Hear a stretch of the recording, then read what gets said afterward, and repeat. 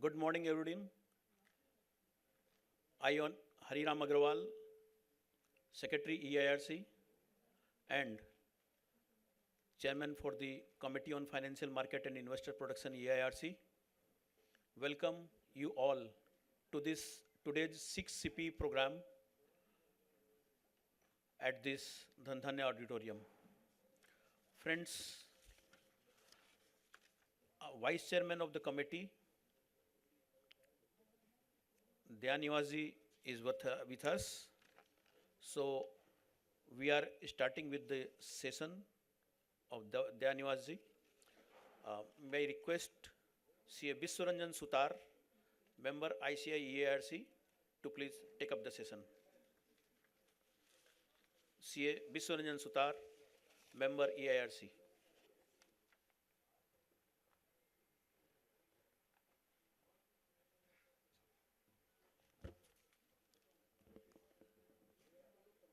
A wonderful good morning and Jai Jagannath to all of you.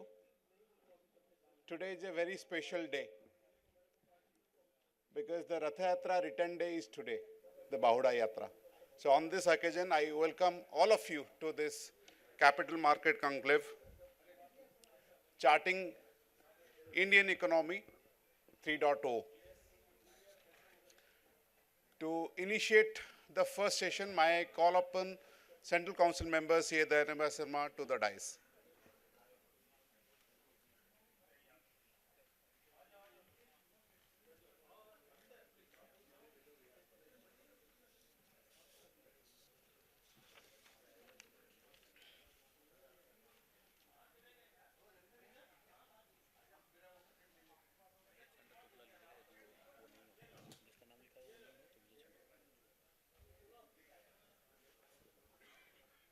Thank you so much, sir.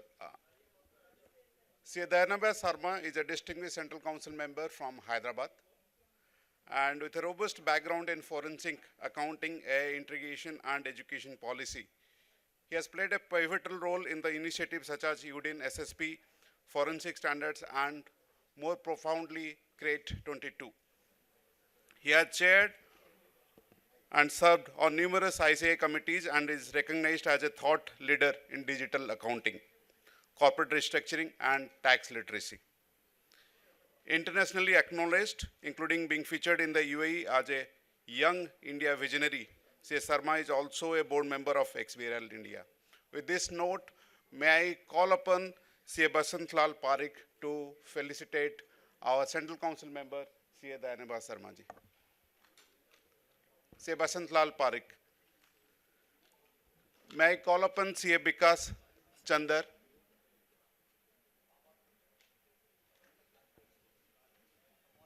Sir, C.A. Basantlal Parekh, sir, if you can come up to felicitate our Central Council member, C.A. Dayaniwas Sharma, with a token of gratitude and love.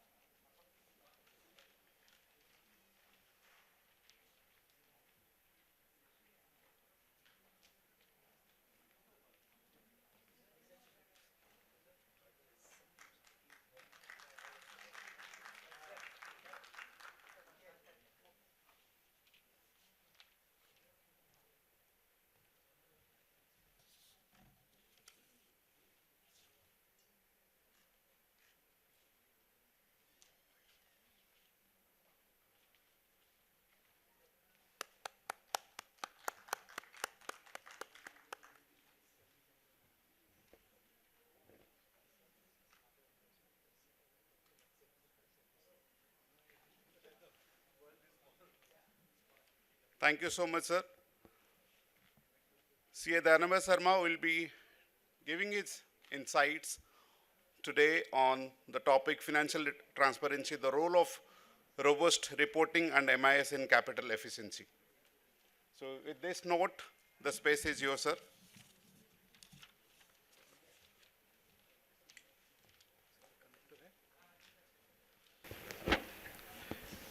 First of all, it's always a pleasure to be in Kolkata And fortunately, I have always come here from a digital uh, thought process kind of thing every time. When I've come here is to deliver lectures from the AI point of view or might be digital accounting and assurance board point of view. But I think this is the first time where I'm coming in for talking on certain other topic which is on the capital markets.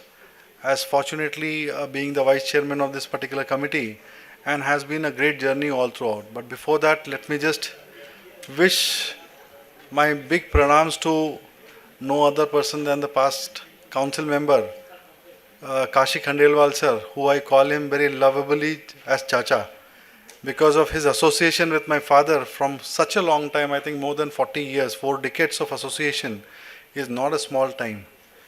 I think this profession has given us legacy, and legacy with so much of relationships and standing of the profession itself is one big thing which we have got over a period of time, sir. Thank you very much for giving what you have given to the profession. I think a round of applause for the senior gentleman. Second best, rather I always say that I look me in you, is something which Sanjeev Bhai has given in such manner the warmth, not from now but from the RRR, his favorite student conference which he did. When he told me, I was little not convinced that, can this happen? But this man has done it. And the way he has done it, I think he has given a newer vision to the new set of people. Over a period of time, I think we have been doing a lot of things traditionally.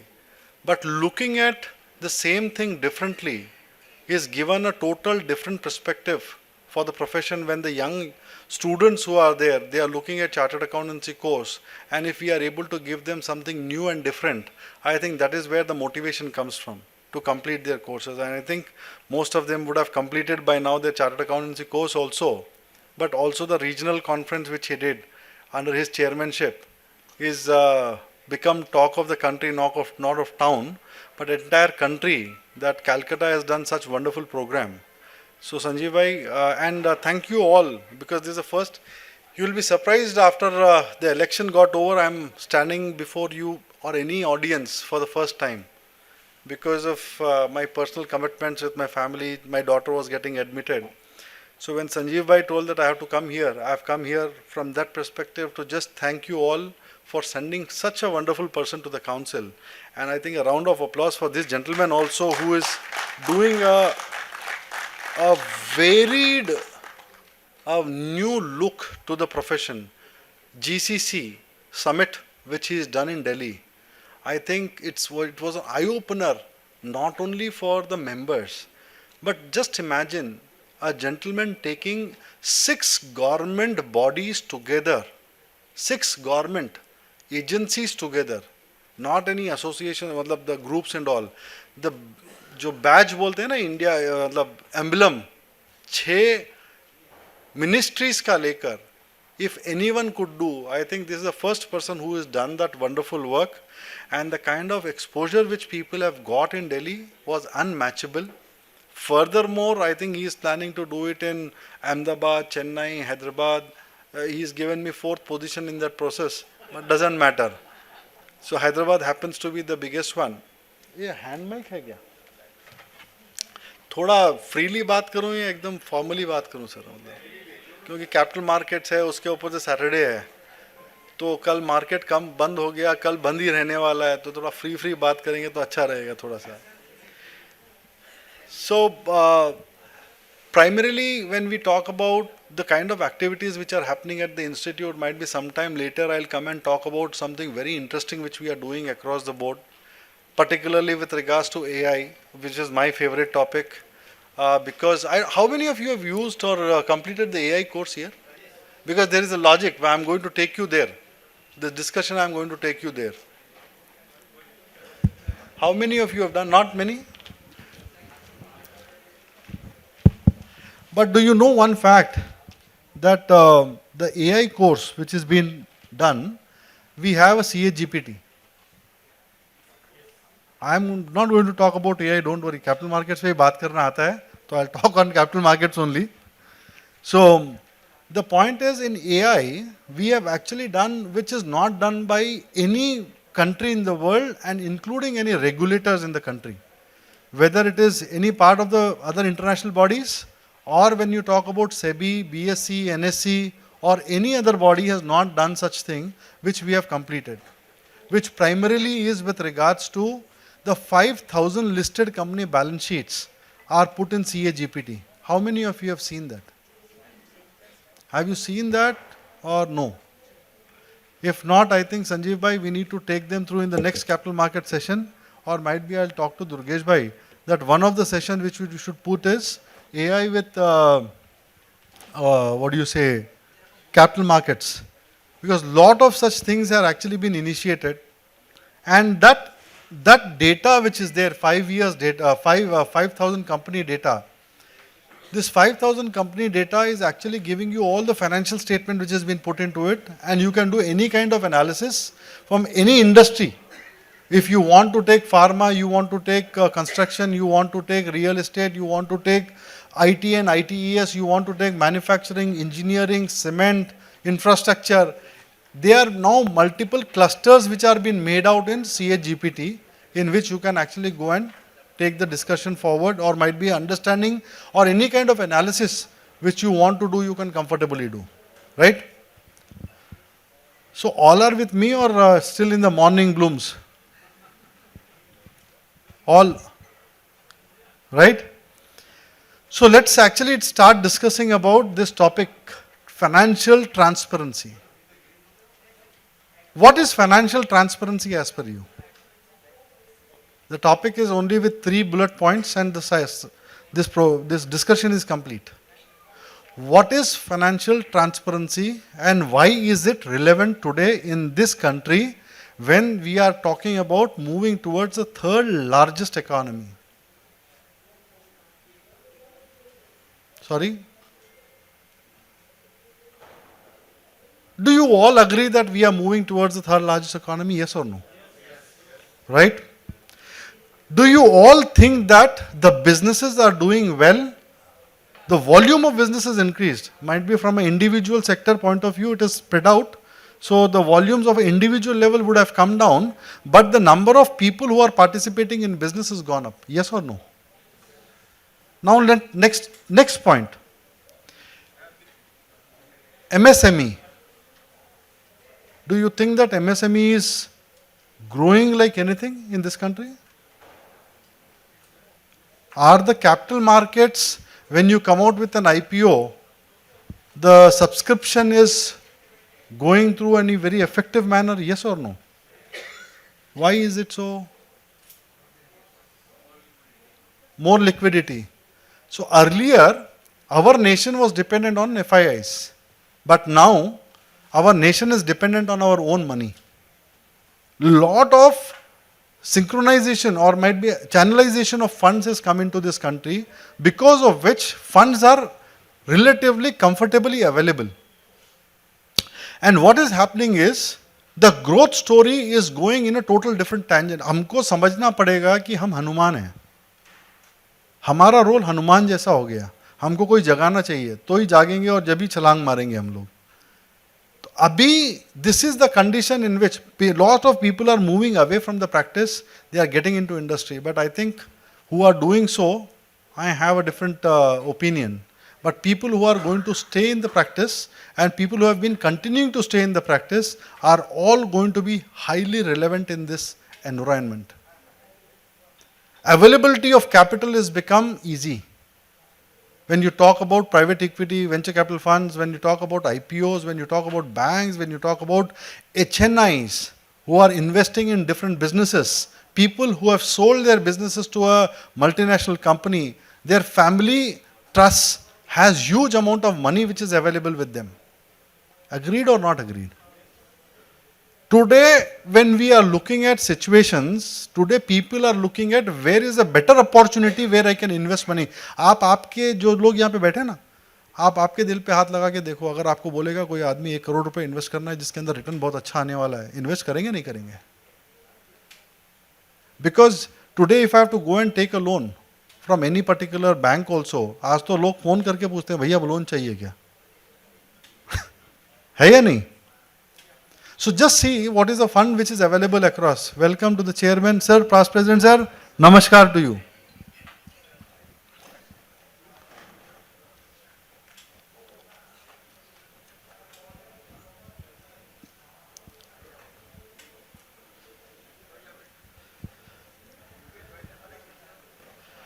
So I think let us all give a round of applause to a person who's actually got, no, एक minute सुन लो sir, सीटी बाद में ताली भी बजा लेना, सीटी भी मार लेना और बहुत ज़्यादा तारीफ भी कर लेना. एक ऐसा आदमी जो हमारी इंस्टीट्यूट को नहीं, पूरे ग्लोब को एक इतना बड़ा मैसेज दिया है that ICAI is way ahead in more than one ways. Last year, I'll call Ranjit Bhai only because now he is past president, so I can take the liberty of being a brother only. It is always better to be his brother rather than a council member colleague. So Ranjit Bhai has introduced one concept which was called AI in ICAI. And today we have made wonders out of it. And this vision, only a person like Ranjit Bhai can have it. A round of applause for this gentleman who is given, sir, ek baar khade ho jao. I never thought that this kind of vision will come from Ranjit Bhai, though he has been part of the UDIN, he transformed the entire ecosystem in the process. But this was something when we started, we had nothing in our hand. Only what was in my hand as a chairman was that my president trusts in me. And the kind of confidence he gave, don't worry, अरे कुछ नहीं होगा कर तू, कुछ नहीं होगा तू कर, खाली यही है ना, he's taken that, given us confidence to do and make today the world's only institute to have AI adoption to a level where today we are talking about 50,000 people are trained physically sitting in classes at the lowest ever cost, which no one can even imagine. We are the only institute in the world which is actually have our own CA GPT. We are the only institute in the world which is doing certification course. Sir, I think your vision is today also operating and the batches in AI are going full. So thank you very much, Ranjit sir, for giving that opportunity. And also I have my chairman, Capital Markets Committee, who is here, Durgesh Kabra ji. A round of applause for him for the kind of outreach which he is doing across the board with regards to adoption of capital market techniques among the chartered accountant fraternity as such. So thank you very much. So let me come back to the discussion and I'll quickly, within 15-20 minutes, I'll close it off. So sir, मैं ये बोल रहा था कि आज अगर हम लोग ये सब समझ रहे हैं कि the kind of MSME business which is growing, what is the definition of MSME in India? What is the turnover criteria?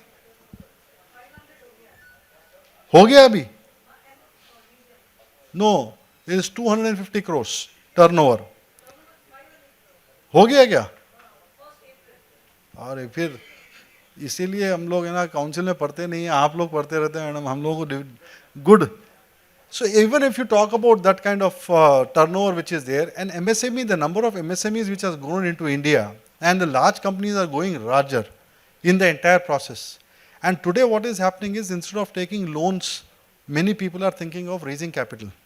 And now when you are talking about raising capital, there are different ways and means of raising capital. Whether it is from HNI, family trusts, when you talk about venture capital funds, when you talk about IPOs, pre-IPOs, and multiple other forums which are available. But you know what is the most important point when you want to raise capital? What is critical? Slide पे है. Financial transparency is the only key to raise capital and get a right valuation for a business. If you go and see the new startups are actually failing because of no other reason. There is a huge amount of non-compliance because they are not trained to actually do all the compliances properly. So there is a lot of issues which are coming in raising tier 2, tier 3, tier 4 capital in the entire process. That is primarily because of only and only one thing: the financial reporting framework is actually getting impacted badly.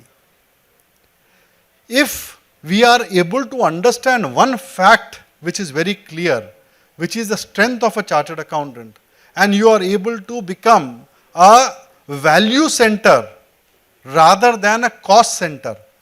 Why? When are you a cost center? When you are only filing income tax, GST returns.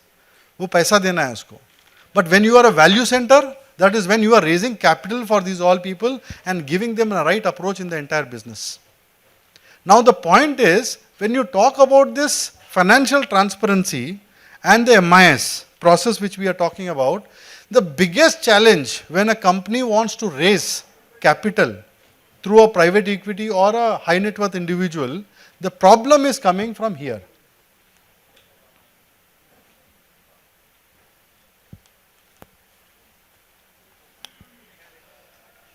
Which is MIS. I am going through a particular transaction at this point in time where it is doing close to 300 crores worth of business. They have close to 169 outlets. But the biggest problem which is there is they have a total reporting rightly done, but they do not have a cost center wise or profit center wise profitability very clearly defined. Welcome to Devashish Mitra sir, past president of the institute. A round of applause.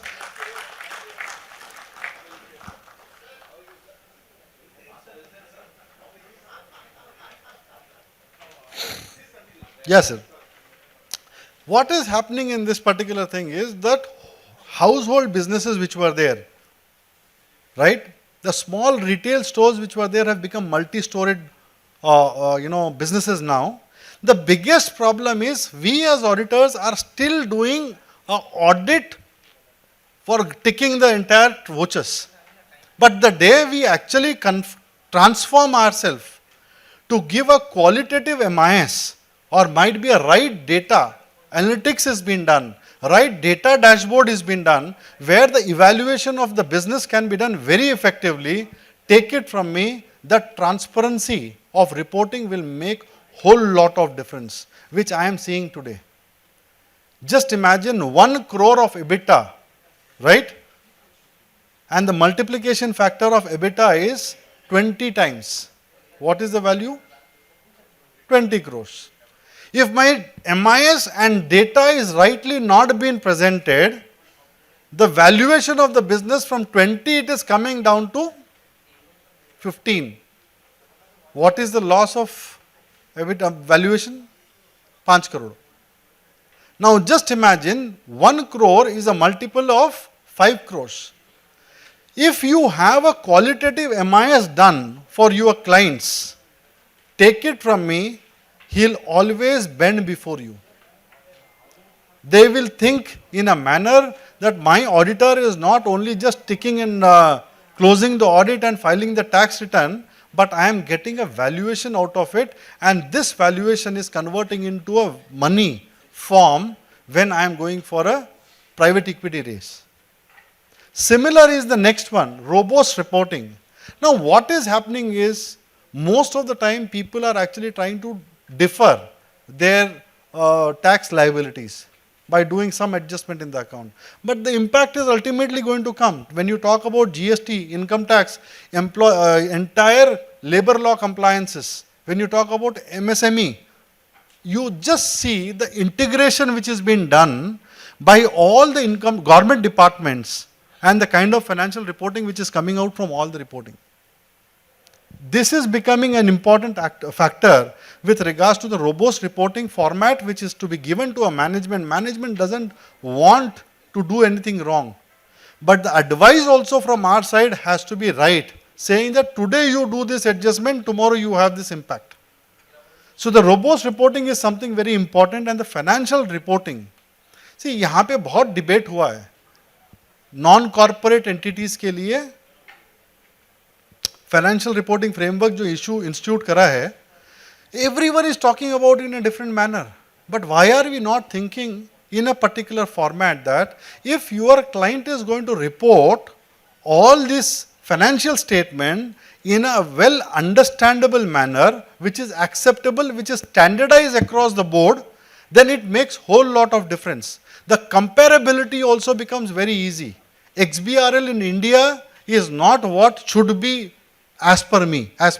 Now, I'm not talking as a council member. But the XBRL reporting actually can go to a level where we can actually do any kind of comparative analysis. Today, income tax department is gone to a level where you and I can't even imagine the kind of reporting framework which they have come in, the kind of data which they are carrying with them, the kind of information which they are carrying with them is unparalleled. As an auditor, we might be associated with the client from more than 30, 40 years. But an assessing officer who has come on a transfer also as recent as yesterday, that man has more information than what we have today. So technically what has been happening is, today you just go and see the assessments which are happening. The GP ratios, NP ratios, it is very well available on the portals, and multiple information centers are available where the data can be provided to you. So financial reporting and transparency is going to play a very important role in the coming markets. When we are talking from 4 to 3, from 3 to 2 is only going to be in the hands of chartered accountants. See, today the most important point is every form of business, because of GST coming in to an aggressive level as 20 lakh rupees requirement, all the businesses have become flat now. पहले क्या होता था कि business अगर GST के बगैर है, GST के साथ है, people used to do all kind of adjustment in the market. But now the fact is, all have come on an equitable platform. Equitable platform means every business is measurable. If every business is measurable, the person who's going to outperform is only going to get valuation tomorrow. So this is something which we need to really understand. We have to come out of the old traditional thought process which we have been doing. Today you have to be a business advisor, not a chartered accountant who is certifying the financial statements alone by doing certain audits. And take it from me, people, my father is 80 years old. I still feel he has huge amount of value in him because of only one thing. I might have got technology with me, but I do not have experience with me. Just imagine if my father is sitting next to me and able to give me a guidance that this kind of examples can be there, ask this question to the system, what is the response which is coming in, experience will speak and speed will gain more speed. Somewhere we need to come together and understand and collaborate in such manner where seniors are highly respected and they have to be given that respect because of the knowledge which they carry. The youngsters have to be ready to ensure that the speed is effectively utilized. Today if you have to do any kind of projections, today you don't have to sit with an Excel sheet. Today AI is giving everything. But what AI should give answer, I do not have experience. What will I ask question to an AI? The person who is sitting next to me will have that experience to say that, okay, put the sensitivity analysis of 2% up and 2% down because this business is under this category. So this is how the things are going to move in a different direction. So my thought with you all people is, opportunities are changing. I am telling you honestly. This is the first time ever which I requested my president, I want to be part of this particular committee, not for any other purpose. Because this is actually showing the future of this nation. This is where the capital is raised. The youngsters, the way the valuations are coming up, unimaginable. Old businesses are getting sold to a larger international corporations. And huge amount of money in turn is lying with those family-owned houses where they don't know what to do next. Dada, the fact is, people have sold their businesses to the tune of 1,000, 2,000, 3,000 crores. They have 3 children in their family. But the fact is, they do not know in which business I should go and invest now. This is a beautiful opportunity where we need to really think about how can I be a business advisor. And to be a right business advisor, either in form of advising to invest in a new business or to invest or create a new business, I think these 3 factors are going to play a very important role. And all of us have that wherewithal and knowledge to really take the business houses forward in a true spirit. Today people are willing to pay you money if you actually show them money. This is the reality. Though we are not compromising anywhere with our ethics and other value system, we are only ensuring that the valuation is going in a different direction. So with this, I'll just cut my discussion short, and there are other slides. I'll share the presentation with you all. By the time all people who had to join, I took up this discussion, and this presentation can be effectively used by all you people at any given point in time. There are multiple slides which are there. This is basically what are all, in a very nutshell, I have shown what is required in this entire reporting framework, financial reporting framework. So, this is not working. So, these are all the slides which are there, which are easily available for you all people. So, you can actually take this and work it on. It's self-explanatory slides, and might be one more time, if there is a time opportunity there during the day, I'll come back. Thank you all. Thank you very much.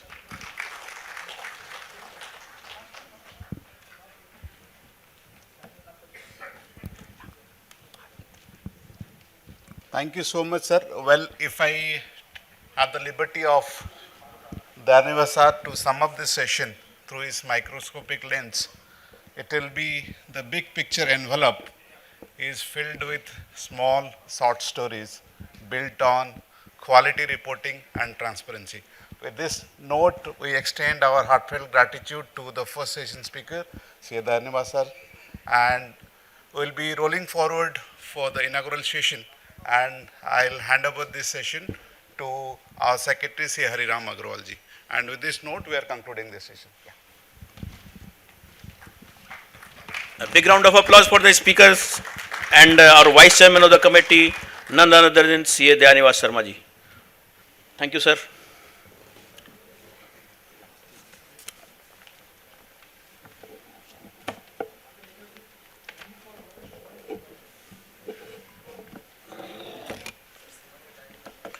Friends, we are now proceeding for the inaugural session of our this one full day's capital market 2030 future proofing finance.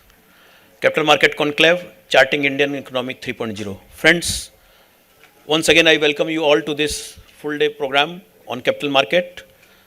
Now I am inviting on the dais dignitaries for the inaugural session. Let me first call CA Vishnu Kumar Tulsian, Chairman of EIRC, to the dais. Vishnu Tulsian on the dais. Mr.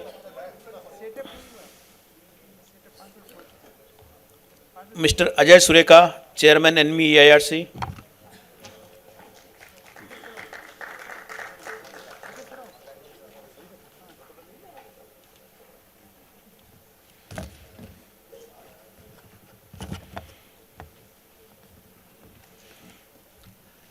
CA Sanjeev Sanghi, Member of the Committee and Program Director of this Committee on Financial Market and Investor Protection.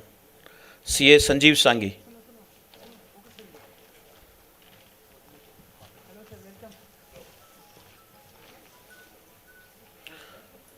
I request Mr. Utsav Parekh, Chairman of SMIF Capital Market Limited, on the dais. Mr. Utsav Parekh. Welcome, sir. Welcome, sir. I request Mr. Abhishek Kumar, Vice President NSC, to please be on the dais. Mr. Abhishek Kumar, Vice President NSC. CA Durgesh Kabra, Chairman of this committee's today's program, Committee on Financial Market and Investor Protection and Central Council Member, CA Durgesh Kumar Kabra. Please join in those dais.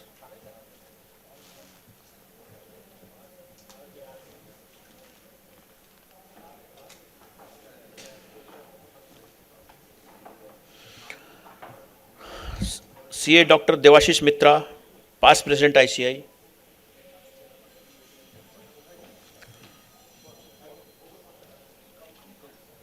CA Durgesh Kumar Kabra, Chairman of Committee for Financial Market and Investor Protection. Please join us on the dais.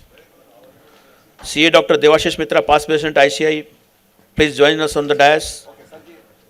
CA Ranjit Kumar Agrawal, Past President ICAI, on the dais, please. And CA K. Suresh, Honorable National President ANMI, please join us dais.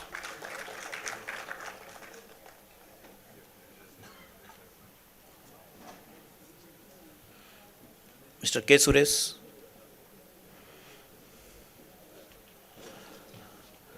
May I request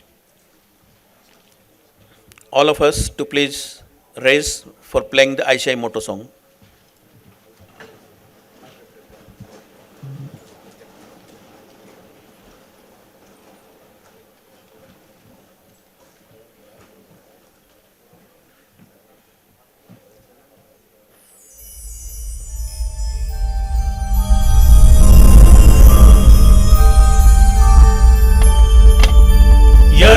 सुप्तेषु जागृति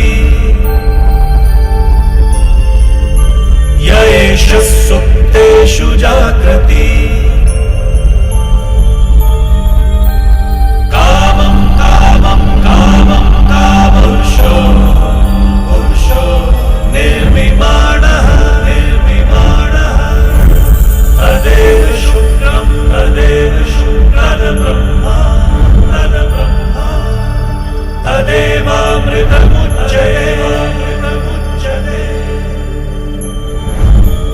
तस्मिन् लोकः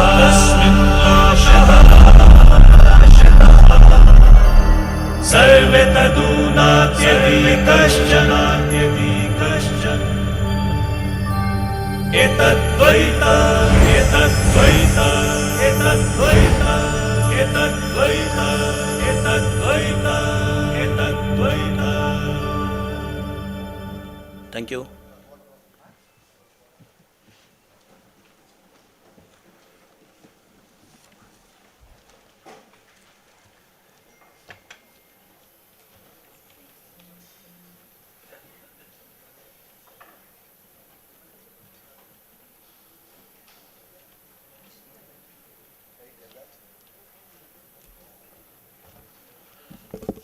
May I now request all the dignitaries on the dais, please join us on the lamp lighting. I also request CA KP Khandewal, past Central Council member, and CA PD Rungta, past Chairman EIRC, to please join us on this. Daya Shankar, sorry, Daya sir, please.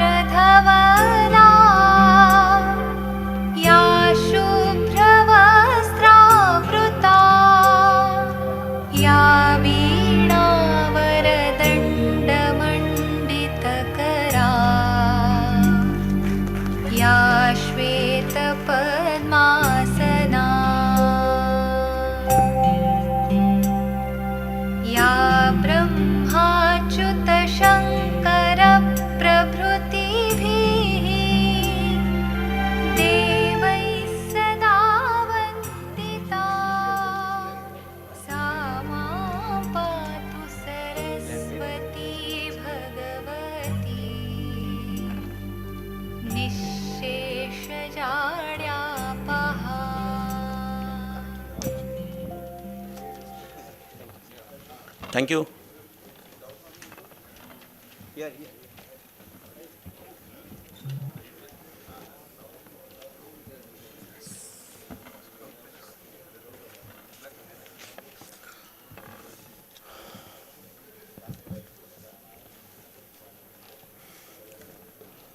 Friends, now we have the time to introduce and felicitate the dignitaries on the dais.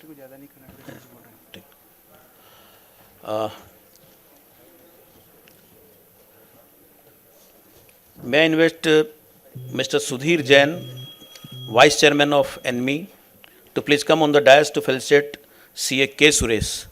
CA K. Suresh is National President ANMI 2526. The Association of National Exchange Member of India, ANMI, proudly welcomes CA K. Suresh, its National President for the year 2526, making his second term after a highly respected tenure of 17 to 18.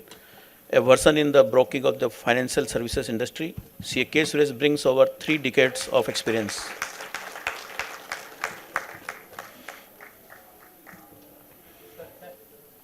He has previously served as the President of the Hindustan Chamber of Commerce and Honorary Secretary of the Madras Ink Management Association.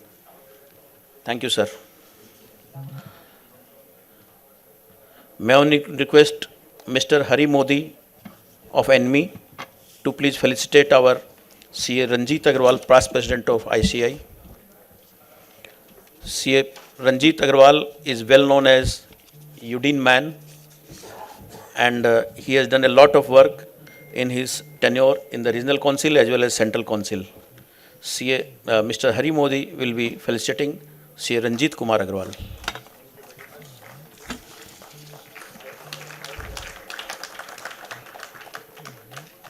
May I now request Mr. Pawan Bagdi of ANMI to felicitate CA Dr. Devashish Mitra.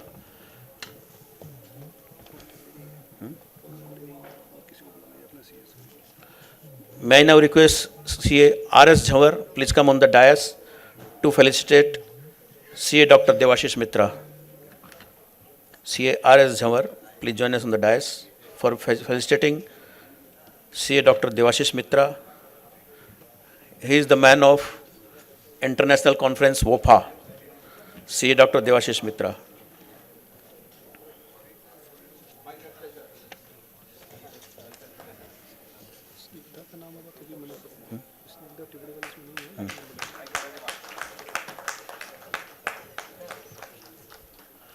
May I now request Mr. Sanjay Agrawal of ANMI to please come on the dais to felicitate Chairman of Committee for Financial Market and Investor Protection to please felicitate Mr. Durgesh Kumar Kabra. Sanjeev sir का session हो गया ना? Sanjeev sir बोलो.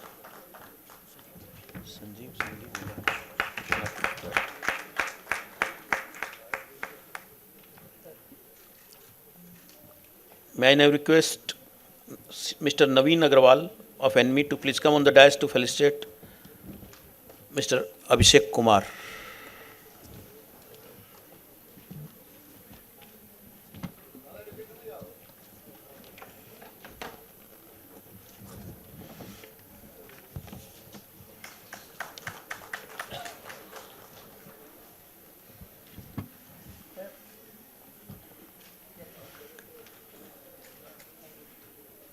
May I now request Mr. Sandeep Jain to felicitate Mr. Utsav Parekh.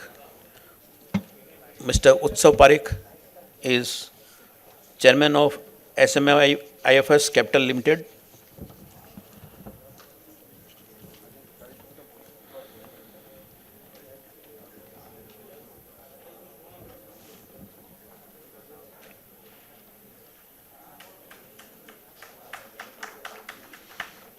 Thank you. Now I request Chairman EIRC, CA Vishnu Kumar Tulsian, to come forward and offer his welcome address to the August gathering. CA Vishnu Kumar Tulsian.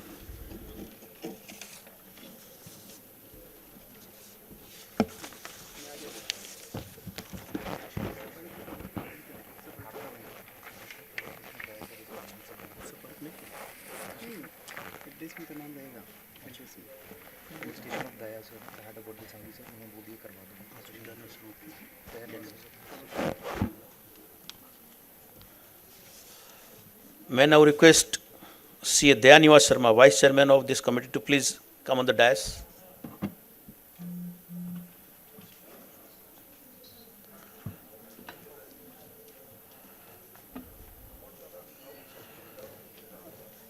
May I now request CA Vikas Chandak to please come forward. CA Vikas Chandak. Mr. Rajesh Jalan. Oh, sorry. Vikas is coming. Yeah. Move fast.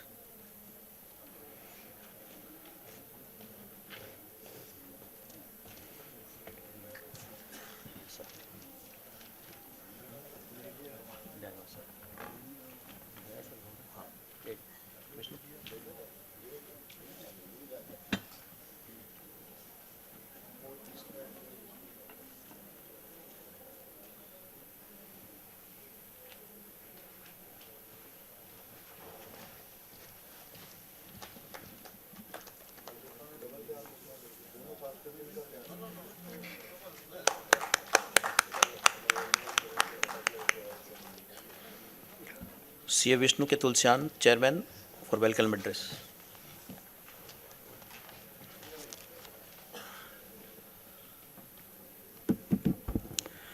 Good morning to everyone.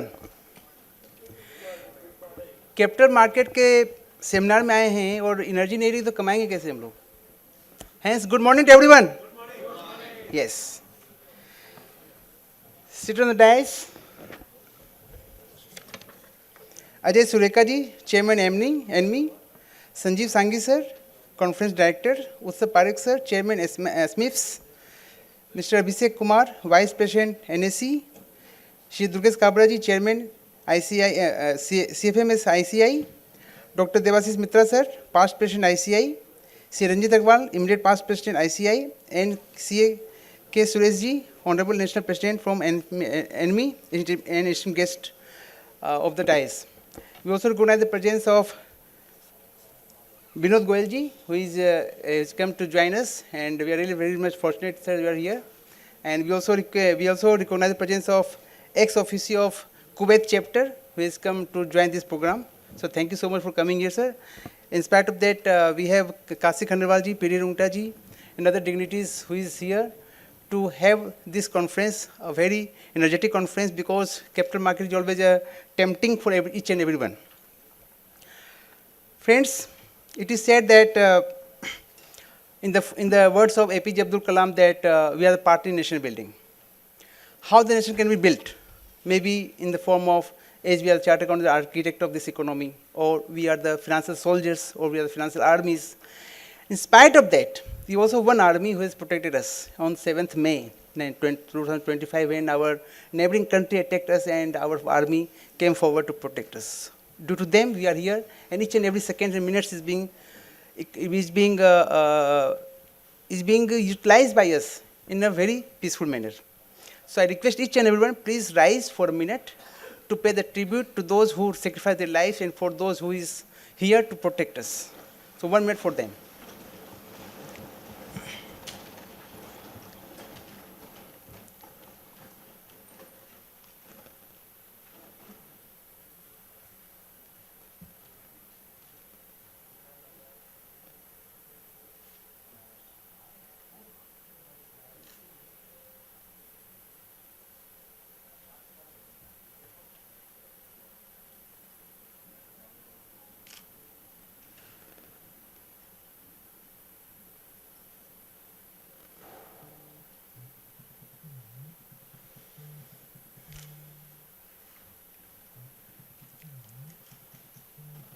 Thank you so much.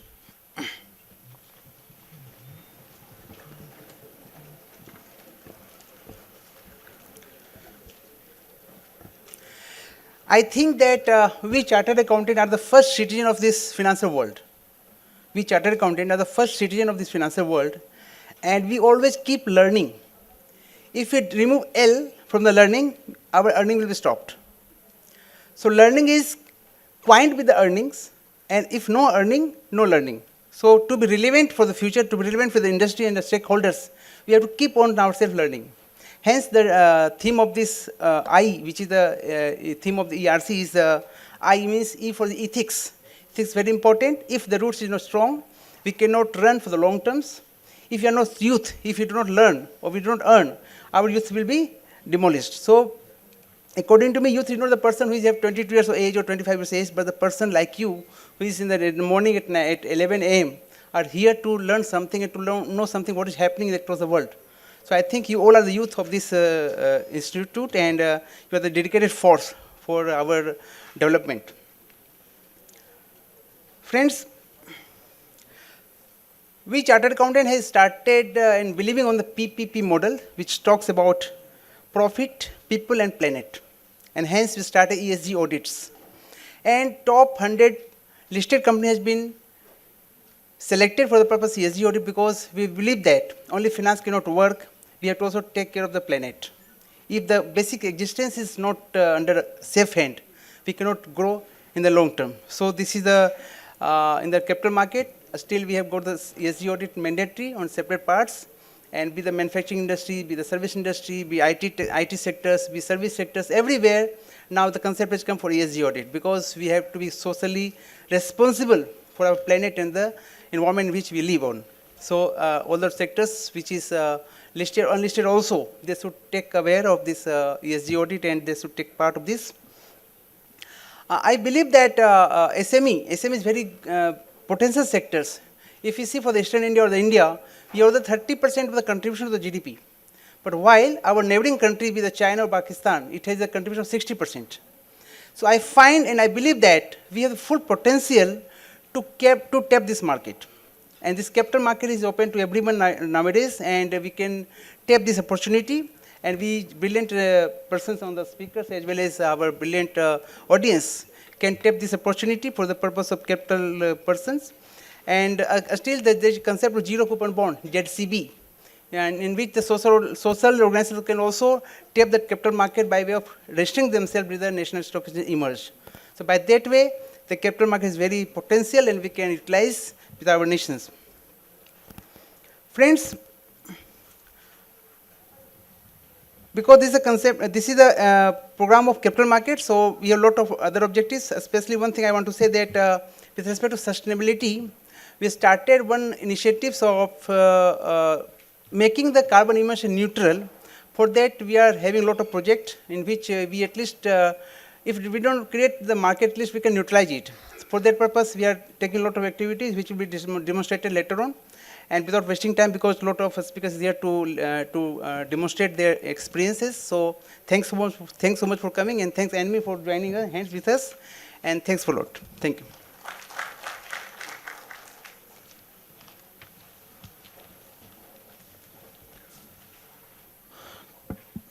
Thank you, CA Vishnu K. Tulsian, Chairman EIRC, for giving the welcome address. Now I invite CA Ajay Sureka, Chairman of ANMI EIRC, to address the August gathering.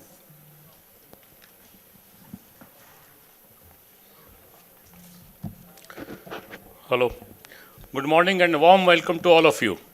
It's a matter of great pride and privilege to welcome such a distinguished gathering to the Capital Market Conclave, jointly organized by ICAI and ANMI, with ANMI honored to be knowledge partner for this landmark event. We are delighted to have with us today an august audience of chartered accountants, exchange officials, market leaders, and capital market participants. Your presence here reflects a shared commitment to thought leadership, collaboration, and preparing for the future of finance. Chartered accountants, with their deep understanding of financial systems, governance, and regulation, have always played a very foundational role in building trust stability in the market. Similarly, ANMI members, as market intermediaries, occupy a vital position in ensuring smooth functioning of capital markets, facilitating transaction, enabling investor participation, maintaining compliance, and supporting financial inclusion. We take pride in being bridge between the investment public and the broader capital market infrastructure. This conclave is not just about learning, it is about engaging and evolving trends, regulatory perspective, and technological shifts that will define the next course of our market. I would like to express my deep gratitude to our esteemed speakers and dignitaries who have joined us today. Your insights are highly valued and eagerly awaited. A special thanks to our sponsors and partners, National Stock Exchange, Eureka, Transcan. Your support has made this conclave possible and impactful. And of course, sincere appreciation to all those who have worked tirelessly behind the scene, mobilizing resources, bringing in speakers, and helping build this successful platform. Let's make the most of the day's today's discussion and reaffirm our collective commitment to a vibrant, transparent, and future-ready capital market. Thank you, and wishing the conclave a great success. Thank you. Thank you, Chairman. Now I invite CA Sanjeev Sanghi, Member of Committee for Capital Market as well as Program Director, to address the gathering. Thank you so much, Hari Bhaiya, the hero of today's program, for organizing such a wonderful capital market conclave, charting Indians' economy. We are thankful to the chairman of this committee, Durgesh Kabra ji, the Central Council member and the Vice Chairman, Dayaniwas Sharma ji, for taking all the efforts to make this conference a great success. We are also thankful to ANMI and other associations who have come forward. Vinod Bhaiya, I know you are very instrumental in making this happen. To Mr. K. Suresh, the Honorable President and others, and two important persons sitting on the dais, our past President from Eastern Region of ICAI, CA Dr. Debashish Mitra and CA Ranjit Agrawal. I can see Kashi Bhaiya sitting right in front. PD Rungta ji, ladies and gentlemen, a very, very warm good morning to all of you. You always say that a picture is worth thousands of words. And that is where our role comes. When we look into the newspaper, where do we catch that attention? Towards that chart, towards that graphics, towards that visualization is where, our eyes start rolling in. And that's called a smart decision making.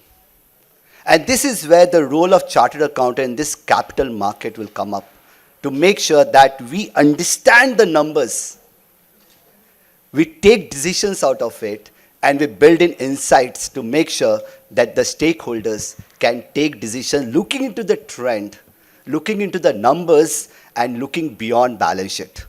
That is what the strategic leadership and the global leadership, the future chartered accountants, is going to do to shape our Indian economy and to be the most important contributor to take India from the 5th largest economy to the 3rd largest economy by 2030. Today we have an economy of approximately $3.7 trillion, which we are estimating to get into $6 trillion economy, or maybe $7 trillion, almost double of what we are. The most important thing is that if we are talking of these 5 years, which are so crucial and so important, and we are looking forward to double the economy, I think there's a long distance which we need to travel, and we have too lesser time. And the only way we can do that is to increase our speed. The speed of change, the speed of transformation, the speed of innovation, and the speed of moving forward from ledgers to global leadership. That's, I think, is most important for all of us, to start becoming more strategic in terms of becoming IPO readiness to forensic audits, because we today are disciplined financial soldiers. That's what we have been termed, because the entire country and the entire world is looking to invest trillions of dollars to our economy, is looking upon us to say that you are credible, you are trustworthy, you are viswasniya, and you can make a difference. And that's where the huge responsibility lies upon all of us as chartered accountants. That's why this kind of 2 days conclave will ensure and make sure that we all work together in collaboration, because once we work in collaboration, the competition is not there. And that's the reason why I wanted to bring up to you a very, very important concept called GCC, which Daya sir has rightly started talking about. Now, why this capital market and GCC comes into a same picture? Because today, when we are hosting approximately 1,800 GCC in the country, we are looking forward to have more than 3,000 GCC coming to our country from across the world. And that's where the economy will start boosting up. India is going to be the 3rd or the largest economy of the world. GCC is going to play a very, very important role. And all of us sitting over here, all the chartered accountants sitting over here, are going to play the most important role to shape GCC, because they are going to take decision making. We feel proud to sign an audit report. What we are looking forward to say that we will feel similarly proud to sign $1 billion decision. And that is what we all want to look forward to. We are not just the historians of balance sheet, we are going to be the authors of India's $10 trillion economy. And my dear friends, ladies and gentlemen, we are the best profession, the chartered accountants, all of us together can make this happen, because if India is going to be the largest economy of the world, as rightly said by many of our past presidents, chartered accountants are going to play a most important role and the most noble role in making India the largest economy of the world. I wish all of you a lot of learning and a very, very great future ahead. Thank you so much. Now I invite the boss of this committee, chairman of this committee, CA Durgesh Kumar Kabra, to please address, under whose guidance and supervision the program has been structured. Welcome with a big round of applause, CA Durgesh Kumar Kabra.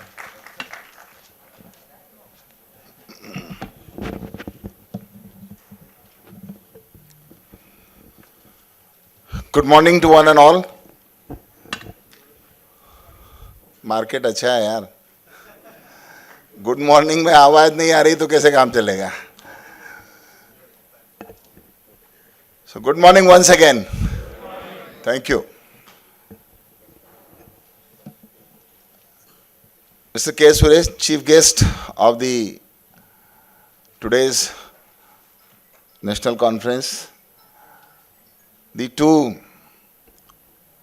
personalities who are sitting here are the past president,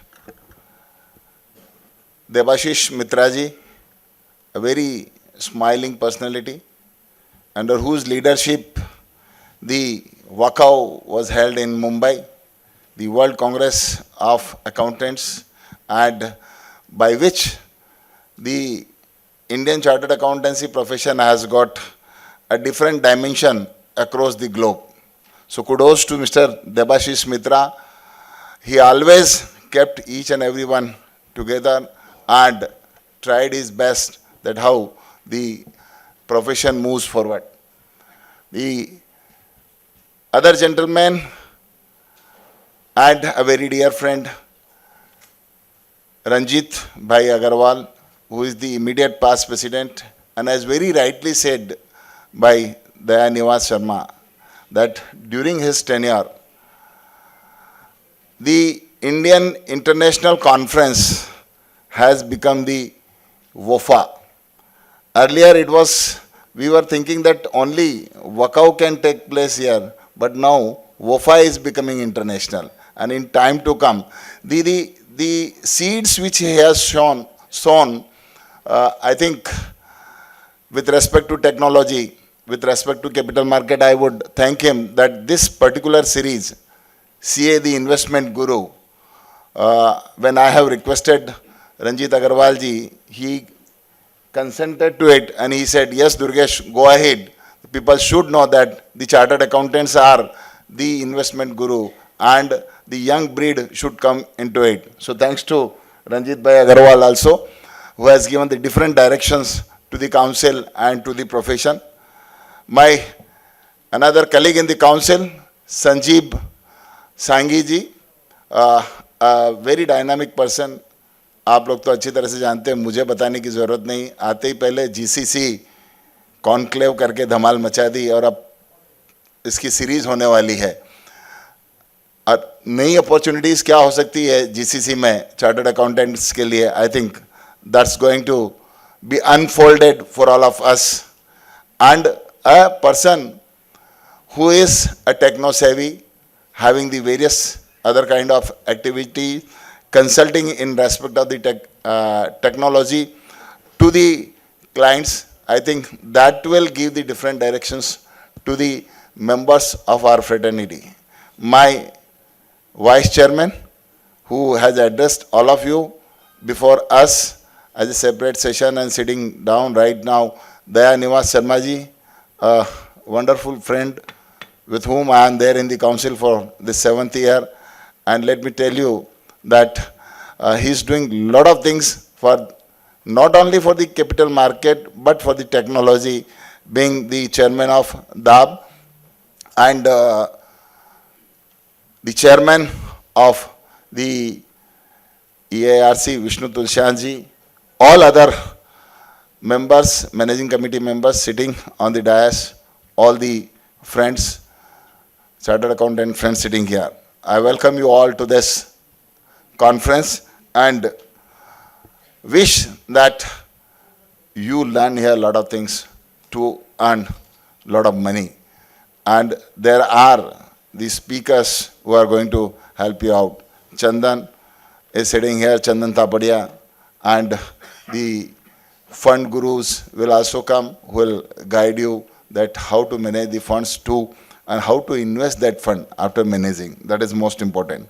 Let me tell you one thing, some of the statistics about the capital market and what our committee is doing as far as the financial market and capital market is concerned. A small thing I just want to tell you that the AUM of the mutual fund in 2014 was 8.25 trillion. Whereas this has grown to November 24 and it has become 68.4 trillion, and by May 25 it has become 72 trillion. So this is the size which has grown in last 11 years from 8.25 to 72 trillions. So we don't need to, once upon a time, even if the president of the US is sneezing, our market got affected. But today, it's not making difference whether it is Iran, or this Israel war, whether it is Ukraine and Russia war, whether it is the announcements from Trump's and various other things. But it is not making difference. Our people are investing more. Indian institutions have become more active into it. And every month, there is a flow of around 25,000 crores in the SIPs. So that's the making difference. Friends, beside this, one new opportunity which I feel in the market is the SME IPOs for all of us. Every chartered accountant who is into practice is at least having one client which can be groomed and get listed on the SME stock exchange. Today, around 1,200 companies are listed on the SME stock exchange. The market capitalization of those 1,200 companies are approximately 2 lakh crores. I had a discussions with the NSE head, who is heading the SME business development over there, also with the BSc head, who is heading the SME business development. And when I discussed with them, they said that they have already identified 20,000 such SME enterprises, small and medium enterprises, which are ready, if properly guided, to get listed. So just think over, when it is 1,200, 2 lakh market capital, and if it becomes 10,000, then what kind of market capitalization of this SME will be there? And one more thing here I just wanted to tell you, it's a big opportunities for all of us. Why I am telling you? We chartered accountant normally involve ourselves into the assurance and compliance practices, but this is the opportunity, golden opportunity. A chartered accountant knows that he is into the practice for 15 years or 20 years. He knows ins and out of the business whom he is giving the consultancy. So stop giving the consultancy to that client, become partner of 10%, 20%, give that audit and consultancy to your friend, and if some friend is doing, take the audit of that friend's client, let that fellow take the stake into that company. Both companies will go to the market. I think that 10% and 20% stake which you are going to have in the companies will give you crores of rupees, rather than which you are now charging in lakhs or maybe in thousands. So this will make difference. We have to change our attitude. We have to think above and beyond. If we do not think and we continue to think in the directions that those are the only areas where we can earn money and make money, I think that's not the right way. There are a lot of things available for all of us. And just to build the skill set of this, what ICAI and the Committee for Financial Market and Investor Protection is doing for all of us or all of you, I would say that we have started 6 courses. 4 courses were there, certificate courses, FATA, Forex, and Treasury, then it was derivative and FMSL. Last year we have launched under the leadership of Mr. Ranjit Agrawal ji, 2 certificate courses. One was compliance of the capital market, and the another one was the fund managers certificate course with IPSA GIFT City. So these 2 courses we have launched.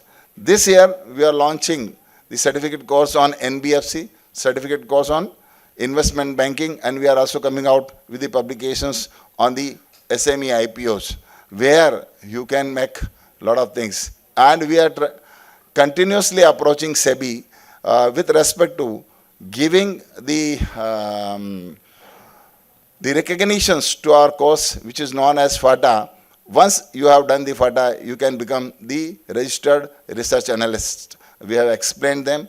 And they are just weighing it whether this can be done or not. Our FMSL course has already got the recognitions from the SEBI. If you have done that course, got the certificate, you can do the compliance audit of all the intermediaries of the capital markets and financial market. So friends, these are the things which has been taken care by the committee. Beside this, these kind of conferences are regular, the webinars are regular. We are also continuously suo moto dealing with the SEBI and other regulators. We are giving our suggestions to them. Whoever wants to give their suggestions, feel free, write to cfmip@icai.in, your mail, that on any of the matter you wish that you want to contribute something and it can help our brothers and sisters. Feel free, write to us and we'll consider it, and we'll approach to the SEBI as well as the other regulators, maybe NSE and BSE platform for the trading and investment purpose. With this, friends, I would like to say and quote here that if you really want to be in the market, you need to see that market is always not work as per your emotions.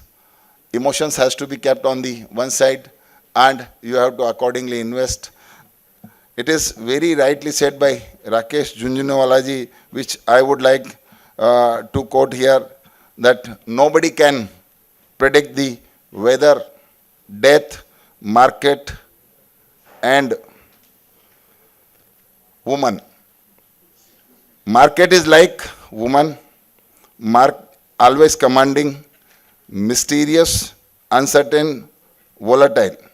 You can never really dominate a woman, and likewise you cannot dominate the market. But both are beautiful things. Without these both, you cannot live. So, always live happily with both of them. Thank you very much.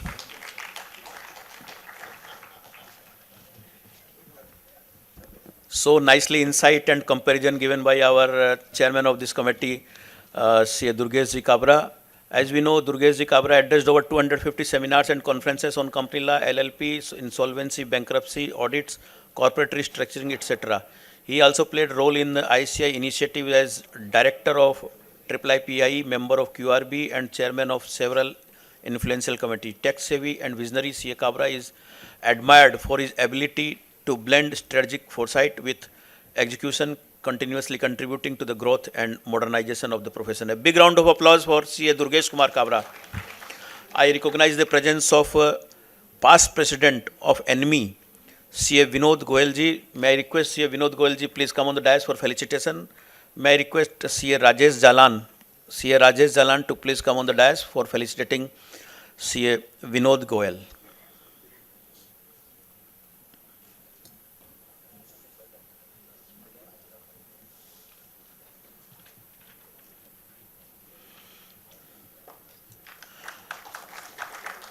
Under the leadership of Vinodji Goyal, ANMI has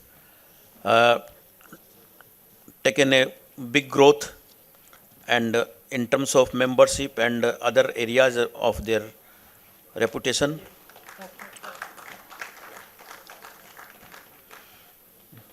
Thank you, Vinodji. Now I invite Mr. Vikas SS, GM SEBI ERO for addressing the August gathering. Mr. Vikas SS GM.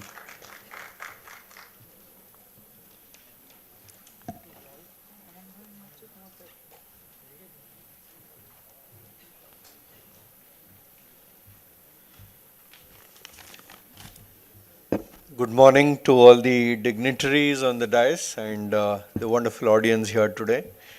It was very nice that today began with a session on transparency. Uh, Such beautiful points made during that session.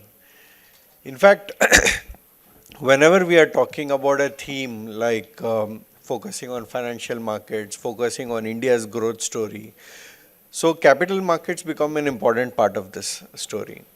And when we are talking about something like being future ready, almost everyone keeps talking about technology, and most of the discussions are always around technology. While that is a big enabler for any business to function or for the economy to function very well, the people angle becomes extremely important, and that is something that we should never forget. Whenever we are talking about a people angle, the key principle here is trust. I'm sure we all appreciate that the financial markets as a whole rely on the basic principle that is trust. And to ensure that this trust is maintained in the whole financial system in general and the securities market in particular, this role falls upon all of us. We are all playing little roles in whatever spaces that we are occupying, and we are trying to do our best. But what we can do to succeed, to ensure that this trust is maintained, is something that we should all introspect and try to see how best we can address this in every walk of life that we occupy.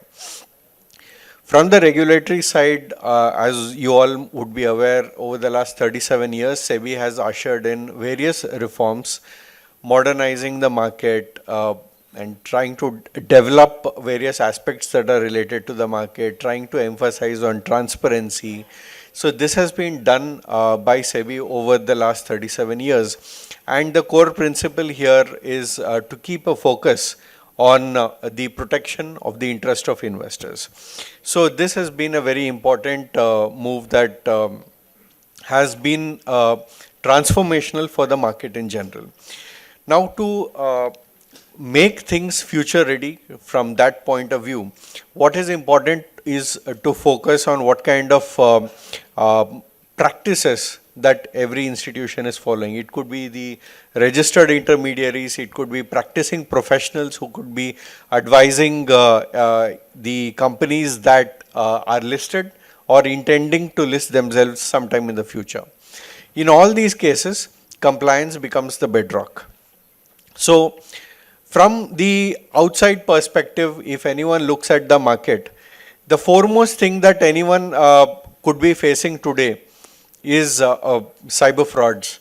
The number of calls that people might be getting, the fake apps, and I'm sure some of the registered intermediaries also would be facing situations of impersonation of their own trading platforms, or somebody making some fake apps in their name. So I'm sure you are taking all of them up with the cyber police, and they would be dealing with these matters. But what is important is for all of us to be vigilant, to see that if anything like this comes to the light, and to take it to the concerned authorities. We should also guard ourselves against sensationalism, the kind of influencer hype, and people trying to hype up something related to the market. If someone is trying to promise incredible returns, something which is very bizarre, unbelievable, there might be a lot of people who might fall prey to that. So we must guard ourselves against sensationalism, and within our own spheres, we should always try to spread the word about educating the general public about what is the correct approach to look at securities market. People should not look at it as just a means of earning bizarre returns if someone is promising them. Here, SEBI has taken a lot of initiatives towards educating investors. In the eastern region, if I can talk about here, we have participated in various public events, along with the market infrastructure institutions like stock exchanges, depositories. We have taken a lot of initiative to build different innovative themes, could be related to art or any different graphical representations, anything that could attract investors' attention to look at these markets and to learn a little more about safe practices about investing. Coming to the securities market intermediaries in general and brokers in particular, what would be important for brokers, because a lot of ANMI people are present here and exchange officials are also here, the kind of supervision that you have on authorized persons, that becomes very important. If they are going ahead and promising something else to investors, that becomes a concern area. And here is where the registered intermediaries, the brokers, have to have effective supervision on the conduct of their authorized persons, and the exchanges also, either through the participants or directly, should also be having effective supervision on what the authorized persons are actually doing on the ground. This would go a big way in ensuring that the correct message goes to the investors about how the market actually works, and so that the expectations are set in an appropriate manner. And in this whole mechanism, compliance becomes very important. Taking care of your customers' needs in a compliant manner becomes very important. We must remember very carefully that compliance is never a cost. As one of our seniors would say, we should view compliance or rules like corporate governance or any of these measures that are put in place, we should look at it as brakes. He always used to narrate that if you're driving a vehicle, when would you get the confidence of driving fast? It doesn't depend on horsepower and tires and so many things, but what depends is, are your brakes working properly?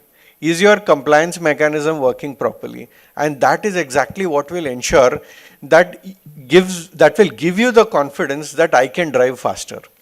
So this is a wonderful example that he always used to quote, and I've taken the liberty to relay that across.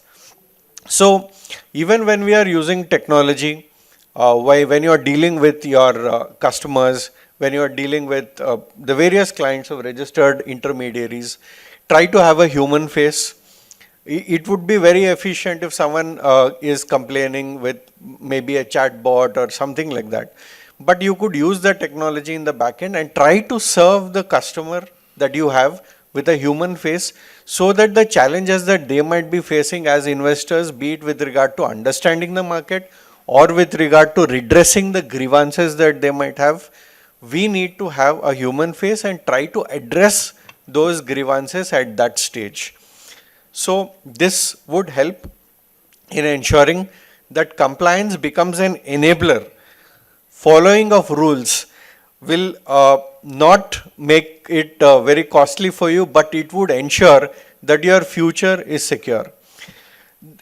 Towards the end of what I want to say is that enhancing transparency and efficiency, keeping the focus on end investors, and ensuring that we have compliance in every walk of our professional lives will ensure that we are prepared and we are future ready, and we should always look at it from a people angle along with looking at it from a technology angle.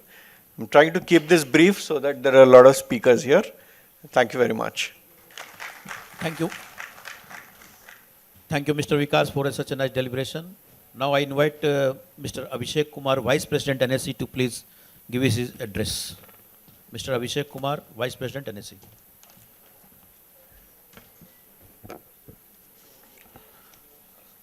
Good morning, everyone. Distinguished guests, respected members from ICAI, ANMI, fellow speakers, industry colleagues, and participants. It is truly an honor to join you today on behalf of National Stock Exchange of India Limited at this year's Capital Market Conclave. First, I extend my sincere appreciation to ICAI, EIRC, and ANMI for continuing this tradition of meaningful dialogue, not just where the markets stand today, but where they are headed. The theme this year, Capital Markets 2030, Future-Proofing Finance, could not be more timely. We meet at a time when India's capital market have evolved from resilience to relevance, from being stable to strategic, and not just for India, but for the world. From record-breaking listings to robust daily turnovers, from increasing retail penetration to growing investors' confidence, we are witnessing a structural shift in the India's financial landscape. At NSE, we are not merely responding to this change, we are shaping it. We are investing in market infrastructure, enhancing transparency, enabling new products and expanding participation so that India's capital market can serve the 5 trillion economy vision and beyond. The road to 2030 is not a solo journey. It requires combined vision of our regulators, exchanges, chartered accountants, member brokers, investors, and educators. At NSE, we look forward to partnering with each one of you, not just to future-proof finance, but to enable future India's financial aspirations. Let us commit to build a capital market ecosystem that is inclusive, innovative, and globally respected. I once again thank you, everybody, and I wish the conclave a great success. Thank you. Thank you, Mr. Abhishek Kumar. Now I invite CA Dr. Devashish Mitra, past president of ICAI, to address the gathering. CA Dr. Devashish Mitra. Big round of applause to welcome our past president, Devashish Da. Thank you very much. Thank you very much, Hariramji. Mr. Ajay Sureka, Mr. K. Suresh, Abhishek Kumar, Utsav Parekh ji, Mr. Vikas, former president of the Institute of Chartered Accountants of India, Ranjit Agrawal ji, Sanjeev Sanghi, the Central Council member, the chairman EIRC, Vishnu Tulsian, ladies and gentlemen who are present, and most important is Dayaniwas Sharma, who has done so much for AI in the Institute of Chartered Accountants of India. And as I go ahead, I'll speak about his contribution. Binodji and everybody present here, a very, very good morning to all of you. I have been given 7 minutes time and I hope to stick to my time schedule, but take you to a different world altogether. World of AI and world of listing for chartered accountancy firm. Take you to a different world altogether. This time, for those of us who have seen the chartered accountant issue, in the July issue, that was the special issue for the CA Day. The institute had requested me to write an article on ethics and trust in the age of AI. They said that you write this article as a past president. I said that, can I change that article a bit, the title of the article? They said, what do you want to write? I said, ethics and trust in the age of AI with special reference to capital markets. The institute said, no, we want you to write in a broader spectrum. So I said, fine. I put about, ethics, trust and AI bringing together, iska sangam karna bahut mushkil tha mere liye. 4 din bitaye. And I see what Daya was saying, technology and experience. That point I'm picking up when I'm saying. 4 din bitaye. I thought that I had written a reasonably good article. They said 2,000 words. It went to about 2,200, I thought. Those of us who know PM Nariyalwala, the late president of the Institute of Chartered Accountants of India, whenever he used to write, he used to share that article, draft article, with at least 3 senior chartered accountants. And I picked up that habit from late PM Nariyalwala. So this article which I had written after spending about 4 to 5 days, I shared it with 3 senior chartered accountants whom I respected very much. And I said that, what is your view before I give it to the institute? All 3 of them saw. My topic, by the way, again I repeat, trust and ethics in the age of AI. And all 3 of them, after having seen it, next day they said, Devashish, top class. Very good. I felt good that kuch to likha acha. So the next day, I was in the 6th floor of EIRC. There was a meeting of a board, you see, in which I was representing of an organization in which I was institute representative. They had a virtual board meeting, so I was attending that virtual board meeting from the 6th floor. After I had finished off, I came out. And then I found that there were a lot of these young chartered accountants who were taking a class on, having a class on AI, in the 6th floor EIRC. So somebody said, sir, how are you? What are you doing, sir? So, you know, the way I am, I said, hey, July mahina ka issue mein na, mera article padhna. I had not issued that article.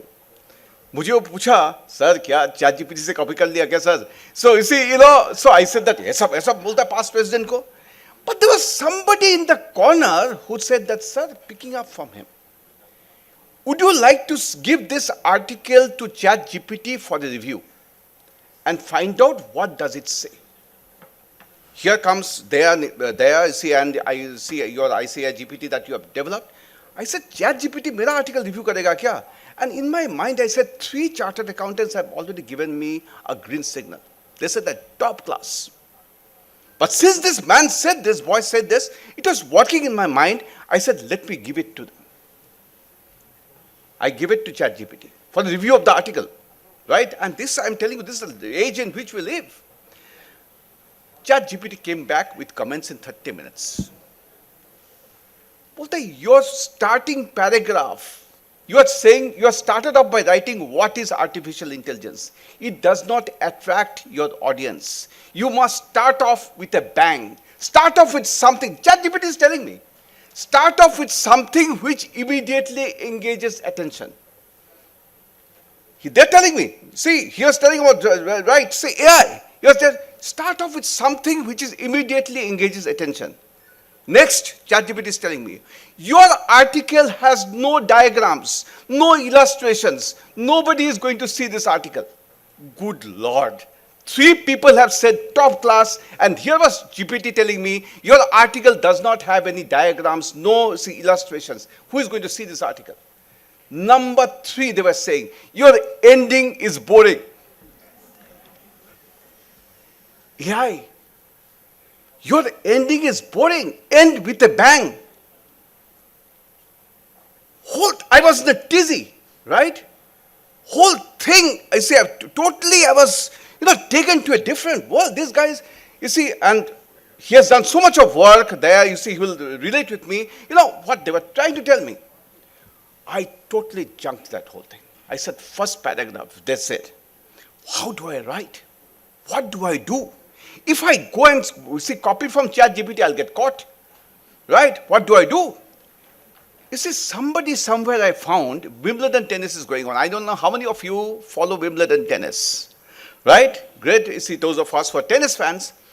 They wrote that for the first time in the history of 148 years, history of Wimbledon tennis, there'll be no line judges. 18 courts, no line judges.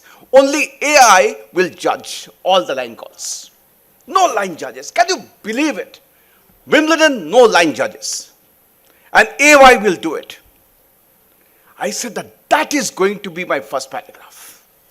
Wimbledon, 148 years, no line judges, AI taking over. I wrote that. If you see that article, by the way, I'm not promoting my article. You see, so I wrote that, right? I wrote that. I gave 2 illustrations. Followed AI, GPT. I gave 2 illustrations. I made my ending stronger.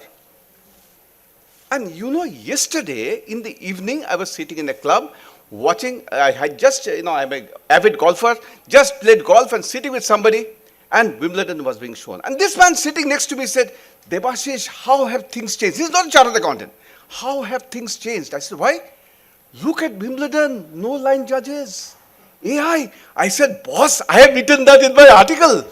Right? I have written that in my article. So he was saying that. So, you see, AI has taken over. You embrace it, you will go places. Don't embrace it, have a mental block, even in capital market, you are going to be in trouble. I have simply embraced, and there, Durgesh Bhai, Ranjit, everybody knows that I am not a great technology guy. If you ask me to speak on audit and assurance, I'll go on speaking for one whole day, right? So it's a corporate laws, I'll speak. But, that one, I learned. Number 1, I know I have about 2 to 3 minutes. This gentleman, Sanjeev Sanghi, was speaking about GCC. I was there. Because of him, because of Sanjeev Singhal and the gentleman, I was given the opportunity of moderating a session in which one gentleman by the name of Sanjeev Sanyal was there. I don't know how many of you know him. Sanjeev Sanyal is a member of the Economic Advisory Committee of the Prime Minister. He is a member. So I was moderating his session. वो session moderate किया उसके बाद में coffee पीने आया पारेख साहब ये आपके लिए वो बोलता है why doesn't chartered accountancy firm list पी क्यों नहीं होता है he was there on the 5th of June attending a meeting chaired by Shashikant Das, former RBI governor, and the PMO had said how to build big Indian firms, chartered accountancy firm, and he had made a presentation there. Sanjeev Sanyal. And he caught hold of me, why you are not going to have big ones. He said, मैं listing के बारे में बोलूँगा. I said that, sir, how you can list audit and assurance? A firm audit and assurance अगर list करेगा, उसका value बढ़ते जाएगा, ऊपर जाएगा. True and fair का तो धज्जिया उठ जाएगा. You cannot, you see, relate true and fair with price, with the value of a share. You cannot do that, sir. It is not possible. He heard me. And I was telling Sanjeev that call Sanjeev Sanyal to Calcutta. He heard me. बोलता ठीक है छोड़ो तुम्हारा true and fair छोड़ो. I may not be right. Okay, I'm just saying that what are the views I do this thing. He said what about non-audit? Non-audit को तो list कर सकते हो. Non-audit को तो PE कर सकते हो. Non-audit. He's talking about consultancy. Why you don't do for consultancy? And he's saying I'm going to strongly recommend that you go for consultancy. PE. I said sir valuation कौन करेगा? Valuation will be so high, audit and assurance का valuation कम जाएगा, गिर जाएगा, consultancy का valuation ऊपर उठ जाएगा. He said that, you see, that we'll have to see. But, you know, these two thoughts I leave you with, these are all modern thoughts.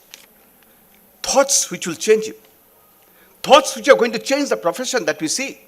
Maybe next time when I come and address, you'll find that whatever P and whatever listing that I'm talking about, maybe Mr. Parekh and others are talking about that. Right? The gentleman from SEBI was talking about trust. And in my article, you see, when I was writing, I thought that how do I define trust? How do I define trust? And trust is so important for the profession. And then somewhere I found a definition of a trust. 3 authors had written, this is a book called The Trusted Advisor. And they said, trust is an equation. Can you believe, can trust be an equation? And that I've carried in my article, giving them full credit. They said, trust is reliability plus credibility divided by self-interest. Think about it.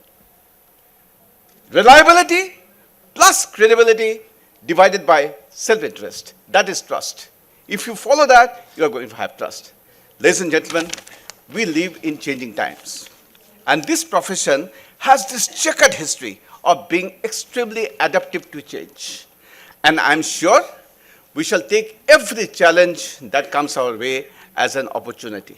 And I have no doubt that this profession will live up to the expectations of the nation as it has done in the past. Thank you very much.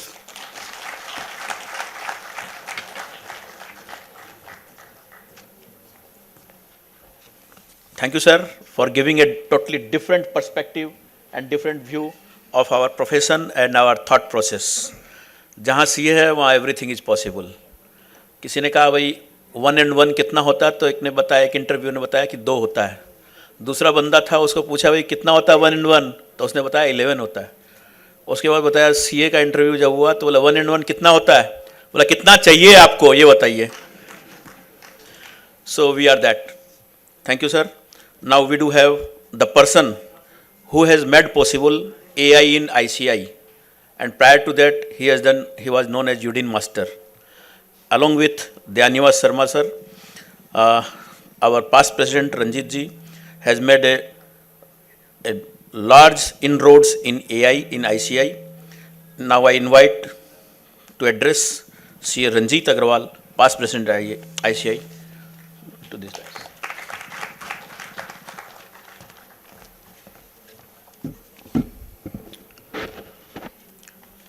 Thank you very much. First of all, my compliment to Dayaniwas, Sharma, Durgesh Kabra, the chairman, Vishnu and Sanjeev, and the team. Those from ANMI and SEBI, they might not be aware that in this one-day program, we are giving 6 CP hours.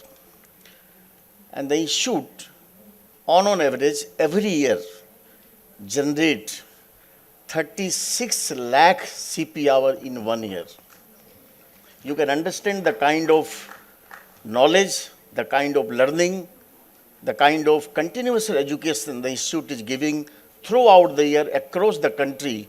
It's a huge, and that's why my compliment to Durgesh Kabra and Dayaniwas Sharma for the wonderful job you are doing.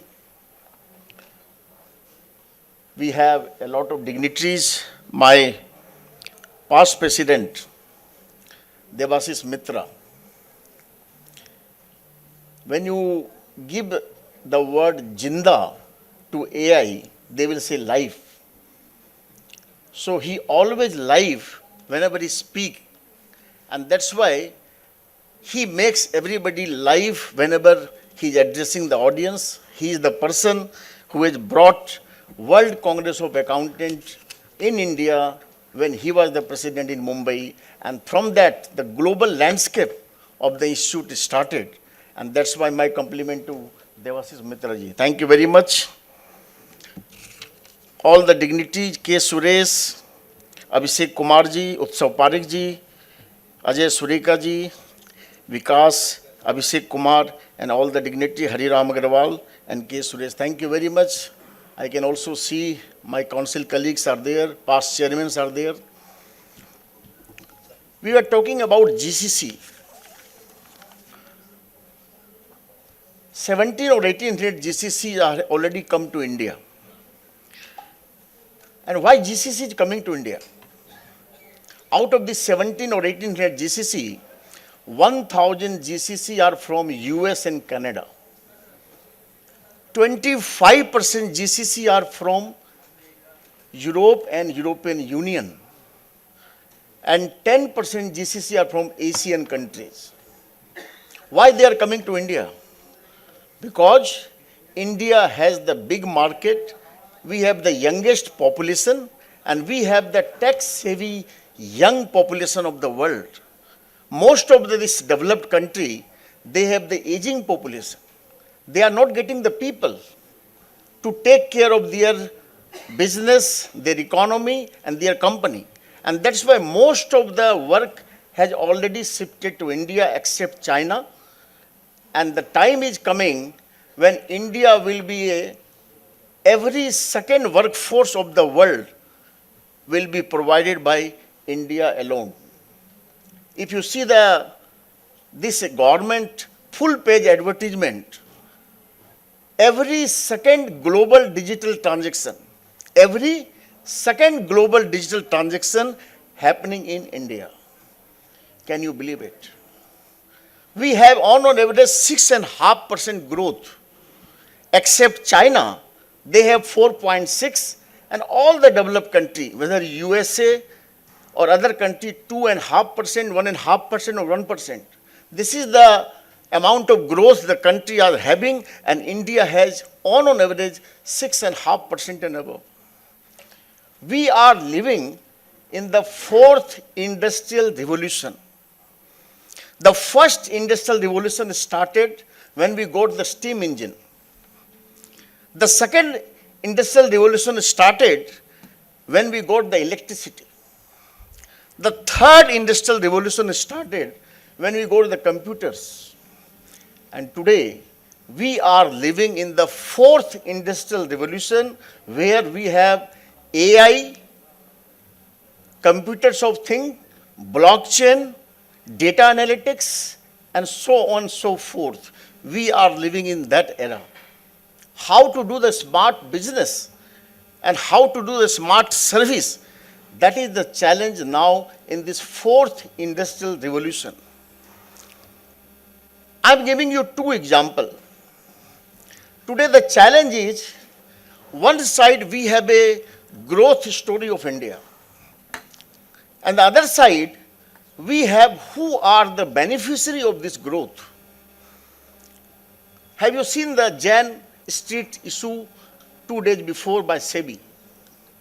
34,500 crore were manipulated and earned as a profit by defeating all the system in place in India. Have you seen the story of ketchup and tomato? They have bought the tomato, created artificial shortage in the market, jack up the price of ketchup, and then dump the tomato in the market. And one side they have lost money smartly, and huge money they won in the call and put market. 34,500 crore. The SEBI has given a penalty of 25 lakh rupees to BSC for unsensitive data leaked by them. How things are moving? Have you seen the SME IPO, how they are working? Who is earning the money? Who is getting the money? So the growth story of India is one part, and who are the beneficiary of this growth is the another part. Let me tell you, 5 years before, 2019, there were 4 crore demat accounts in this country. 5 years down the line, 2024, we have 19 crore demat accounts. 4 crore become 19 crore. Huge retail participation in the market. In last 1 year, 4 crore account opened in 2024. Huge money is coming to India. People are breaking the FD and putting the money in the market. Take the case of Dream Folk. Have you heard the company Dream Folk? Just 2 years before they listed. They are the intermediaries of access to launch across the country through ICICI and Axis Bank card. They have the 95% share of all the launches across the country. Debt, no debt, huge profit-making company. 2 days before, the Adani and GMR issued a circular to the bank. If you want to do the business of launch, do directly with us. You eliminate the intermediary. 42% of the 95% business gone. This is the kind of market we are operating. Take the case of Karnataka Bank. There is an auditor, Ravi Rajan and Company. They have given an emphasis of matter in the audit report. The whole time director of the Karnataka Bank has made an expenditure of 1 crore 36 lakh rupees by hiring the consultant, for which they are not empowered to do so. I am not finding any notes on accounts. The money has to be recoverable from them. And for this matter, we are not making modified audit report in this case. It's an emphasis of matter in the audit report of Karnataka Bank. 5 days after, 29th of June, the CEO, the ED of the Karnataka Bank resigned. The press release of Karnataka Bank says, the emphasis of matter based on the notes on account of the balance sheet has been amicably resolved. This is the power of the professional fraternity we are. Now, on this volatile market, there are auditors, there are intermediaries, there are experts, there are fund house, there are merchant bankers. 2025 RBI data says 27% of the population of our country only is financially literate. Rest of the people don't know how to operate in the market. They don't know what is the financial literacy. Whose responsibility it is now? I believe we as a professional, we all the intermediaries who are in the market, who are in the ecosystem, who are in the financial world, we have the larger responsibility not only make money, but to make this financial ecosystem disciplined. The blood can be flowing. Now that blood is converting to blood bath or taking this blood in the blood bank to save your peers and the citizen of this country. Choice is ours, how we want to operate in this market with the financial, physical discipline, with sense of responsibility we have, because very few people are expert in this India growth story. The country will grow, but who are the beneficiary, we all have to decide. Thank you very much.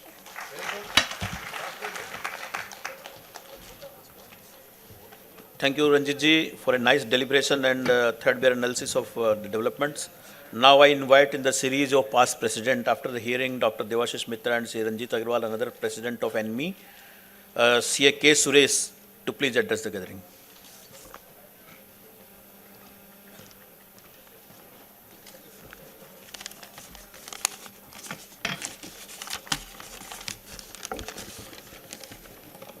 Good morning to all of you. Respected past presidents, regional council, central council, members of ICAI, my dear past president Mr. Vinodji, and my dear all friends from ANMI also here. It's my pleasure to be here actually on this occasion of one-day conclave on capital market. It is an honor to be here today at this remarkable capital market conclave, centered around a theme that is both ambitious and necessary: charting Indian economy 3.0, capital markets 2030, future-proofing finance. As we stand in the midst of digital, which morning itself first session talked about that, demographic and policy-driven transformation, the idea of India 3.0 is not just a vision, it is a strategic reality taking shape. From a services-led economy to a digitally inclusive financial powerhouse, India is poised to become one of the world's top 3 economies in the coming decade. And at the heart of this evaluation lies our capital markets, resilient, robust, and rapidly growing. Over the last decade, we have seen retail participation surge.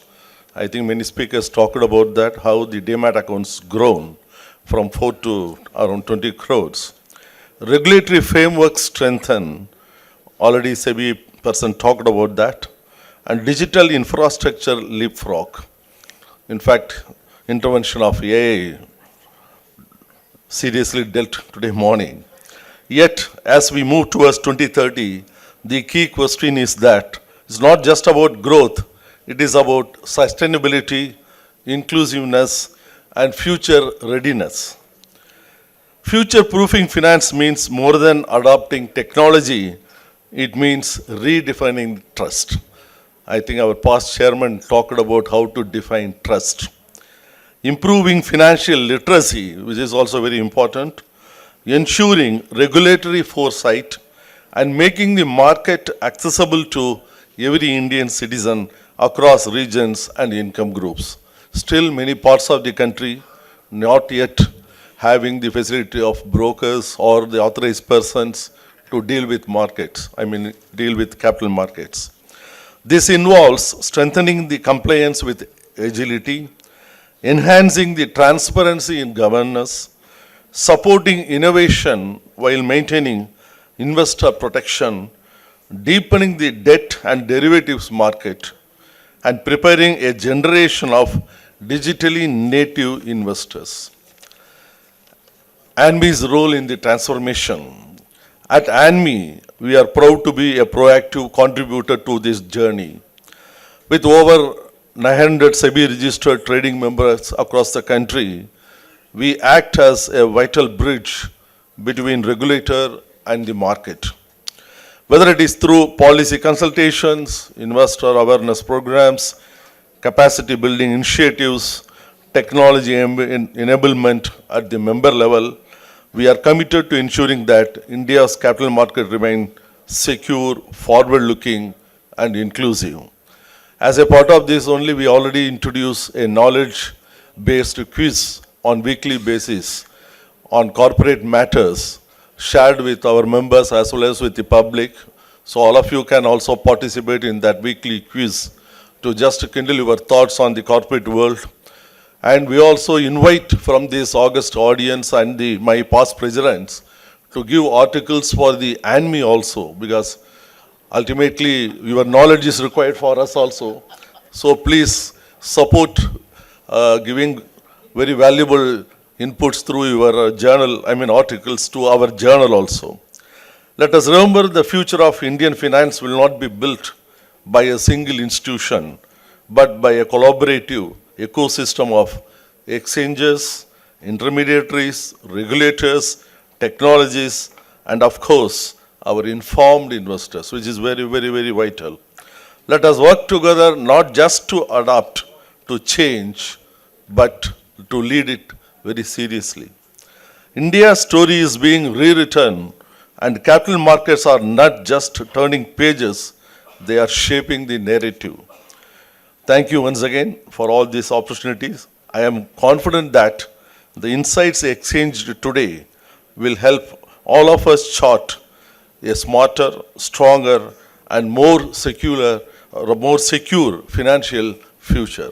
With this, I wish this conclave success. Thank you. Thank you, sir. With the address of CAK Suresh, Honorable President of ANMI, this inaugural session will conclude. Before that, I propose a hearty vote of thanks to all the honorable guests, speakers who have joined us, and our valued partners, Platinum NSE, Gold Partner Eureka, Silver Partner Transcan, and valued partner IRA and GST Dost. So very nicely deliberated by all the speakers at length. Immediately after this session, there is a session of Mr. Utsav Parekh. So I request Utsav Parekh ji, Ajay ji, and Vishnu ji Tulsian to please take the next session. Thank you all for this session. Thank you. We have very wonderful and very energetic session right now. So you are requested to please stay in the hall and enjoy the next session.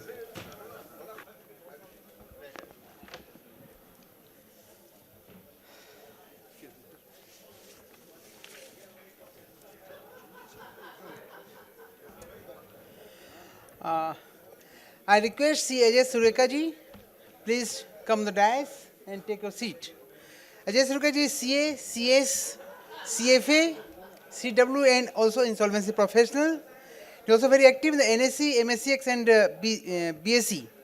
He is presently director of the Kripa Advisory, and he is a fund raiser. He is also very associated with the ENY. So thank you, Ajay ji, for coming here. Please take your seat. We have with us Mr. Utsav Parekh ji, who is a stalwart in the industries. He is very associated with the business groups like Birla, Goenkas, and Bangur. He is now the driving force behind Nexum Capital Limited, who was formerly known as SMIPS Capital Market. He serves on the board of several leading companies such as Eveready Industries Limited, Spencer's, First Source Solution Limited, Jeshitian Industries Limited, and Texmeco. Mr. Parekh is also the promoter director of Bengal Aeropolis Projects Limited, BAPA, the visionary ventures behind India's first greenfield airport and Aeropolics in Durgapur, developed in collaboration with Changi Airport International and the Government of West Bengal. And he also served as the Honorary Consul of the Czech Republic of Kolkata. Thank you so much, sir, for coming here. And I request Mr. Hari Modiji from ANMI. Mr. Hari Modiji from ANMI.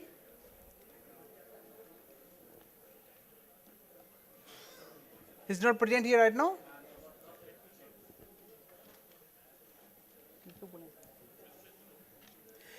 I request Ravindra Bhaiya to please come forward and offer a memento, offer a Auditorium to our guest, Utsav Parekh ji.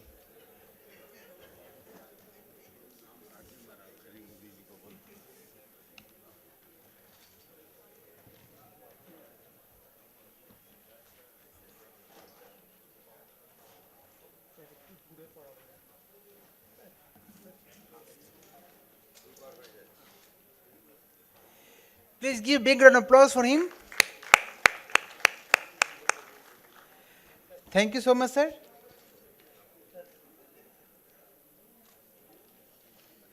Thank you, Ravindra, for doing the honors. Now the dice is yours, sir, to our Parekh, sir.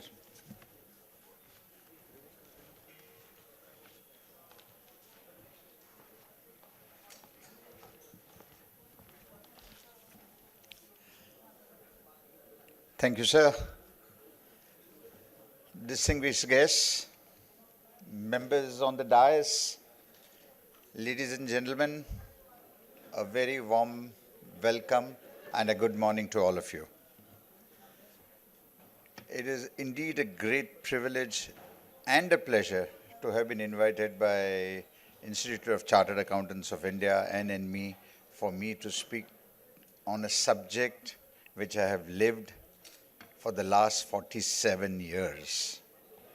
Capital market has been with me for 47 years. I started exactly in the month of May 47 years ago. And since then, I have breathed and lived the capital markets. Friends, what is important for all of you to know is the biggest industry of the world, the biggest industry of India is not steel, not oil, it is the capital market. Capital market is the industry which provides the raw material for every industry in the nation. It provides the much needed capital, it provides the much needed debt, it provides them to say that I have the capability and the capacity to set up the plant. And that is why, friends, capital market is the most important industry of the nation. And as many people can join, it'll help in creating what we want to create, an India 2030, which is resilient, which is strong, which for sure is going to be the third largest economy in the world. I have zero doubt in my mind, and which will support the growth that we all want to be a proud Indian in the world. Let me come to the subject. The subject that has been chosen, it really puzzled me because I didn't know what was the answer or what was it that it was portraying. And my assessment of it is capital markets of 2030, future-proofing finance. What I have understood and what I would like to take from this is 2030 is when even the government is confident that we are going to be a $5 trillion economy. I feel it's going to be beaten considerably by a large number. And in that, all of you, particularly you chartered accountants, are going to play a very vital role. You know, it gives me really a proud privilege to address, being only a BCom graduate, I'm addressing the chartered accountants over here. I feel very, very proud. But where I would say I lack in education, I compensate that by experience, 47 years. And that experience, as somebody speaker said earlier, is the cornerstone of growth, the cornerstone of moving forward. So with that, in all humbleness, I am addressing you today. The financial world, the capital markets, what we want to do in 2030 is to make it strong, resilient, and insulated from global impacts. We don't want that tomorrow something happens in Korea, we get into a problem, our markets dip. Something happens in the European markets, we start depreciating our markets fall. We want it to be so robust that our internal growth, our internal consumption, our internal capital is sufficient enough to support the market. And that is what I mean by future-proofing, that we make ourselves foolproof to any kind of eventuality, calamity that hits the global markets. We, on our own, stand strong and are ready to take on the world. And that is, ladies and gentlemen, what I feel as the future-proofing of finance. Now I'll quickly come to my address. So I'll share some numbers, a quick snapshot of the macroeconomical environment that we are in. I'll have to go into the papers to give you the numbers. India is the fastest growing economy in the world today. The Reserve Bank of India has projected a robust GDP growth of 6.5% this fiscal. A figure that's not just promising on paper, but is supported by strong fundamentals on the ground. Inflation always had been a problem for India, and at times we have seen inflation running into double digits easily. Today, it is very, very moderate. It is around 2.92% as per RBI. And the CPI-based tolerance band of 2% to 6% is also well within the tolerance levels. This gives us the ability to boost the consumer market. On the agricultural front, we have received positive news that this year also, as in the previous years, the monsoon is supposed to be better than normal, and therefore we are ready to grow on that front, which will lead to consumption coming from the rural markets. Globally too, a favorable tailwind is blowing in our direction. The crude oil price, which is the most important factor, our largest import is the oil sector. And the crude from last year, $79 a barrel, has come down to $67 to $70 a barrel as of now, in spite of the Middle East crisis. Interest rates, the current repo rate as given by the Reserve Bank of India is 5.5%. They have, the new governor, when he took over to what it is today, he has reduced the interest rate by 1 full percentage point.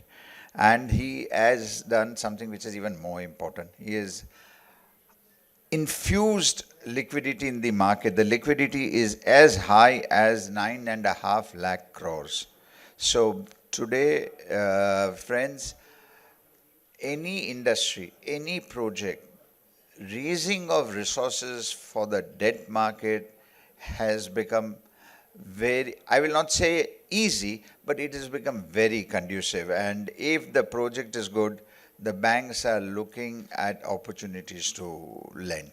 And therefore, anybody who has projects that are lined up, or anybody's clients are ready to go, this is the right time. This is one of the few times when we have registered a current account surplus. This month we have had a current account surplus. That is the month ended June. We are on the verge of finalizing our treaty with the United States of India. We have already done with United Kingdom. All this leads to one conclusion. India's economic situation is strong, and very strong. I will now come to the subject, which is the capital markets. And let me give you again a few numbers, and then I'll discuss on the way forward and how I see the market, how I see and where I see and what I see in the future. The NSE index at an all-time high of 25,500 approximately. Total demat accounts, effectively total number of investors in the capital market, 19.8 crores. NSE market cap, 458 lakh crores. Listed companies on the NSE, BSE put together about 7,000. Look at the market cap of 2-3 leading companies of the country. HDFC Bank, 20.6 lakh crores. SBI, 15.25 lakh crores. Reliance, 12.39 crores. I mean, this gives us that we as a nation have come into the global arena and we are there for a long time to come. We are there because we are slated not only to be the third largest economy, but look at the size of our population, and based on the size of our population, every single Western company will have to come to India to sell. And therefore, what I would like to share with you is my vision of how we go forward. Capital markets, the day you treat that as an industry and participate in that industry, the growth potential is, I mean, I don't want to put numbers over here, but the growth potential is huge. We are saying that from a 3.9 trillion economy, we will be a 5 to 6 trillion economy in 5 years. So we are going to be doubling our valuations in 5 years at that optimum level. But at the capital market level, if you see the trend, we are confident of achieving much more than doubling our valuations in 5 years. This kind of a return is not expected in most of the industries that are there. And therefore, I urge upon you to act not only as intermediaries, but to advise your clients that to take advantage of this capital market, take and use the capital market as a medium for them to grow. Growth is what we are wanting. Growth is what will lead India to where it is growing and where it is growing. And growth is what is going to sustain the large population of India. Friends, we have to appreciate that India is a very populous state. And therefore, we also need to think. We also need to support the large diaspora of human beings that are there. And therefore, entrepreneurism is going to be the keystone. And industry, where I treat the capital market as an industry, is going to be able to support the largest population in the midst. And therefore, any and everyone over here, please definitely participate, be a part of the capital markets, take the India to its glory, take the nation to where it should be. If you analyze and if you see what has happened over the last few years, you all have witnessed the growth of the capital market. You all have witnessed the price rise in various stocks in the capital market. You all have seen where and how you can participate in taking advantage of it, because capital market is one such industry where you don't have to be physically present morning, evening and night. You can divide your time, you can conceptualize, you can accordingly act and invest and exit. So you have the ability, you have the aptitude, and you should have the courage to enter. Today, enterprise cannot be done without courage. You can't say that I will, no, this is too risky, buying a share is too risky, suppose it goes down. every point of business has an element of risk. The definition, business is to take risks to earn money. And therefore, buying into a good stock is going to lead towards what I would say the right way of doing business, the right way of building the nation, and the right way of earning the profits for yourself. I have been associated with this capital market since 1940s, and since the last 47 years. I have seen so many ups and downs that, I mean, it's another process if I had to start on that. But one thing has stood out.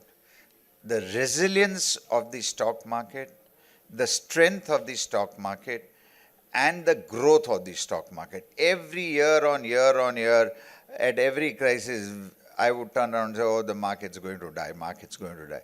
But not only does it spring back, it springs back with so much of strength that it overshoots the previous highs.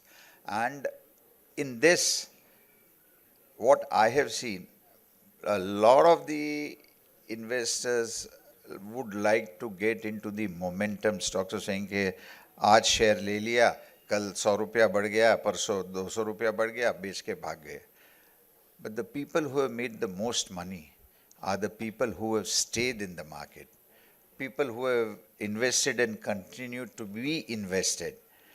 Yes, I don't say that you don't do a reshuffling of the portfolio. Of course, you should. But the growth and the return on investments that you will get from the capital market will outbeat any other form of investment you can think of. History will tell you, numbers will tell you, I don't want to go. You chartered accountants are far greater at numbers than I can ever be. So, in my opinion, growth and appreciation, you will get both over here. And the beauty of the capital market is that it doesn't say that, अरे ये तो 10 करोड़ की industry है, ये तो 50 करोड़ की industry है, ये तो 5,000 करोड़ की इंडस्ट्री है. If you want to put in 1 lakh rupees, you can put in. You want to put in 5 lakhs, you can put in 5 lakhs. Whatever is the amount, it is ready to take your funds. And the funds are not only used for yourself, that is for the appreciation, it is also used for the development of the nation. And therefore, I am a vigorous supporter of the capital markets because it addresses the need of everyone. It addresses the need of the nation, it addresses the need of the industrialist, it addresses the need of the businessman, and it addresses the need of the investor. The investor gets his appreciation, the businessman gets his capital, the nation gets its growth. So what better can you get than a capital market? And therefore, friends, I can only say that you need to stay invested, you need to invest, and you need to tell your clients also to be there, continue with what you are doing, and support, invest, and earn. That's the way I put it. But the only last point that I would like to mention over here is the way the nation is moved today. We need the importance of 3 crucial points is very necessary. Most important, integrity. Whatever you do, you have to do it with integrity. Secondly, transparency. Anything you do should not be behind or should not be hidden or should not be done in such a fashion that I have to hide, I can't tell you, because there is an element of the dark side. Let me put it that way, the dark side. And thirdly, innovation. In innovation, I add whether it is AI, whether it's any other technology that is going to come in. These 3 pillars, once when you adopt them, will take you, and the success is there. The success is bound to come. I have zero doubt in my mind. And my experience tells me that whoever that I have dealt with has stood on this 3 pillars, has always been a successful entrepreneur, successful businessman, successful investor. In conclusion, let me say that India is going to be the third largest economy by 2030 for sure. We, all of you, as citizens of India, as part of the nation building, should work together to see that India continues to be the third largest, the most vibrant economy in the world, and we go to the top of the economies of the world in years to come as a top nation. Jai Hind. Thank you. Thank you so much, sir. You rightly remarked that innovation is important, and if it is so, we have to develop. Success is bound to come. Thank you so much. Now, over to Ajay ji. If you have any question, please put up before the speaker.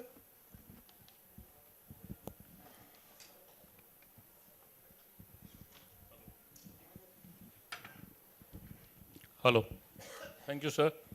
Sir, few quick things Sure. for the audience benefit as well, immediately. Like retail investor participation has surged in recent years.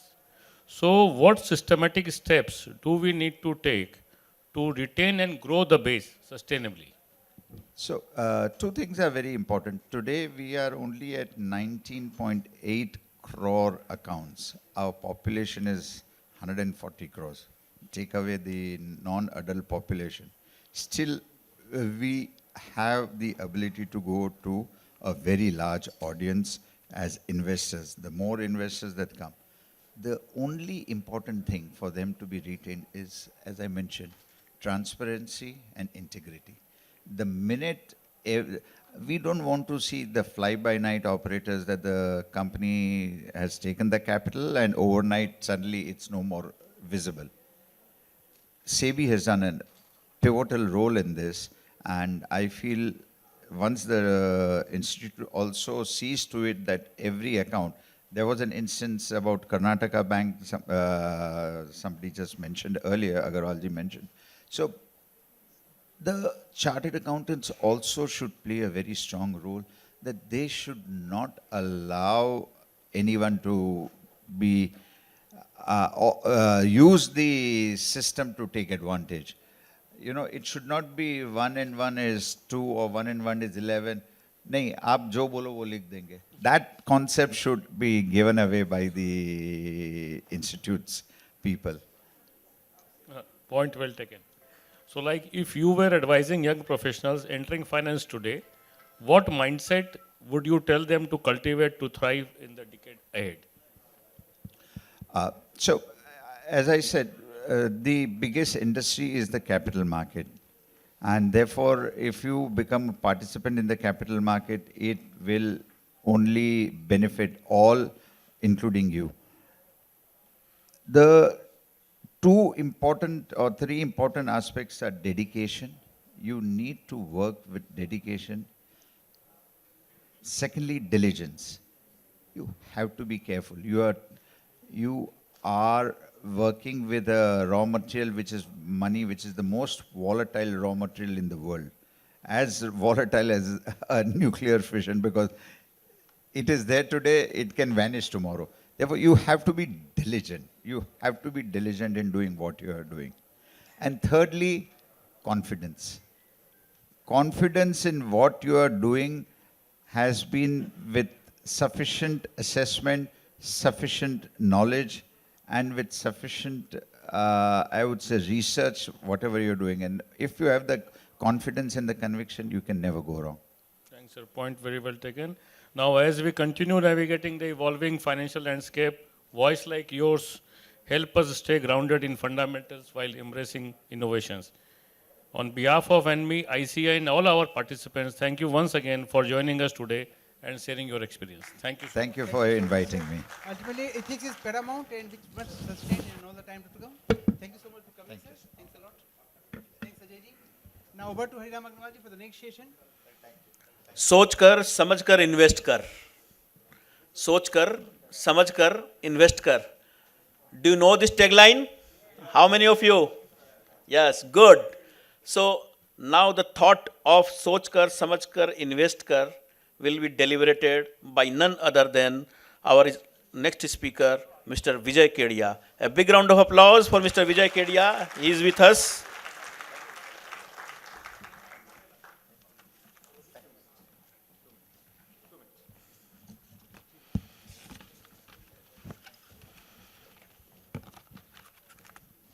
Mr. Vijay Kedia is an individual investor in the stock market, having experience of more than 3 decades. He started his investment journey with zero capital. One of his investment has given him 16400, 16,400 times return. He has been a keynote speaker in many topmost business schools, including IIM Ahmedabad, IIM Bangalore, IIM Amritsar, IIT Mumbai, and London Business School. He has been 3 times TEDx speakers. In 2017, Mr. Kedia was conferred with a doctorate degree. Recently, he was given an award of ACE as Investor by Honorable Minister Sri Piyush Goyal, Union Minister, and Sri Devendra Fadnavis, Chief Minister of Maharashtra. He has written and sung more than 20 songs to educate investors.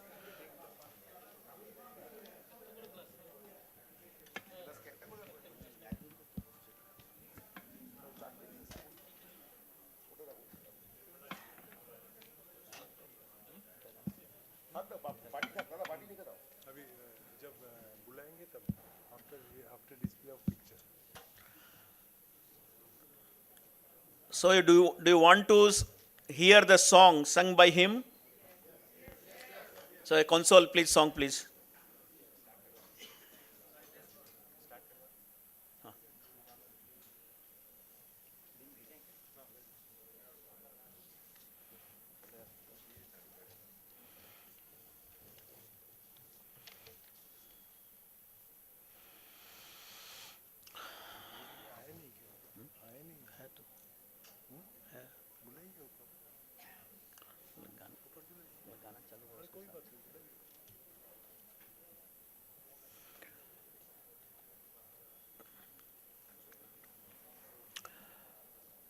May I now invite Mr. Sameer Agrawal, Director Handicap Advisor, moderator of this session, to please come on the dais. Mr. Sameer Agrawal.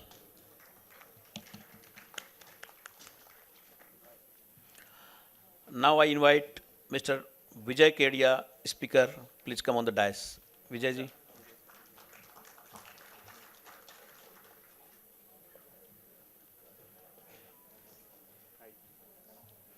Welcome, sir.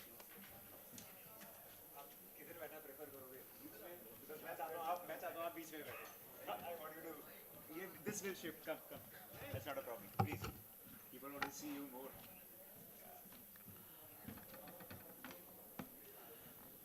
Now I invite Mr. Naveen Agrawal of ANMI to please felicitate our speaker, Mr. Vijay Kedia.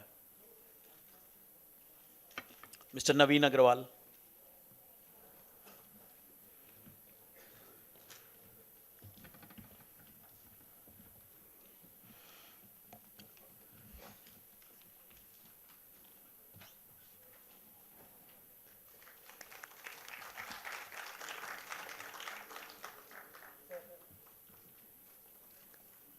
I invite Mr. Pawan Bagdi. Mr. Pawan Bagdi to felicitate the moderator of the session, Mr. Sameer Agrawal, Director of Handicap Advisors.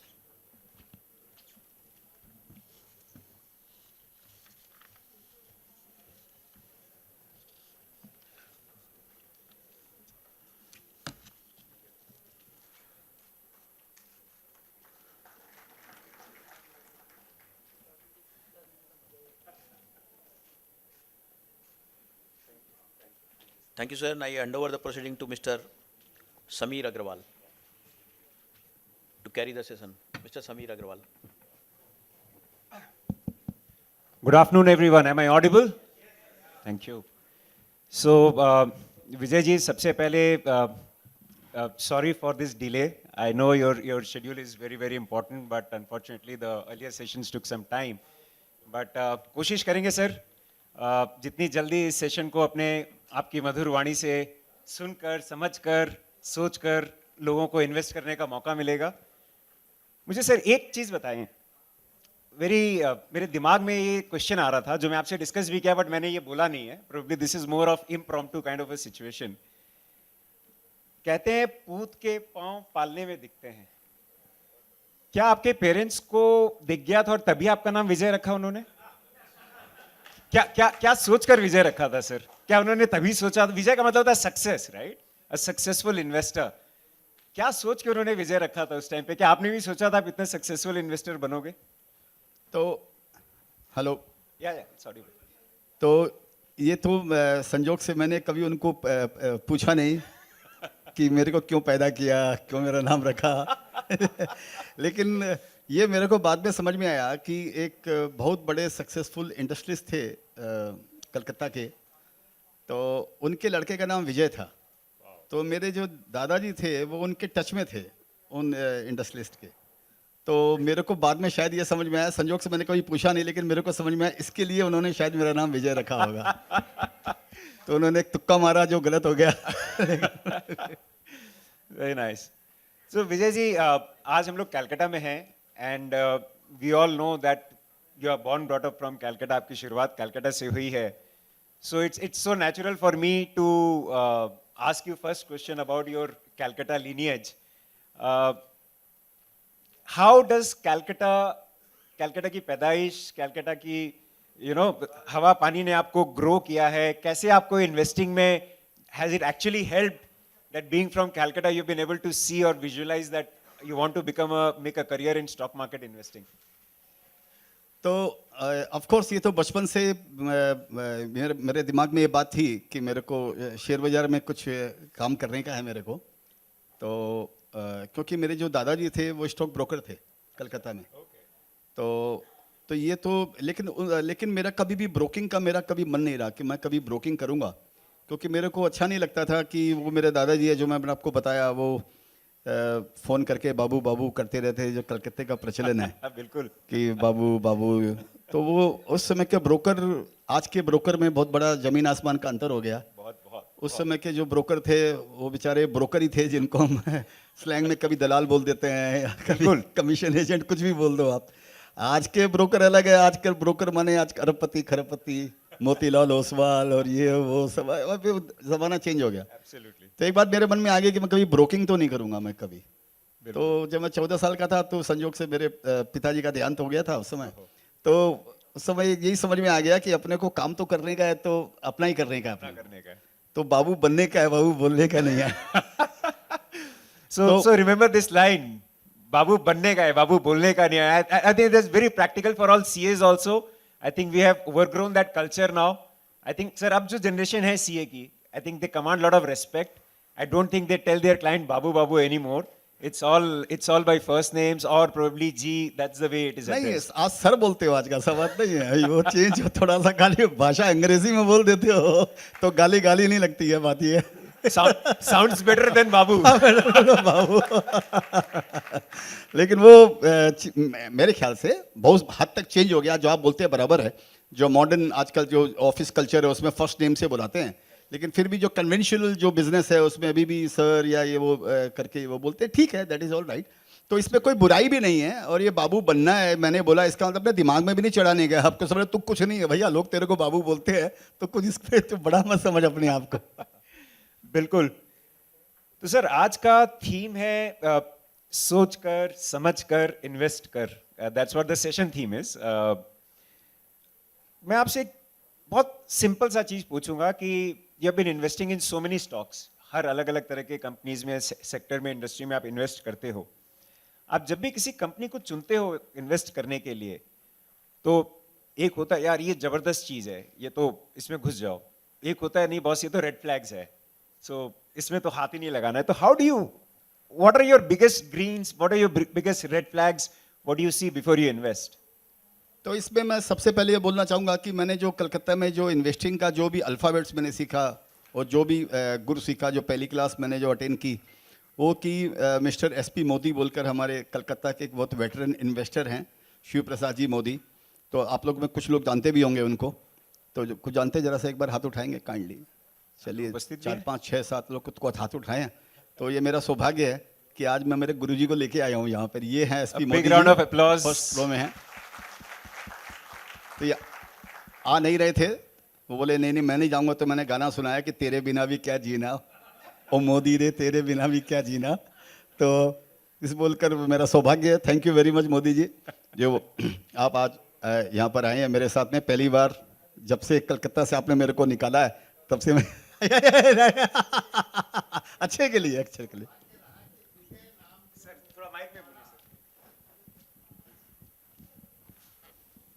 कि आपको groom करने में विजय नाम जो आपका पड़ा वो सही, वो उसी तरीके से आप विजय के पद पर आगे भी बढ़े। Thank you, sir. Thank you. So that was my first question, sir, about name Vijay. He has been so apt for it. Thank you so much, Vijay ji, for that answer. But I would, if you want to continue more on that. तो sorry, आपका question था कि मैं company में क्या देखता क्या हूँ? बिगेस्ट ग्रीन और रेड्स देखते हो आप? नहीं, देखिए ग्रीन तो मैं देखता हूँ कंपनी में सबसे इम्पोर्टेंट है, जो कई बार बोल चुका हूँ। जैसे विद्या बालन ने किसी को बोला ज़िंदगी में 3 चीज़ की बहुत ज़्यादा ज़रूरत है। विद्या बालन ने बोला कि एंटरटेनमेंट एंटरटेनमेंट एंटरटेनमेंट। तो मेरे को ऐसे लगता है शेयर बाजार में 3 चीज़ की बहुत ज़्यादा इंपॉर्टेंट है कोई भी स्टॉक चुनने में, वो है मैनेजमेंट मैनेजमेंट मैनेजमेंट। वाह।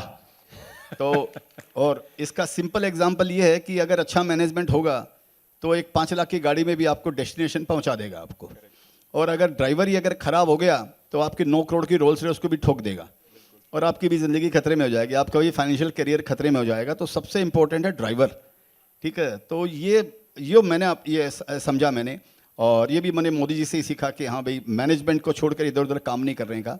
तो ये ट्रिपल ए मैनेजमेंट में काम करते हैं और मैं इनसे सीख कर ट्रिपल सी मैनेजमेंट में काम करना शुरू किया, कि मेरे को लगता है ये ट्रिपल सी अगर ट्रिपल ए बन जाएगा तो पैसा बहुत ज़्यादा बढ़ जाएगा। तो ये थोड़ा लालच किया मैंने। तो इन द सेंस तो ये सबसे इम्पोर्टेंट है मैनेजमेंट। और जैसे मेरा एक गाना भी है कि उसके लाइन खाली मैं दोहरा देता हूँ कि मैनेजमेंट हो ऑनेस्ट, एम्बिशन ना कम हो, चैलेंजेस से खेलने का बाजुओं में दम हो, वरना वो बजा देगा बैंड कंपनी का, लेके भूल जाए शेयर अच्छी कंपनी का, प्रोडक्ट की क्वालिटी हो पीयर से बेटर, R&D लगी हो करने और बेहतर, पीयर सी बजा ना दे बैंड कंपनी का, लेके भूल जाए शेयर अच्छी कंपनी का, EPS है झूठी कैश फ्लो है सच्चा, लोन जितना कम हो उतना ही अच्छा, ब्याज ही बजा ना दे बैंड कंपनी का, लेके भूल जाए शेयर अच्छी कंपनी का। क्या बात है, क्या बात है। सो इस संगीत में आपने ग्रीन रेड सबको कवर कर दिया। रेड्स में आते भैया ब्याज ज्यादा नहीं हो, नहीं तो बैंड बच जाएगी प्रॉफिट की, और रेड में और ग्रीन में आपने बता दिया मैनेजमेंट अच्छी हो तो कुछ भी हो वो दौड़ा देंगे कंपनी को। अनुभवी हो और फायर इन द बेली हो उसके अंदर में, तो ये सारे गुण अगर है, जो नहीं है तो वो रेड फ्लैग है। जबरदस्त sir, thank you so much for that. Sir हम कई बार स्टॉक मार्केट में इन्वेस्टमेंट करते हैं, कई गुरु से मिलते हैं, कई जैसे मोदी जी हैं आपके गुरु हैं, इस तरह से कई जन हमको मिलते हैं और तरह तरह की एनालॉजी देते हैं हमको कि share market investing is like एक पेड़ को बड़ा करने लायक है या ओशन में तैरने लायक है। मैं आपसे समझना चाहूंगा, आप जब किसी कंपनी को बहुत अर्ली स्टेज में आइडेंटिफाई करते हो तो क्या एनालॉजी लगा के करते हो कि कैसे इसको इन्वेस्ट करना चाहिए? तो मेरा एक एनालॉजी है, जो एनालॉजी मेरे को मालूम नहीं था, पहले तो मैं तुक्का मार के ही काम कर रहा था, लेकिन जब 1-2 बार सफल हो गया तो मेरे को लगा कि खुद जिसको बोलते हैं विमोचन किया कि मैं करके आ रहा हूँ, तो मेरे को लगा, तो उसका एक मैंने एनालॉजी तैयार किया, उसका नाम है स्माइल, SMILE। तो S stands for small in size.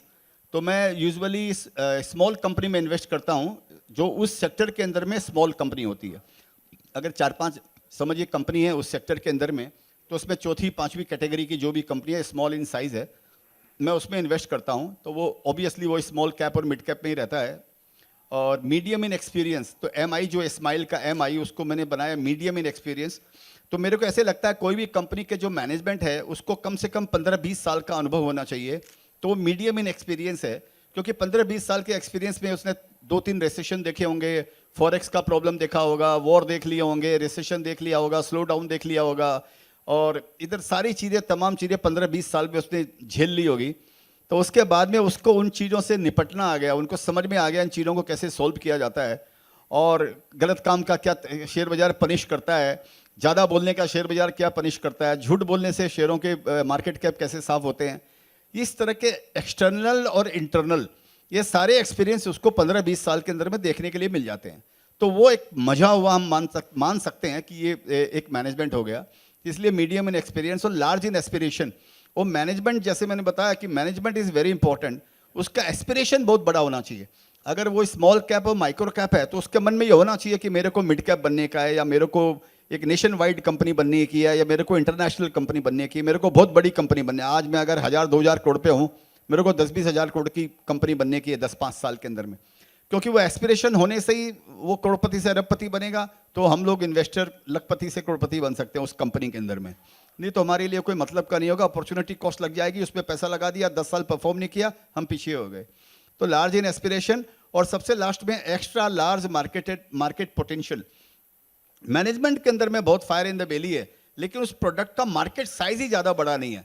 तो अगर वो ऑलरेडी 2-3 हज़ार करोड़ पर वो कंपनी पहुंच गई है और मार्केट साइज ही 4,000-5,000 करोड़ का है, तो इसके लिए उसका प्लेटू हो गया, उसको ज़्यादा बढ़ने की संभावना नहीं होगी। तो उसमें भी हम लोग, कंपनी अच्छी होगी, 10 साल तक वो ग्रोथ दिखाती रहेगी, थोड़ी 2%, 3%, 4%, लेकिन हम लोग इन्वेस्टर उसमें पैसा नहीं कमाएंगे।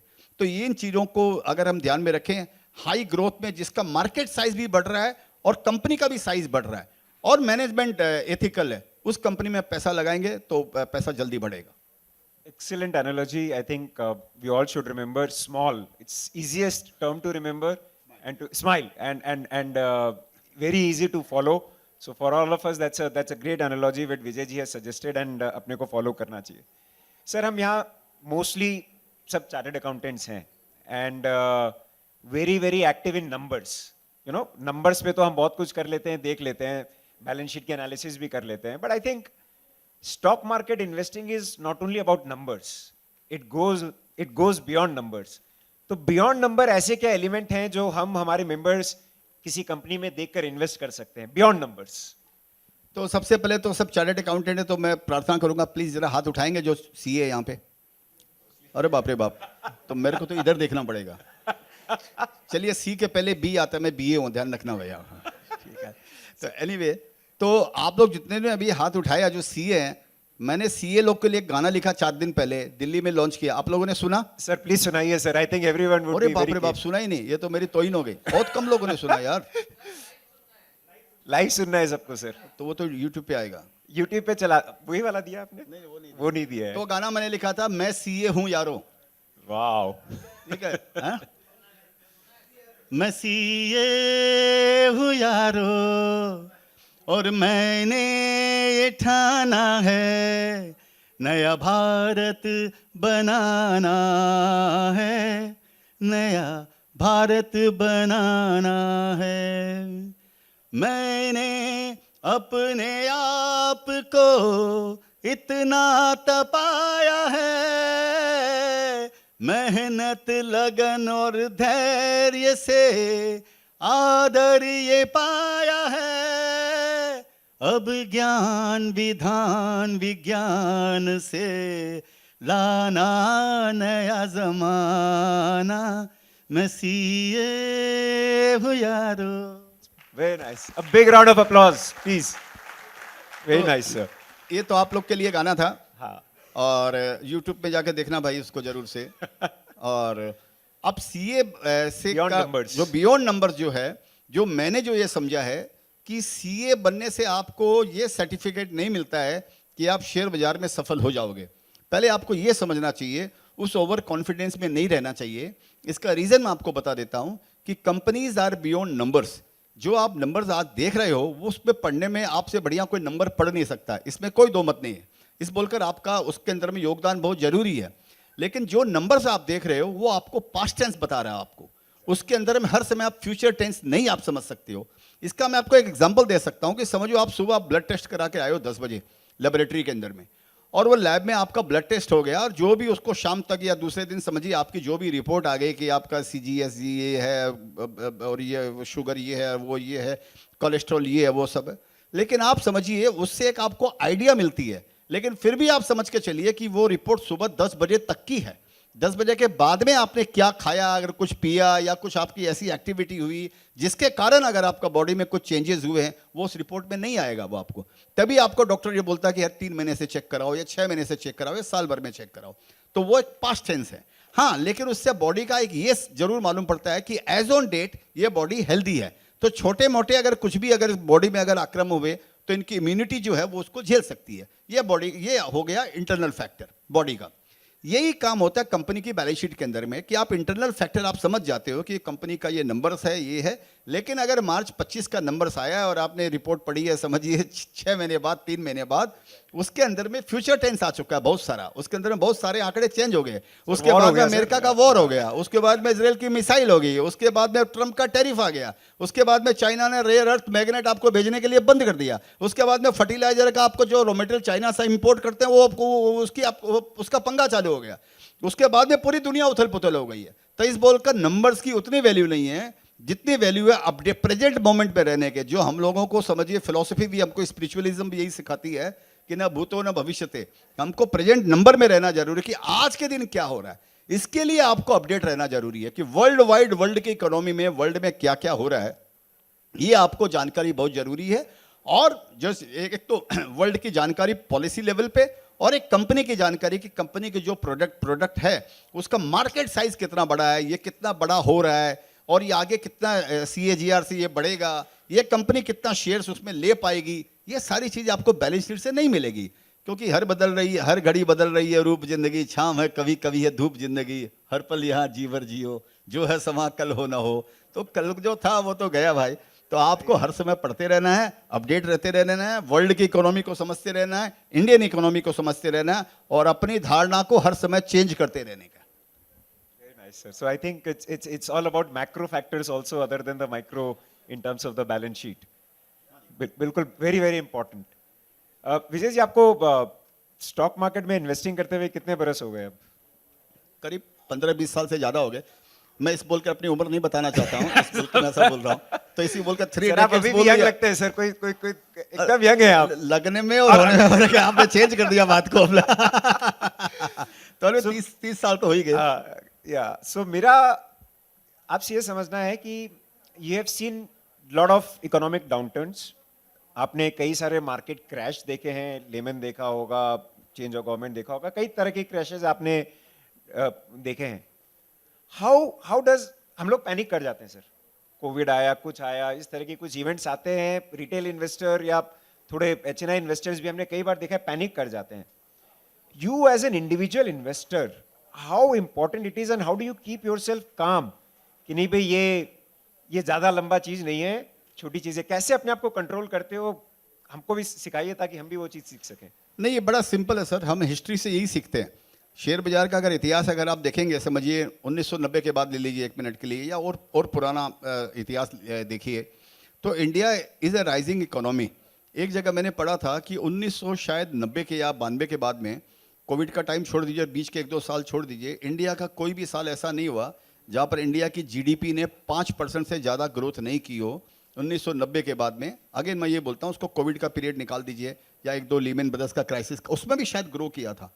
तो ये इंडिया की इकोनॉमी हमको बता रही है कि ये रिजिलियंस जिसको हम बता रहे हैं इंडियन इकोनॉमी को, कि ये 5% की ग्रोथ तो मरते गिरते ICU में या जनरल वार्ड में या कोई बीमारी के टाइम पे भी इंडियन इकोनॉमी 5 साल तक 5% से ज़्यादा ग्रो की है। तो हमको अपने आप में एक स्टोरी बताता है। और अगर इतिहास अगर आप देखेंगे 30-40 साल का इंडिया का अगर आप इतिहास देखेंगे तो आप देखेंगे इंडियन इकोनॉमी बढ़ती जा रही है इंडियन इकोनॉमी। तो स्टॉक मार्केट जो है वो इकोनॉमी का ही रिफ्लेक्शन है। जो इकोनॉमी में हो रहा है वो स्टॉक मार्केट में आपको रिफ्लेक्ट होता है। अगर इकोनॉमी बढ़ेगी किसी भी कंट्री की तो ऑफकोर्स स्टॉक मार्केट भी बढ़ेगा।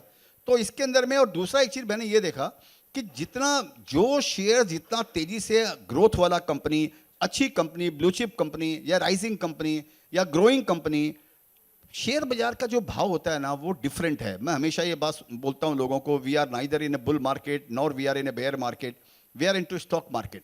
स्टॉक मार्केट एक प्लेटफॉर्म है, स्टॉक मार्केट एक मंडी है, जैसे हम बोलते हैं कोई मंडी है, जैसे जेवेरी बाजार एक मंडी है, वैसे शेयर बाजार एक मंडी है। इसमें जो गड़बड़ आती है उसके 20 कारण होते हैं गड़बड़ाने के। तो मेरा एक गाना है सर, उसको मैं रिपीट करता हूँ, कभी DI कभी FI, इन्फ्लेशन कभी तेल, कभी डॉलर कभी बारिश, इन सबका है ये खेल, टेंशन के हैं कई नाम यहाँ, जरा हट के जरा बच के, शॉर्ट टर्म में मेरी जान। कभी मैक्रो कभी माइक्रो, कभी स्लो डाउन कभी स्केल, कभी US कभी चाइना, इन सबका है ये खेल, टेंशन के हैं कई नाम यहाँ, जरा हट के जरा बच के, शॉर्ट टर्म में मेरी जान। तो ये हमको ये सिखाता है कि ये सब चीज़ें तो आती रहेंगी यहाँ पर, हर प्रॉब्लम कोई ना कोई रूप के अंदर में इकोनॉमी में आएगी, जो इकोनॉमी में आएगी उसका रिफ्लेक्शन शेयर बाजार में आएगा। और इतिहास हमको ये डेटा बताता है कि जितना तेजी से मार्केट गिरा है उसके डबल तेजी से मार्केट बढ़ता है, क्योंकि हर त्रासदी के बाद में आप देखिए इंडेक्स नया हाई दिखाता है। हर, चाहे वो लीमन ब्रदर्स की क्राइसिस हो, उसके पहले केतन पारेख की क्राइसिस हो, उसके पहले हर्षद मेहता की क्राइसिस हो, उसके पहले जो भी क्राइसिस आई हो, शेयर बाजार हमेशा नया हाई दिखाया है। नया हाई इसके लिए दिखाया है कि इकोनॉमी में रिजिलियंस है, इकोनॉमी भी नया हाई दिखाती जा रही है हमारी। एक जगह मैंने पढ़ा था, हमको 1 ट्रिलियन से 2 ट्रिलियन पहुंचने में शायद 40 साल लग गए, और 2 ट्रिलियन से 3 ट्रिलियन पहुंचने में शायद हमको 12-13 साल लगे, 3 से 4 पहुंचने में शायद 6-7-5 साल लगे। अब हर 4 साल में इंडिया $1 ट्रिलियन की इकोनॉमी जोड़ने वाला है। तो जब हमारे सामने ये आंकड़े हैं, जब हमारे सामने ये डेटा है, तो फिर प्यार किया तो डरना गया, फिर ऐसी बात है। सीख यही है कि भैया डरो मत, इकोनॉमी पे बिलीव करो और आगे बढ़ते जाओ। That's what the learning is. Sir, आप सोशल मीडिया पे बहुत एक्टिव हैं, यूट्यूब चैनल है, आप काफ़ी कुछ लोगों को अपने तरह से माध्यम से संदेश पहुंचाते हैं कि भैया क्या करना चाहिए, नहीं करना चाहिए। Sir, similarly there are lot of investment gurus, lot of unsolicited advice भी स्टॉक मार्केट के आते रहते हैं। आजकल इंस्टाग्राम फेसबुक का ज़माना है, हम जब खोलते हैं कोई ना कोई इन्वेस्टमेंट गुरु की कुछ लॉजिक आती है, ये स्टॉक ले लो, वो स्टॉक ले लो। और एज ए रिटेल इन्वेस्टर हम लोग कई बार नहीं चाह के भी इन्फ्लुएंस हो जाते हैं। इसको सर कैसे कंट्रोल करें? Isn't social media impacting our investment decision? नहीं, 100% कम से कम जो नवसिखी हैं या जो पहली बार मार्केट में आ रहे हैं, जो नए नए आ रहे हैं, उनको तो जरूर वो इन्फ्लुएंस करते ही होंगे। तो मैं कई बार बोलता हूँ वो सब गुरु नहीं, सब गुरु घंटाल है। आप सोचिए, अगर उनको ही अगर इतना समझ अगर उनको होती तो आपको 2-4 हज़ार का कोर्स क्यों बेचते आपको? वो खुद ही बहुत बड़े इन्वेस्टर बन जाते। तो जो इन्वेस्टर बने हुए वो तो आपको फ्री में ज्ञान दे रहे हैं, और जो खुद अभी नए नए जर्नी चालू किए हैं वो अपना लगा कर आपको कोर्स बेच रहे हैं। तो ये तो माया जंजाल है। तो ये तो खाली तिलक लगाने से कोई पंडित नहीं हो जाता है। तो अगर आप खाली नाम लिख दिए मैं इन्फ्लुएंसर हूँ, तो इसका मतलब शेयर बाजार को तो बड़े बड़े पारखी नहीं समझ पाए यहाँ पे। तो मेरा गाना किसी को भी ना समझ में तू आए, तू बढ़ता बढ़ता क्यों गिर गिर जाए, ये 90% लोग क्यों पैसे गवाए, जो सोचा समझा खूब समझ में ये आए, जो लेके गए बैठ वही तो है कमाए, ये 90% लोग बैठ नहीं पाए। आंखों को खोलो भैया, थोड़ा तो सोचो भैया, 10 में से 9 लोगों का खोता यहाँ पे रुपया, लगता है सीधा साधा पर है ये भूल भुलैया, कोई भी बच ना पाया CA BA या M भैया। जबरदस्त। तो ये आपको समझना ये हर सिचुएशन में गाना कैसे बना लेते हैं सर आप? ओ भाई, हमारे मारवाड़ी में बोलते हैं खाली बैठे हो जाट दाढ़ी गाला हाथ। तो जिसके पास कोई काम नहीं होता है वो गाना गाने लग जाता है भाई। I don't believe this sir कि आपके पास काम नहीं है। I think he is one investor. I'm into investment banking, merchant banking, तो मेरे पास कई clients आते हैं और बोलते हैं यार हमें अच्छे इन्वेस्टर्स चाहिए हमारे प्रोफाइल में। तो बोलते हैं नाम बताइए, तो शुरू के जो 2-3 नाम आते हैं, एक नाम विजय केडिया जी का जरूर रहता है। तो that's the kind of profile he has created. A big round of applause for him for that. वो क्या थी सर, पहली पिक्चर आती थी बढ़िया बढ़िया पिक्चरों में तो नाम लिखे आते थे। आजकल तो उसमें आता था समझिए धर्मेंद्र, हेमा मालिनी, साथ में प्रेम चोपड़ा, महमूद। तो वो महमूद कैटेगरी में मेरा भी नाम आ जाता है सर। बात है कि गाना गाएगा कुछ करेगा। सर ये आपकी हम्बलनेस है सर, एक्चुअली में वैसा नहीं है, बट या। तो coming to the point, main point ये है कि ये सब गुरु टूर के चक्कर में मत जाना भैया, इन्फ्लुएंसर के चक्कर में मत जाना। ये किसी को समझ में नहीं आता है, यहाँ पर सारी उम्र आपको लग जाती है। तो इस वो मैं पहले बोला ना, हर घड़ी बदल रही है रूप जिंदगी, सेम यहाँ पर शेयर बाजार में लागू होता है। जो आपने ज्ञान है, आप कितने बड़े CA हो, हार्वर्ड एजुकेटेड हो, MIT से इंजीनियरिंग किया है, ये सारा आपका पास्ट का ज्ञान है। अभी रोज जिंदगी डायनेमिक्स हो रही है, टेक्नोलॉजी चेंज हो रही है, जिंदगी चेंज हो रही है। देखे नहीं वो जेन स्ट्रीट ने चूना लगा के चला गया 40,000 करोड़ का, हम बैठ के यहाँ पर ये सब कर रहे हैं। आप सोचिए यहाँ पर वो पैसा कमा के निकल भी गया। सेबी बोलती है 4,000 करोड़ वापस कर दो, 36,000 करोड़ कितना गया भाई वो। तो यहाँ पर ऐसे ऐसे धुरंधर लोग बैठे हुए हैं, आप सोचिए मार्केट के अंदर में, उसमें हम कैसे सकेंगे? कोई कारण नहीं आप यहाँ पर सक सकते हो, कोई विद्या नहीं आपके पास में। ट्रेडिंग में मैं बोल रहा हूँ कि आप सक सकते हो, अपना रास्ता खुद चुनिए और अपना रास्ता खुद आप समझिए। खुद यहाँ पर बेयर मार्केट से घबराने का नहीं, बेयर मार्केट सबसे बड़ा गुरु है। शेयर बाजार का सबसे बड़ा गुरु जो है वो बेयर मार्केट है। बेयर मार्केट आपको जितना सिखाता है, मेरा एक कोट है कि when you are right you learn, when you are wrong you learn. हम जब गिरते हैं तभी हम सीखते हैं, इसके अलावा हमारे पास सीखने का कोई साधन नहीं है। ये बेयर मार्केट को कभी हमेशा उसको एम्ब्रेस कीजिए, उसी में शेयर भी आपको सस्ते मिलते हैं उसके अंदर में। और खुद का ज्ञान बढ़ाइए, खुद पढ़िए, अपने आप को अपडेटेड रखिए। किसी के चक्कर में मत पड़िए, कोई आपको स्वर्ग का रास्ता नहीं दिखाएगा आपको, आपके लिए उसको खुद ही मरना पड़ेगा। बहुत बढ़िया सर। सर मेरा नेक्स्ट क्वेश्चन है आपसे, आपने बताया 30 साल से ज़्यादा आप स्टॉक मार्केट में रहे हैं, आपने लेजेंडरी इन्वेस्टर्स के साथ मुलाकात करी है, काम किया है साथ में, मोदी जी आपके गुरु हैं sir. So coming back to कि सर ऐसा क्या इंस्पिरेशन मिलता है, ऐसा क्या सीखते हैं जिसको अपने तरीके से उसको मॉडिफाई करके फिर अपने वापस लागू कर सकते हैं अपने इन्वेस्टमेंट फिलॉसफी में? मैंने जो एक बात समझी है वो सब लोगों से मिलजुल कर, जो उनके विचारधारा में, कि अपनी विचारधारा को कभी किसी के साथ जोड़िए मत, उनसे खाली फॉर्मूला सीखो कि क्या फॉर्मूला है, उसके बाद में खुद अपनी, जैसे मेरा कोट भी है, KYS is more important, know your self before filing your KYC। तो अपने आप को जानिए। एक कॉमन ट्रेड जो सबके बीच में मेरे को मिली है वो ये मिली कि सब लोगों का इंडियन इकोनॉमी पे, इंडिया में सब लोग बुलिश थे। कोई भी मंदी से मंदी के दौर में भी आप मंदी यही बोल सकते हैं कि 7% की इकोनॉमी हमारी ग्रो कर रही, जो कर रही थी 3-4 साल पहले या कोविड के पहले, जो भी है कि 7% वाली इकोनॉमी हमारी 5% ग्रो कर रही है। यही आपका मंदी का दौर आ गया आपका इंडिया के अंदर में। आप यूरोप की कंट्री को देखोगे तो मालूम पड़ेगा 0.5% की GDP ग्रोथ रेट है, 1% की GDP ग्रोथ रेट है, और वो स्टेगनेंट हो गई वहाँ पर, वो 0% की ग्रोथ रेट आ गई है। तो इंडिया के अंदर में जैसे अभी सब डेटा भी आता है कि फास्टेस्ट ग्रोइंग इकोनॉमी है, फास्टेस्ट ग्रोइंग इकोनॉमी है, वो बेस नंबर हमारा बहुत छोटा है, तो वो कोई बहुत आंकड़े नहीं है, लेकिन खराब से खराब स्थिति में भी हम 5% 6% ग्रो कर रहे हैं। तो जितने भी ये बड़े जो भी इन्वेस्टर्स हैं उनमें सबका एक ही कॉमन ट्रेड था कि इंडियन इकोनॉमी में ध्यान तेज था। इंडियन इकोनॉमी में ध्यान तेज था, जो मैंने पहले बात किया, इसका मतलब फिर शेयर बाजार भी आपका तेजी होगा, क्योंकि ये शेयर बाजार का अपना कोई अस्तित्व नहीं है, it's a reflection of the economy. तो इस बोलकर उन लोग को ये समझ में आया कि हाँ, इसका इंडियन इकोनॉमी भी ठीक करेगी तो शेयर बाजार भी ठीक करेगा।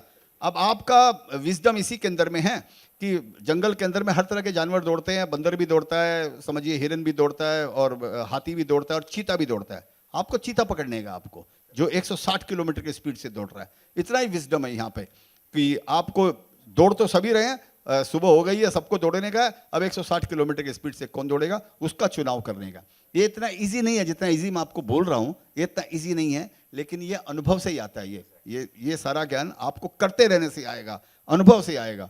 अगर आप इसमें लगे रहेंगे, इसको बिजनेस अगर समझेंगे तो आप इसमें सक्सेस होंगे। अगर जुआ अगर समझ लिया, कैसीनो समझ लिया, जल्दी जल्दी करोड़पति बनने का रास्ता ढूंढ लिया, अगर वो कर लिया तो प्रॉब्लम है फिर इसके अंदर। So my next question is related to this one only कि आजकल सर जो जेनजी है, नए जनरेशन है, सबने बहुत सुना है स्टॉक मार्केट में गेन्स हो रहे हैं, and everyone is running after quick returns. Probably the power of compounding पे लोगों का उतना भरोसा नहीं है जो यंग जनरेशन है। हमारे कई यंग सीएस हैं सर जो नए नए प्रोफेशन में पास भी हो रहे हैं और स्टॉक मार्केट इन्वेस्टिंग कर रहे हैं। मैं चाहूँगा आप अपने एक्सपीरियंस से ये बताएं उनको कि never to run after quick returns and how the power of compounding actually helps. तो ऑफ कोर्स वो क्या है कि जैसे मैं इस बात पे बिलीव करता हूँ कि जैसे अब क्रिकेट का मैच होता है, उसके अंदर में राहुल द्रविड़ है, वो 2 बॉल पे 1 रन लेगा, वो सिंगल खेता रहा पूरी ज़िंदगी के अंदर में, राहुल द्रविड़ जो है, लेकिन फिर भी वो लेजेंड कहलाता है वो, ठीक है। उसकी जगह दूसरे अगर हम क्रिकेटर को ले लें, फॉर एग्जांपल सचिन तेंदुलकर हैं, तो वो 1 रन लेने में बिलीव नहीं करते हैं, वो चौके छक्के मारने में बिलीव करते हैं। तो इस बॉल को वो भी एक लेजेंड कहलाते हैं। तो लेजेंड दोनों है, लेकिन उन दोनों के पीछे फ़र्क क्या है, जो मैंने पहले बताया, मानसिक स्थिति का। Your mental capacity is more important then your financial capacity. तो आपका मेंटल कैपेसिटी होनी चाहिए कि आप हर बॉल पे या हर ओवर में 1 या 2 छक्के मार दें, क्योंकि आउट होने का डर है, तो वो इतनी जल्दी नहीं आती। अगर आपको याद होगा वो किस आदमी में आ रही है, अगर आपको याद होगा, मैंने एक ऐड देखा था सचिन तेंदुलकर का 20 या 25 साल पहले, तो सर का फ़ोन आया, भाभी जी को फ़ोन होगा। तो 20-25 साल पहले एक सचिन तेंदुलकर एक ऐड आया था। वो ऐड में वो दिखाता है सर कि रात को सचिन तेंदुलकर उठा है और वो एक रस्सी में अपनी बॉल बांध रखा है और रात को प्रैक्टिस कर रहा है, वो आधी रात को। उधर से उसकी माँ की आवाज़ आती है, मराठी में बोलती है कि अरे बेटा काय करते हो, सो जा, क्या कर रहा है तुम, सो जा। ये ऐड था, ये ऐड नहीं है, ये आपको ज़िंदगी में समझने का फॉर्मूला है। अगर आप में ऐसी अगर पेशेंस है अगर आप में, और ऐसी अगर आपके अंदर में फायर इन द बेली है मेरे को, तब जाकर आप चौका छक्का मार सकते हो, तब जाकर आप उस चीज़ का चुनाव कर सकते हो। नहीं तो पहले आप राहुल द्रविड़ के, उसने भी तपस्या की होगी, उसने डिफरेंट तरह की तपस्या की होगी, तो आप पहले एक रन बनाना सीखिए। तो जो कंपाउंडिंग का जो यहाँ पर, इसका मैं सिंपल एक एग्जांपल देता हूँ।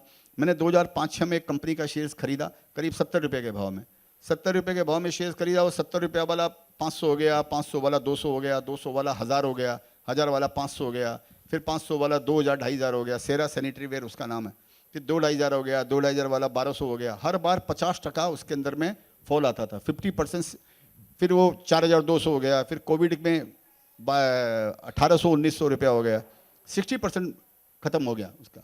उसके बाद में उसके इस बीच में इस पर 1-to-1 बोनस आ गया, और उसमें अगर मैं एक्स बोनस कम बोनस का अगर डिविडेंड कैलकुलेट करूँ तो 250 रुपया मेरे को डिविडेंड दिया उसने, उस कंपनी ने, जो 70 रुपया का मेरा शेयर था। तो 250 रुपया डिविडेंड अगर समझिए 2006-07 में लिया मैंने, लास्ट लॉट जो मेरा 2023 में बेचा 1-to-1 बोनस के बाद में 8300 रुपये में, माने 16400 रुपये में। तो अगर मेरे 70 रुपया वाले को 250 रुपया, तो मेरे को डिविडेंड का ही मेरे को उसी के अंदर में मेरे को तो रिटर्न मिल गया, तो मेरी कॉस्ट जीरो है उसके अंदर में। तो 16400 गुना रिटर्न दिया एक शेयर। तो 1 share can change your life, ये जिंदगी में ध्यान रखिए। लेकिन वो 1 शेयर को करने के लिए आपको टाइम लग सकता है, 10 साल 15 साल 20 साल लगता है। तो आप क्या तो एक रन बनाते रहिए, हर शेयर में ट्रेन के जैसे फुट बोर्ड पर खड़े हो जाइए, हर स्टेशन पे उतर जाइए फिर चढ़ जाइए, हर स्टेशन में उतरिए फिर चढ़ जाइए, या 6 बजे वाली ट्रेन को 5:45 बजे चले जाइए और जाकर विंडो सीट ले लीजिए और चुपचाप बैठ जाइए, लोगों को चढ़ने उतरने दीजिए। आपको अपना डेस्टिनेशन आपको आना ही है, पहुंचना सब टाइम पे ही है। Brilliant, sir. I think that's a very good piece of advice for rather than going for quicker returns, और have a compounding. इसमें एक ऐड और कर देता हूँ, जैसे मैंने बताया था कि एक जगह कहीं बोला कि 6 बजे की ट्रेन है, जो लॉन्ग टर्म इन्वेस्टर है वो 5:45 बजे पहुँच जाता है, विंडो सीट ले लेता है। जो दूसरा समझिए मीडियम टर्म और इन्वेस्टर होएगा या शॉर्ट टर्म इन्वेस्टर होएगा, वो 6 बजे आएगा, 2 मिनट पहले आएगा तो वो खड़ा रहेगा वो। और कुछ इन्वेस्टर ऐसे जो 6 बजे ही आते हैं, ट्रेन खड़े भी रहेंगे, ट्रेन चलेगी वो फुट बोर्ड पर खड़े हो जाते हैं। और कुछ लंबी वाली ट्रेन में आपने देखा होगा लोग छत पे जाके बैठ जाते हैं। तो अब वो ऐसे भी होते हैं।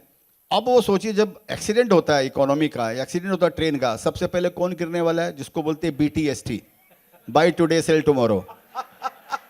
आजकल तो चंदन थोड़ी देर बाद आपको बताएगा buy in the morning sell in the evening. क्या चंदन भाई है, ऐसा भी चल रहा है। अभी थोड़ी देर में फॉर्मूला आएगा buy at 12 sell at 12:05, 5 minute में बेच देना आपको। सब 2 मिनट्स नूडल बना के सब खा पी के जाते हैं सब यहाँ पे। तो जो एक्सीडेंट होता है, मैं अगेंस्ट में नहीं बोल रहा हूँ हर चीज़ों के, उसके पीछे ज्ञान होना चाहिए, मैं ये बोल रहा हूँ। लेकिन एक्सीडेंट होता है तो सबसे पहले छत वाला मरता है, जब बाजार डूबता है, तो उसके बाद फुटबोर्ड वाला डूबता है, उसके बाद जो खड़े हुए हैं वो आपस में भिड़ भिड़ के बेचारे आहत हो जाते हैं। जो विंडो पे बैठा हुआ कम से कम वो सेफ है। तो ये long term investor, short term investor, medium term investor, BTST, buy now sell later, ये सब वो सब। I think very good analogy you have given, sir. My last question, probably on numbers or stock market, then probably will come something about your personal thing. Suppose करो sir, आज कई यहाँ ऐसे भी होंगे जो स्टॉक मार्केट में invest नहीं करते हैं, और आज आपसे मिलने के बाद, सुनने के बाद हो सकता है स्टॉक मार्केट इन्वेस्टिंग करना चालू करना चाहे। अगर उनके पास 1 लाख रुपए हैं sir, what should they do? Where they should put the money? कैसे उनको इन्वेस्ट करना चाहिए? तो आपके पास अगर 1 लाख रुपया है तो आपको कुछ नहीं करना चाहिए। सिंपल, अगर नया नया शुरू कर रहे हैं आपको म्यूचुअल फंड में पैसा लगाना चाहिए।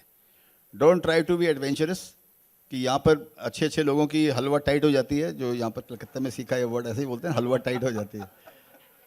तो ज़्यादा होशियारी नहीं मारने का सर, सिंपल एक लैंग्वेज है कि किसी भी धंधे को जब तक आप समझते नहीं हो तब तक उस धंधे के अंदर में नहीं जाने का। लोगों को एक दुकान भी अगर बैठानी होती है तो पहले वो समझते हैं कि हाँ भाई कहाँ जगह दुकान लेनी है, उसका कितना भाड़ा लगने वाला है, कितना इंटीरियर लगने वाला है, कितना उसके अंदर में स्टॉक रखने वाले हैं, कौन सी लोकेशन पे दुकान लेनी है, कितने लोग वहाँ पर खरीदने के लिए आएंगे, कितने walk in customer real customer में कन्वर्ट होएंगे, कितना पैसा, सारा विज्ञान है, एक पूरा फॉर्मूला है सर। तो इतना बड़ा फॉर्मूला होता है। और आप शेयर बाजार के अंदर में अगर आते हैं तो कोई फॉर्मूला नहीं किए। तो मेरा वो गाना है, मेरे अंकल के ड्राइवर से नॉलेज लिया, न पढ़ाई की ना ही कॉलेज किया, लोगों की सुन लिया, पेनी स्टॉक चुन लिया, पैसा इतना डुबाया मज़ा आ गया। तो हुआ घाटा तो मैंने डिसाइड किया, सबसे पहले ट्रेडिंग को गुड बाय किया, पेनी स्टॉक हटाया, म्यूचुअल फंड में लगाया, पैसा इतना कमाया मज़ा आ गया। तो ये सिंपल है आपको कि अगर आपको गाड़ी चलाना नहीं आता है तो आप गाड़ी कैसे चला सकते हैं? तो आप क्या करेंगे? आपको गाड़ी चलाना भी है और आता भी नहीं है आपको। सीखने का टाइम भी नहीं है, डर भी आपको लगता है, तो आप क्या करेंगे? एक ड्राइवर रख लेंगे यार, और ड्राइवर रखकर ड्राइवर आपके भी आप में गाड़ी चला रहा है, आप आराम से पीछे बैठ कर अपना काम किए जा रहे हैं। सेम वही चीज़ यहाँ पर भी है।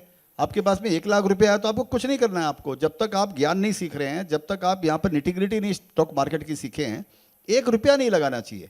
फन के लिए आप 1 लाख रुपया लगा सकते हैं आपको, तो फन के लिए, रन के लिए भी तैयार होना चाहिए कि छोड़ के भागना पड़ेगा मेरे को, वो भी आपको समझना पड़ेगा। अदरवाइज ये फन नहीं है, वो market rewards you as per your perception. If you will treat it as a gambling then it will prove a gamble for you. इसको जुआ घर समझोगे तो आपको जुआ के जैसा ही आपको रिटर्न भी आपको मिलने वाला है। इसको धंधा समझोगे, आप बिजनेस समझोगे तो बिजनेस के जैसा मिलने वाला है।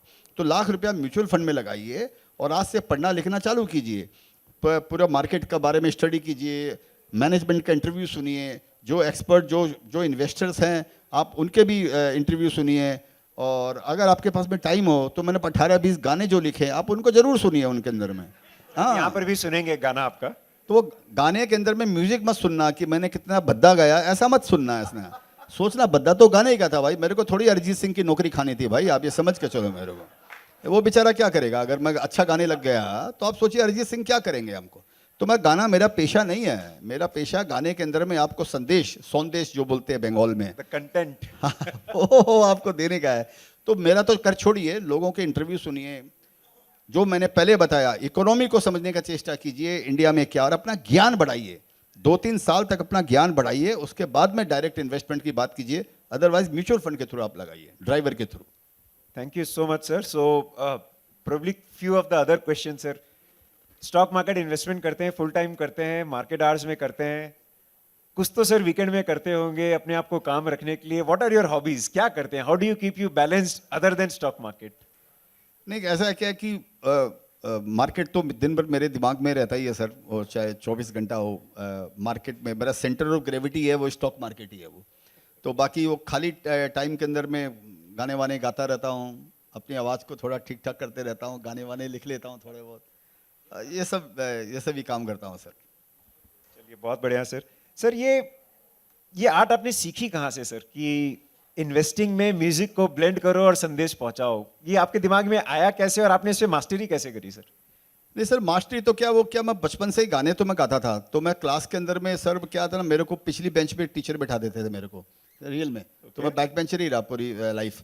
तो उधर मेरा 2-3 लोगों का ग्रुप बन गया, तो उधर टीचर पढ़ाता था, मैं बैठ के उधर तबला बजाता था बेंच के ऊपर में आस्ते आस्ते। फिर वो हम लोग खेलते रहते थे कि तू ये गाना गा, मैं ये गाना गा। इसी के अंदर में 10th क्लास में फेल भी हो गया इसी चक्कर में। तो ये गाना अनबिलीवेबल, बट ये गाने गाने का तो शौक मेरे को बचपन से था। और एक बार एनसीसी क्लास में मैं लेट हो गया था, एनसीसी में एडमिशन लेना था मेरे को बड़ा ये बंदूक चलाने का बहुत शौक है मेरे को, ये डेयरिंग वेयरिंग करने का। अभी भी मेरा निशाना मोटा मोटी अच्छा है, अभी भी अच्छा, मैं रियल पिस्टल से भी गाना चलाता हूँ जाके, तो वो मेरा निशाना ठीक ठाक है मेरा। तो वो एनसीसी में लेट हो गया, तो मैं एनसीसी क्लास के बाहर खड़ा होता था, बोले एडमिशन बंद हो गया। तो वो एक दिन एक सरदार जी थे, वो कर्नल थे, वो आए थे सिखाने के लिए। तो वो बोले लड़के कि तू बाहर क्यों खड़ा रहता है, मैं 2-3 क्लास से देख। लड़के ने बोला सर ये गाना गाता है। बोला अच्छा गाना गा दे इधर आ। बोला चल गाना गा। तो मैं एक गाना गाया, फिर वो दूसरा गाया, तीसरा गाया, 4-5 गाने गा दिया। वो कर्नल साहब बहुत खुश हो गए, मेरे को एनसीसी में ले लिया उन्होंने। वाह। तो इस दिन से मेरे को ये समझ में आ गया कि लाइफ में साला ऐसा भी होता है। तो वो अपना एक पैशन बन गया गाना गाने का सर। तो फिर अचानक फिर वो आस्ते आस्ते फिर 7-8-10 साल पहले ऐसे लगा कि क्यों नहीं, मैं तुकबंदी बहुत करते रहता हूँ, वो फालतू की तुकबंदियाँ होती है ना वो करते हैं। तो मेरे को लगा क्यों नहीं, स्टॉक मार्केट गाना किसी ने लिखा नहीं है तो चलो अपने ही करते हैं। तो ऐसे कोई पर्टिकुलर गाना जो आपको टफ टाइम्स में मार्केट में अच्छा लगता हो, गाइड करता हो, कोई एक particular song if you want to sing? वो सर एक गाना मेरे ज़िंदगी में हमेशा जुड़ा हुआ बचपन से, कि जो मिल गया उसी को मुकद्दर समझ लिया, जो खो गया मैं उसको भुलाता चला गया, मैं ज़िंदगी का साथ निभाता चला गया, और फिक्र को धुएं में उड़ाता चला गया। Very nice sir, very nice. Last I think मैं और समय नहीं लूँगा, because there lot of chartered accountants members यहाँ हैं जो आपसे क्वेश्चन पूछना चाहते हैं। Sir, is it allowed to open floor to the audience? Please. I mean, if you permit, sir. Two questions. Up to two questions. So we are happy to take 2 questions. Is there a mic I can give? Otherwise, from here. I do have. Yes. Anyone? Anyone has any question? Want to ask, sir? बहुत अच्छा मौका है, बहुत अच्छे गाना सुनने का sir से. So please.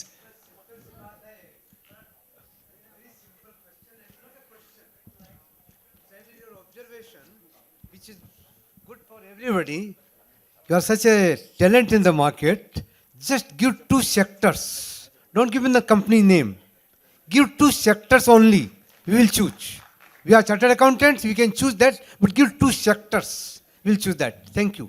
तो सर ऐसा है कि थैंक यू सर, बैठिए प्लीज प्लीज बैठिए सर। हाँ, तो सर अगर आप कंपनी चुन सकते हैं, समझिए सेक्टर कंपनी चुन सकते हैं, तो आप सेक्टर भी चुन सकते हैं। इसी बोलकर अपने सेंसेस हर समय जागृत होने चाहिए।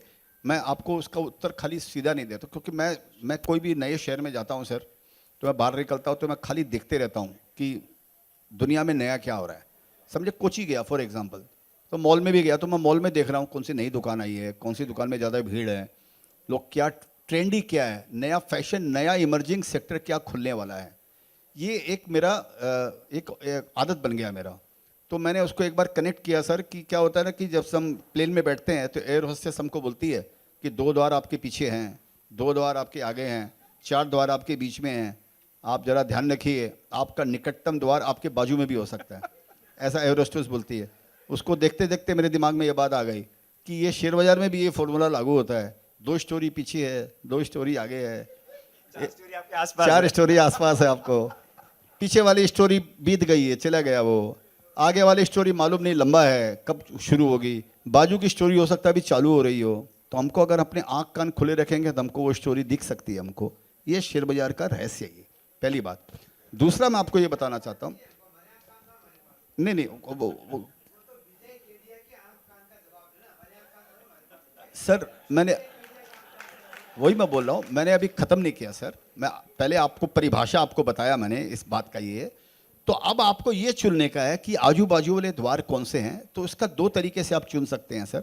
एक तो बोलते हैं जैसे दुल्हन वही जो पिया मन भाई, तो हम लोगों का सबका पिया है हमारे सरकार हमारा।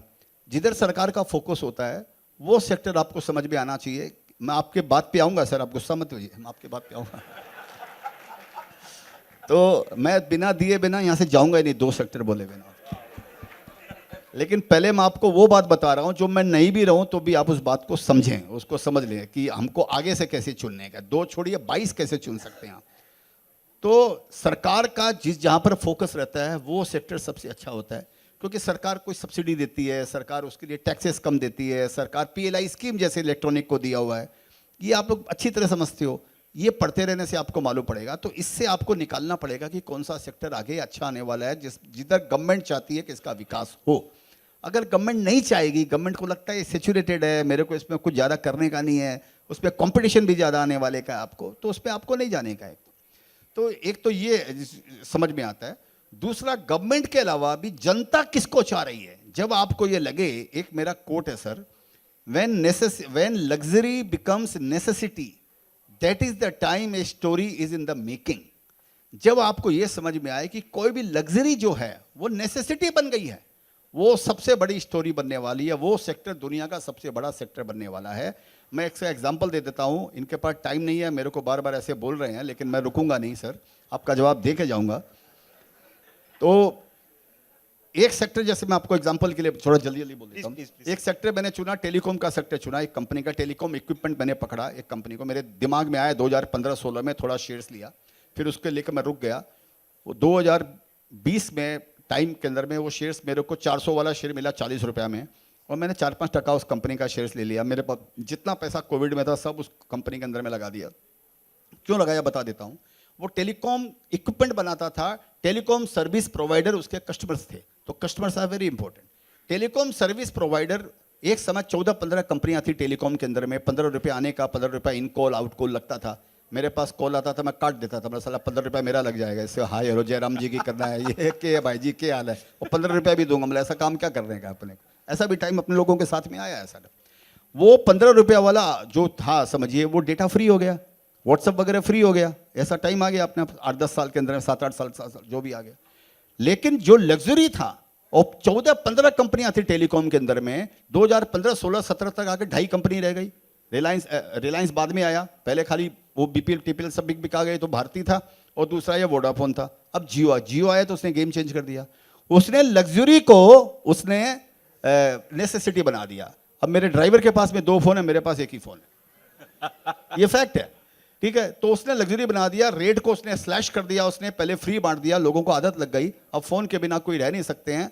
और गवर्नमेंट ने इस पर कंट्रोल किया, इसके आरपू के ऊपर में, कि जो महीने का जो गवर्नमेंट चार्ज करती है उस पर गवर्नमेंट का कंट्रोल था कि तुम 105 रुपया नहीं ले सकते, 20 रुपया नहीं ले सकते। जब गवर्नमेंट को समझ में आया कि इतना ज़्यादा कंट्रोल करेगी तो ये 15 वाले 2.5 रह गए हैं, ये भी खत्म हो जाएंगे, तो गवर्नमेंट ने उनको थोड़ा थोड़ा फ्री करना चालू किया। तो उनका जो रेंटल जो है वो जो बढ़ना चालू हुआ उन लोगों का, तब से टेलीकॉम का सुधार हो गया।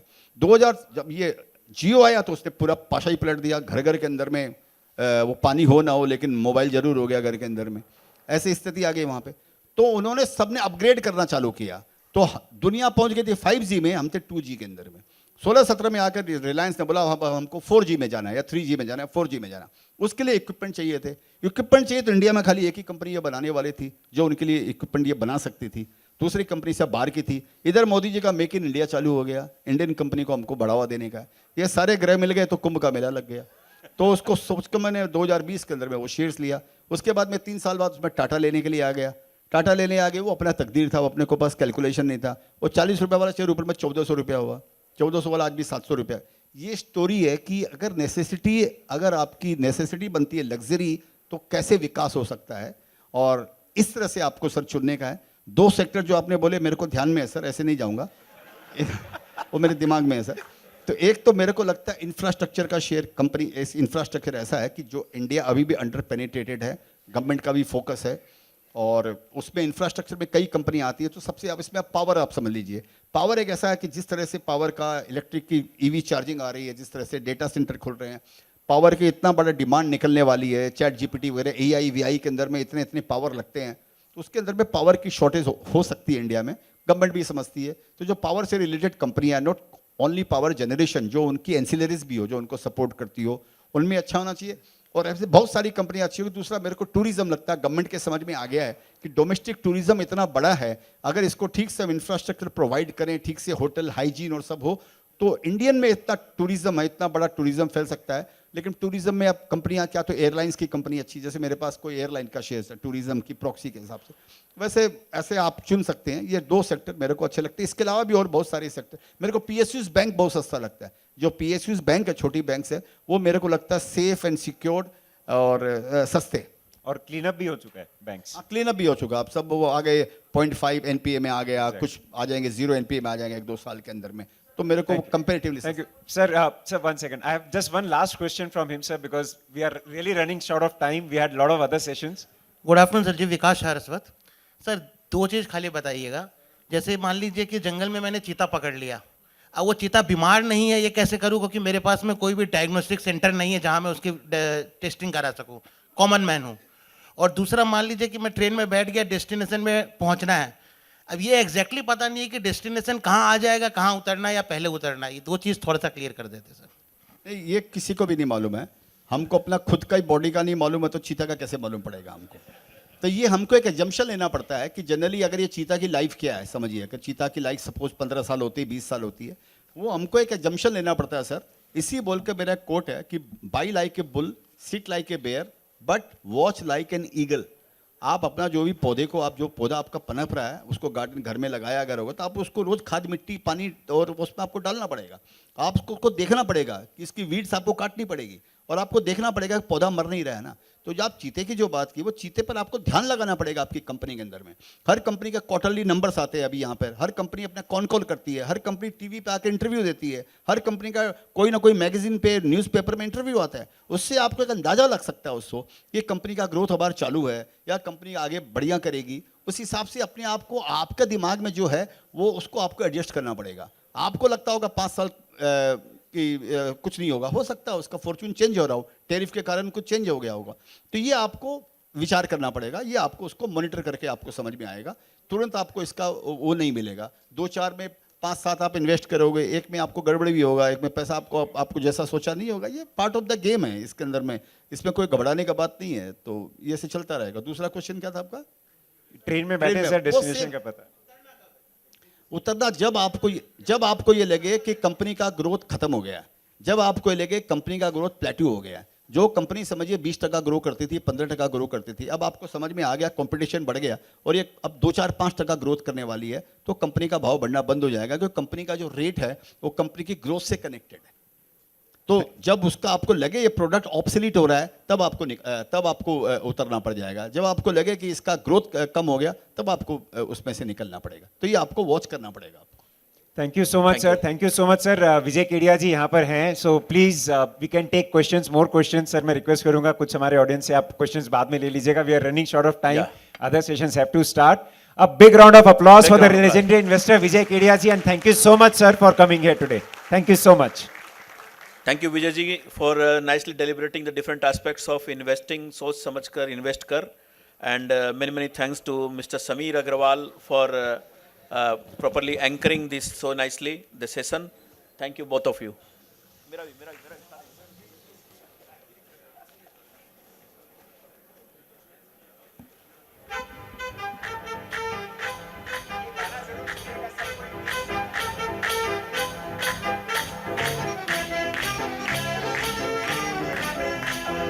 Please listen to this song, please listen to this song. जहाँ जहाँ आजकल मैं हाथ रखता हूँ, वही डबल ट्रिपल मैं कर लेता हूँ। रोज रोज सोचता हूँ क्या नया मैं लूँ, कोई भी बता दे कुछ भी जाने नहीं दूँ। संभल के यहाँ पे पाँव रख दूँ, सालों की कमाई मिनट में हो जाती छू।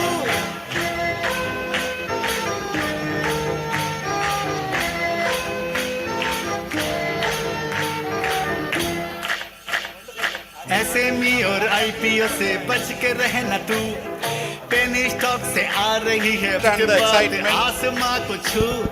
संभल के Hello, please settle down. We'll be quickly starting with another session of impactful insights.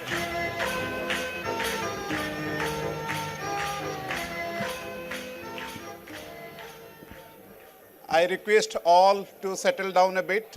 We'll be starting with one another very impactful session on REIT, which is taking spaces on the investor's heart slowly and steadily in India. May I invite Abhishek Agrawal to the dais. Abhishek Agrawal, who has just transformed himself from the audit room to the war room, from Big Four to one of the pioneers in the real estate embassy, and doing his bit on a niche segment, REIT, which is taking and going to take center stage of the capital market. To felicitate him and a bit of surprise, two of your hostel mates, may I invite Anup Sanghai ji and our Vice Chairman, Mayur Agrawal, to the stage.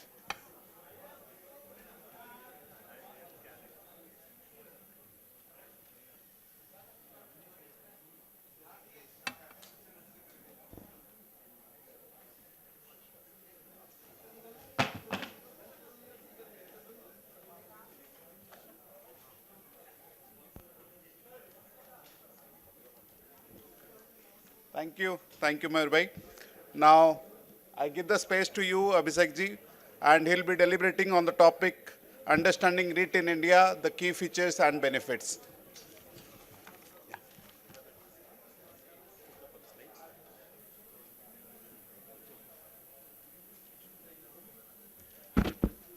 Good afternoon, everybody. Sorry for the technical glitch. मेरे को लगता है केडिया जी का session के बाद हमारा technology भी चला गया है, कोई स्टॉक खरीदने, ट्रेन का खिड़की पकड़ के बैठा हुआ है, बट ठीक है। So I am Abhishek Agarwal. For full disclosure, I am also the CFO of one of the REITs which is Embassy REIT. अभी ये REIT क्या है? सो केडिया जी के बाद से ही आगे बढ़ते हैं. सो ही सेड कि कोई ऐसे स्टॉक्स भी होने चाहिए जिसको आप लेके बैठ जाओ और वो कंपाउंडिंग करे.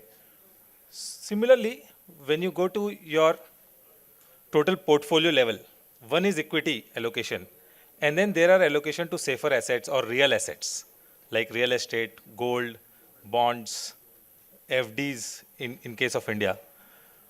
So this is an asset class which is a new asset class, supposedly. Because the thought process is that this is real estate investing. What I believe is, in India at least it is not new, everybody has been doing it. But होता क्या है कि आप लोगों में, I mean, इसको आगे बढ़ाने से पहले स्लाइड्स है हमारे पास, स्लाइड में बोलूँगा, बट कितने लोगों ने रीट के बारे में सुना है, जानते हैं, इन्वेस्ट किया या अपने क्लाइंट्स को इन्वेस्ट करवाया है? Quite a few. So for the uninitiated, ये रियल एस्टेट इन्वेस्टिंग ही है. बट जब हम रियल एस्टेट इन्वेस्टिंग करते हैं तो होता क्या है, बहुत सारे इश्यूज आते हैं. किस टाइप के इश्यूज आ सकते हैं? Any guesses?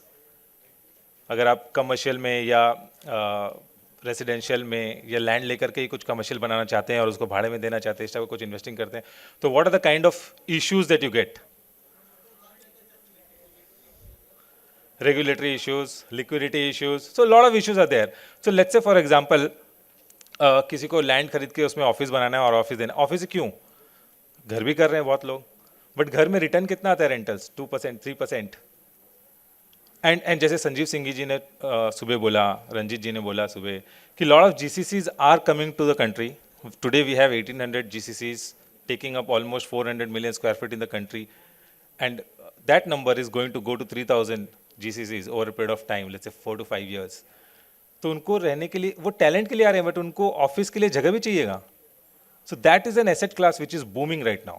You must have read on the newspapers and on every type of digital media कि ये sector बहुत अच्छा कर रहा है. And how does a retail investor actually participate in all of this? That was the biggest challenge.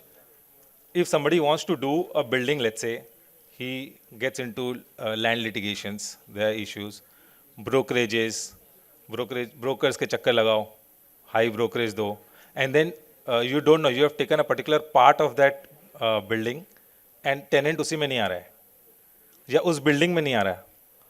And then what also sometimes happens is कि वो tenant चला गया, अब दूसरा tenant खोजो. You are not, or a retail investor doesn't have that kind of a pool. उसको एक office को खरीदने के लिए लगेगा से 100 crore. How does a retail investor churn up that kind of money? So this was an asset class which was always with the wealthy few in the country. But now, here is a product which SEBI launched in India somewhere around 2014, and Embassy REIT was the first one to list it in 2019, which actually democratizes the investment in commercial real estate. What I mean by that is, अब retail investor भी with थोड़े से पैसे 500-600 रुपये, 1000 रुपये भी लगा करके भी इंडिया का कमर्शियल रियल एस्टेट में पार्ट ले सकता है. Let's say buildings like this which you can see on the slide. अगर किसी को खरीदना है ये बिल्डिंग और इसको किसी को भाड़े में देना है वर्ल्ड की बिगेस्ट बैंक को, it becomes very difficult, I mean almost impossible for a retail investor और for say HNI also to do that kind of investing. And then सबसे बड़ा प्रॉब्लम आता है, लेट्स से किसी ने पूल करके एसेट खरीद भी लिया and they want the money, बेचेंगे कैसे? What's the liquidity? कितना टाइम लगेगा? लॉट ऑफ हैसल, ब्रोकरेज लगता है. एंड इंडिया में एक सेइंग है कि जब भी एसेट खरीदने जाओ, फिजिकल एसेट खरीदने जाओ, वो महंगा ही मिलता है, और जब बेचने जाओ वो सस्ता ही बिकता है. So you lose money out of that also. आपके जो क्लाइंट्स होते हैं वो मनी इसमें लूज करते हैं. सेकेंड, आपने इन्वेस्ट कर दिया 100 करोड़ रुपए, एक बिल्डिंग ले ली, अभी आपको पैसे चाहिए, व्हाट विल यू डू? वो पूरा 100 करोड़ बेचना पड़ेगा, लेकिन you need only 5 crore. So how do you sell it floor by floor? You have to sell the whole thing. But there should be something which allows you to sell a part of it also. And here is a product which mitigates all these problems. The largest problem is, as somebody rightly said, the governance part of it, the litigation part of it. There is a lot of litigation which comes around along with this physical real estate investing, and lot of governance issues which is there. Whenever you think about real estate in the country, you first think about governance, kaisa hoga yaar iska. So that's something which SEBI has tried to address, and this is a product which has actually tried to address all of this, a new age investing, wealth creation product in the country, as we might want to say. I'll go through the slides, and let's try to make it as interactive as possible. If you have any questions, stop me, ask me any question that you have. So what is this REIT actually? There's a lot of news coverage, lot of hullabaloo saying, what is this new class of asset? We don't understand this. So see, think of it like a company which sits in the center, which is a REIT. It's actually a trust, but just think of it like a company, like a mutual fund. Kedia ji ne bola hai, mutual fund mein laga sakte hai, so he's done half my job, but think of it as a company. Now that company has unit holders. Those unit holders are basically the shareholders. It is listed on any stock exchange, NSE, BSE, you can just go there and buy. Then it has a manager. Like any mutual fund has a manager, SDFC, AMC, ICICI, hai, वैसे. So similar to that, you have a manager which manages the assets and the funds which the REIT gets. Then there is a trustee, which is an additional governance which is here. And the trustee is somebody who looks after the activities of the manager and the REIT on behalf of the unit holder. And then below the REIT are all the SPVs. Now these SPVs are basically companies which own all these properties on behalf of the unit holders. Moving to the next one, the history of REIT. If you see, in India, the first regulations came in 2014, while the first REIT was listed in 2019, as I told you. And this 6 years history, I mean, if you look at REITs, this is generally in India, REITs are allowed only in rent-generating assets. And never mind, technology keeps coming up. So this is actually allowed in rental-generating assets. And largely, out of the 4 REITs, we have 3 REITs, which is office REITs. And what can be a black swan event for an office REIT? कि लोग office ही नहीं जाएं. And COVID में ये हुआ 2 साल. उसके बाद भी there are 4 REITs today, 3 office REITs. You can see the timeline. Some of these are during the COVID itself, and 1 mall REIT. Again, mall as an asset class, retail investors can never even think of investing in a mall or owning a slice of mall. And if they do, all those kind of things that can go wrong will go wrong there. But with this, they have a real chance. Why I said it's not a very new product is because globally it's been around since 1960. It's done bonkers. It's been very successful. Here is an interesting fact. So if you look at this chart, why I wanted to show this chart to all of you is that in US, 98.2% of all real estate which is listed is through REITs. 98.2. In Australia, 95. 93 in UK. So it's a huge amount. In India, we are still at 12.6. 5 years back, we were at 4. So there's a lot of potential, and this model is something which was successful in Western geographies, in the US, UK, Australia, everywhere. If you also see, out of the total market cap of all the companies taken together, REITs are only 0.3% in India. But if you look at geographies like Singapore, everybody knows how successful Singapore has been. It is around 14%. So that's the kind of development potential this particular asset class has. And largely, it is the retail investors who take part in that in other geographies. But look at the investor profile in India. If you look at the investor profile, it is largely driven by foreign portfolio investors, which we call FPIs. They've invested almost around 23,500 crores, and the total market cap of all the REITs taken together is just short of 1 lakh crores. So there's 25% coming out of only FPIs.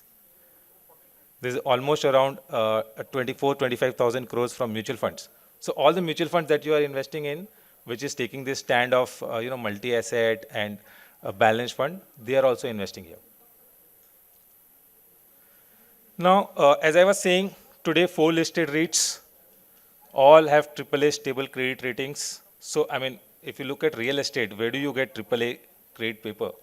But with REITs, what they have done is made real estate into AAA credit rating.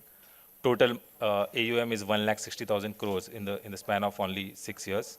This is what we have as 4 REITs amassed. Most of the other data I have already talked about. Now coming to benefits, as I was saying at the start, when we were going through this technical glitch also, what are the benefits of investing in REIT? So it takes away most of the negative by most part of investing in a physical asset, but also gives you the flavor of that rent generating. People in India like cash. So REITs basically provides one, liquidity. So it trades like an equity share. Whenever you want to buy, you go on your trading app, you can buy. Whenever you want to sell, you can just sell it off. So that's the kind of liquidity.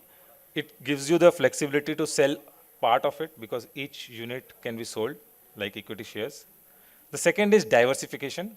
If somebody goes and buys physical assets by themselves, वो वही building खरीदेगा, उसमें भी वही part खरीदेगा. Tenant आया ठीक है, नहीं आया खाली रहा, loss लगेगा. वो उसी city में खरीद सकता है. But if you are investing in a REIT, that gives you an opportunity to participate in the whole country. Because let's say one of the REITs has presence in 4 of the major cities of the country where office is a good market in the country. The mall REIT has presence in 10, 12 cities in the country. So you have, you are a owner of all the malls in various geographies. So अगर वो एक छोटा area खाली भी रह जाता है, it doesn't matter to you. Because you will still get the dividend out of the all the assets that they own. So it's an average. So it's a pool basically. It works like a mutual fund for you. Mutual fund जब invest करता है, एक share का return नहीं भी आया तो बाकी share का return आ जाता है. तो आपका NAV फिर भी grow करता है. Similar to that, exactly similar to that, एक particular space अगर नहीं भी perform करेगा, तो बाकी perform करेंगे. Then one major which is there is regular income, which I said because the concept itself is rent generating stable asset. It gives you rental. So there is a mandate from SEBI, there is a regulation from SEBI which says whatever a REIT generates in cash, 90% of that has to be distributed mandatorily to the unit holders as distribution. We call it distribution, not dividend, because I'll come to further slides and tell you why it is distribution and not dividend itself. Then there are other benefits like professional management, similar to mutual fund. Corporate governance, I already spoke about. Low transaction cost, I already spoke about. So all of this, we have a slide which says, what are the yields? Now that's the biggest question. What is the total return that an investor will get? So if you look at it, during the last 6 years, the CAGR of REITs on an average has been 13% plus pre-tax. And on a comparable period, the CAGR of Nifty has been around 14.5, 14.6%. So it's not very way off. And mind it also had 2 years of COVID, which was a existential risk for the product itself. And it's also, one more benefit which is there is it is also tax efficient. So this is a slide where we are presenting something which I have already mentioned, how it compares with physical real estate. I know I'm standing in between you and your lunch. Some of you have been patient. So this is where, I was saying that which is one of the major benefits which is also there. One, you get the cash, which is distribution and which is not dividend. Now, this why we call it dividend distribution is because it has 3 components. The first component is dividend. Unlike a company, where if you get a dividend from a company, it is taxable in your hands. But if you get a dividend from a business trust, which is a REIT, it is exempt in the unit holder's hand. The second part is interest income, which is taxable as per your applicable tax rate, but generally it is around 20, 25%, 20% you can say at max of the distribution component. And the third part, which is a larger part, is return of capital. We call it amortization of debt, but don't go by the jargon. It's just return of capital. So whatever you invested, something of that is coming out. It also gets taxed as capital gains tax, but at the time when you sell the units. So you are getting this amount every quarter, but it is taxed at the time when you sell the units at capital gains tax, which is significantly lower than your tax rate generally. And the last one, when you sell the units itself, it gets taxed similar to a company's share, which is short-term, long-term, depending on the 1-year period holding, and capital gains tax based on that. Any questions on this?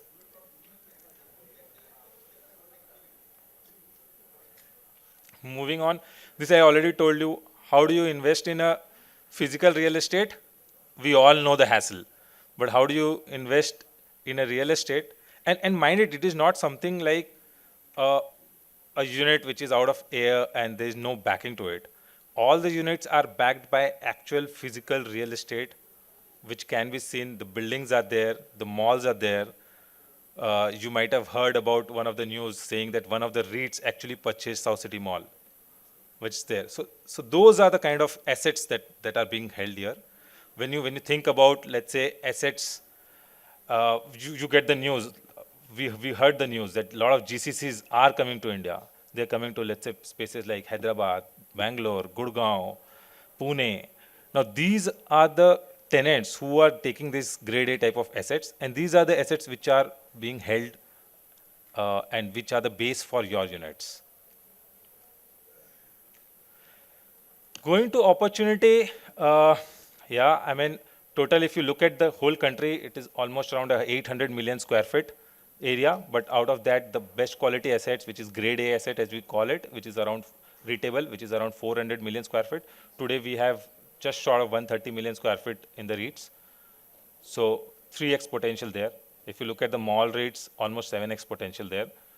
And mind it, if the GCC number has to go from 1800 to 3000, this 400 square feet will not be sufficient to house them.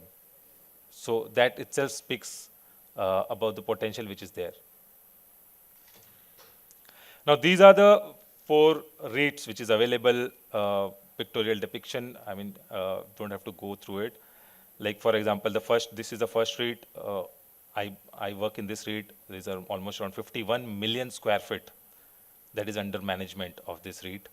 The country's pictorial depiction shows where we are, largely in Bangalore. Then the second REIT which came in right in the middle of COVID, which is Mindspace REIT. You can see where they are, almost around 37, 38 million square feet under management. The background picture actually is more important, which says what are the kind of assets that we have. It's a park in itself with the whole ecosystem. Then came Brookfield REIT, which has 29 million square feet under management. Then there is the mall REIT, which has malls, which is 19 malls basically in 15 cities. So this is where I close my formal presentation. If you have any question, want to understand anything, any doubt about any of the points, maybe distribution or anything, we can take. Yes, ma'am. So ticket size is basically 1 unit, like 1 share. All the 4s are listed on NSE, BSE. The lowest one is trading around 150 rupee. The highest one is almost around 400 rupee. So you buy 400 rupee, and you can start investing in the best real estate of the country. 1 unit. 1 unit? 1 unit. Sir, here. So the net operating income of these REITs will be distributed 90% of them. So not the net operating income. So the regulation says the cash generated. Yeah. So basically, if you have to look at it, you have the NOI, which is nothing but the rentals that are collected minus the property tax and direct operating expenses comes to NOI, as you were saying, minus all the admin cost, which is in case of mutual fund, you see that cost of 1%, 1.5%, which they take. Here it is almost around 0.2%. I mean, if you look at mutual fund, the active mutual fund will charge you around 1% management fees. But here, the most active REIT will charge you 0.2. So reduce that, reduce any legal fees, and then you come to the EBITDA. Whatever is collected, let's say there is something which is stocked in, which is locked in, basically the debtor collection is not there. Or let's say you have not paid any trade payables, so you have that cash. Whatever is the cash for that quarter, 90% of the cash has to be mandatorily distributed. As of now, all the four REITs have been distributing full 100%. Can you show the 3 of the 4 listed REITs that you have shown the slides? Yeah.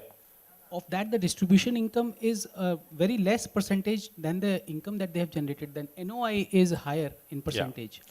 Yeah, so NOI will be higher because let's say you have NOI, then you go to EBITDA, as I said, then you reduce all the interest cost, and then you have the cash. Okay. So what would that percentage be ideally?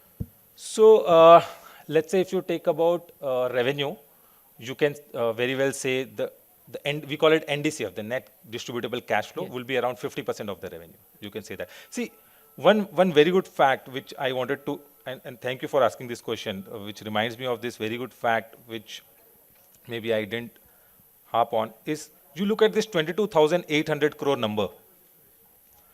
These 4 REITs over the last 6 years, where most of the REITs were not even existent for the full 6 years, have distributed 22,800 crore plus of distributions, which is more than the full Nifty reality taken together.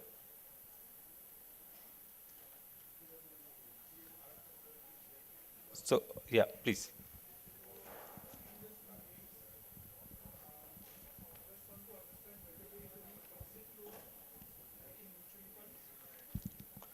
Sir, it is exactly like a share. The moment the way you buy a share of a company and sell a share of the company, it is exactly like that. The STT is there. Otherwise, there is nothing else. And the brokerage is there. Just for a layman language type, say I invest 5 lakh rupees in REITs. So what can I expect the rental income?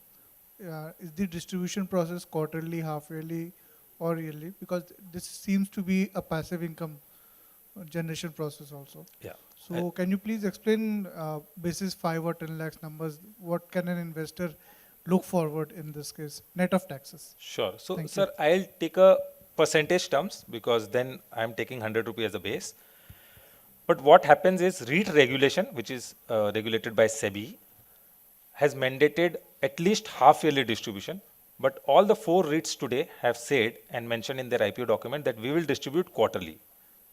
Now, as I said, if you look at the history, the distribution yield, whatever distribution yield is the cash that they have provided quarter on quarter over the period of 6 years, CAGR, which is compounded annual growth, is 6.4%.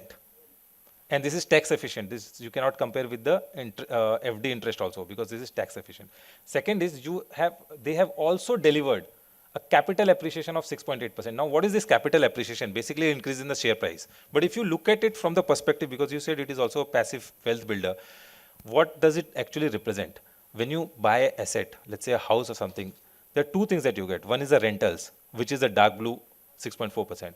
But one is the increase in the price of that asset also. That is the 6.8. So in toto, generally in a country like India, the expectation which is there from the market is mid-teen returns, taking both into consideration. Sir, question from here. Sir, how do we invest? Like, can you give a simple run-through or pointers, like how can we invest in REITs? Very simple. Have you invested in any company share? Yeah. Yes, sir. Same. Wherever you go and type, let's say Reliance or SDFC, I'm just taking an arbitrary name, just type any of the 4 REITs name, you will get it. On which platform, sir? NSE, BSE, from any trading platform. But in our registered brokers app, we don't find REITs, sir. So it is there. Like, I mean, I myself. Stocks or Zerodha? Yes, it is there. You can do. Okay, so thank you. Market appreciation पूरा capture होता है क्या? जो asset की जो value बढ़ती है वो शेयर रीट के प्राइस में जो लिस्टेड है उसमें पूरा कैप्चर होता है क्या? Very good question I would से. सो if you look at globally, ये पूरा कैप्चर होता है, इससे ज़्यादा भी होता है, because people have this expectation कि इसका रेट तो बढ़ेगा. हमें पता है, मतलब they are not making any land any more, right? और इस टाइप के एसेट भी नहीं बन रहे. अभी सेक्टर 5 में कुछ बना दिया क्लासी बिल्डिंग और वो दे दिया किसी बहुत अच्छे, मैं नाम नहीं लूँगा, बट किसी अच्छे टेनेंट को दे दिया, तो पता है वैसा और बन नहीं सकता, वहाँ लैंड ही नहीं बचा है, तो इसका प्राइस तो बढ़ेगा. तो ग्लोबली इसमें आ रहा है, बट इंडिया में इतना आया नहीं है अभी. ये सब उसको हम नैव बोलते हैं. जैसे म्यूचुअल फंड अपना नैव देता है डेली, रीट्स अपना नैव देते हैं एवरी 6 मंथ्स. वो नैव से कुछ 10-12% डिस्काउंट में बिक रहा है अभी, लेकिन वो है इन्वेस्टर एजुकेशन. आज की डेट में अगर आप देखेंगे, इंडिया में सिर्फ 2 लाख लोगों ने इन्वेस्ट किया रीट में, सिर्फ 2 लाख. और I think the data says that there are more than 2 crore investors in the country, retail investors, but सिर्फ 2 लाख लोगों ने इन्वेस्ट किया है. तो वो प्राइस में फैक्टर होगा over a period of time, because it's still in a very nascent stage.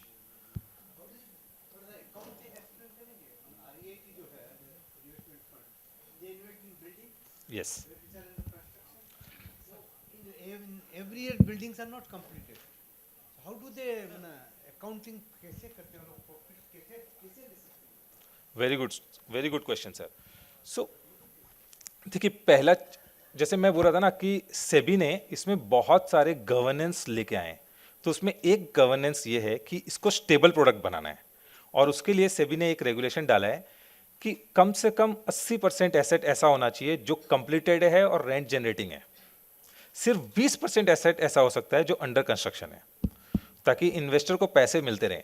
आप ऐसा नहीं कर सकते कि, तो देखिए बहुत सारे गवर्नेंस प्रिंसिपल डाला. एक डाला 90% कैश दे दो, तो रीट कोई उस पैसे को गलत यूटिलाइज नहीं कर सकता.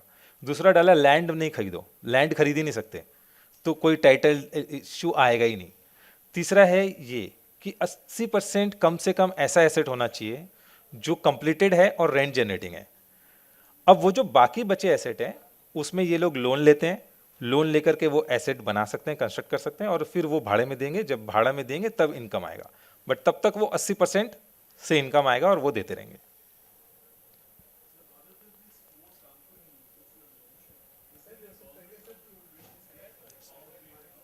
Sorry? So REIT is not there. See, what has also happened in the country is, this is very unlike other countries. So there is no concept of InvIT. Everything is a REIT. In India, government has done two products. One is REIT, which is real estate. What it typically has is the rent generating perpetual assets like malls, hotels, your offices, warehouses, all of these. The second asset class which has been created is called as InvIT, which has all this infrastructure like power and all. But the only difference is they may not have a perpetual asset, because most of these are, let's say, government owned and operated. So these assets may have 25, 30 years of life, and after it's largely on BOT basis, but there are different models which is there. I may not be the right person to talk about all of this, but InvIT hai India mein, and there are 4, 5 listed also, which is there. Or the NHAI InvIT, same, does the same REIT rules apply to NHAI InvIT? It's almost similar. Very few differences. Like, for example, there is one regulation which is again corporate governance regulation, which SEBI has put is REITs cannot go beyond 49% of debt. Like real estate में ये सबसे बड़ा problem रहता है कि 100% levered होगा, 2x levered हो सकता है, but REIT को restrict किया है कि आपने 49% से ज़्यादा debt नहीं लेना है. InvITs को 75 है. तो ऐसे कुछ regulation different है, but otherwise in principle similar. How about the distribution norms? Similar. Similar? Similar. Quarterly, 90%, similar. But InvITs don't come up on the market. They are 4 or 5 listed, yes. 4 or 5 listed yet. Okay, thank you. Hello, sir. Sir, could you please throw some light on FOPs and how they come into the picture regarding REITs? See, there are fractionally owned products, if I'm... right, it's fractional ownership platform. So what happens is, as I was saying, REIT was something which, you can sit please. So SEBI came up with this concept of REIT and InvIT in the country, and similar to what we have in Singapore and other geographies. But FOPs were not fully part of this REIT. So SEBI did one more thing to regulate them also. SEBI started a concept of SM REIT. So now these guys can also get themselves listed as SM REIT. There is one already listed in the country. Now, when you compare with that, it is slightly similar, but a bit different also, because let's say there you are actually taking a share in only one building, in only one place. It may be half a building also. So you share the risk and reward of that building. But here you have the risk, the benefit of diversification. Second, there the minimum ticket size is way larger, 10 lakhs in that case. Now, it was earlier 25, now 10. Here it is one share. So those are the difference. If you talk about traditional FOPs or fractional assets, it's very different. One is governance, which is a big thing. They are not regulated. The second is diversification. Third is liquidity. You have invested in that. Somebody tells you the price has gone double. But how do you sell it? And then the funda that I told you, which is common, everybody knows it. जब बेचने जाओगे सस्ता बिकेगा. बिकेगा ही नहीं. अगर बिक गया तो सस्ता बिकेगा. खरीदने जाओगे तो महंगा बिकेगा, महंगा मिलेगा. Sir, on this slide, so the returns are comparable between REITs and Nifty. So volatility, is it also comparable, or how is it? Thank you for the question actually. See, REITs are very stable. Kedia जी ने बताया ना ऐसा train पकड़ना है जो बहुत ज़्यादा ऊपर नीचे नहीं हो और चलता रहे, जो वैसे ही प्रोडक्ट है. ये आपके पोर्टफोलियो में वो खिड़की ट्रेन के खिड़की वाले सीट है ये. क्यों? Markets went up, it didn't move that much. It was just going steadily up. Markets tapered off from the top, 15%. These guys, they are still going, inching up. So the beta is not, let's say, 2x or multiples of the market. Beta is almost around 0.5, 0.75. They will take their time to go up. They will give, let's say, mid-teen returns. You can't expect that in 6 months, any REIT will become 3x, 4x, 5x. 16,500% नहीं मिलेगा कोई भी साल में, ठीक है? But it is a consistent compounder. वो train का सीट पकड़ के बैठे रहो, कंपाउंड करता रहेगा. Hello. Hello. Sorry, I think this presentation we will file on the SEBI website, so you can take it from there. Yeah. So we'll have to file there, so you can download it from there. If you want, you can contact us. We can share it with you. But I think we'll take one last question here, and then we'll. Last question only. Hello. Okay, and then we can take it offline also. It's fine. Yeah. Please go ahead, sir. Sir ये broker के पास pledge होकर इसका margin मिल सकता है क्या? Sir सुनाई नहीं दे रहा मुझे. ब्रोकर के पास प्लेज होके इसका मार्जिन मिलता है क्या? सर इसका एक वो आ रहा है कि कभी किसी ब्रोकर में मिल रहा है, किसी में नहीं मिल रहा है. Depends on the brokers basically. अभी ये जो 4 लिस्टेड जो रेट्स हैं, इनमें टोटल बोरोइंग्स कितनी है? Total borrowings almost around 35,000 crores. 35,000. Yeah. But you are showing the AUM is around 1,60,000. Yes. The market capitalization of total for REITs is around 98,000 crores. Yes. So why this gap? Because as I said, sir ने एक question पूछा था कि जो AUM है ना, that is based on the NAV, the fair value. But all the REITs are trading 8, 10, 12% below the NAV. सस्ती मिल रही है. 100 रुपए की चीज 80 में मिल रही है आपको. और ये वर्ल्ड ओवर अभी एवरेज यील्ड क्या आती है? Sorry? वर्ल्ड ओवर रेट्स की एवरेज यील्ड क्या आ रही है?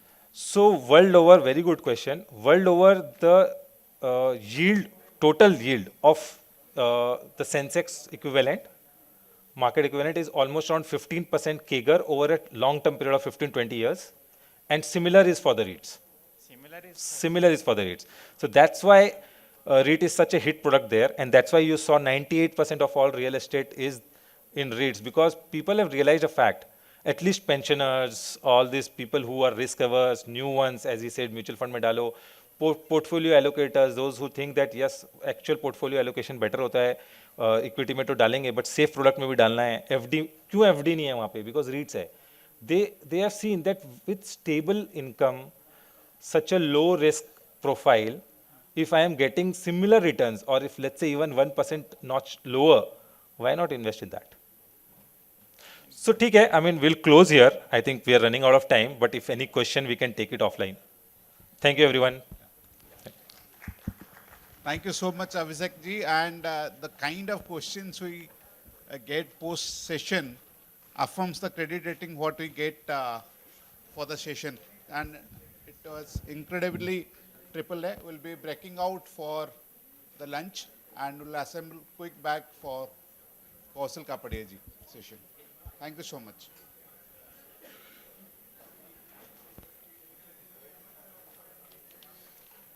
Kaushal Kapadia, Director and Chief Financial Officer of Multiple Equity, is there to make you understand how to invest, where to invest, and when to exit. So shortly we are starting this program. Just please keep settled down. Good afternoon, everyone. I welcome you all to this next technical session, which will be an investment ki Pathsala. This session will be later on displayed on G Business. We'll also have Q&A session during the, as the session starts. So for the session, I'll request the moderator of the session, Mr. Saurav Manchanda, to kindly join us on the dais. Kindly welcome him with a huge round of applause. I also request the speaker of the session and panelist CA Kaushal Kapadia. Please give a thunderous round of applause as we have both the moderator and speaker on the dais. I'll take a moment to briefly introduce both of them. Mr. Saurav is editor SME of G Media. He leads the entrepreneur space pan India, and he is working towards making businesses future ready for more than a decade. Welcome Saurabh to ICAI EIRC. CA Kaushal Kapadia is currently the Chief Financial Officer at multiple alternate asset management private limited. He has close to 20 years of work experience, of which most has been in the private equity industry. At multiple, he leads the fund setup, investment structure, fund accounting, taxation, valuation, tax diligence, etc. Welcome, Mr. Kaushal, to EIRC ICI. I take a moment to felicitate them as the session proceeds.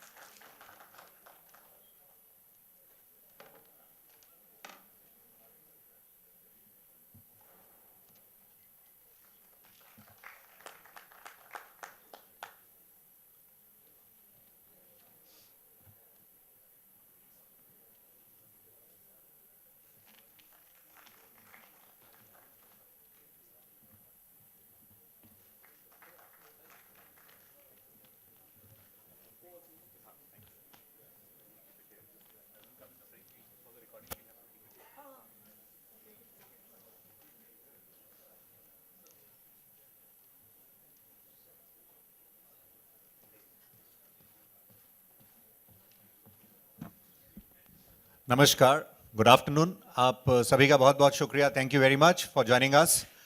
ये session investment की पाठशाला है जिसको हम अभी record कर रहे हैं। ये later on Zee business channel पर टेलीकास्ट होगा। इसकी टेलीकास्ट डेट्स पर हम आपको पोस्टेड रखेंगे। तो इस सेशन में हम इनिशियली कौशल साहब से बातचीत करेंगे, समझेंगे इन्वेस्टमेंट्स पर एक 360 डिग्री पर्सपेक्टिव लेने की कोशिश करेंगे, and then moving forward will come to you. Will request you, आप प्लीज़ आपके जो भी व्यूज़, अगर कोई प्रश्न सुझाव हो तो please share with us. Kindly get up for the cameras so that हमारी कैमरा टीम आपका फ्रेम कैप्चर कर सके। अपने आप को आप आइडेंटिफाई करें with your name, your organisation's name, and then whatever question you have.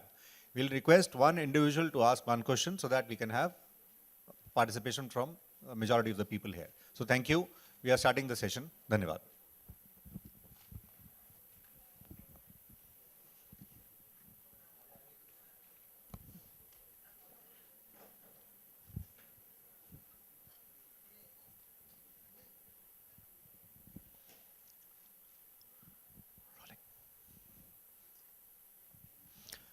नमस्कार, जी बिजनेस और institute of chartered accountants of India ICAI के स्पेशल सेशन इन्वेस्टमेंट की पाठशाला में आपका स्वागत है।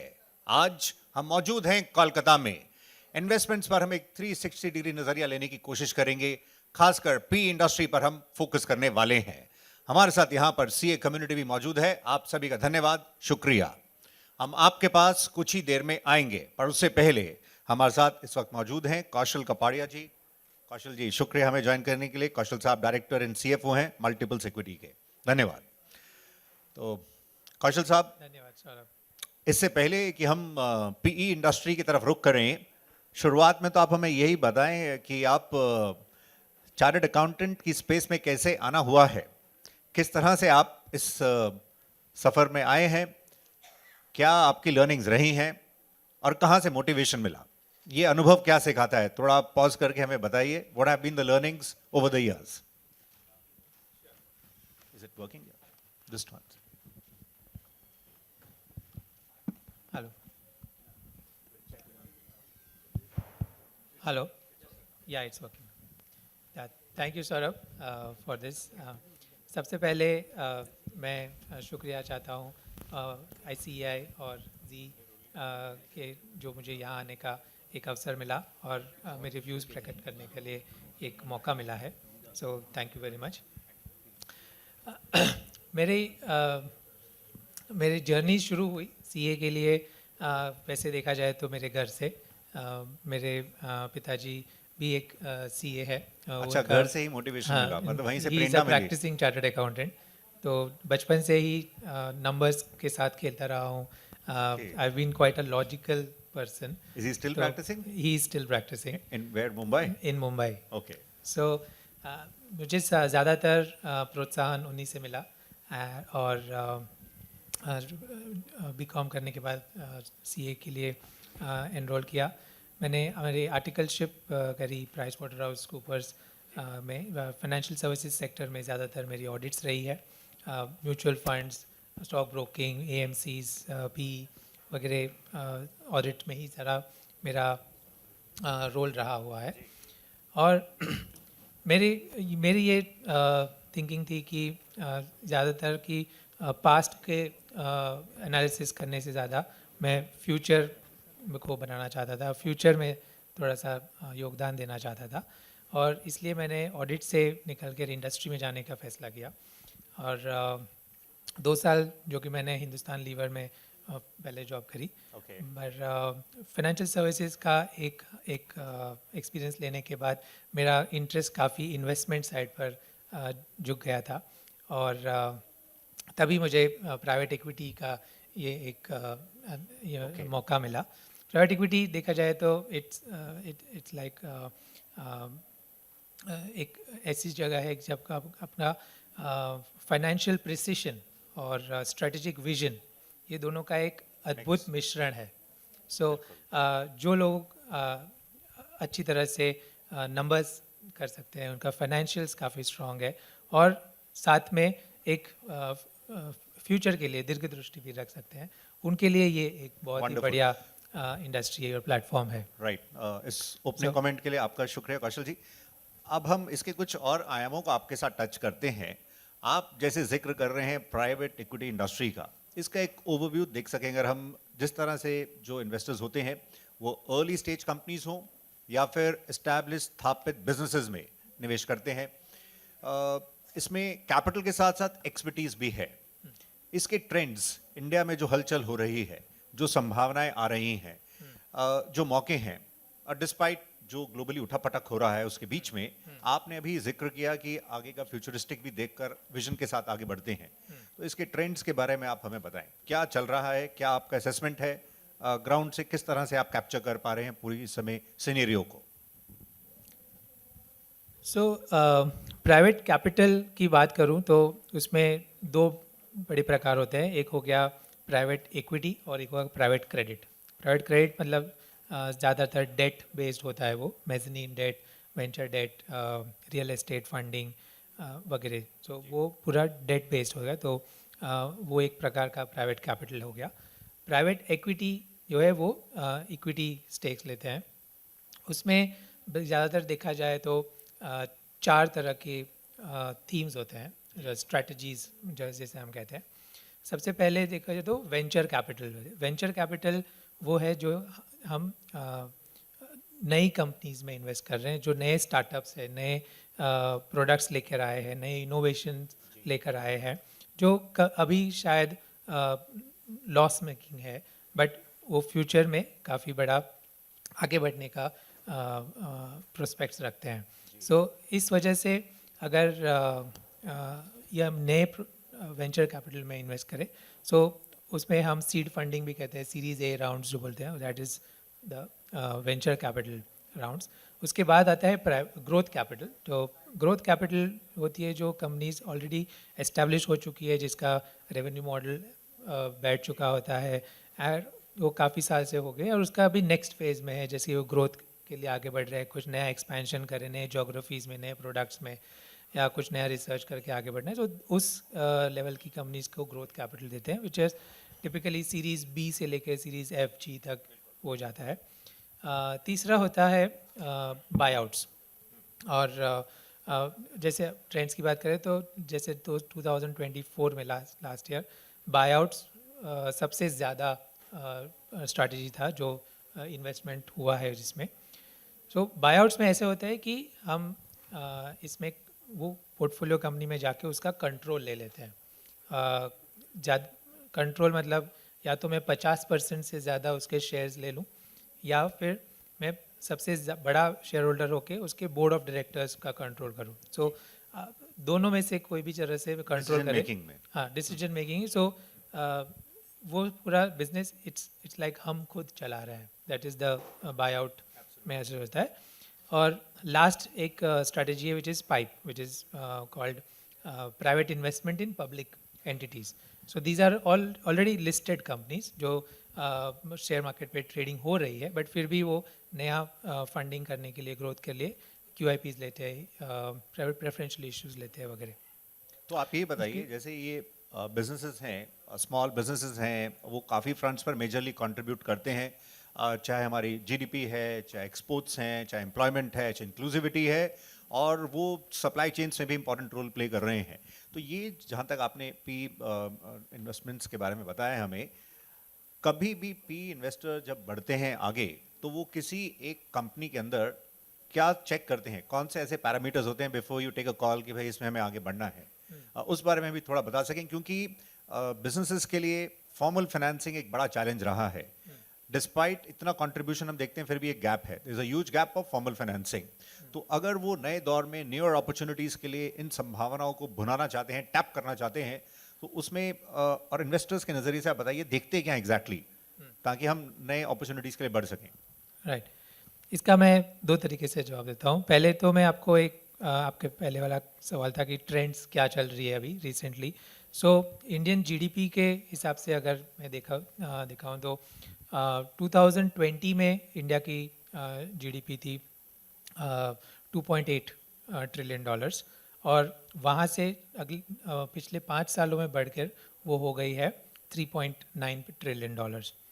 ये मौका, ये यहाँ तक आने के लिए जितना कैपिटल इन्वेस्टमेंट हुआ है, उसमें प्राइवेट कैपिटल का जो क्यूमुलेटिव इन्वेस्टमेंट हुआ है वो है 280 बिलियन, 280 बिलियन डॉलर का इन्वेस्टमेंट हुआ है। इसी को अगर गवर्नमेंट का जो लक्ष्य है कि हम अगले 3 साल में 5 ट्रिलियन डॉलर इकोनॉमी में चले जाएं, तो उसके लिए एस्टिमेट्स है कि 230 बिलियन डॉलर और प्राइवेट इन्वेस्टमेंट लगेगा। सो ऐसे देखा जाए तो पिछले 5 सालों में जो हमने किया है वही अगले 3 सालों में ऑलमोस्ट उतना ही करने की संभावना है। एंड उसका जो आप देख रहे हैं कि जो क्वांटम बढ़ते जा रहा है, 2011 में अगर मैं इसका ट्रेंड देखें तो वो सिर्फ 11 बिलियन डॉलर का टोटल इन्वेस्टमेंट था एक साल में, वो बढ़कर 2018 में जाके 32 बिलियन डॉलर हो गया है, और लास्ट ईयर 2024 में 60 बिलियन डॉलर, 60 बिलियन डॉलर का हो गया है, और ये सालाना नंबर्स है, राइट। सो आप देख रहे हैं कि पिछले 15 सालों में पूरी प्राइवेट इक्विटी इंडस्ट्री इतनी आगे बढ़ चुकी है और इतना उसका प्रभाव बढ़ चुका है पूरे इंडियन इकोनॉमी में कि उसी से अपनी ग्रोथ ज़्यादा हो रही है। सो कमिंग टू आपका, हाँ, आपके सवाल भैया कि क्या देखकर हम निवेश करते हैं, तो उसमें हम पहले दो देखते हैं कि एक होता है कि एक टॉप डाउन अप्रोच और दूसरा होता है एक bottom up approach. So top down में क्या करते हैं कि पहले हम इकोनॉमी के मैक्रो इंडिकेटर्स देखते हैं, कैसे उसके डेमोग्राफिक्स चल रहे हैं, इन्फ्लेशन, इंटरेस्ट रेट्स, या गवर्नमेंट की पॉलिसीज़ किस तरफ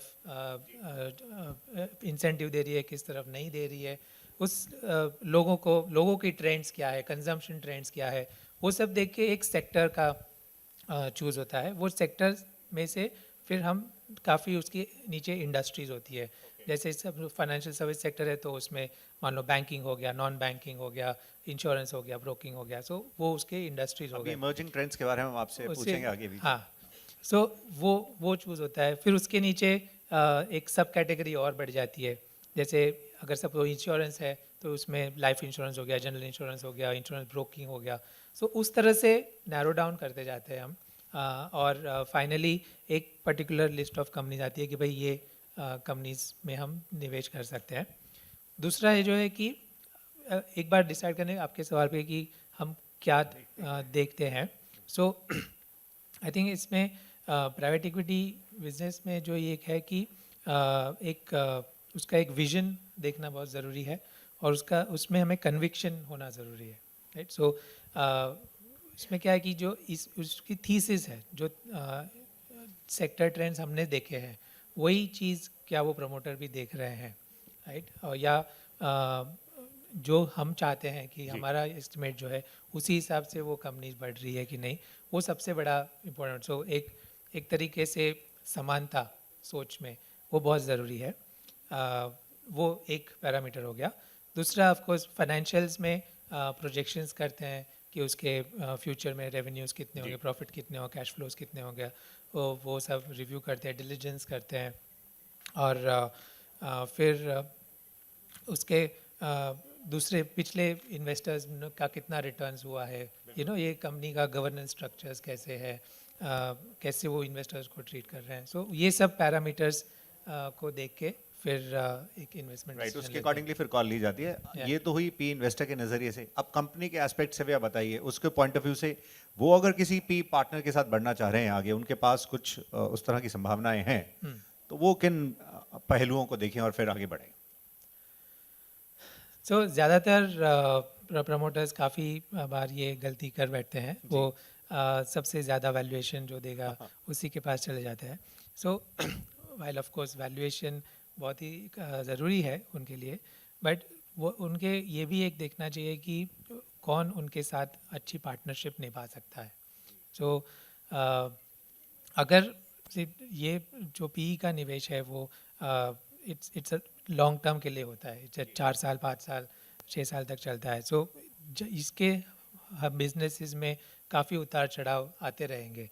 सो ऐसा कुछ पार्टनर जो तुम्हारे गलत समय में या तुम्हारे बुरे समय में भी तुम्हारे साथ दे पाए, या तुम्हें सॉल्यूशंस दे के वहाँ से निकाल पाए, तुम्हें अपने ट्रैक पे लाए, ये तुम्हारे बिजनेस को जो अड़चन आ रही है उसको कैसे निकाल पाए, उसके सॉल्यूशंस दे पाए। सो that is something which they should look for.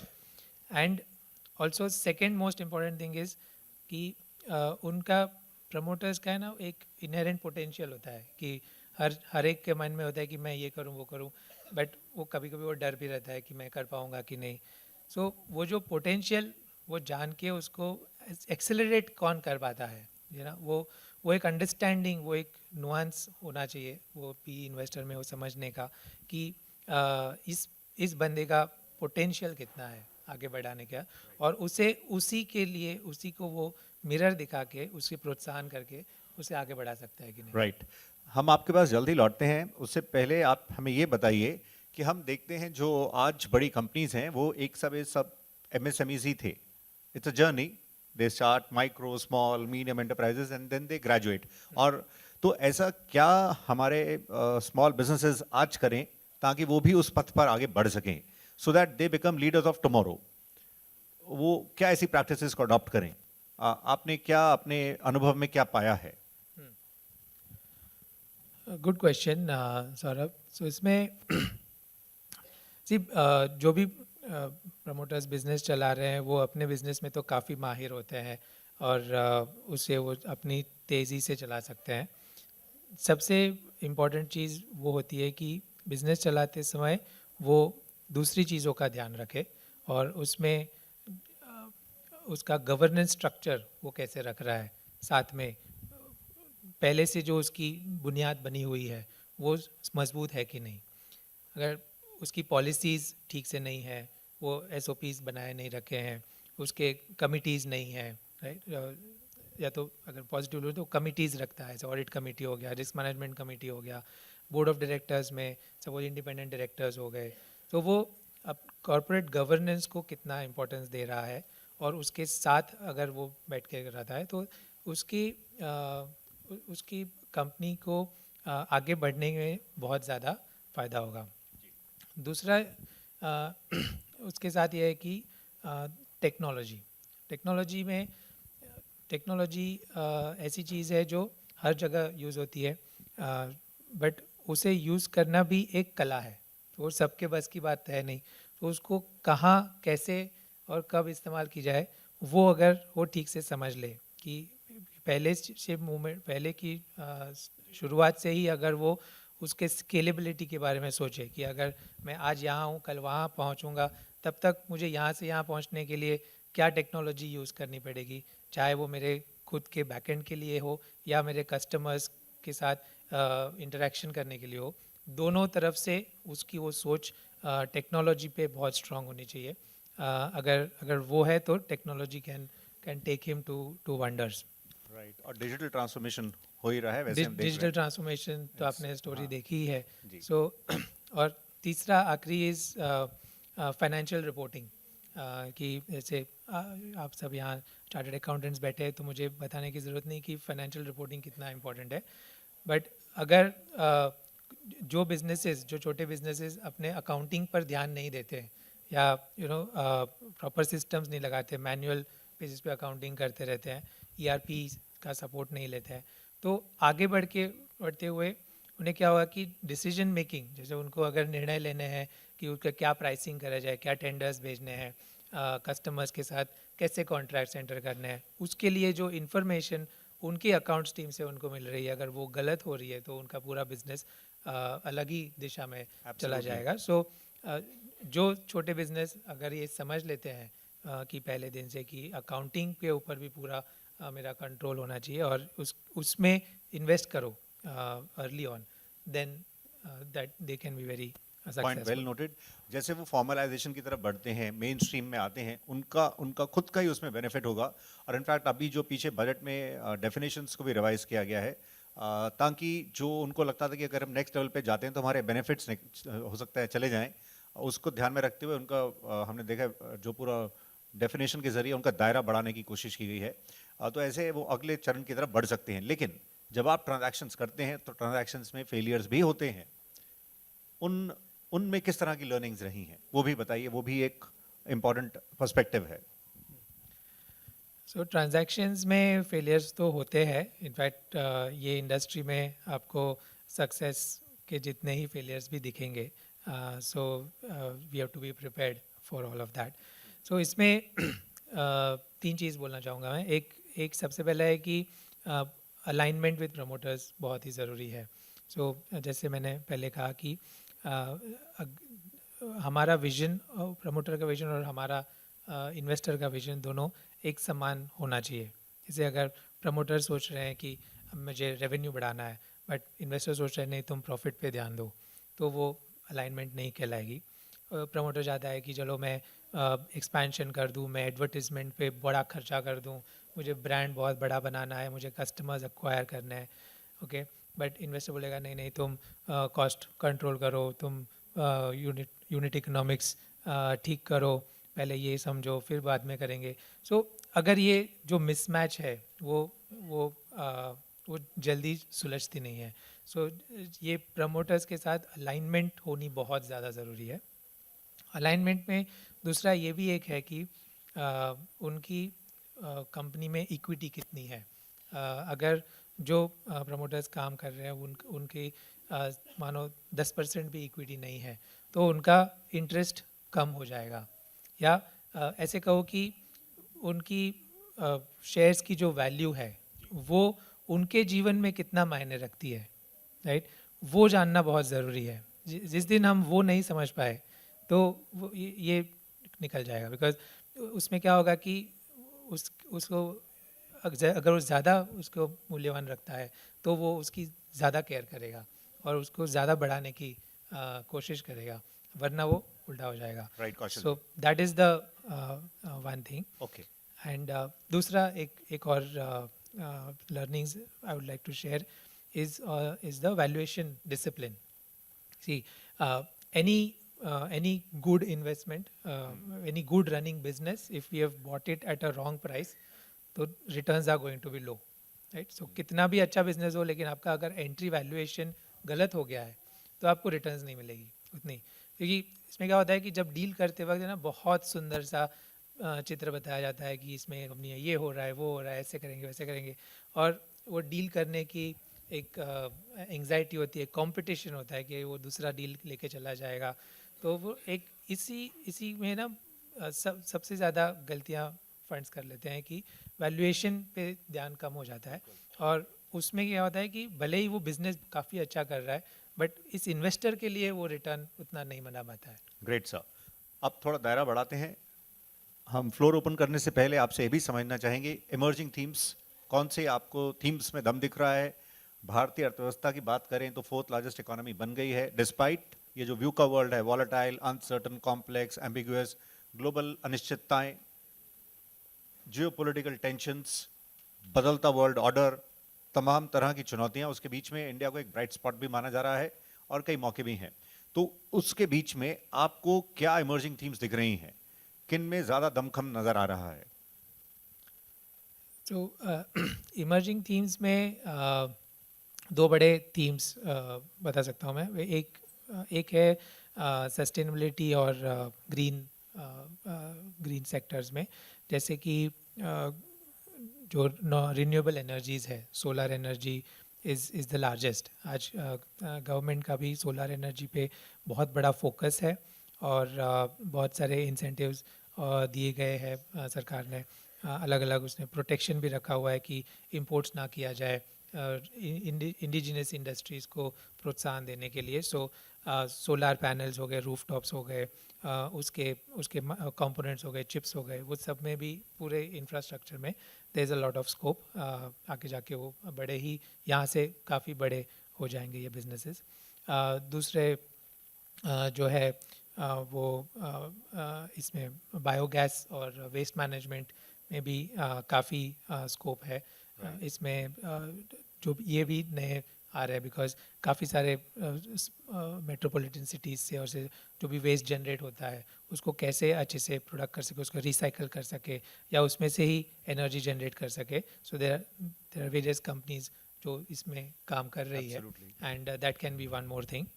Sustainable finance itself can be there, because there are काफ़ी NBFCs ऐसी होती है जो सिर्फ सस्टेनेबल कंपनीज को ही लेंडिंग करती है, और उस ऐसी फाइनेंस कंपनीज के लिए भी काफ़ी स्कोप आगे बढ़ रहा है. जैसे हम देख रहे हैं जो नेट जीरो के टारगेट्स हैं, उन टारगेट्स को मीट करने में भी MSMEs का रोल होगा. ये सोलर रूफटॉप सोलराइजेशन जैसे हम बढ़ रहे हैं, it is not only green, लेकिन उनके ऑपरेशनल कॉस्ट में भी उनको राहत मिलेगी. एज अ रिजल्ट वो कॉम्पिटिटिव बनेंगे, आगे बढ़ पाएंगे.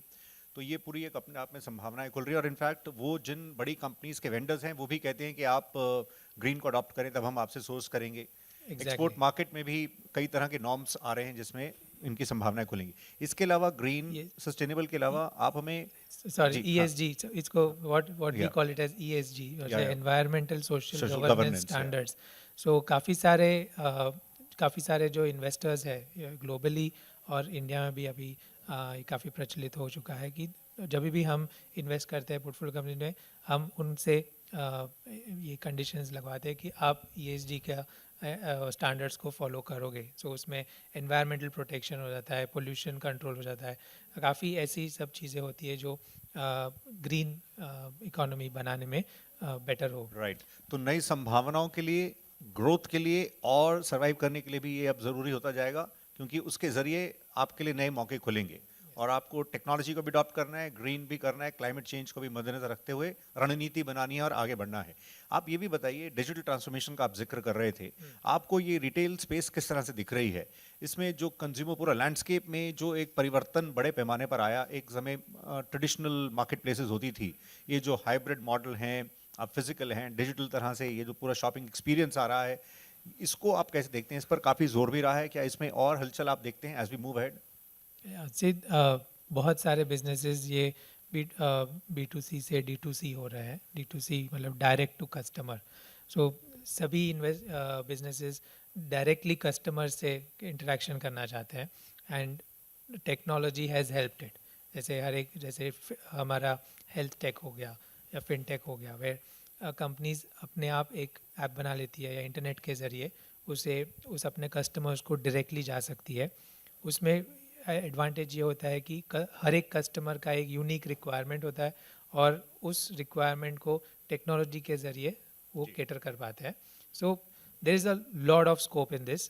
काफ़ी सारी कंपनीज अभी चल रही है, एंड जैसे हम देखते हैं हमारे इर्द गिर्द की सभी कंज्यूमर्स को भी वो बहुत ही कन्वीनियंट हो चुका है. सबके पास स्मार्टफोन्स हो गए हैं, तो डेटा बहुत फ्रीली अवेलेबल है. सो ये सब कंडीशंस बहुत ही कंड्यूसिव है इस सेक्टर को ग्रोथ करने के लिए. एंड ये टेक्नोलॉजी डिजिटल ट्रांसफॉर्मेशन एक ऐसा है कि वो हर एक बिजनेस को अफेक्ट कर रहा है, या हर एक बिजनेस को वो एक अलग लेवल पे लेके जा सकता है. दोनों संभावनाएं हैं, या तो वो उसको चढ़ा सकता है या उतार सकता है. क्योंकि ये दौर है इंडस्ट्री 4.0 का, आर्टिफिशियल इंटेलिजेंस का है. सो वो काम करने के, कारोबार करने के अंदाज बदल रही है, और जीवन जीने की भी जो शैली है उसमें भी एक्सपीरियंसेस ऑल टुगेदर नए तरह से बदल रहे हैं. आप ये भी बताइए, जब हम बात कर रहे हैं इन तमाम आयामों की, तो गिफ्ट सिटी के बारे में भी आप शेयर कर सकें, वो किस तरह से उसमें संभावनाएं हैं, वो कैसे उसकी भूमिका आ रही है। ये नए मौकों के बीच में जब हम कर रहे हैं कि इंडिया की इकोनॉमी में ग्रोथ हो रही है, तो वो गिफ्ट सिटी के रोल को भी आप किस तरह से देख रहे हैं बढ़ता हुआ इस नए दौर में, एक new age global financial centre, एक हब के तौर पे। Absolutely, gift city bang on, आपने बहुत अच्छा टॉपिक निकाला। सो गिफ्ट सिटी सबको बता दूँ, ये एक भारत की भूमि में एक इंटरनेशनल जुरिस्डिक्शन बना हुआ है। सो वो सुन के पहले समझ में नहीं आता, यकीन नहीं होता, बट वो सही है कि उसके लिए एक ऐसी सिटी बनाई गई है जिसके लिए सब रूल्स अलग है। उसके वो एक फॉरेन कंट्री जैसा माना जाता है, जैसे दुबई। हाँ, जैसे दुबई में एक IFSC है, सिंगापुर में IFSC है, वैसे ही इंडिया में हमारा सबसे पहला IFSC सेटअप हुआ है, और वो है गिफ्ट सिटी गांधीनगर के पास। सो इसमें ये होता है कि जो भी इसका मूल उद्देश्य ये है कि ग्लोबली सब कैपिटल को हम अट्रैक्ट कर पाए और उसको यहाँ इंडिया में इन्वेस्ट करके इंडियन इकोनॉमी के बेनिफिट के लिए यूज़ किया जाए। उससे समझो कि जॉब्स बढ़ सकती है, इन्वेस्टमेंट बढ़ सकते हैं, काफ़ी नए आइडियाज़ आ सकते हैं फॉरेन कंट्रीज से। जब फंड मैनेजर्स यहाँ पे सेटअप होते हैं तो वो वहाँ के आइडियाज़, वहाँ के प्रोसेसेस, सिस्टम्स लेकर आते हैं, जिससे ओवरऑल हमारी इंडियन इकोनॉमी को भी काफ़ी फ़ायदा होता है। तो ये हमारे माननीय प्राइम मिनिस्टर नरेंद्र मोदी जी ने ये इसकी नींव करी थी, ये उनका सपना था और उनका सेटअप था, और आज वो बहुत ज़्यादा आगे बढ़ चुका है। इनफैक्ट मैं काफ़ी खुशी के साथ ये कह सकता हूँ कि गिफ्ट सिटी को लास्ट 4 साल से मैंने काफ़ी नज़दीक से देखा हुआ है। हमारा मल्टीपल्स में जहाँ काम करता हूँ भी, हमने सबसे पहला रजिस्ट्रेशन वहीं पे करा था। We were the first members over there. So वहाँ के जो रेगुलेटर्स है, वहाँ के जो लोग हैं, वो सही मायने में बिजनेस को वहाँ सेटअप करने के लिए काफ़ी प्रोत्साहन करते हैं, वो काफ़ी सुनते हैं हमारी, और उससे क्या होता है कि जो भी इश्यूज थे सब सॉर्ट करके काफ़ी सारे बिजनेस अभी सेटअप हो चुके हैं। आज अगर देखें तो काफ़ी इंडस्ट्रीज़ है उधर, बैंकिंग हो गया है, बुलियन मार्केट हो गया, स्टॉक मार्केट हो गया, इंश्योरेंस हो गया, प्राइवेट इक्विटी है, म्यूचुअल फंड्स है। सो काफ़ी सारी फाइनेंशियल सर्विसेज इंडस्ट्रीज़ इसमें लगी हुई है। इनफैक्ट मार्च 25 के रिपोर्ट के अनुसार सिर्फ प्राइवेट इक्विटी की अगर बात करूँ मैं, तो उसमें लगभग 160 जितने फंड मैनेजर्स ऑलरेडी रजिस्टर्ड है, 230 फंड बन चुके हैं, कुछ $15 बिलियन का कैपिटल कमिटमेंट हो चुका है। ग्रेट। तो इससे पहले हम फ्लोर ओपन करें, एक आखिरी व्यू आपसे लेते हैं and then will move. AI की बात हो रही थी, आर्टिफिशियल इंटेलिजेंस, तो ये PE इंडस्ट्री में भी, क्योंकि ये सब क्षेत्रों में इसका इम्पैक्ट हो रहा है, आपके स्पेस में किस तरह से आप देख रहे हैं बदलाव होते हुए? ये तेज़ रफ्तार से चेंजेस हो रहे हैं, और यंग CAs भी जो हैं वो भी नए दौर के लिए अपने आप को कैसे रेडी करें, कैसे बढ़ें, क्योंकि उनका रोल भी चेंज हो रहा है। बात होती थी पहले टैक्स एक्सपर्ट्स, अब इन्वेस्टमेंट एडवाइजर्स भी हैं, और ये रोल चेंज हो रहा है। AI के आने से कई मौजूदा स्किल्स एकदम रिडंडेंट हो रहे हैं, नए तरह के हुनर, नए तरह के स्किल्स की ज़रूरत है, और मौजूदा स्किल्स को अपग्रेड, रीस्किलिंग, अपस्किलिंग करना भी ज़रूरी होता जा रहा है। तो AI इन PE इंडस्ट्री और AI का यंग CAs के लिए भी आपका क्या संदेश होगा? तो AI का प्राइवेट इक्विटी में काफ़ी यूज़ केसेस है, और पहले ये सब गुड टू हैव हुआ करते थे, अभी धीरे धीरे वो मस्ट हैव्स में जा रहे हैं। सो अगर मैं डिलीजेंस के हिसाब से देखूँ तो एक डिलीजेंस करते वक्त हम जब डॉक्यूमेंट्स पढ़ते हैं, सब इन कंपनीज़ के काफ़ी सारे डॉक्यूमेंट्स होते हैं, तो नेचुरल लैंग्वेज रीडिंग बोलते हैं उसको, मशीन लर्निंग, उससे पूरे डॉक्यूमेंट्स की समरी बहुत अच्छी तरह से जल्दी बन जाती है। So that is a big help, where हमारा डिलीजेंस कितना काफ़ी जल्दी हम कंप्लीट कर सकते हैं। सिमिलरली हम काफ़ी पोर्टफोलियो कंपनीज़ में इन्वेस्ट करते हैं, तो सभी पोर्टफोलियो कंपनीज़ के रिपोर्ट्स अलग अलग आते हैं, अलग फॉर्मेट्स में होते हैं, तो ये AI की मदद से हम सबको एक समान फॉर्मेट में लेके आ सकते हैं, उसमें एरर्स जो होती है वो आइडेंटिफाई हो जाती है। सो उसका रिव्यू करने का टाइम काफ़ी कम हो जाता है। सिमिलरली अगर कंप्लायंस क्षेत्र में देखें तो जितने डॉक्यूमेंट्स हमने साइन करे हैं, जैसे अगर हमने इन्वेस्टर्स के साथ सब डॉक्यूमेंट साइन किए, हमारे कितने सारे फंड्स होते हैं अलग अलग, सो हर एक डॉक्यूमेंट में, हर एक एग्रीमेंट कुछ कंडीशंस होती है, वो कंडीशंस कैसे मीट करनी है, कुछ छूट नहीं रहा है, वो भी एक एआई के माध्यम से हम उसके ऊपर नज़र रख सकते हैं. It can act like an alarm कि ये सिचुएशन में ये तुम्हें ये करना चाहिए. सो ये है. इन्वेस्टर रिलेशंस में भी आप देख रहे हो जरा चैटबॉट्स बन चुके हैं, काफ़ी कंपनीज ने वो अडॉप्ट कर चुके हैं. सो इन्वेस्टर की क्वेरीज, उनके क्वेश्चंस रिजॉल्व करने के लिए चैटबॉट्स का भी यूज़ हो सकता है. सो काफ़ी यूज़ केसेस है. एंड आई वुड से कि हाँ, काम करने के अंदाज बदल रहे हैं. एंड यंग सीएस को आई से कि there is no need to worry कि ये एआई हमें रिप्लेस कर देगा, बट एज यू सेड ये एआई हमें रीडिफाइन ज़रूर कर देगा कि वो we'll have to change our ways of working. That's all. I think AI on its own can not work, but हमारे साथ एआई को हम एआई से लेके जाए तो we can work more efficiently. Absolutely. So wishing you all the best. आइए अब हम आपका रुख करते हैं और कौशल साहब के लिए तालियां. थैंक यू वेरी मच कौशल साहब इस नज़रिए के लिए और ये पर्सपेक्टिव देने के लिए. कुछ आपके प्रश्न हो या आप कुछ शेयर करना चाहते हो, कुछ कहना चाहते हो तो please kindly get up for the cameras. अपना कुछ एक्सपीरियंस शेयर करना चाहते हो इस जिन पहलुओं पर हमने बात की sir. Yeah we'll come to you one by one. Please kindly stand up for the cameras. आपके पास माइक आएगा जी.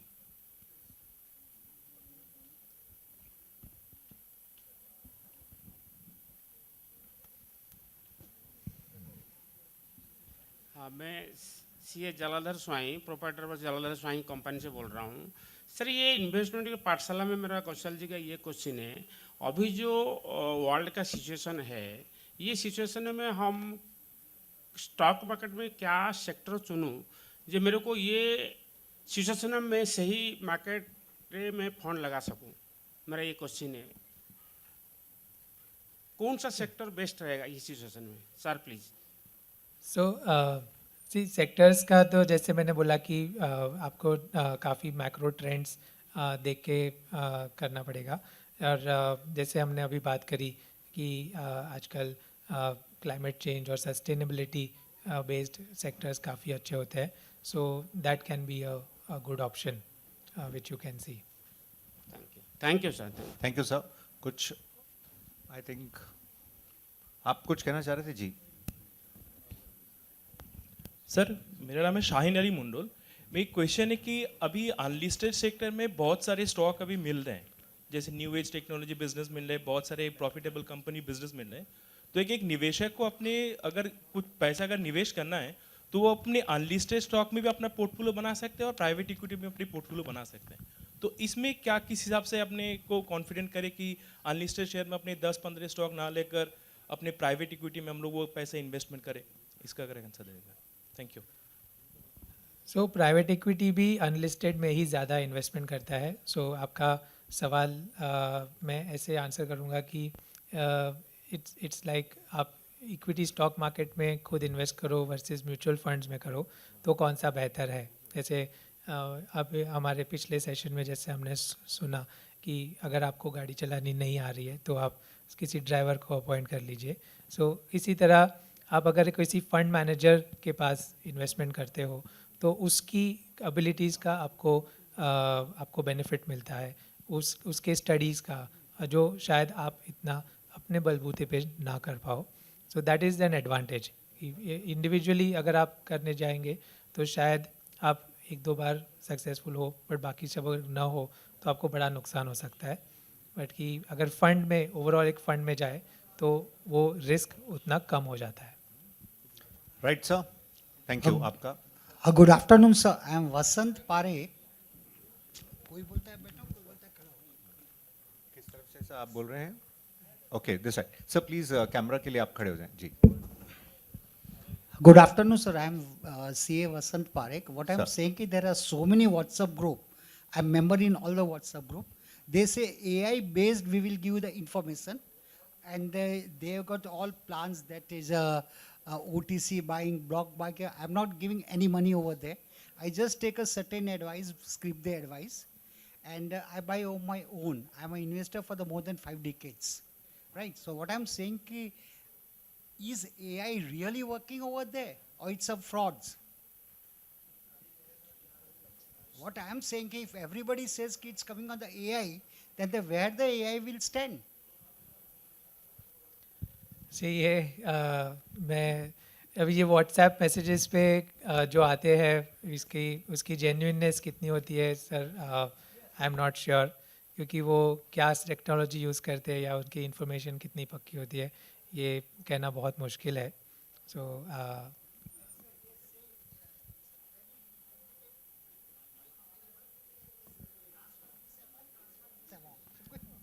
आपका इतना अनुभव है, आप सोच कर संभल कर देख कर जैसे करें तो हाँ हाँ राइट सर.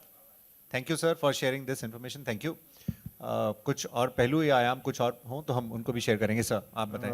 मेरा एक क्वेश्चन है, ये आजकल स्टार्टअप में कुछ लोग जो प्री लिस्टिंग है उसमें इन्वेस्टमेंट करने के लिए फंड मैनेजर सजेस्ट करते हैं, स्टार्टअप में जैसे मोबाइल में या इस तरह की कंपनियों में, तो is it advisable to invest in this type of investment startup में? तो स्टार्टअप्स में इन्वेस्ट करना तो अच्छा है. लाइक जैसे वो भाई साहब ने अभी जो पूछा कि हम प्राइवेट अनलिस्टेड डील्स डायरेक्टली भी कर सकते हैं, तो आपके पास अगर वो एबिलिटीज़ है और टाइम और फैसिलिटीज़ है तो आप कर सकते हैं. स्टार्टअप इन्वेस्टमेंट में कोई दिक्कत नहीं है.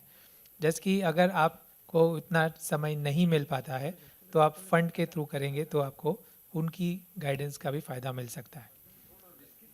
रिस्की तो रहेगा, इंडिविजुअली करना का थोड़ा रिस्की रहेगा. कोई और पहलू या कुछ और आपका? जी सर, myself Champak Chandra. सर तो माइक थोड़ा आपके नज़दीक है. Myself Champak Chandra from Kolkata. Like say, previously when IPO used to come, many people used to have make. Sir, mic close, please. Many investors used to make hefty amounts of profit. Now with a separate layer of private equity and other things coming in, IPOs are basically befooling us. I feel IPOs are tanking. So how does one gauge as to whether there is some value left on the table for the IPO investors, or is it totally a game of the promoters and the PE equities, so to say? जैसे आई would से IPOs में काफ़ी IPOs में आप देखेंगे तो ऐसे price movement हुई है. इमीडिएट लिस्टिंग पे भी काफ़ी IPOs में प्रॉफिट हुआ है, और उसके बाद अगर आप होल्डिंग करते हो for 1 year 2 years down the line तो काफ़ी अच्छी कंपनीज है जिसमें फ़ायदा हुआ है. सो आई वुड से कि जस्ट बिकॉज कोई प्राइवेट इक्विटी उसमें है या कोई फंड मैनेजर उसमें है, उससे ज़रूरी नहीं है कि वो प्राइस मैक्सिमम हो चुका है. मार्केट सभी समझते हैं कि एंड अच्छी कंपनीज को अच्छा प्राइसिंग हमेशा मिलते ही रहेगा. Right sir, thank you. Thank you sir. यहाँ पे आप कुछ कह रहे थे जी, बताएं. कौशल जी नमस्कार, मेरा नाम मनीष अग्रवाल. मेरा एक सवाल है कि अभी जैसे गवर्नमेंट बहुत सारा थ्रस्ट डाल रही है मेक इन इंडिया कॉन्सेप्ट पे, एंड डिफेंस एंड एरोस्पेस एक ऐसा सेक्टर है जो कि हमारे प्राइम मिनिस्टर का भी फोकस एरिया है, एंड गवर्नमेंट अभी तक इंपोर्ट ज़्यादा करते थे डिफेंस, अभी the target is export of defence products from India. तो ये सेगमेंट में अभी प्राइवेट कंपनीज बहुत कम है, mostly the government companies are there. Do you see any prospect for the private companies also in this segment? I would say काफ़ी private companies भी इसमें काम कर रही है. सो लिस्टेड मार्केट्स पे भी कुछ कंपनीज है, और अनलिस्टेड मार्केट्स में भी आप देखिए तो there are many companies who are working as defence. तो वो डिफेंस एक बड़ा नाम है, बट उसके पीछे उसकी एक इंफ्रास्ट्रक्चर काफ़ी बड़ी होती है. तो I am sure you will have a lot of things to lot of list of companies to identify from it.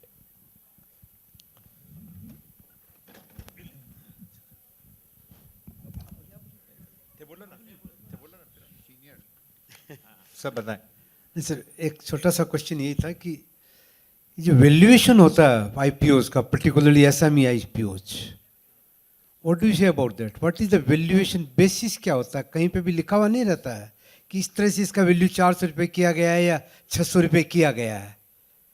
तो इन्वेस्टर जो होता है वो कहाँ जाएगा to find out whether this 400 is correct और नॉट करेक्ट और not what basis this 400 is arrived. ये कहीं कैलकुलेशन नहीं रहता है. And this question is being last for last 2-3 years. And I understand and I remember once SEBI chief said very clearly that we don't go into valuation things. When the lady was there, she said very clearly, we don't go into valuation. That's So right. what do you say about that? So I would say कि valuation एक ऐसा है कि valuation काफ़ी subjective है sir. So जब भी new companies आती है या SME IPOs में जो आती है कंपनीज, कई बार उसके फुल इंफॉर्मेशन या डिटेल्स अवेलेबल नहीं होती है सबके पास. तो वैल्यूएशन करने के लिए काफ़ी उसकी डिटेल, उसकी हिस्ट्री और उसका फ्यूचर प्रोस्पेक्ट जानना बहुत ज़रूरी है. तो अगर इंडिविजुअली आपको वो शायद इन्फॉर्मेशन ना मिले, कुछ एनालिस्ट रिपोर्ट्स जो होते हैं उसके ऊपर आप रिलाई कर सकते हो. या फिर मेन IPOs में तो काफ़ी हो जाता है, बट SME IPOs में ये थोड़ा सा ट्रिकी है. सो आई वुड से वो उतना रिस्क ज़्यादा ही है उसमें वैल्यूएशन का और ओवरऑल परफॉर्मेंस का भी. SEBI Which is not desirable for the small investors. People who go in SME investors, they are not, matured investors don't go in SMEs. SMEs में वही लोग जाते हैं. अभी I would not for anybody, but bit immatured. बराबर है. So Right. इसीलिए Now immature ने people, one risk- minute, sir. If immature people, if don't got any basis, see एक और एक 2 होता है, कहीं लिखा हुआ ही नहीं रहता है और आप बोलते हैं 1 और 1 3 होता है, लिख मान लो, तो उसको मान करके हम अपनी इन्वेस्टमेंट कर देते हैं. Is it correct? Whether authority do not look into this, whether you big investors or big brokers or big merchant bankers or whosoever that connected to the market, don't they point it out to the SEBI or to majority authorities? Why don't you look into this point? This is something very grave area of making people fool. So इसमें मैं कुछ ज़्यादा comment नहीं करना चाहूँगा. SEBI ने काफ़ी disclosure norms already रखे हुए हैं. सो वो रिस्क फैक्टर्स भी होते हैं. So we have to understand कि ये सब रिस्की प्रोडक्ट्स है, तो उसे उस तरह ही सोचना चाहिए. राइट सर, आप कुछ कह रहे थे. Kaushal ji, welcome to Calcutta and thanks for an enlightening session. My name is Naresh Gupta. You spoke about biogas. I'm not able to find out which are the good companies in biogas field and also about waste management. You spoke about these two forthcoming sectors and the sectors which has great potential in times to come. But I was looking at Google. In waste management, I could find only Anthony Waste Management, and biogas, I could not find any company. So if you could, though if it is convenient to you, you can give me the names, which are the companies who are good ones in these two sectors. Not individual companies as such. That you Yeah. can. So Whatever is मैं convenient to you. Individual companies की तो बात नहीं कर सकता, but okay, I जैसे आप I think listed companies के बारे में सोच रहे हैं. मैं प्राइवेट इक्विटी में काफ़ी तरह हम अनलिस्टेड कंपनीज में ही देखते हैं. सो अनलिस्टेड स्पेस में ये काफ़ी आपको एग्जांपल्स मिल सकते हैं. Thank you, sir. Any other point of view? Yeah, you want to say something? Okay. Thank you, Kaushal, for sharing your experience throughout the investment ki Pathshala session. You were also shared one of your learnings during the 20-year career at PE. I would also want to ask one personal anecdote, if you could share. You can mask the name of the company, which has been very close to your heart, and that has been the growth story that you have witnessed as an investment professional. See, thank you, Saman, but I would not like to name any companies over here, so please excuse me for that. No problem. Thank you. Anyways, तो एक आप कुछ चलते हुए कुछ कहना closing चाहें? एक जी, बिल्कुल. remarks I would like to say, Saman. I think we also said कि CA fraternity के लिए और young chartered accountants के लिए भी अगर देखा जाए तो private equity में काफ़ी स्कोप है काफ़ी सारा इट्स या तो एक investment activity is the main activity, उसमें भी आप कर सकते हैं, काफ़ी CAs इन्वॉल्व है उसमें. Like I said, if you are a logical person, you know, आपका नंबर्स पे पूरा कंट्रोल है और आप विजन है राइट, वो स्ट्रेटेजिक विजन अगर आप ला सकते हो, अगर आपको में वो एक एस्पिरेशनल CA हो जिसे कुछ कर दिखाना चाहते हो, या अपनी स्किल्स यूज़ करके इंडिया का प्राइवेट इन्वेस्टमेंट्स में, उसके ग्रोथ जर्नी में, उसके आत्मनिर्भर भारत बनने में पार्टिसिपेट करना चाहते हो, then I would say that private equity is a very good platform for all of you. And अगले 10 साल or the next decade, as I see, is going to be a tremendous growth journey for India. And इस decade में या तो हम उसको आते जाते देख सकते हैं, या फिर उसमें participate करके उसका future बदल सकते हैं. So let's try and shape the future. Wonderful. आपका बहुत बहुत शुक्रिया कौशल कपाड़िया जी फॉर जॉइनिंग अस. धन्यवाद इन विचारों के लिए. तो इन्वेस्टमेंट की पाठशाला के कोलकाता राउंड से अभी के लिए इतना ही. ये सफर जारी रहेगा. फिलहाल अभी के लिए नमस्कार, goodbye. Thank you sir. Friends, give a huge round of applause for our speaker, Mr. CA Kaushal Kapadia, and for the moderator, Mr. Saurav Manchanda. Sir, thank you so very much to taking us through this investment ki Pathsala. Friends, we have back-to-back sessions after this. We'll having Mr. Vikas Sethi, Mr. Sandeep Jain, Mr. Chandan Tapadia, and Vivek Bajaj, sir. So very quickly we'll be coming up with the next session.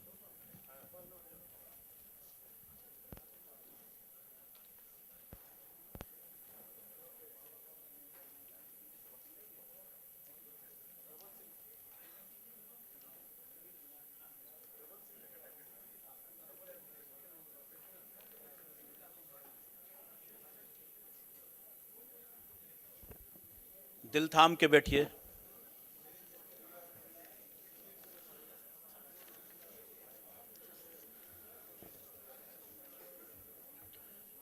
Jain साहब के James, Jain साहब के James हम लोगों ने सबने सुने हैं, और उनके मुखारविंद से हम लोग उन जेम्स को और सुनेंगे.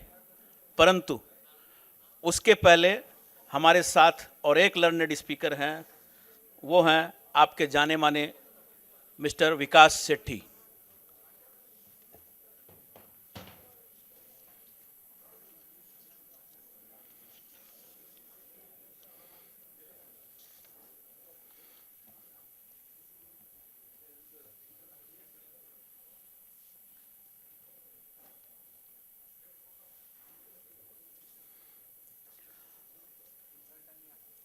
I now invite one of the Director, National Council of ANMI, CS Sandeep Jain, to escort Mr. Vikas Sethi, MD of CFMIP Private Limited.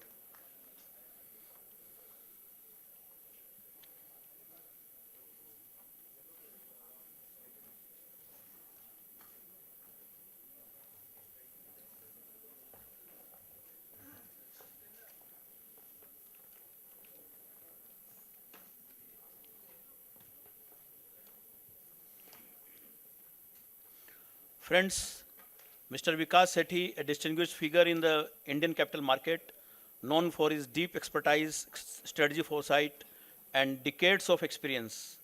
He is the Managing Director of CFMIP Private Limited, a reputed stockbroking firm with membership across NSE, MCX, NSDL, CDSL.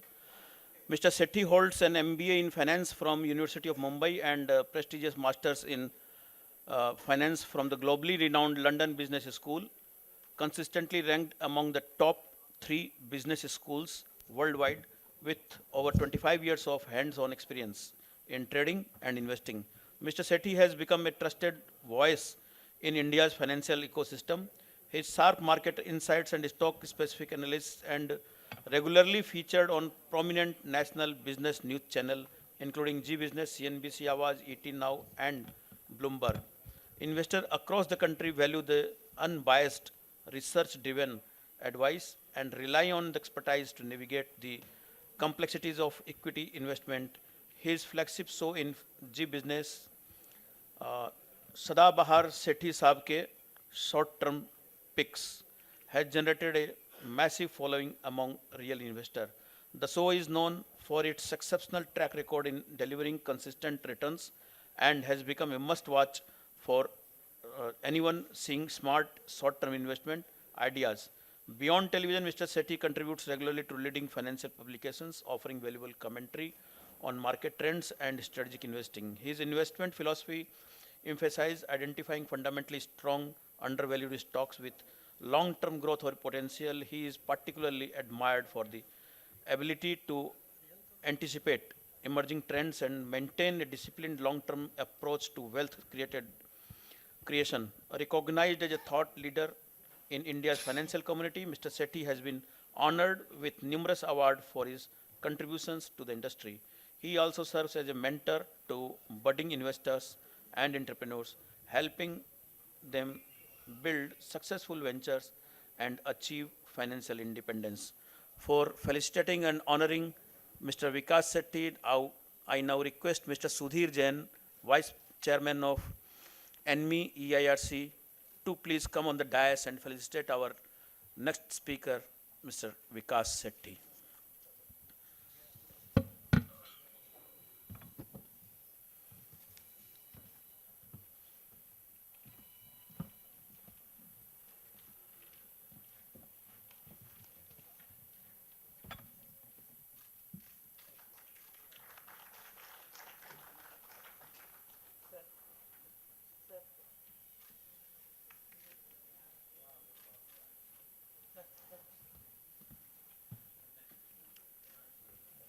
And the session is being moderated by FCA Sandeep Jain, who is MD of Transcon Securities Private Limited, a SEBI registered intermediary with membership of NSE, BSE, and SDL, a strong operational footprint across India. He is currently director in the National Council of the ANMI and has previously held position of chairman of ANMI's Eastern India Regional Council, a respected voice in the capital market ecosystem. Mr. Jain is actively associated with the leading business and professional organizations such as Merchant Chamber of Commerce, Indian Chamber of Commerce, International Chamber of Business and Industry, ACI, etc. Thank you. Now, Mr. Sandeep Jain, floor is yours. Thank you, Hariji. Good afternoon, ladies and gentlemen. A warm welcome to all of you to this insightful session in the today's conclave of capital market. India is having a fascinating journey. We are seeing rapid digitization, booming investor base, and bold policy moves, which is definitely building up the capital markets of India. We are also seeing a lot of headline changes, disruptions, uncertainties across the globe. But one thing has remained constant, the need to think long-term. Yes, the need to think long-term. That forms the premise for wealth creation. And who better than our learned speaker, Vikas Sethi Saab, would be able to deliberate on this. I would definitely feel proud, and it's an honor for me to welcome our esteemed speaker today, Mr. Vikas Sethi, who needs no introduction in India's capital market fraternity. With his decades of experience and knack for identifying long-term themes, he has guided a lot of investors, millions of investors across India to create a lot of wealth, and he is a known figure amongst all of us. Welcome, Vikas ji. Good round of applause for Mr. Vikas Sethi, please. So we will straight away dive into the topic with your welcome remarks, sir, please. Good afternoon, friends. At the outset, I would like to thank Sandeep ji, Agrawal ji, for having invited me to address such an august gathering, and particularly Agrawal ji for speaking so nicely, or for his very nice words about me. Baki, I think we would be using more of Hindi, which would be comfortable for both of us, meaning you as well as me. I'll be able to better communicate in that. And let's get going with it. And if you want, I can talk about the markets, but then I think your questions would also pertain to the same. So let's get going with your questions, and I'll answer them one by one, and then we can have a Q&A, which would make this session a bit more interactive. So, Sethi sir will just start with an icebreaker question. We know you as Sethi Saab, Sadawar Sethi Saab. You are known like that across India. You are a famous celebrity.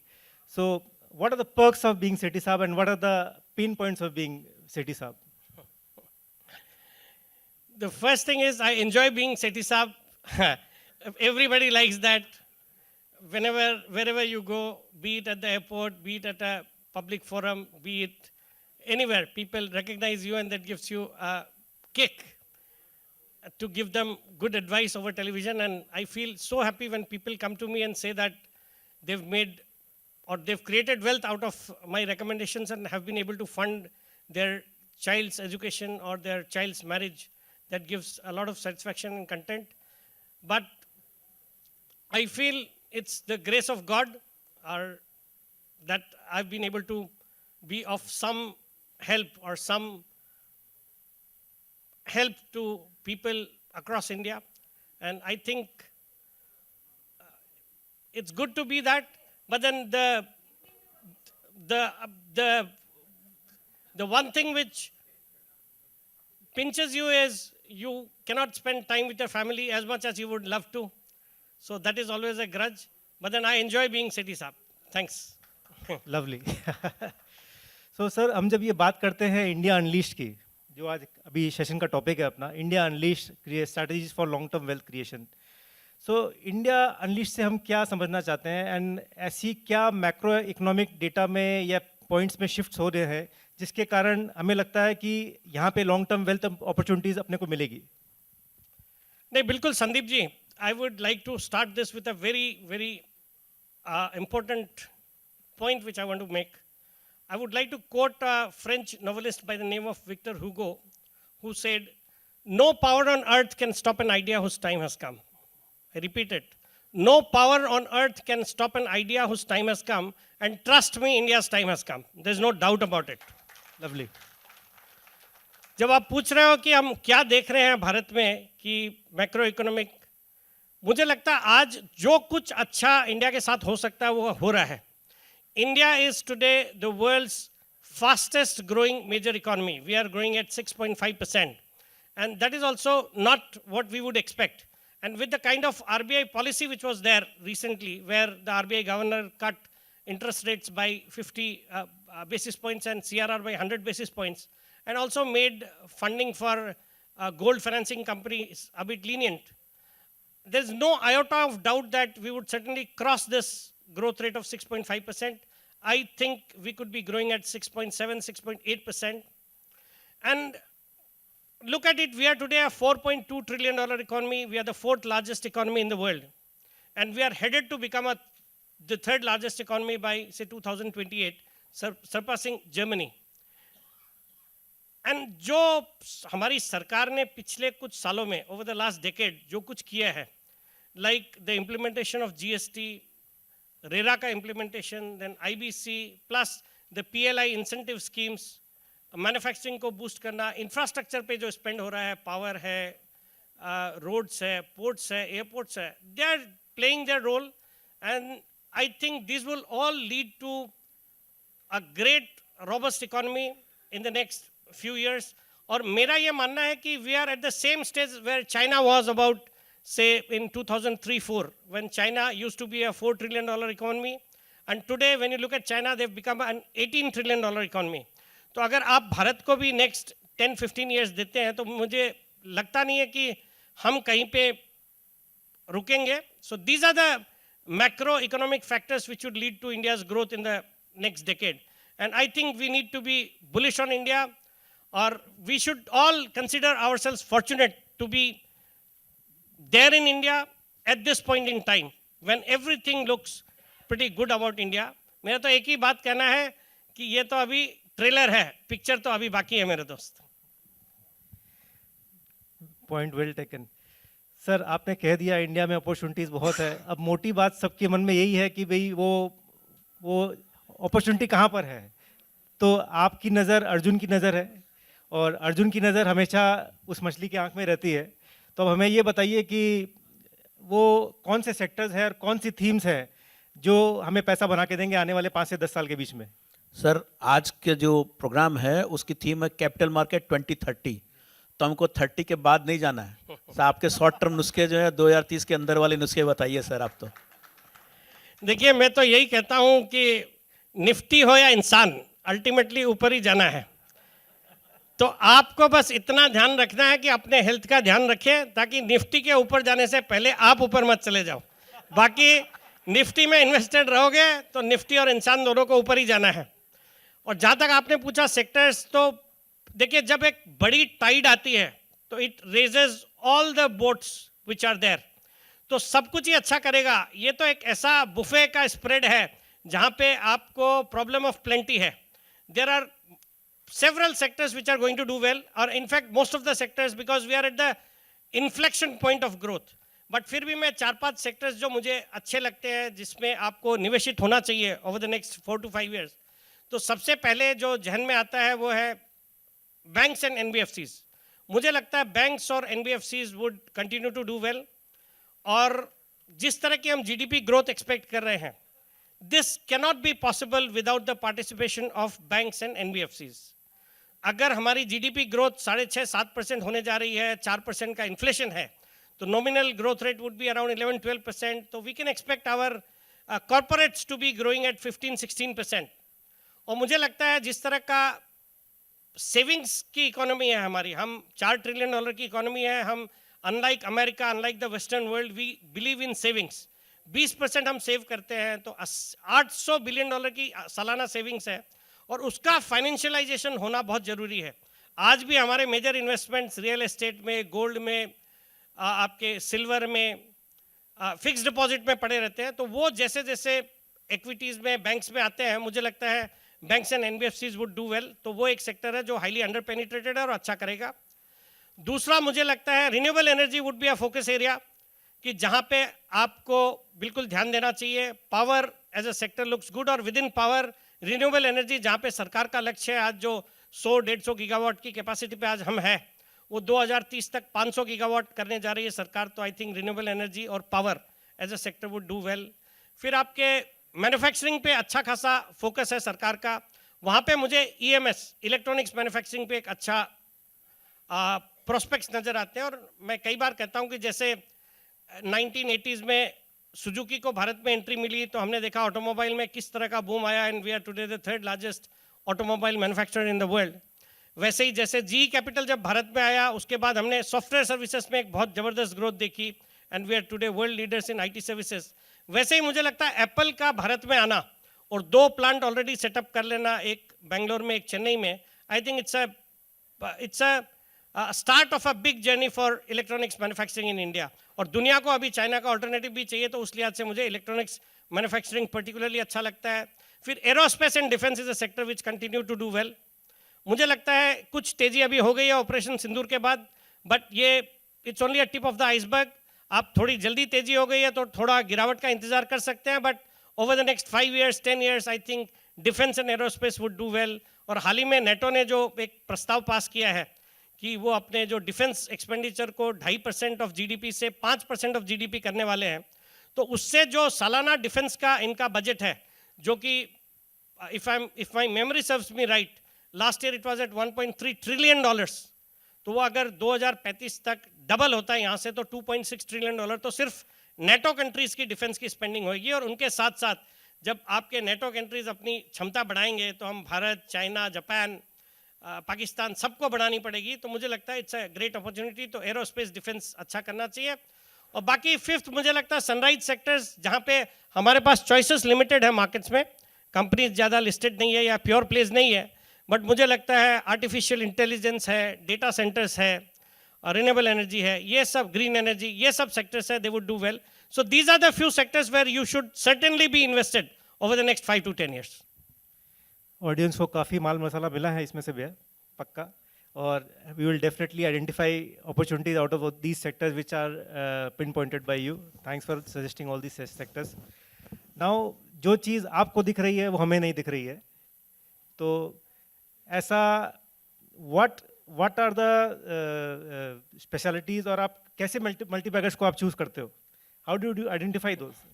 देखिए, ये सीखने करने में तो सब बाल चले गए मेरे एक्चुअली, तो इतनी जल्दी तो ये इतनी छोटे से समय में ये बताना बहुत मुश्किल है। बट देन मैं एक रफ आइडिया देना चाहूँगा कि जब भी आप किसी स्टॉक को आइडेंटिफाई करते हो या स्टॉक को रिसर्च करते हो, firstly the crowd is all qualified chartered accountants who can study financial statements much better than I can do.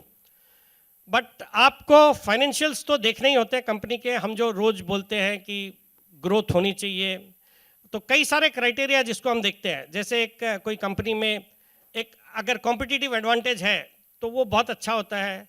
फिर आपके फाइनेंशियल्स अच्छे होने चाहिए, पिछले 5-10 साल की ट्रैक रिकॉर्ड हिस्ट्री देखते हैं, ग्रोथ स्टोरी देखते हैं, अच्छी दर से ग्रो कर रही है, रिटर्न रेशियोज अच्छे हैं, जो कैपिटल एम्प्लॉयड है उस पर अच्छे रिटर्न्स जनरेट करते हैं। बट जो एक सिंपल मंत्र देना चाहूँगा, जो कि हर कंपनी को आप उस रूप से एनालाइज करें कि आप अगर किसी भी मल्टीबैगर आइडिया को उठा के देखेंगे तो उसमें ये चीज़ बिल्कुल होती है कि the best companies to invest in would be the ones which can deploy incremental capital at very high rate of return for a very extended period of time. मतलब जिस बिजनेस में इंक्रीमेंटल कैपिटल की जरूरत है और वो बहुत ही अच्छी return on capital employed generate करते हैं, that is a sure shot मंत्रा to identify a multibagger idea.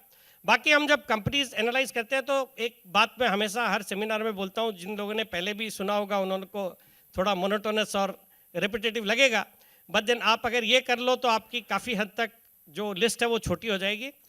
एक जिस कंपनी में प्रोमोटर की होल्डिंग अच्छी हो वो कंपनी अच्छी है, और प्रोमोटर के प्लेज बहुत कम होने चाहिए। मतलब आपके अगर प्रोमोटर ने अपनी पूरी होल्डिंग प्लेज करके रखी है तो उस तरह की कंपनीज को अवॉइड करना चाहिए, because those companies become risky, because in times of distress, जैसे कोविड आया, बिजनेसेस नहीं चल रहे, अगर आपने अपने शेयर्स प्लेज किए हुए हैं तो फाइनेंशियर्स तो हेयर कट होता है उनके पास, तो वो कोई भी भाव पे बेचेगा। तो प्रोमोटर्स का प्लेज नहीं होना चाहिए या कम होना चाहिए, या प्लेज किया हुआ है तो उस फंड्स का क्या कर रहा है वो भी आप देख सकते हो। दूसरा, एक कंपनी जो ज़्यादा लेवरेज्ड हो, ज़्यादा डेट रिडन हो, उसको अवॉइड करना है। तो high debt companies should be avoided, because when businesses do not do well, interest का मीटर आपका चालू रहता है, तो विच कुड क्रिएट प्रॉब्लम्स। तो हाई डेट कंपनीज को सर्विस करने में जहाँ दिक्कत होती है उन सब कंपनीज को अवॉइड करना चाहिए। और तीसरा, कॉर्पोरेट गवर्नेंस के इश्यूज को अवॉइड करना है। किसी भी कंपनी में जहाँ पे कॉर्पोरेट गवर्नेंस के इश्यूज होते हैं, जैसे आप जब बैलेंस शीट या एनुअल रिपोर्ट्स देखते हो तो कोई कोई कंपनीज में जो उनके फाइनेंशियल ऑडिटर्स हैं वो जल्दी बदली हो रहे हैं, या ग्रुप कंपनीज में काफ़ी ट्रांजेक्शन्स हो रहे हैं। So these are clear cut signs of some corporate governance issues, तो अवॉइड दोज कंपनीज। और इसको याद रखने का एक बहुत ही सिंपल तरीका है मेरा, PDC।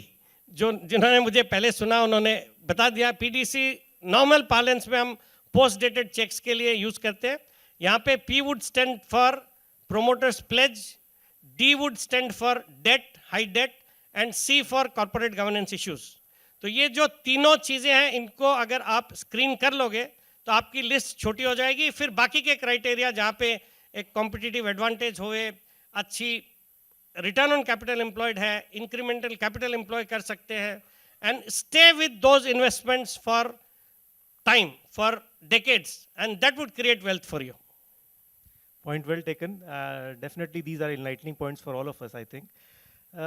Now today it's the age of artificial intelligence. A lot of buzzword about artificial intelligence we hear every day across newspapers, across social media, everything. So what do you think? How does artificial intelligence or digital platforms or fintech innovations, how are they influencing the long-term wealth creation journey in India?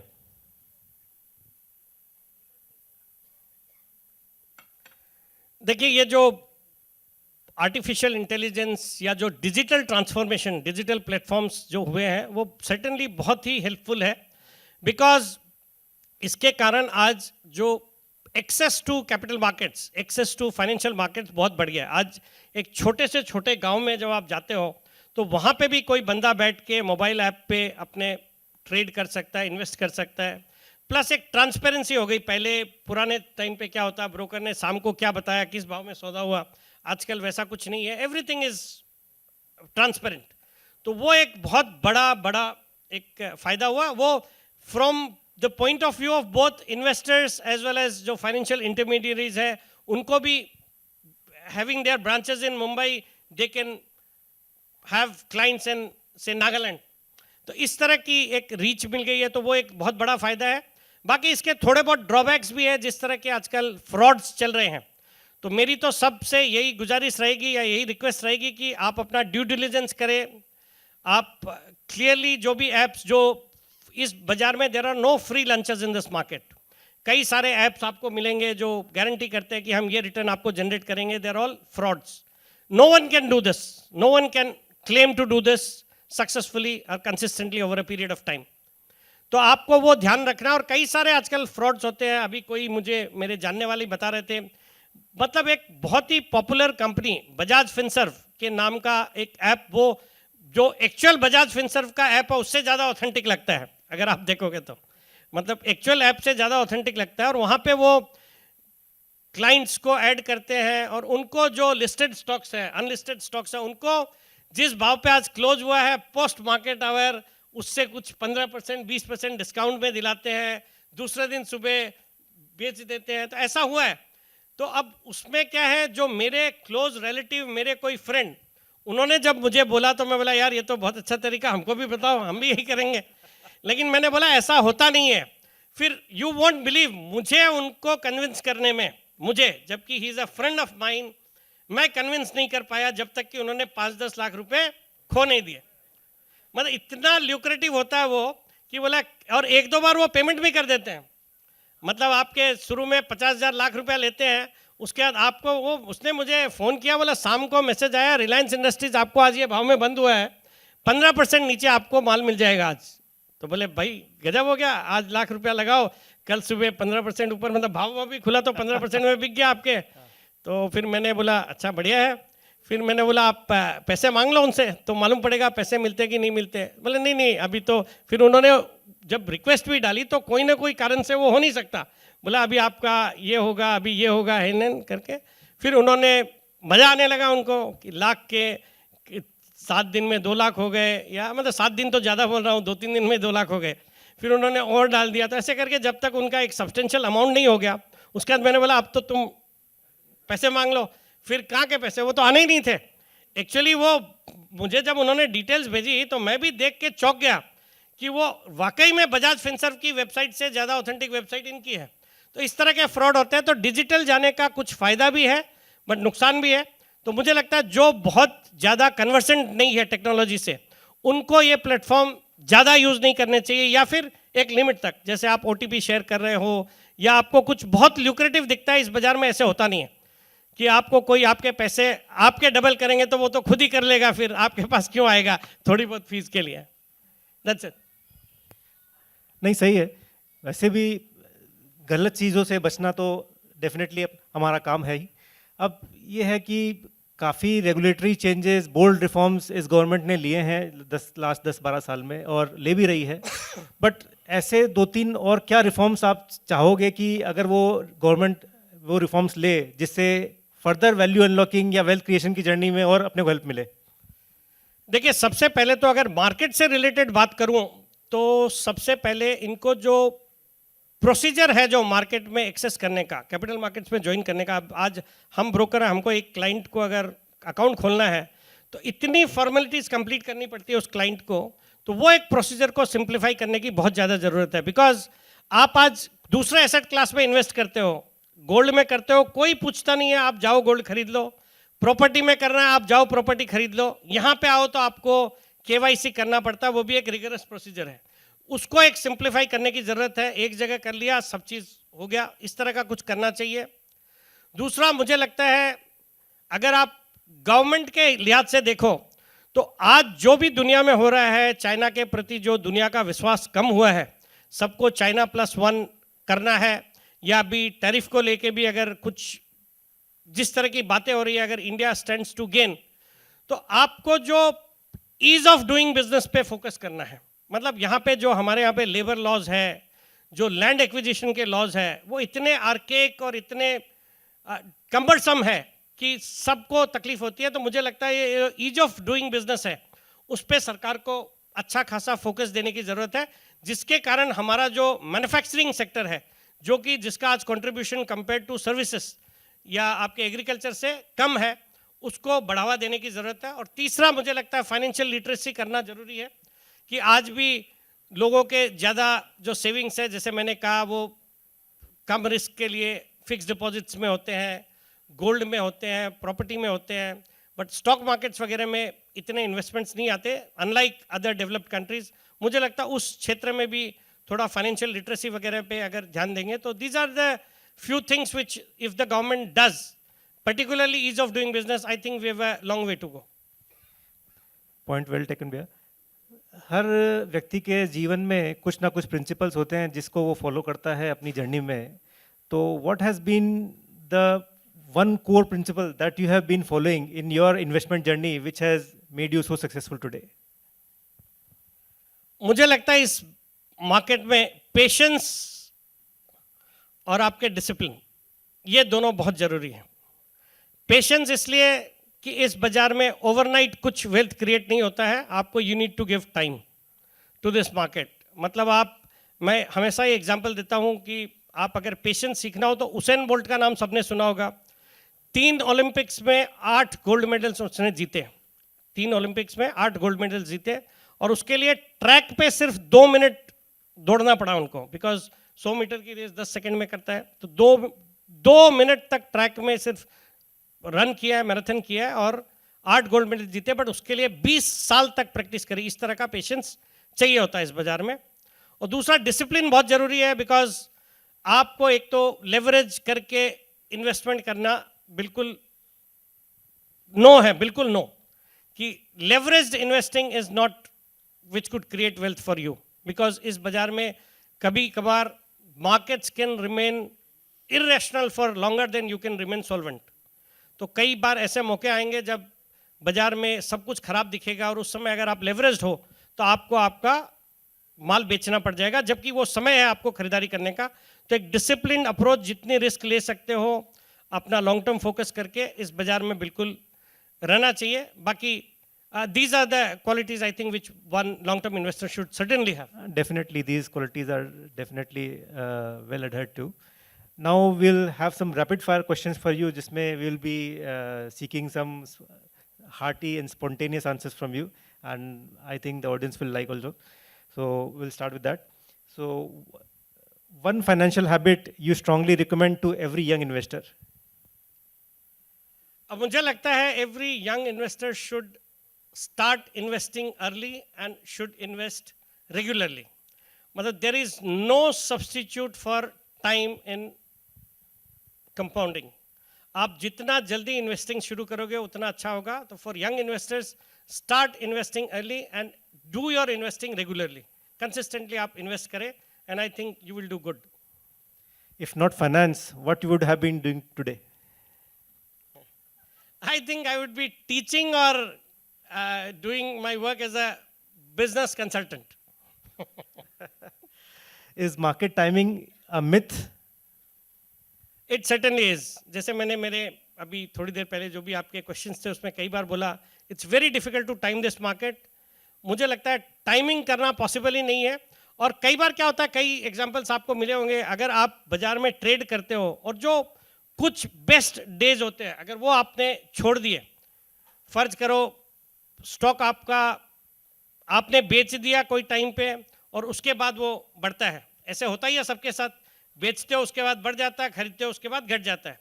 तो वो timing करना किसी के बस की बात नहीं है। और वो जो अच्छे दिन अगर आप निकाल दो आपके पीरियड से कि आप सिर्फ ट्रेड करते हो, तो आप बहुत अच्छी बहुत बड़ी वेल्थ क्रिएट नहीं कर सकते। तो I think timing the market would be a myth.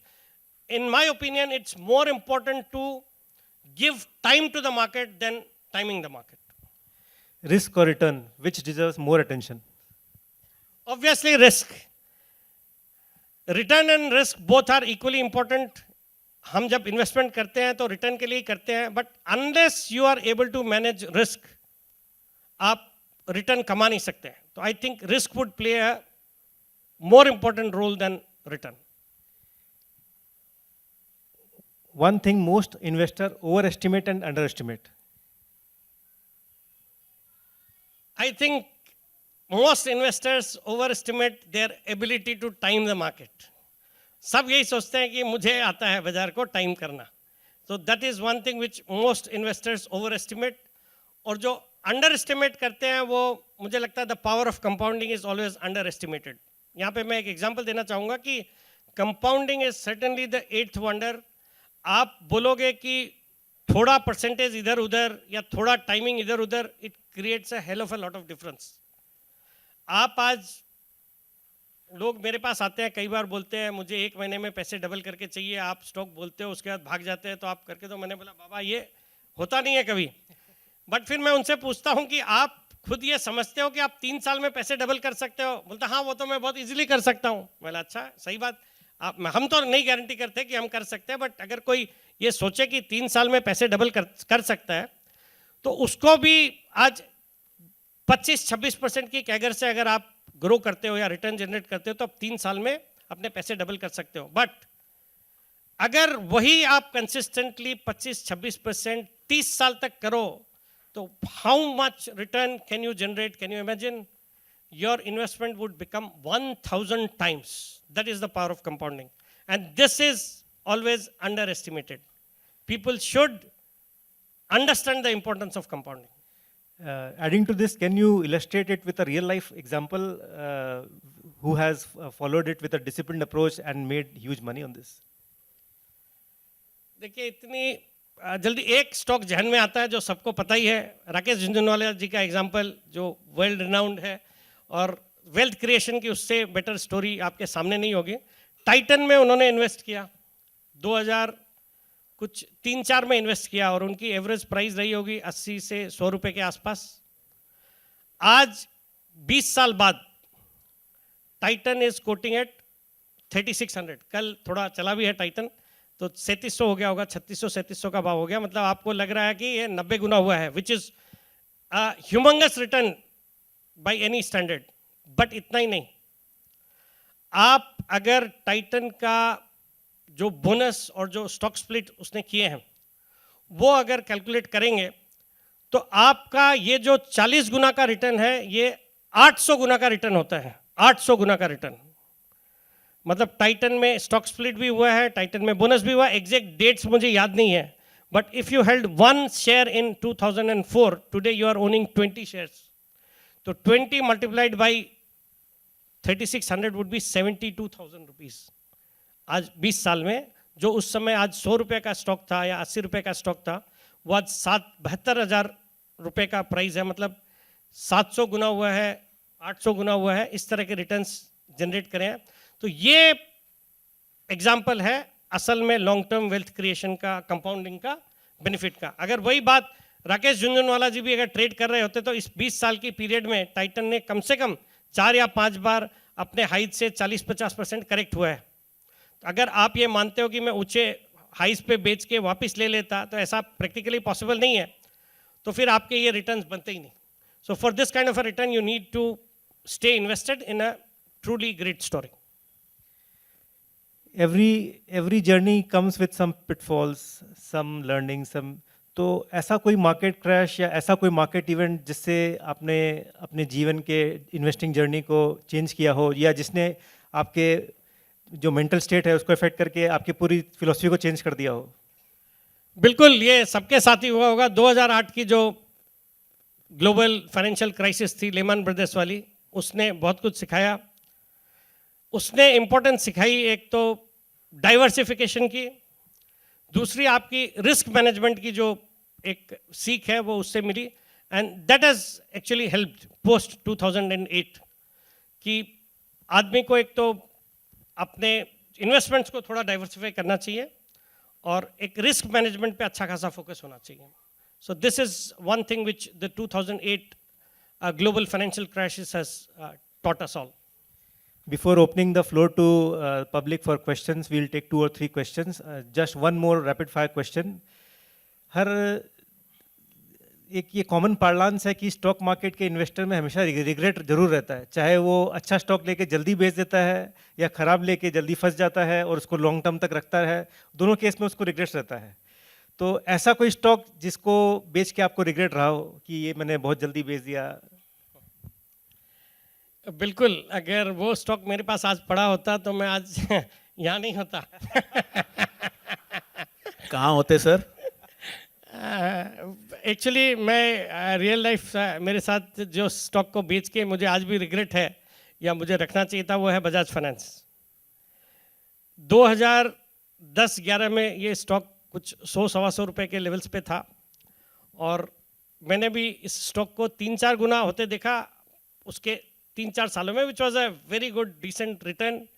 बहुत अच्छे रिटर्न्स थे, 2-3 साल में आपके पैसे 4 गुना हो गए और उस समय एग्जिट हो गए। और आज वो स्टॉक, जैसे मैंने टाइटन की स्टोरी बताई, उससे भी बड़ा wealth creator has been Bajaj finance. True. इसने 2015 में मैंने बेचा है और 2016 में 1 पे 1 बोनस और 1 पे 5 स्टॉक स्प्लिट, 10 की फेस वैल्यू को 2 पे किया, मतलब 10 गुना वो हुआ। उसके बाद अभी हमने 2025 में देखा 1 पर 4 बोनस और 1 पे 2 स्टॉक स्प्लिट, मतलब वापस 10 गुना। और आज का भाव है 925 रुपया, तो आप कैलकुलेट कर लो कि उसके हिसाब से 925 मल्टीप्लाइड बाई 100 92,500 रुपया होता है, 92,500, जो 100 रुपया था उस टाइम पे। सुन के इस तरह के returns, I sincerely very strongly regret having sold Bajaj Finance in 2015. We'll take 2 or 3 questions from the public. Please raise your hand if you want to ask something to Sethi Sahab. Yeah, we have one hand.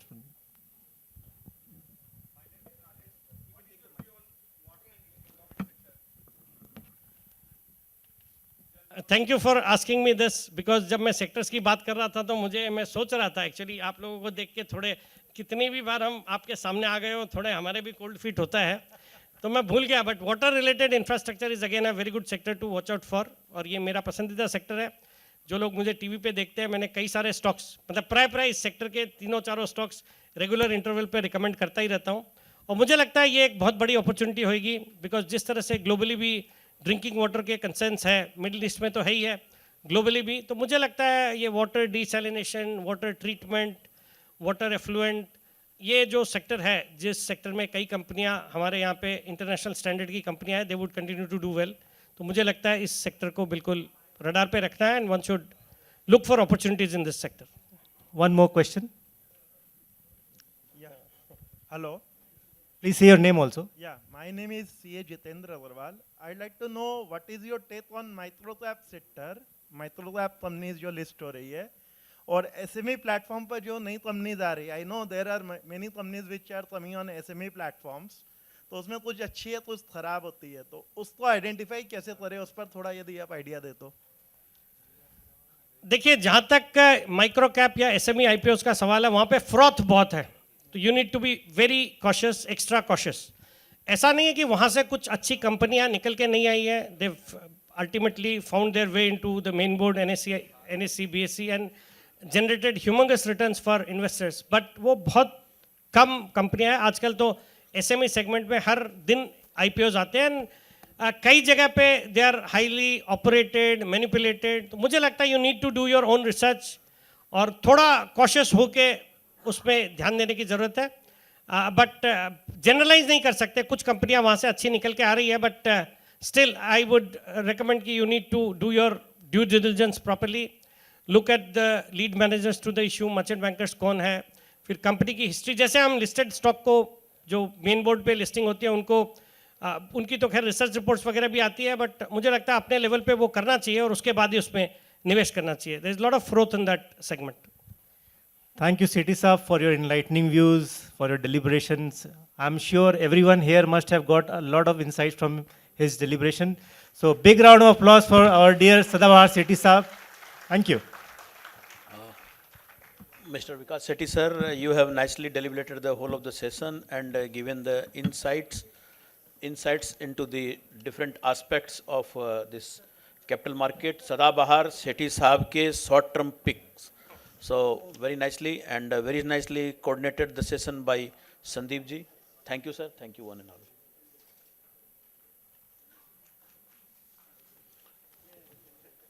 Now get ready for listening Jain Sahab ke gems.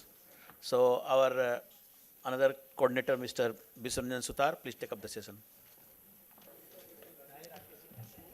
Mr. Sandeep Jain, co-founder TradeSwift, a leading full-fledged broking house in India, very well known face featuring on various business channels like G Business, CNBC Awards, TV18, Bloomberg, Quint, Print, and so on. And he's been very prolific on his gem speaking, and the sessions is on the art and science behind identifying gems. To felicitate a token of love and gratitude, may I invite Mr. Sanjay Agrawal from ANMI to come forward.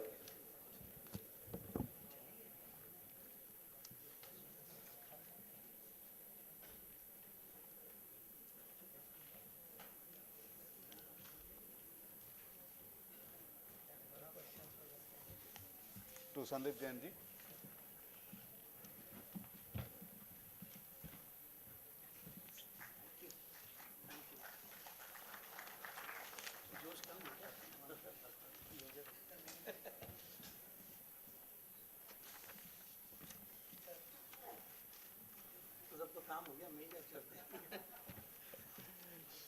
So the moderator of the session, Mr. Rakesh Amani, not only a CA and cost accountant, and also a member of ANMI, I request the floor to you. आप वहाँ से बात करें। Hello ठीक है जानते हैं इतना। हेलो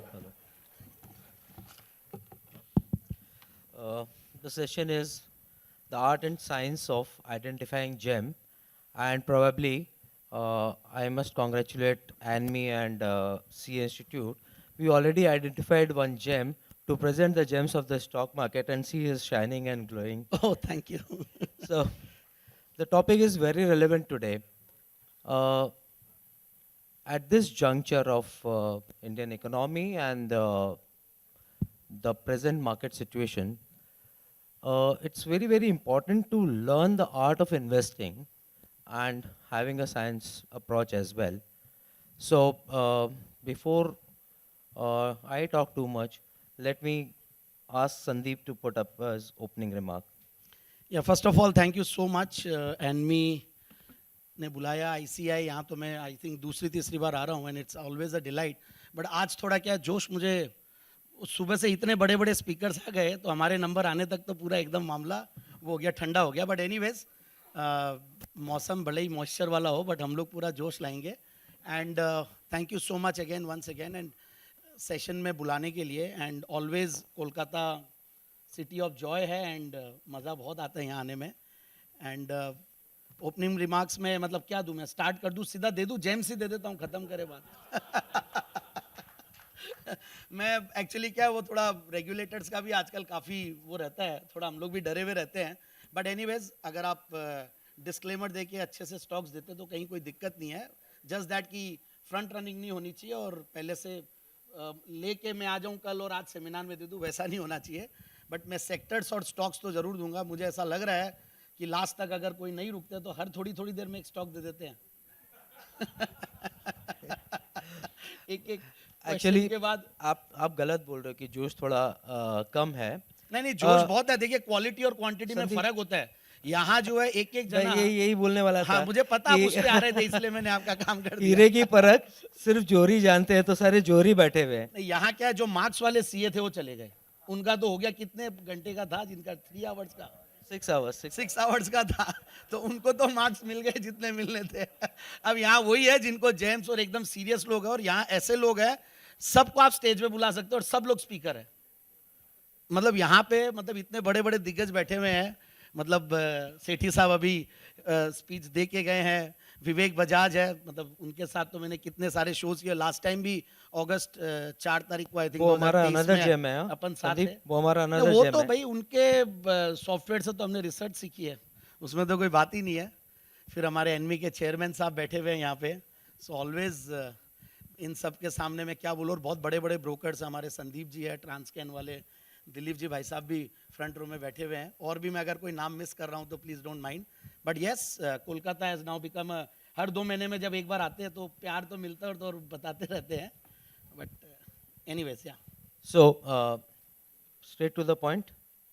जेम्स दे दूँ पहला जेम. नहीं मतलब नहीं आप तो दूसरे क्वेश्चन पूछे भी, जेम्स इतने पहले एक जेम दे देते हैं तो यहाँ आएगा हाउस द जोश और फिर देखना है ना। तो नहीं पहला यार। एग्जाम दे दो, क्योंकि देखो अभी सेक्टर बताता हूँ सुबह मैं। से ना कंटिन्यूअस व्हाट इज हैपनिंग नहीं इज सेठी साहब ने क्या दिया एक्चुअली हमारा कॉमन हो जाता है इसलिए मैं हाँ late इसीलिए पहुंचा थोड़ा एक्चुअली सा। सेठी साहब एक्चुअली क्या हो रहा था, अभी संदीप ने इतने सारे जो क्वेश्चन पूछे थे पानी दीजिए। तो आधे क्वेश्चन तो मेरे उसने पूछ लिया आपको, तो मैं रिपीटेटिव होने नहीं चाहता, तो स्ट्रेट एक बार लगते हैं अपन जेम्स पे आते हैं, फिर उससे रिलेटेड निकालते हैं कि अपन को इनसे और क्या पूछना है। चलिए तो मेरा portfolio पहला देख जेम, लेता हूँ एक बार। हाँ नहीं नहीं पहला जेम पोर्टफोलियो देख के बता देता हूँ, जो मेरा टॉप पिक है वही बता देता हूँ, टॉप होल्डिंग नहीं but anyways jokes apart, somehow देखिए कैपिटल मार्केट इकोसिस्टम बहुत बढ़िया लगता है। कल ज़रूर से 2-3 दिनों से अब कल सुस्ती आई because of Jane Street and बहुत अच्छा हुआ again thanks to our regulators and हमारे रेगुलेटर्स की वजह से जो ये तेज़ी देखी है हमने, नॉट बिकॉज कि हम रेगुलेटर्स का वो कर रहे हैं, ये तेज़ी आई रेगुलेटर्स की वजह से। India is one of the best regulated and most well regulated markets, मतलब I think a big round of applause for regulators please, थोड़ा ताली मारते रहने से हमारा भी जोश बढ़ता रहेगा।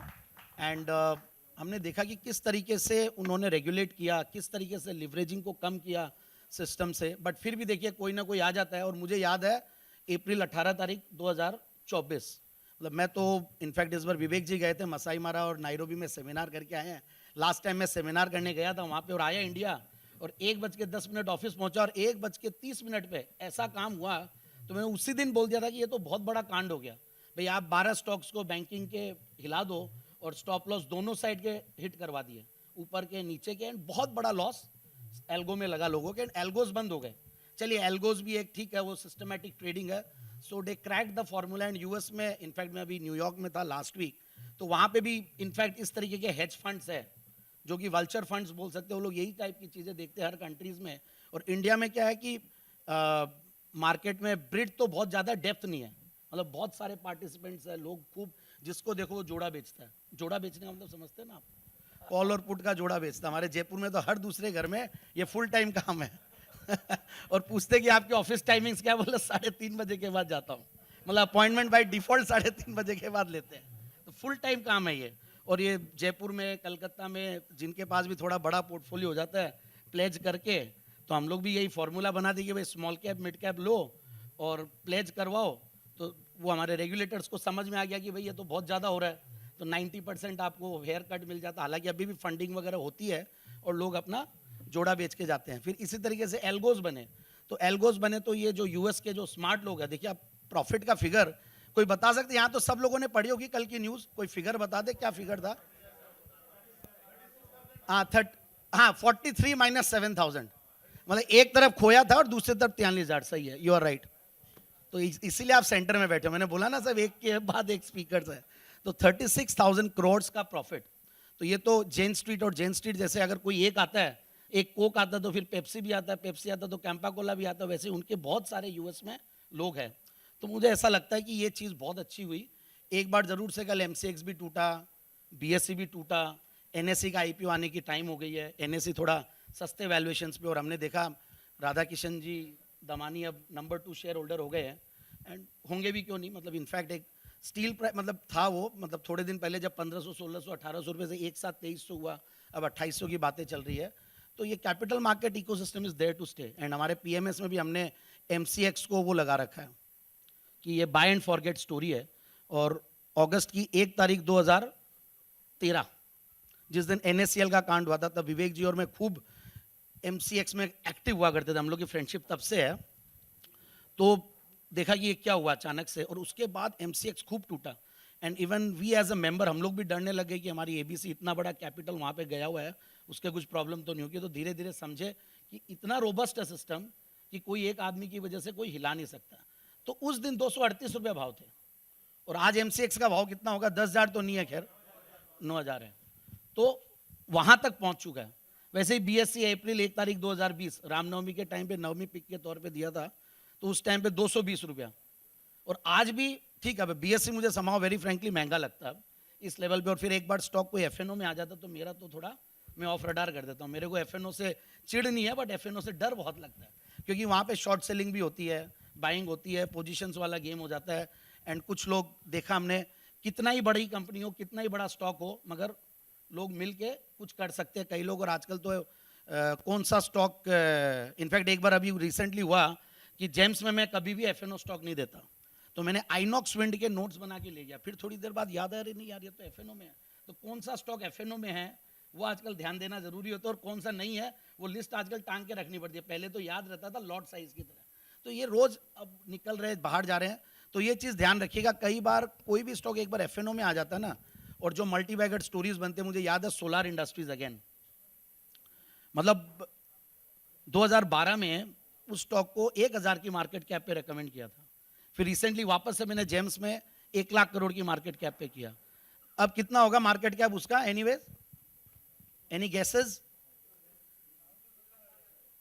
अरे बाप रे, 1,60,000 करोड़, 1,56,57,000 करोड़, तो इस तरीके की मार्केट कैप है, सोचिए 150 गुना हो गया, बट वो भी अब एफएनओ में आ गया। तो जही एफएनओ में आता है, कई स्टॉक है, लोग बोलते हैं कि आप लोग छोटे छोटे स्टॉक देते हैं जेम्स में, मगर हमने कई सारे ऐसे स्टॉक्स निकाले जो जेम्स में अपोलो हॉस्पिटल्स मुझे याद है जब दिया था तो उस दिन लिक्विडिटी नहीं थी अपोलो हॉस्पिटल्स में, आज अपोलो हॉस्पिटल्स हॉस्पिटल सेक्टर का, और health care is my top sector by the way. अभी कैपिटल मार्केट इकोसिस्टम के ऊपर मेरे लिए हेल्थ केयर आता है, बट हेल्थ केयर में डायग्नोस्टिक सेंटर्स और हॉस्पिटल्स बहुत ज़्यादा अच्छे लगते हैं, तो इस तरीके का वो रहता है। But anyways I think capital market ecosystem में कैम्स भी आ जाता है, इवन ब्रोकर्स के थोड़े स्टॉक्स पे अभी थोड़ा वो गाज गिरी हुई है क्योंकि टॉप लाइन गिरी थी, ब्रोकरेजेस भी कम हो गई, वेल्थ मैनेजमेंट के साइड में ज़्यादा आजकल वैल्यूएशंस मिलती है, तो वेल्थ मैनेजमेंट स्टॉक्स को देख सकते हैं। सो एक सेक्टर ये है, और इसमें से अगर मैं कोई स्टॉक देखूं तो मुझे अभी भी समहाउ CDSL बहुत बढ़िया लगता है, NSDL का भी IPO आने वाला है, और एक चीज़ और कि ये डिस्क्लेमर दे दूं कि हमारे PMS में है। संदीप भाई, ये जेम्स और मैंने जैसे बोले ना कि जोरी वो होता है जो हीरा खोजता है, तराशता है, ये जेम्स निकालने का जो मैग्नीफाइंग ग्लास है जो आप देखते हो, वो कौन सा टूल है? वो साइंस है या आर्ट है या आपका अपना कुछ बनाया हुआ कोई टूल है? नहीं, बहुत अच्छा सवाल है। इनफैक्ट मुझे याद है मैं जनवरी 2020 में विवेक जी के साथ ये सेमिनार कर रहा था, तब मैंने ये फंडामेंटल्स और टेक्निकल्स का पहली बार कोई सेमिनार किया था, उसके बाद तो कम से कम 250-300 सेमिनार कर लिए होंगे, उनके साथ वेबिनार किया था। एंड उसमें हमने ये देखा कि कोई भी स्टॉक हो, पहले क्या होता था, टेक्निकल्स वाले आते थे ना, वो सोचते कि फंडामेंटल तो फालतू है, कुछ नहीं होता है, टेक्निकल्स ही सब कुछ है, मैं तो टेक्निकल्स देखता हूँ, और उसके बाद वो ब्रेकआउट वाला स्टॉक खरीदता और टॉप पे घुसता और लास्ट में स्टॉप लॉस हिट होके भी वो निकलता नहीं है। और फंडामेंटल्स वाले हैं कि वो कोई स्टॉक को ले लेते हैं, बहुत महंगे वैल्यूएशंस वाला भी, क्योंकि उनको लगता है कि HUL बहुत बढ़िया है, अरे रोज हम यूज़ कर रहे हैं, what you see is what you know by, वैसा वाला फंडा चलता है। बट ऐसा नहीं है, ऐसा नहीं है, हर चीज़ का एक समय होता है, और समय को आपको टेक्निकल्स यूज़ करना पड़ता है। एंड टेक्निकल्स के लिए मैं उसको साइंस बोलता हूँ, बेसिकली साइंस ऑफ इन्वेस्टिंग, कि सपोर्ट कहाँ है, कंसोलिडेशन कहाँ है, मूविंग एवरेजेस कहाँ है, ट्रेंड लाइन कहाँ है, RSI भी देखते हैं, फिर उसके एग्जिट्स भी देखते हैं। एग्जिट के ऊपर तो विवेक जी फुल फ्लेजेड प्रेजेंटेशन देने वाले हैं। इसके ऊपर भी जब सितंबर में जो कांड हुआ, सितंबर 26 से लेकर अब तक, तो हमने एग्जिट स्ट्रैटेजी पे खूब काम किया। मतलब ये चीज़ समझ में आ गई कि मार्केट में हर स्टॉक ऊपर भी जाता है और हर स्टॉक नीचे भी आता है, तो आपको वैल्यूएशंस के लिहाज से फंडामेंटल्स को देखते हैं, और टेक्निकल्स के लिहाज से हम लोग टाइमिंग करते हैं। और ऑप्शंस के लिहाज से स्ट्रेटेजाइज कर देते हैं। जैसे अभी ITC बहुत बढ़िया लगता है, सपोज कोलकाता शहर में ITC कोलकाता की कंपनी है, अगर आप कैश मार्केट में एक स्ट्रैटेजी हम लोग बताते हैं जनरली लोगों को, बहुत बड़ा रिटर्न नहीं भी देगा तो कंसिस्टेंट रिटर्न देता है, कि आपने कैश मार्केट में ITC को लिया, FNO में मत लीजिए, क्योंकि ये क्या 2% के लगभग डिविडेंड देती है, तो 2% से ऊपर डिविडेंड देने वाली का तो डिविडेंड एडजस्टमेंट हो जाता है FNO में, बट 2% के नीचे वाला एडजस्टमेंट नहीं होता, और ये देता 3 बार में, 4 बार में 5-6%, तो इसलिए इसको आप कैश मार्केट में ही लेना पड़ेगा। और ये एक महीने में कोई 40%, 30%, 20% भागता नहीं है, तो ऊपर का 8-10% का, 7% का ऊपर का कॉल बेच ले हर महीना कंसिस्टेंटली, तो एक तो आपके डिविडेंड यील्ड आती गई, कैश मार्केट में रह गया स्टॉक, और आप कॉल और पुट बेचते। तो इसमें भी हम लोगों ने देखा कि आई डोंट नो, और बैक टेस्टिंग करेंगे और स्टडी करेंगे तो और भी निकले, बट 15-16% का रिटर्न बैठ सकता है, और वो भी इस समय पे 420-430। तो ये basically fundamentally strong stock, technically timed and strategized with options, ये एक तरीके से इवन पुट राइटिंग करके एंट्री लेते हैं। एक समय था जब फ्यूचर्स में घुसने में डर लग रहा था, 2020 की बात है, जून जुलाई, इनफैक्ट उस समय, और जुलाई में तो मेरा जेम्स का इजाद हुआ था, अनिल जी जो हमारे जौहरी है उन्होंने जेम्स का इजाद किया था उस टाइम पे, जैन साहब के जेम्स, क्योंकि मैं जयपुर शहर से हूँ तो जेम्स काफ़ी रिलेट करता है, तो आपने वही पूछा ना कहाँ से आया ये, तो ये वैसे स्टार्ट हुआ और उस टाइम पे हम लोगों ने स्टार्ट किया जेम्स देना, सब ने अपने अपने सेगमेंट। सेठी साहब का सदाबहार, सेठी साहब 1-2 महीना लेट ज्वाइन किए थे क्योंकि वो और भी कई सारे चैनल में आते थे, बट हम क्या है कि ठीक है पकड़ लिए हमारे जौहरी को तो फिर उस टाइम पे हम लोगों ने स्टार्ट किया। और उस टाइम पे अचानक से अगस्त में, अगर आपको याद आए तो अगस्त 2020 में मेरे कोरोना भी हुआ था और मेरे लिए 15 दिन जो था, मैं जो अंदर था, वो मेरे लिए आत्मचिंतन का और एक अकेला रह के जो सोच जो बदली और स्टॉक्स निकालने की जो कैपेबिलिटी बदली, वो that was a big gift. I don't know, मतलब पहले भी करते थे मगर उस समय बहुत ज़बरदस्त हुआ एंड स्टॉक्स एक के बाद एक निकलते गए और आज 600 आइडियाज़ दे दिए जेम्स में एंड आई थिंक उसमें से कोई 8-10 भी फ्लॉप आइडियाज़ मेरे को याद नहीं है, कोई 1-2 होंगे नाद बायोजिन टाइप का या कोई ऐसे टाइप के जो भी टारगेट अचीव करके क्रैश हुआ है, तो निकलते हैं। और उसमें यही रहता है कि फंडामेंटल्स बहुत स्ट्रांग होना चाहिए, पहले बंदा देखते हैं फिर धंधा देखते हैं। वो अजय बग्गा जी हमारे बोलते हैं कि जैन साहब तो कुत्ते कितने उसके घर में वो भी गिन लेते हैं, तो वो वैसा ही कुछ है। तो हम लोग कोशिश यही करते हैं कि आदमी प्रमोटर बैकग्राउंड, और फिर एक कहावत है ना कि एकदम जैसे आदमी जवाई को एकदम बेस्ट तरीके से चुनता है, तो वो स्टॉक को भी अपन जवाई की तरह ही चुनते हैं। So fundamentally strong and technically timed. Sir अभी आप बोल रहे थे कि F&O के stocks you generally don't recommend as gem, और अभी आपने एक एग्जांपल दिया and I was also coming to this point, क्योंकि ये सेशन के लिए मैंने सोचा भी कि how important it is, like when SEBI is also highlighting this point कि out of 10, 9 investors are losing money in F&O, right. और आपने कॉल बेचने की बात करी, पुट बेचने की बात करी, मोस्टली ये ऑप्शंस बेचने पे over a period of time देखा गया है कि कुछ लोग कमाते तो थोड़े हैं, एक आध होते भी हैं, बट मैं यही आपको एक स्ट्रक्चर्ड वे में मैसेज देने के लिए बता रहा हूँ कि F&O कितना, कैसे, या क्या ऑप्शन, नेकेड, स्ट्रक्चर्ड, या लोग खो क्यों रहे हैं, उनको आप एक रास्ता दिखाइए ताकि वो बचे रहें। एक्चुअली वो तो वहाँ बताएं जब पूरा ऑडिटोरियम भर्ती रहता ना और कई अनजान लोग होते हैं, यहाँ तो सारे के सारे इतना जानते हैं, वो आपको और मेरे को सब सिखा के चले जाएंगे कैसे ऑप्शन बेचते हैं, कैसे स्टॉक लेते हैं। बट एनीवेज ऑप्शंस में मैं कवर्ड कॉल की बात कर रहा था। दूसरी बात है कि ये मैं तभी बोल रहा हूँ कि जब आप फुल टाइम ये काम करते हैं, मतलब फुल टाइम भले ही आप 9:30 से 3:30 आप स्टॉक मार्केट कीजिए, बट सीख के कीजिए। प्रॉब्लम क्या है कि लोग बिना सीखे आ जाते हैं यहाँ पे और वो मार्केट्स को ब्लेम करते हैं, मतलब एक्चुअली सिस्टमेटिकली काम करे। मैं परसों एक शादी में था किशनगढ़ में, और बहुत ही रिस्पेक्टेड बिजनेसमैन, बहुत ही रिस्पेक्टेड। इनफैक्ट जब मैं जयपुर आया था तो उनका ये कहना था कि तुम स्टॉक मार्केट में हार के बॉम्बे से जयपुर आए हो। बिलीव मी, मैं बॉम्बे में पूरा जीरो होके आया था, कल जयपुर आया, और जयपुर आके सबसे पहला ये था कि तुम स्टॉक मार्केट के हाथ मत लगाना, ठीक है। फिर मैं सारे इधर उधर के धंधे, जड़ी बूटी बेचना, ये बेचना सब किया मैंने, ठीक है। जड़ी बूटी एक्चुअली में बेचा मैंने। इट वाज सो टफ कि कोई भी बिजनेस करना, तो लास्ट में वापस से समझ में आया कि अपने तो ये स्टॉक मार्केट ही। और 2002-3 में मैंने ICICI डायरेक्ट की फ्रेंचाइजी ली, और उसके बाद हम लोगों के सामने आया NCDX।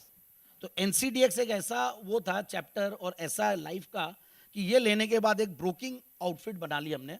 तो NCDX हुआ, फिर MCX हुआ, फिर NSE, BSE ऐसे। तो जब मैं उनके पास गया कि सर मैंने ये, मैं 2002-3-4 की बात कर रहा हूँ, तो वो ये बोलते कि भाई तुमने ले तो लिया ही है, बट ये बहुत टफ काम है, और टफ काम इतना टफ काम है कि तुमको वापस से जयपुर से, मैं असम में एक छोटा सा गांव है नलबाड़ी, मतलब वहाँ जाना पड़ेगा। नलबाड़ी वैसे छोटा नहीं है, टेररिज्म में बहुत बड़ा है, छोटा पैकेट बड़ा धमाका है वो। It's the terrorism capital of India एक तरीके से। बट आज परसों वही जने क्या बोलते हैं कि अगर अच्छे से काम करे तो हम जो इतनी बड़ी बड़ी फैक्ट्रियाँ और इंडस्ट्री चला रहे हैं ना, उससे बेहतर काम है ये। क्यों है? क्योंकि आपने अगर हमारा स्टॉक लिया या आपने कोई दूसरा स्टॉक लिया, वहां तो आप एंट्री एग्जिट कर सकते हो, मगर आपने एक व्यापार स्टार्ट कर दिया तो वहां एग्जिट नहीं है।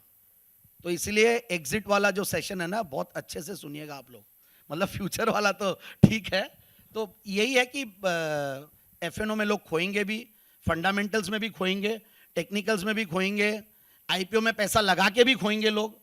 कलकत्ता में मैंने 3% में ब्याज में लेके खूब IPO में खोया हुआ है, वो आज तक का ये बात मैं कर रहा हूँ। 94 से 96 के बीच में कितने IPO आए थे? Any guesses? बाल तो बहुत लोगों के सफेद है सर, बताइए।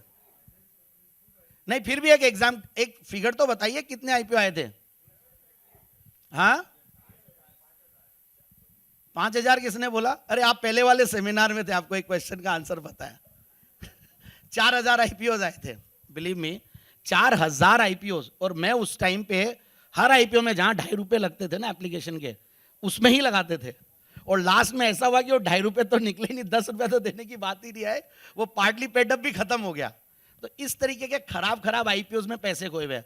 तो आईपीओ में पैसा खोते हैं, फंडामेंटल्स में आप एसएमई में, जैसे भी सेठी साहब ने बोला कि ऐसा नहीं कि वहां पे नहीं बने स्टॉक्स, एसएमई में लगा के हाथ जला रहे लोग बाग। मैंने ऐसे लोगों को देखा है जयपुर में कि 2015 से लेकर 17 के बीच में लगाए, और 2017 में जब स्मॉल कैप मिड कैप सब जो टूटे दबा जबरदस्त तरीके से, ये तो फॉर्चुनेटली, और 2018 में जब हमारे कैपिटल गेन्स टैक्स लग गया, उसके बाद सितंबर 19 में निर्मला सीतारमन जी ने कैंडल बना दी, तो उसके बाद थोड़ा ठीक हुआ।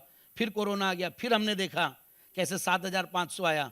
तो लोग ऐसे डरे हुए थे। ये तो फॉर्चुनेटली वापस से एसएमई में लगाने वालों के पैसे बन गए, बट ऐसा नहीं कि वहां नहीं बनते। तो हर जगह आपको एसएमई में भी पैसा बनता है अगर आप अच्छे से रिसर्च करोगे, प्रोमोटर को समझोगे। प्रोमोटर की इनसाइडर इन्फो नीचे, बट प्रोमोटर के बारे में पूरा कोशिश करिए कि जाने। मतलब ऐसा नहीं, आज सपोज आपकी कंपनी है, लिस्टेड है, और मैं आपके साथ बैठा हुआ हूँ, तो मुझे कुछ तो फीलिंग आएगी ना। सपोज स्टॉकेज है, ई-लर्न मार्केट्स को लिस्ट करवाते हैं, तो I know that Vivek Bajaj is, you know, he is a good guy and इनका अच्छा होगा कंपनी, तो वैसा एक फीलिंग आती है। वैसे ही हम लोग हर प्रोमोटर्स को, हम लोग एक जी बिजनेस पे भी एक न्यूज़ पर व्यूज शो आता है, उसमें देखते हैं। वो प्लीज़ आप लोग अगर नहीं देखते तो उसको मिस मत कीजिएगा। घर बैठे बैठे आपको इतने बड़े बड़े 3 मैनेजमेंट रोज सुबह सुबह सुनने को मिल जाए, और उसको छोड़िए मत, और वो वीडियोस को वापस से देखिए, नाम लिख के रखिए कि वो आए थे क्या। हर आईपीओ के बाद हर प्रोमोटर आता है, तो आप उसको देखिए। तो ये सब चीज़ें बहुत ज़रूरी है। तो खोने का तो देखिए सिलसिला चलता रहेगा। बहुत पैसा कमा रहे थे, सितंबर 26 तारीख को एग्जिट नहीं लिया, उसके बाद हमने देखा क्या हुआ। मार्च की 6 तारीख को, फरवरी की 6 तारीख से तो ऐसे पैसे लगे लोगों के, जिस दिन रेट कट हुआ। फिर उसके बाद हमने देखा अप्रैल की 7 तारीख को मार्केट बॉटम आउट हुआ, जब 22,174 का लेवल्स आया अप्रैल 7 तारीख को। उसके बाद से अब हम देख रहे हैं कि कैसे मार्केट्स चल रहे। तो स्मॉल कैप जो बोलते थे कि हाईली फ्रॉथेड है, बहुत ज़्यादा वैल्यूएशंस है, सब कुछ है, बट एनीवेज कुछ भी बोलिए, इंडियन मार्केट्स में चूंकि कैपिटल अकाउंट कन्वर्टिबिलिटी नहीं है, इंडियंस लोग बाहर जाके पैसा नहीं लगाएंगे। भले ही वो एलआरएस हो, एलआरएस में पैसा लगाने के लिए बहुत ऑर्गेनाइज लोग भी सोचते हैं, और टैक्सेशन और दुनिया भर के रेगुलेशंस और ये सब को कौन दिमाग लगाए। तो इंडिया में हमेशा वैल्यूएशंस हायर साइड पे ही रहेंगे, बिकॉज जो भी नया पैसा आ रहा है वो चेज कर रहा है। और पहले क्या होता था, गवर्नेंस को और क्वालिटी को बहुत ज़्यादा प्रीमियम मिलता था। मेरी एक बात हो रही थी, बहुत ही मतलब इंटेलिजेंट और बहुत ही बड़े प्रोफेसर, मेरे रिलेटिव ही है, मतलब कोलकाता में अब रहते हैं। उनको जब मैंने बोला कि हिंदुस्तान यूनिलीवर की वैल्यूएशन इंडिया में 90 का पी मल्टीपल पे है, पूरा मार्केट टूट गया मगर हिंदुस्तान यूनिलीवर नहीं टूटा था। आपको याद हो अगर 2020 में, और आज भी हिंदुस्तान यूनिलीवर वहां से नीचे है। तो बोलते ऐसा कैसे हो सकता है, वहां तो 12 के पी मल्टीपल पे, वहां तो 18 के पी मल्टीपल पे है। गूगल तक भी 18 के पी मल्टीपल पे चलता था 2014, 15, 16 में ऐसे। तो अभी भी ये बहुत सारे स्टॉक्स जो है यहाँ पे 90 के 70 के पी मल्टीपल पे है, वो बहुत अब वहाँ पे सस्ते हैं, और वहाँ के प्रोमोटर सब बेच के जा रहे हैं। जैसे अभी एक्सी बिजनेस पे बहुत अच्छा शो भी बनाया था अनिल जी ने उसी के ऊपर। तो समझ में आता है कि वैल्यूएशंस जो है, अगर आपने बाय एंड फॉरगेट स्टोरीज है एमएनसी स्टॉक में, तो खाली एमएनसी का ही पोर्टफोलियो बनाता हूँ, अगर वो भी बनाया तो भी पैसा खोगे। तो आपको जुडिशियसली हर काम को करना पड़ेगा। आप पैसा लगाते हैं, आप अपनी ज़िंदगी को जैसे जुडिशियसली जीते हैं, वैसे स्टॉक मार्केट भी एक जीवन है, उसको जीना पड़ेगा ठीक से। हर चीज़ को समझ के काम करना पड़ेगा। बिना समझ के कोई भी ऐसा कोई भी फॉर्मूला नहीं है, कोई भी जादू की छड़ी नहीं है कि आप कर दिया और भूल गए और पैसा बना लिया। इम्पॉसिबल है। आंसर बहुत बड़े बड़े दे रहा हूँ मैं कि नए questions you are doing good to me actually, हाँ? एंड यहाँ की पब्लिक बहुत बार मुझे सुनी हुई है, you are doing good to me, so better है ना कि मैं कम बोलूँ। एनीवेज, जो आपने बता रहा था कि F&O में, जो आपने बताया F&O में, और इस तरह से एक्ट कर रहे थे। एक सर्वे करते हैं यहाँ पे, कितने लोग यहाँ पे F&O में पैसा खोए हैं, कमाते हैं? चलो कमाते हैं। देखो सब, अरे देखिए देखिए, अब आप बताइए, यहाँ पे तो अच्छा खासा है। मैं इस जनता की बात नहीं कर रहा था। अच्छा, आपने मुझे कितने करेक्ट लोग कर खोते दिया हैं? था। चलिए खोते हैं। आपने मुझे करेक्ट कर दिया था। वैसे मैं बता देता हूँ कि जनता चाहे कोई भी हो, अगर विकास सर के रिलेटिव या क्लोज फ्रेंड ने डिजिटल फ्रॉड में पैसे खोए हैं, उनके साथ माने उनके कोई साथ वाले, तो ये एफ एंड वाला ग्रीड भी बहुत माने पानी टपकता है और करने जाते हैं कुछ और होता है अल्टीमेटली कुछ. Anyways, other segment which I was trying to cover, like आपके जेम्स जो है वो एसएमई या कोई अनलिस्टेड सेगमेंट का जेम, या आपको लगता है कि मैंने एसएमई में इन्वेस्ट करना चाहिए, या अनलिस्टेड अभी बहुत आप देख ही रहे हो कंटिन्यूअस अनलिस्टेड का एक भरमार चल रहा है. जितना मार्केट अदर लिस्टेड में भी चल रहा है उतना लगभग उतना बड़ा मार्केट अभी अनलिस्टेड में भी हो रखा है. So what is your view on this? देखिए, एक चीज़ तो है कि जैसे अभी थाने के एक ब्रोकर ने 40 करोड़ का एनएससी के स्टॉक्स में किया. जो मार्केट्स अनरेगुलेटेड रहते हैं वहाँ डरना चाहिए आम इन्वेस्टर्स को. हालांकि ठीक है, कलकत्ता में काफ़ी रिलायबल नेम्स है जो इस सेगमेंट में काम करते हैं और कलकत्ता में लोग किए भी होंगे. बट अनलिस्टेड की एक चीज़ और बता दूं, देखिए लिक्विडिटी एक बहुत बड़ी चीज़ होती है. आपको कई बार ऐसा लगता है कि मैं अनलिस्टेड में ले लूँ और एनएससी बोला इतने से इतना हो गया और आपने ना किया था. मैंने बहुत लोगों को ना किया था कि मत लो. मैंने बोला इससे अच्छा बीएससी ले लो. बीएससी नवंबर 2023 में 600 रुपये पे मिल रहा था और आज बीएससी के भाव आप देखिए और उसके बाद बोनस भी आ गया.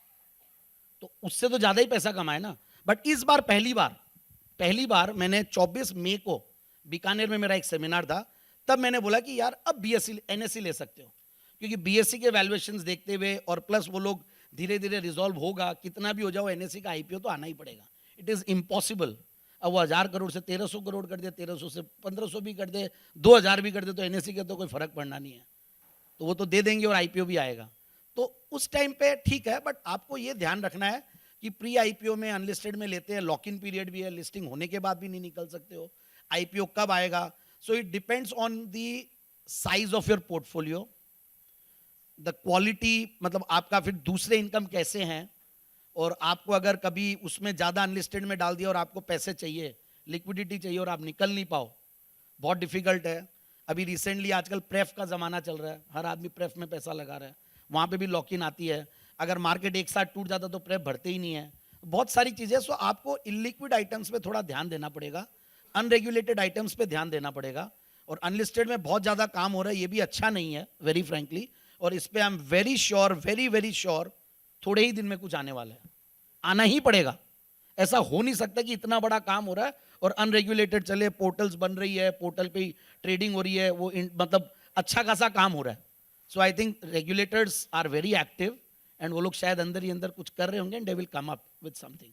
तो अनलिस्टेड में पैसा देखिए आपके पास है और आपको रिसर्च है. अब जैसे एनएससी है, ऐसा ही एक स्टॉक है ऑर्बिस. अब ऑर्बिस मुझे क्यों अच्छा लगता है, क्योंकि मैं जानता हूँ भाई ऑर्बिस का जो एमडी है वो मतलब उनसे हमने डील इसीलिए की कि हम लोग पीएमएस करते हैं और हमारा कस्टोडियन वो है. हमने देखा कैसे चल रही है कंपनी, क्या है, सारे पीएमएस वाले वहाँ जा रहे हैं. तो कैपिटल मार्केट इकोसिस्टम की कंपनी है. देखते देखते वो कंपनी भी 6000 करोड़ की हो गई. जिस दिन हमने पीएमएस उनसे लिया था उस दिन 1000 करोड़ की थी, मतलब हमारी कस्टोडियन, और आज 6000 करोड़, और आज भी सस्ती लगती है क्योंकि 30 के पी मल्टीपल पे ही मिल रहा है. 200 करोड़ का पैट है इस बार मार्च 2025 में.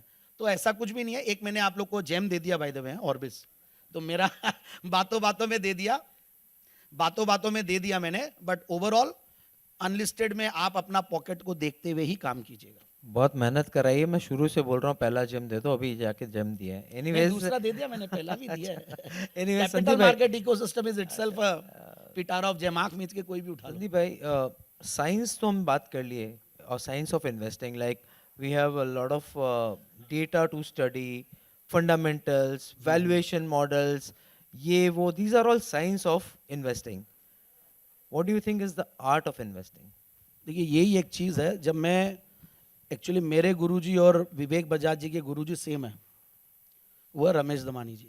ठीक है, मैं 2 महीना उनके ऑफिस में था, तो उनकी बातें 98 की बात है, 97 की बात है. मैं एमबीए के दौरान उनके यहाँ पे इंटर्नशिप करने गया था. तो संदीप, इट्स एन आर्ट. और वो ऐसे मतलब ऊपर देख के बोले एक बहुत ही सुंदर चीज़ है जिसको लोग बहुत गंदी तरीके से करते हैं. मतलब उनका ये कहना है कि बोलो बहुत ही ब्यूटीफुल थिंग है, इट्स एन आर्ट. साइंस तो है ही है, नंबर्स है, ये है वो है, बट इसको करने के लिए आपको बहुत कुछ मतलब थोड़ा समझना भी पड़ता है, देखना भी पड़ता है. आज वो उस टाइम पे इतने न्यूज़पेपर पढ़ते थे, इतने का मतलब 8-10 कम से कम इंटरनेशनल न्यूज़पेपर्स और इंडिया के सारे पिंक पेपर्स. बोला हम लोग इतना पढ़ते हैं, हम 18 घंटे देते हैं और लोग सोचते हैं कि वो 18 मिनट दे के पैसा कमा जाए। मतलब ऐसा नहीं है। तो आर्ट में देखिए आपको थोड़ा सा आजकल बहुत बढ़िया चीज़ क्या हो गई कि एनालिटिक्स आ गए। एनालिटिक्स वाले ऐप्स में हर बार सेमिनार्स में बोलता हूँ, जैसे स्टॉकेज का एक नाम ले रहा हूँ मैं, फिर विवेक जी ने मुझे स्क्रीनर के बारे में बताया, 2017 में जुलाई में मिले थे हम लोग कि संदीप जी आप स्क्रीनर यूज़ करते हो, बिल्ली में तब तक मैं नहीं करता था। एंड उनका वो कितने मतलब इट इज़ हिज ग्रेटनेस कि वो अपने कॉम्पिटिटर का सॉफ्टवेयर बता रहे, कॉम्पिटिटर नहीं है क्या, इट्स वी आर ऑल कोऑपरेटिटर्स, इतना बड़ा महासागर है। तो बोले कि ये यूज़ करो। फिर धीरे धीरे एक के बाद एक तिजोरी.com, trendline.com, सब ये सब ऐप्स को देखने लग गए। तो उसमें भी हम लोग पहले एनालिटिक्स से निकालते हैं कि कौन से स्टॉक को देखना है, आर्टिस्टिकली एंड साइंटिफिकली। पहले आप सही चीज़ क्या है भाई, आप देखिए आप अच्छे दिख रहे हो, आप फिट हो एकदम, बड़े स्मार्ट लग रहे हो, अच्छे कपड़े पहने हुए हो, अच्छे जूते पहने हुए हो, फिट हो एकदम, टोन निकली भी नहीं आपकी, तो आप एक बार तो फिट हो। अब मैं आपको देखूंगा कि अब अंदर से कैसे हो। अब अंदर से करने के लिए मेरे को क्या 5-10 आदमी से बात करनी पड़ेगी। मैं धीरे से बात करूंगा संदीप जी से कि यार राकेश जी का कैसा व्यवहार। तो आपको हर शहर में, हर स्टॉक में कोई ना कोई ऐसा मिल जाता है कि जिस अभी जैसा आप नागपुर जाओ, कोई भी आदमी आपको बता देगा कि नुआल्स कैसे हैं। नुआल्स कौन है? अरे बॉस आपके पास है क्या सर आईपीओ में? क्या है? कितने स्टॉक्स हैं मतलब? क्योंकि डेट इतना बड़ा स्टॉक है 12-13 हज़ार का, तो मैं जस्ट पूछ लिया, बट सही बात है, मेरा सवाल गलत है। तो नुआल्स के बारे में आप पूछो, अब नागपुर में जबरदस्त है। एक स्टॉक मैंने दिया बजाज स्टील इंडस्ट्रीज, नागपुर की कंपनी है, मेरा एक फ्रेंड है वो स्टील इंडस्ट्री में नागपुर में। मैंने बोला कैसा है, एक ओवरऑल आपको पिक्चर मिल जाता है। अब कलकत्ता की कंपनी है सपोज, बोले चलो टेक्नो इलेक्ट्रिक, तो हम पूछ लेते हैं कलकत्ता कैसे है लोग, मैथन एलोइज कैसे है लोग, बात इतना ही पूछ लो। अरे नहीं यार वो तो फ्रॉड है यार, वो तो बेकार है एकदम, आप क्या बात कर रहे हो, मेरे ही पैसे खाए हुए बैठे हुए हैं, ऐसे भी लोग मिल जाएंगे। तो ऐसे आप क्या होता है कि आपका एक सर्कल बन जाता है। तो ये सब तरीके होते हैं ढूंढने के। ठीक है, ये सब इतना इजी नहीं है। चैनल चेक है, स्कैटलबट बोलते हैं, चैनल चेक बोलते हैं थोड़ा बहुत, प्लस आप उनका सोशल मीडिया प्रोफाइल देख लीजिए, ग्लास डोर देख लीजिए, उनके एम्प्लॉयज़ के फीडबैक देख लीजिए। अब आप एक कंपनी थी एडुकॉम सॉल्यूशंस, ठीक है ना, फिर एक कंपनी थी BL कश्यप, मेरे ऑफिस के सामने ही फ्लाईओवर बन रही थी, तो मैंने ऐसे ही पूछ लिया भाई उन्होंने बनाया। अब अच्छी हो गई होगी, खराब हो गई मुझे नहीं पता, मेरे रडार पे नहीं है, बट उस टाइम पे वो बोलता है नहीं यार हमारे तो वो PF और ESI जमा नहीं करवाते हैं। अब कैसे ले ले उस कंपनी को? अब ITT सीमेंटेशन है एक एग्जाम्पल, मेरे ऑफिस के सामने वाली फ्लाईओवर का कॉन्ट्रैक्ट उनको मिला, तो एक दिन उनका एक कंकर गिरा मेरे कार के ग्लास पे और फूट गया। तो मैंने फ़ोन किया, भाई ऐसे कैसे फोड़ दोगे यार आप तो मेरा। तो कितना स्मार्ट और कितना फास्ट काम किया उसका मैनेजमेंट। कोई बात नहीं है सर, आप आपका नंबर दीजिए, मैं ठीक करवा के दूंगा, और आप जो भी खर्चा लगे आप मुझे बता दीजिएगा, नो क्वेश्चंस आस्क्ड। अगले ने 7 दिन में मेरा चेक भेज दिया। तो अब वो ITT सीमेंटेशन 90 रुपए में जब मिल रहा था, तो उसको क्यों रेकमेंड नहीं करूंगा मैं? तो ये घूमते घमाते आप अलग अलग, हम ऑर्गेनाइजेशन ज्वाइन कर रखे हैं, ANMI ज्वाइन कर रखे हैं, ANMI के भी कई सारी लिस्टेड कंपनियां होगी, कई CAs मिलते हैं, उनके भी कई सारे क्लाइंट्स होंगे, तो ये ढूंढना करना तो पड़ेगा। बाकी देखिए पढ़ के भी मिलता है, ऐसा नहीं है, दीज आर ऑल थोड़ा, हम घूमते ज़्यादा है, प्रेजेंस ज़्यादा है। मैं बोले जीतो में भी हूँ, तो टाई में भी हूँ, CPI में भी हूँ, ANMI में भी हूँ, फिर अलग अलग EO YPO सारे लोगों से कनेक्टेड है, तो हर शहर के लोगों से कनेक्टेड रहते हैं कि भाई पता रहना चाहिए कौन से शहर में कौन बड़ा आदमी है, और कौन से शहर की कौन लिस्टेबल कंपनीज है, कौन से शहर की कौन सी लिस्टेड कंपनीज है।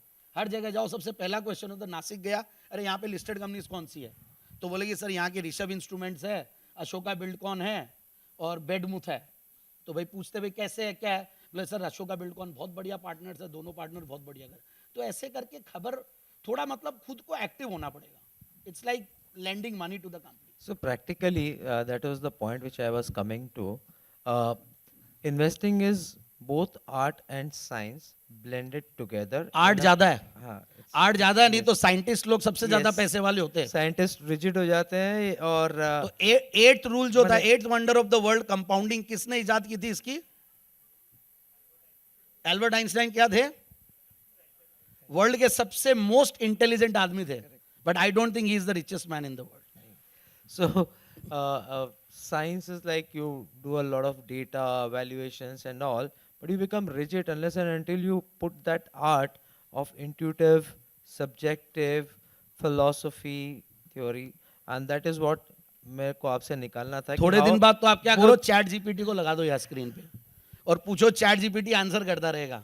बट वो आर्टिफिशियल इंटेलिजेंस और नेचुरल इंटेलिजेंस का ये अभी blend चाहिए. मैं सुबह से 3-4 सेशंस में कंटिन्यूअस ये आर्टिफिशियल इंटेलिजेंस के बारे में बहुत डेंजरस सुन रहा चीज है. था. बट अल्टीमेटली मुझे जो लगता है संदीप भाई, it is your intelligence to use artificial intelligence which matters the most. अरे आप chat GPT Unless and until you are intelligent, you can't use artificial intelligence in an intelligent way. That's right. So, anyways, नहीं, आप अभी chat GPT में डालोगे ना कि what will Sandeep Jain recommend as gems tomorrow, वो बता देगा. tomorrow नहीं, मुझे अभी चाहिए. Seriously? Another gem. मुझे चैट अभी जीपीटी में चाहिए. ये भी होता है. अब अभी चाहिए यार. चैट जीपीटी कल बताएगा, कल का.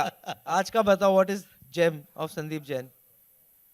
देखिए कुछ स्टॉक्स में लाया था. वैसे देखिए मैं हमेशा सोचता हूँ कि कोई जरूरी नहीं है, रेगुलेशंस और सबको देखते हैं हम लोग. प्रॉपर डिस्क्लेमर्स या आप डालो अपना डिस्क्लेमर. बिल्कुल.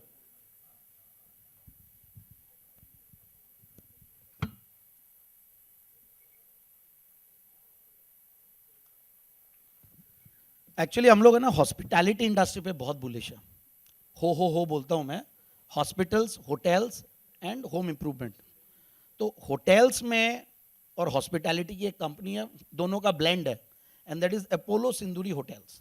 नाम अपोलो सिंदूरी होटल्स है, बट ये लोग अपोलो ग्रुप को कैटरिंग और इनकी बाकी जो सप्लाईज है ये सब करते हैं, हॉस्पिटल सप्लाईज. तो ये एक स्टॉक है जिसको मैंने बहुत पहले बहुत नीचे के लेवल्स पे रेकमेंड किया था. तो ये स्टॉक हम लोगों ने अभी आइडेंटिफाई किया, जिसको हम मतलब 1750-1800 के टारगेट्स के लिए ले सकते हैं. अपोलो सिंदूरी अभी 1400-1450 के लगभग है. Any other? I am very bullish on again tourism. अगर आपने इस बजट में देखा होगा, सरकार ने रिलीजियस टूरिज्म के ऊपर भी बहुत फोकस दिया है, मेडिकल टूरिज्म के ऊपर बहुत फोकस किया है, एंड यहाँ पे बहुत सारे companies already hotel stocks are doing very well. एक हमारी कलकत्ता की आईटीसी होटल्स डीमर्ज होके बनी है, लोगों के पास खूब पोर्टफोलियो है, पोर्टफोलियो में ये स्टॉक है. बट एक स्टॉक है जहाँ पे मुझे लगता है कि मोनेटाइजेशन का एक बहुत बड़ा टेलविंड है, and that is ITDC, Indian tourism development corporation, जहाँ पे फ्लोटिंग स्टॉक बहुत कम है, और जहाँ पे आप अगर दिल्ली में जाओ तो अशोका होटल, और प्लस अभी एफएम ने फिर से बोला कि we will get very bullish on monetization.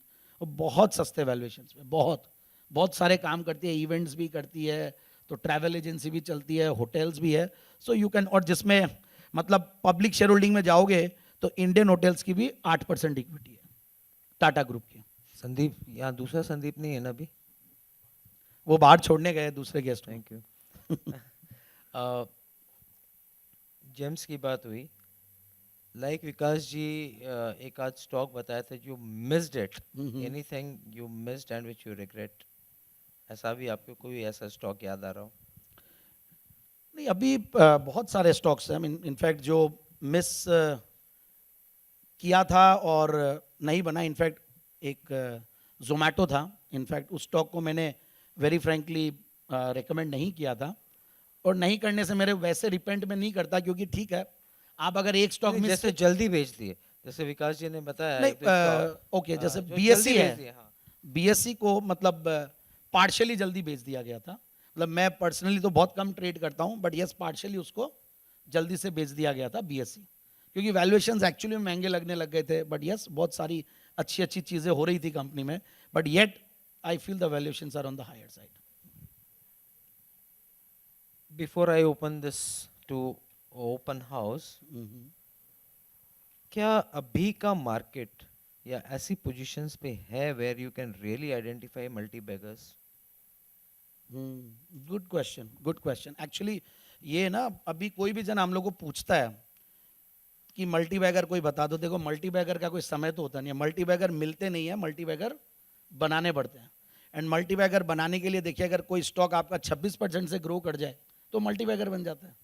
26% ये तो आजकल अब सबको पता ही हो गया होगा, हम तो हर जगह जाते हैं और बोलते हैं कि 26% से अगर कोई एक चीज़ ग्रो करती है तो 10 साल में 10 गुना, 20 साल में 100 गुना और 30 साल में 1000 गुना। और हमारे सामने एग्जाम्पल है राकेश झुनझुनवाला जी, तो होल्ड करके रखना पड़ता है। उन्होंने टाइटन में बनाया, क्रिसिल में बनाया, तो ऐसे सारे।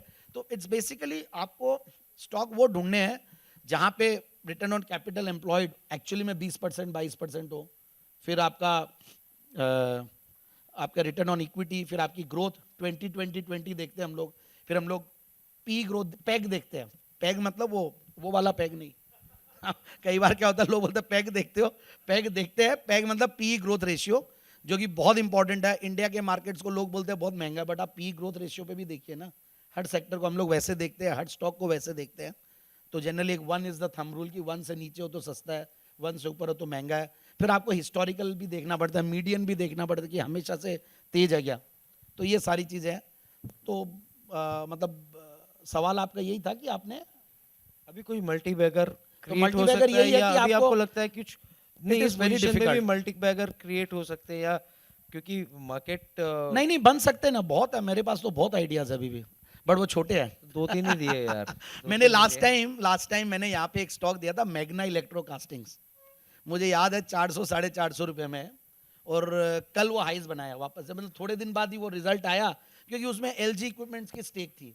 बहुत जबरदस्त कंपनी है, फंडामेंटल्स बढ़िया, पी मल्टीपल सस्ता, ग्रोथ है। फिर मैंने कोयम्बतूर की कंपनी थी, कोई जने से पता भी कर लिया कि भाई कोयम्बतूर में, बोलो बहुत बढ़िया कंपनी है सर, आँख मीच के, बोला ठीक है भाई। तो स्टॉक को देखा और वो आज 1300-1400 रुपये पे 1250-1300 के भाव है। तो स्टॉक्स तो देखिए छोटी छोटी कंपनियां है, बट वो क्या होता है कई बार वो इतनी छोटी कंपनियां एक ओपन फोरम में बोलने में थोड़ा सा हिचकिचाहट होती है।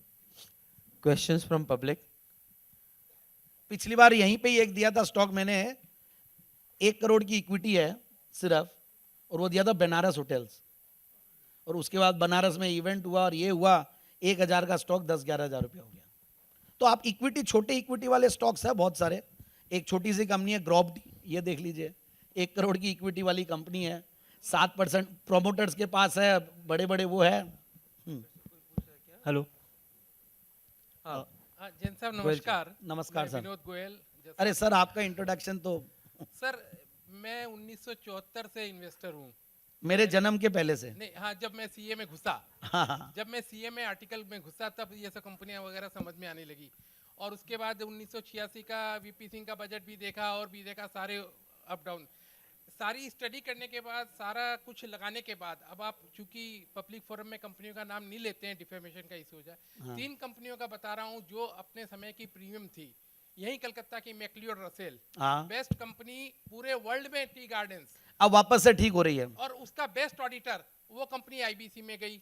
श्रेय इक्विपमेंट फाइनेंस, हाँ। मैं by the way finance company में एनबीएफसी कंपनी का इधर का ईस्टर्न रीजन का जो उसका चेयरमैन भी हूँ, और हमारे साथ उठना बैठना, जैसे आप बोलते हैं ना पर्सनली कानोडिया जी को नहीं, मगर उसमें देखिए श्रेय इंफ्रा मैंने कभी भी रेकमेंड नहीं किया। नहीं, आपने आपको डेट इक्विटी रेशियो देखना पड़ेगा, एनबीएफसी में एनपीएस आपको देखना। मैं बता रहा हूँ, जो आज सबसे बड़ा सेठी साहब बता के गए, या पहले भी बताया गया, बैंकिंग और एनबीएफसी, कलकत्ता की ओनली लिस्टेड एनबीएफसी थी, और उनके मालिकों के साथ हम साथ साथ उठते बैठते थे, उसमें आईबीसी में चली गई। जेट एयरवेज प्रीमियम हुआ करती थी उसके में जाने में, जेट एयरवेज चली गई, खत्म हो गई। इसी प्रकार किंग फिशर तो मान लीजिए, खैर वो आदमी खराब निकला, लेकिन बता रहा हूँ कि कहाँ जाएं।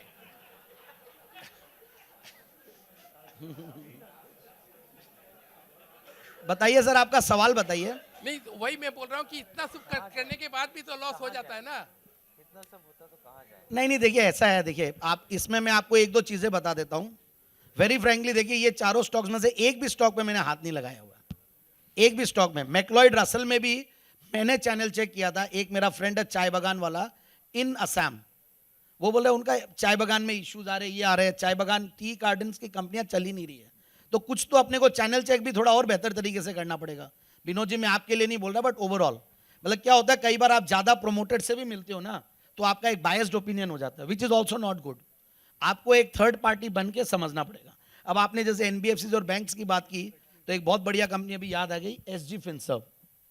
SG Finserv APL Apollo tubes वालों की कंपनी है, और मधु भाई ने भी उसमें स्टेक ली है। और दूसरा ये सप्लाई चेन फाइनेंसिंग में, जो कि आजकल बज़वर्ड हो रखा है एनबीएफसीज में, सप्लाई चेन फाइनेंसिंग। तो मुझे लगता है कि वो भी एक स्टॉक आप लोग देख सकते हैं। One more question. Actually, signals are coming that we are getting a little late. Sir, हाँ हाँ स्टॉप लॉस हो गया भाई 5 मिनट अब. I am putting one question. मेरे एक बॉस थे जो कलकत्ता में सबसे बड़े इन्वेस्टर थे, सब शायद नाम भी सुना होगा आपने, मिस्टर एमएल रावत. तो उन्होंने उनकी गाड़ी थी एम्बेसडर 12,000 में खरीदी. वो गए कि भाई मेरे को बेस्ट फिल्म दीजिए, तो उन्होंने कहा साहब बोस कंपनी का ले लीजिए, बोस कंपनी का, BOSCH. BOSS. तो उन्होंने वो ले करके और उसकी फिर बैलेंस शीट निकाली. थोड़ा सा माइक क्योंकि पास ये लाइएगा इतना ना. अच्छा बता रहे हैं, तो उसकी टर्नओवर वगैरह देखी. माइक को पास लाइएगा सर. हाँ, तो उसमें उन्होंने मैंने 4 करोड़ रुपया कमाया वो उसके शेयर्स में, 4 करोड़ रुपया. अच्छा, अब मेरा एक क्वेश्चन है छोटा सा. एक सेमिनार में किसी स्पीकर ने ये बताया कि ये डिफेंस का शेयर है ना, बहुत फेमस HAL. उन्होंने कहा HAL इज नॉट वायबल. तो ये इसके पीछे क्या सेंस हो सकता है? देखिए ऐसा एक्चुअली क्या आपको बहुत सारी चीजें देखनी पड़ती है. एक्चुअली कोई भी एक स्टेटमेंट को आप ले नहीं सकते हैं. HAL खराब होता, HAL का जब OFS आया था तो 1100-1200 का भाव था और 900 रुपया भी हुआ. अब उस टाइम पे सप्लाई थी इसलिए नीचे आ गया. फिर बाद में अगर सरकार को ये लग गया कि हमें डिफेंस की सेक्टर में मेक इन इंडिया बनाना है और खूब बजट्स लाने हैं, खूब ऑर्डर्स देने हैं, तो HAL चल गया. तो आप कोई भी एक टाइम पे एक स्टेटमेंट उस टाइम पे कुछ कंडीशंस थे उसके ऊपर दिया गया. अभी 10 दिन पहले ये कहा कि HAL इज नॉट वायबल. नहीं, HAL अभी एक बार बहुत ज्यादा चल गया. अब वो किस तरीके से बोल रहा हो, टेक्निकल है या फंडामेंटल बोल रहा है, वो भी पूछिए. अब वो हो सकता है कि वो 1400-1500 पे लिए भी उनको 5,000 बढ़िया लग रहा है, हो सकता है थोड़ा करेक्शन के बाद ले ले. तो बहुत सारी चीजें हैं. नहीं, जैसे हमने तो 1,000 रुपए में लिया हुआ है. हाँ, तो हमको तो हाँ तो ठीक है. HAL is a good story. ऐसा नहीं कि HAL को आप हो सकता है अभी थोड़ा महंगा है, नीचे आए तो अपन फिर एंट्री लेंगे. एक question sir, last question please. Sandeep ji नमस्कार, पुष्पदीप रुंगटा.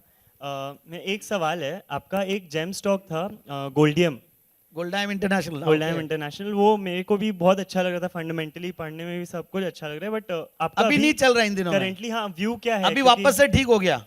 हाँ, मतलब काफी लीक के लाया हूं मैं भी इसमें. ठीक है, लैब ग्रोन डायमंड्स और ये सब में कंपटीशन भी बढ़ गया है, और कई बार गोल्ड की वजह से भी होता है. आपका अगर इन्वेंट्री नहीं हो और गोल्ड बढ़ गया तो थोड़ा सा कई बार नहीं कर पाते हैं. तो लॉन्ग टर्म में आपका क्या व्यू है इस स्टॉक को लेकर? देखिए गोल्डाइम अच्छा लगता है मुझे सर्टेनली. देखिए ज्वेलरी स्टॉक्स थोड़े डर तो लगते हैं, but Goldiam as a story it's a good story. Lab grown में वो लोग बहुत एग्रेसिवली ग्रो कर रहे हैं. दूसरा भी है, क्वालिटी कंपनी है, और अगेन वहाँ पे भी रमेश दमानी जी इन्वेस्टेड है. So which is a very very मतलब स्ट्रॉन्ग नेम. बट ठीक है, आई थिंक इन्वेस्टेड रहना चाहिए. बट स्टॉक स्पेसिफिक मत पूछे मेरे हिसाब से. एक जो अपने डिस्कशन में एक चीज जो मेरा छूट गया था, since you deal with gem, what about gold and silver now? हाँ, गुड क्वेश्चन. देखिए गोल्ड और सिल्वर का एक चीज जरूर से देखिएगा, रेशियो. जिस दिन गोल्ड और सिल्वर 100 के रेशियो पे आया था ना, उस दिन से आपने देखा होगा कि गोल्ड टूटा, सिल्वर चला. 1915 में फर्स्ट वर्ल्ड वॉर के टाइम पे 100 पे रेशियो पहुंचा था. फिर ये नीचे आते आते 48 तक आया सिल्वर और गोल्ड का रेशियो, कि सिल्वर तेज गोल्ड कम तेज. फिर धीरे धीरे 60 एक इसका मीडियन रहता था. फिर वापस से बाद में ये हो गया कि भाई इतने जियोपॉलिटिकल टेंशंस और इतनी गोल्ड की डिमांड और सॉवरेन गोल्ड बॉन्ड्स और ये सब आने की वजह से ये रेशियो बढ़ गया. फिर सारी कंट्रीज गोल्ड खरीदने लग गई, तो 80-85 एक न्यू नॉर्म हो गया, न्यू नॉर्मल. बट ओवरऑल मेरे हिसाब से इसमें हमेशा से ये 100 का लेवल बहुत बड़ा है, 100 के ऊपर. बट देखिए मैं भी कोई बोलने वाला नहीं हूँ. ये सब चीज़ें क्या होता है, आपको थोड़ा सा आपको फास्ट चेंज भी करना पड़ता है. ओपिनियन कई बार आपको दिख रहा है कोई चीज़, तो कोरोना के टाइम पे यही चीज़ बहुत ज़्यादा हो गई थी. तो हमने तो हमारे जब ये 100 का रेशियो आया था तो we asked our clients to exit gold, and हम लोग हमारे पीएमएस में गोल्ड और सिल्वर दोनों ले रखे हैं, और सिल्वर ज़्यादा है. So, since the constraint of time is there, we'll end this session here itself. Sorry, नहीं मैक्लोइड रसल में मैंने पढ़ा था, मैं इतना ट्रैक नहीं करता कि अभी धीरे धीरे कुछ चीजें बेहतर हो रही है उनकी, और मैंने आर्टिकल ही पढ़ा था, मुझे पूरा डिटेल्स याद नहीं है क्योंकि मैं ट्रैक. सॉरी, व्यूज ये है कि अभी है तो बेचिए मत. So, my concluding remark is like, in presence of all the CAs, which is offline, which is usually we all belong to the commerce background, Sandeep ji tried to impart the knowledge of science and arts to the commerce people of investing, science and the art of investing. अब Thank you balance very sheet much, आप लोगों को Sandeep कैसे ji. सिखाएं? Thank you. इसीलिए science Thank और you. art चुना गया था ना. Thank you very much, Sandeep ji. Thank you so much. Thank you so much, gentlemen. And Rakeshu, for you, I don't know how you picked those questions. Probably you have read our mind somehow and put the right questions to the right persons. And मैंने भी वहाँ पे बैठ के कुछ लिख रहा था, जैसे जेम्स आ रहे थे. We believe those gems glitter tomorrow. With this note, we are concluding this session, and it's been a long day since morning, but we are left out one more power pack session with Chandanji and Bebekji. May I request Hariramji to initiate the first session.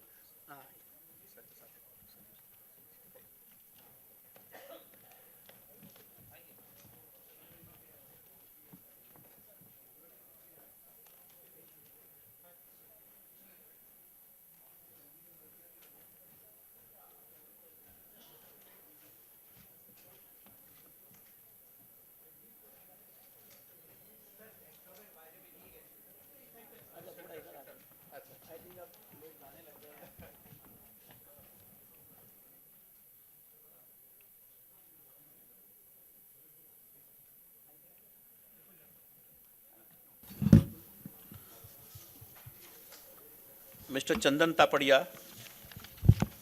Mr. Chandan Tapadia is CMT City Head, Technical and Derivative Research Senior Vice President of Motilal Oswal.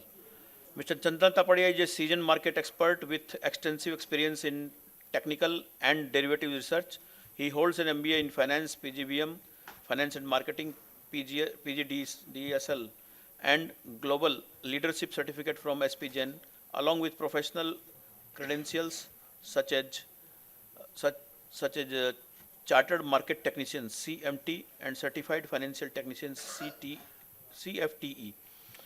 A prominent media personality, Mr. Tapadia regularly features on India's leading business television channel during prime time shows, including CNBC TV18, CNBC Awaz, G Business, ET Now Swadesh, NDTV Profit, Business Today, Wayan International, and others. Committed to knowledge sharing, Mr. Tapadia has delivered lectures at over 70 premier B schools, including IIT Delhi, IIT Guwahati, NMIMS, IMT Nagpur, IBS, ICFAI University, Vijay MET Business School, St. George, etc. He serves as an invited faculty for ICAI and has conducted multiple investor awareness seminars in association with NSE, MP, NSDL, and BSc. May I request Sri R.C. Jhawarji to please come on the dais to felicitate Mr. Chandan Tapadia.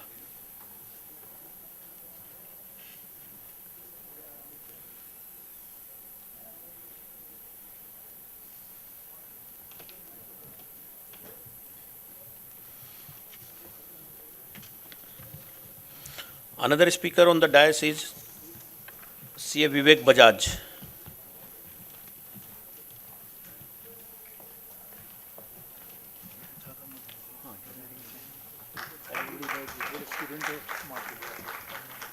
CA Vivek Bajaj is a co-founder of Stockage, a financial market data and analyst platform by which he is well known in this capital market, Stock Edge versus Vivek Bajaj. These two names are synonyms.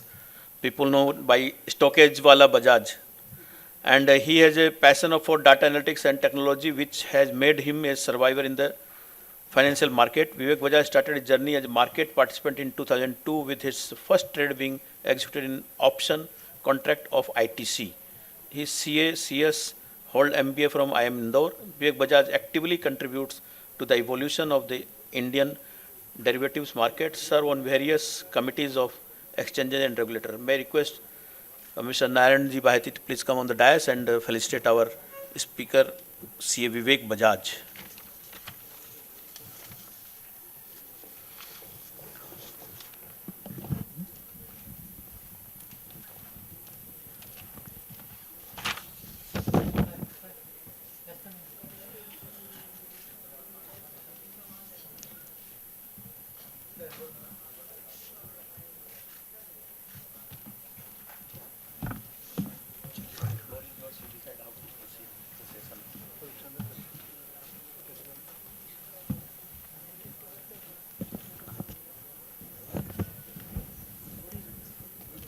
So the floor is open to both the speakers.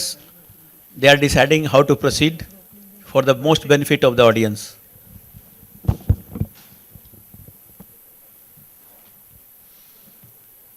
Good evening. I think जोश कम हो गया, but होता है ना कि last के player को छक्के चौके मारने होते हैं और कुछ नहीं होता है. So I think me and विवेक भैया विल मेक श्योर कि आपको एंट्री भी सही मिले, जहाँ वेल्थ मिलने वाला वो कंटिन्यू राइड हो, और जहाँ वेल्थ में स्पीड ब्रेकर हो वहाँ राइटली आप एग्जिट कर जाओ. मेरा ऐसा मानना है, मैं गीता का बहुत बड़ा फॉलोअर हूँ. भगवान गीता कोई भी हो, भाई साहब ने पूछा है तो देखो मैं दो तरह से जवाब दे सकता हूँ, मार्केट का भी दे सकता हूँ, स्पिरिचुअल भी दे सकता हूँ, और भाई साहब के सामने जो गीता है उनका जवाब भी दे सकता हूँ. तो बट आई मेक श्योर कि मोमेंटम बना रहे. भगवान श्री कृष्ण ने एक ही बात कही है, कर्म तुम्हारा कल होगा, और कर्म अगर सच्चाई है तो कर्म कहाँ निष्फल होगा. आई थिंक हम सब कर्म कर रहे हैं, सबका एक ही एम है, कैसे हम क्लाइंट के लिए काम करें और कैसे हम क्लाइंट के वेल्थ के लिए काम करें और अपना वेल्थ भी बनाएं. सबका एक ही एम है, और ये वेल्थ बनने से कैसे कंट्री का वेल्थ बने और कैसे हम वर्ल्ड की 3rd लार्जेस्ट इकोनॉमी से 1st की तरफ पहुंच जाए. जब भी मार्केट की बात करते हैं हर कोई स्ट्रेटेजी की बात करता है. मैं स्ट्रेटेजी ऑप्शंस की स्ट्रेटेजी की बात नहीं कर रहा हूँ. स्ट्रेटेजिक डिसीजन, स्ट्रेटेजिक प्लानिंग, जैसे संदीप जी ने बोला, सेठी जी ने बोला, केडिया जी ने बोला कि आपको कुछ ना कुछ स्टेप्स एंड प्रोसेस चाहिए. कोई बोलता है मैं QGLP देखते हैं, कोई बोलते हैं हम स्माइल कॉन्सेप्ट देखते हैं. बट जब भी स्ट्रेटेजी की बात करें सबसे पहले महाभारत को याद करना जरूरी है, क्योंकि हमने कृष्ण भगवान से स्टार्ट किया, महाभारत की बात की. महाभारत में अभिमन्यु घुस तो गया था, निकल नहीं पाया. मेरे 2-3 सवाल है, मैं इसलिए भी ये महाभारत पे आ रहा हूँ क्योंकि बाद में मेरे को विवेक भैया को भी पास करना है. महाभारत में पहला सवाल, अभिमन्यु को चक्रियों में घुसने की जरूरत कहाँ थी. सेबी बोलता है 93% लोग पैसा गंवा देते हैं. वो इसलिए गंवा देते हैं क्योंकि उन्होंने खाली सुना है डेरिवेटिव्स में पैसे बनते हैं. अभिमन्यु की गलती करते हैं. क्या अभिमन्यु अर्जुन का वेट नहीं कर सकता था. सेकंड, एग्जिट बहुत जरूरी है, बट मेरा ऐसा मानना है एंट्री सही नहीं है ना तो ही एग्जिट गलत है. एंट्री सही है तो एग्जिट गलत नहीं हो सकता है, जहां तक मेरा मानना है. सो काफी लोग बोलते हैं अभिमन्यु का निकल नहीं पाया, बट मैं बोल रहा हूँ एंट्री सही नहीं था. उस पर डिबेट नहीं करते हैं, बट फोकस ये है कि we are very blessed to be in India, और भारत में पैसा बना है और भारत में पैसा बनेगा. आसपास की 5 कंट्री देखोगे ना, वो इकोनॉमिक सर्वाइवल के लिए काम कर रही है, बट रियल में इकोनॉमिक ग्रोथ इंडिया में बन रहा है. जिस हिसाब से मिनिमम 5 से 7% का ग्रोथ हर साल कंपेरेटिवली बन रहा है, we are well set, well position कि 2030 तक will be the 3rd largest economy of the world. पैसा बनाने के लिए सबसे इंपॉर्टेंट है, सबसे पहले पावर ऑफ कंपाउंडिंग को आप अपना गुरु मानो.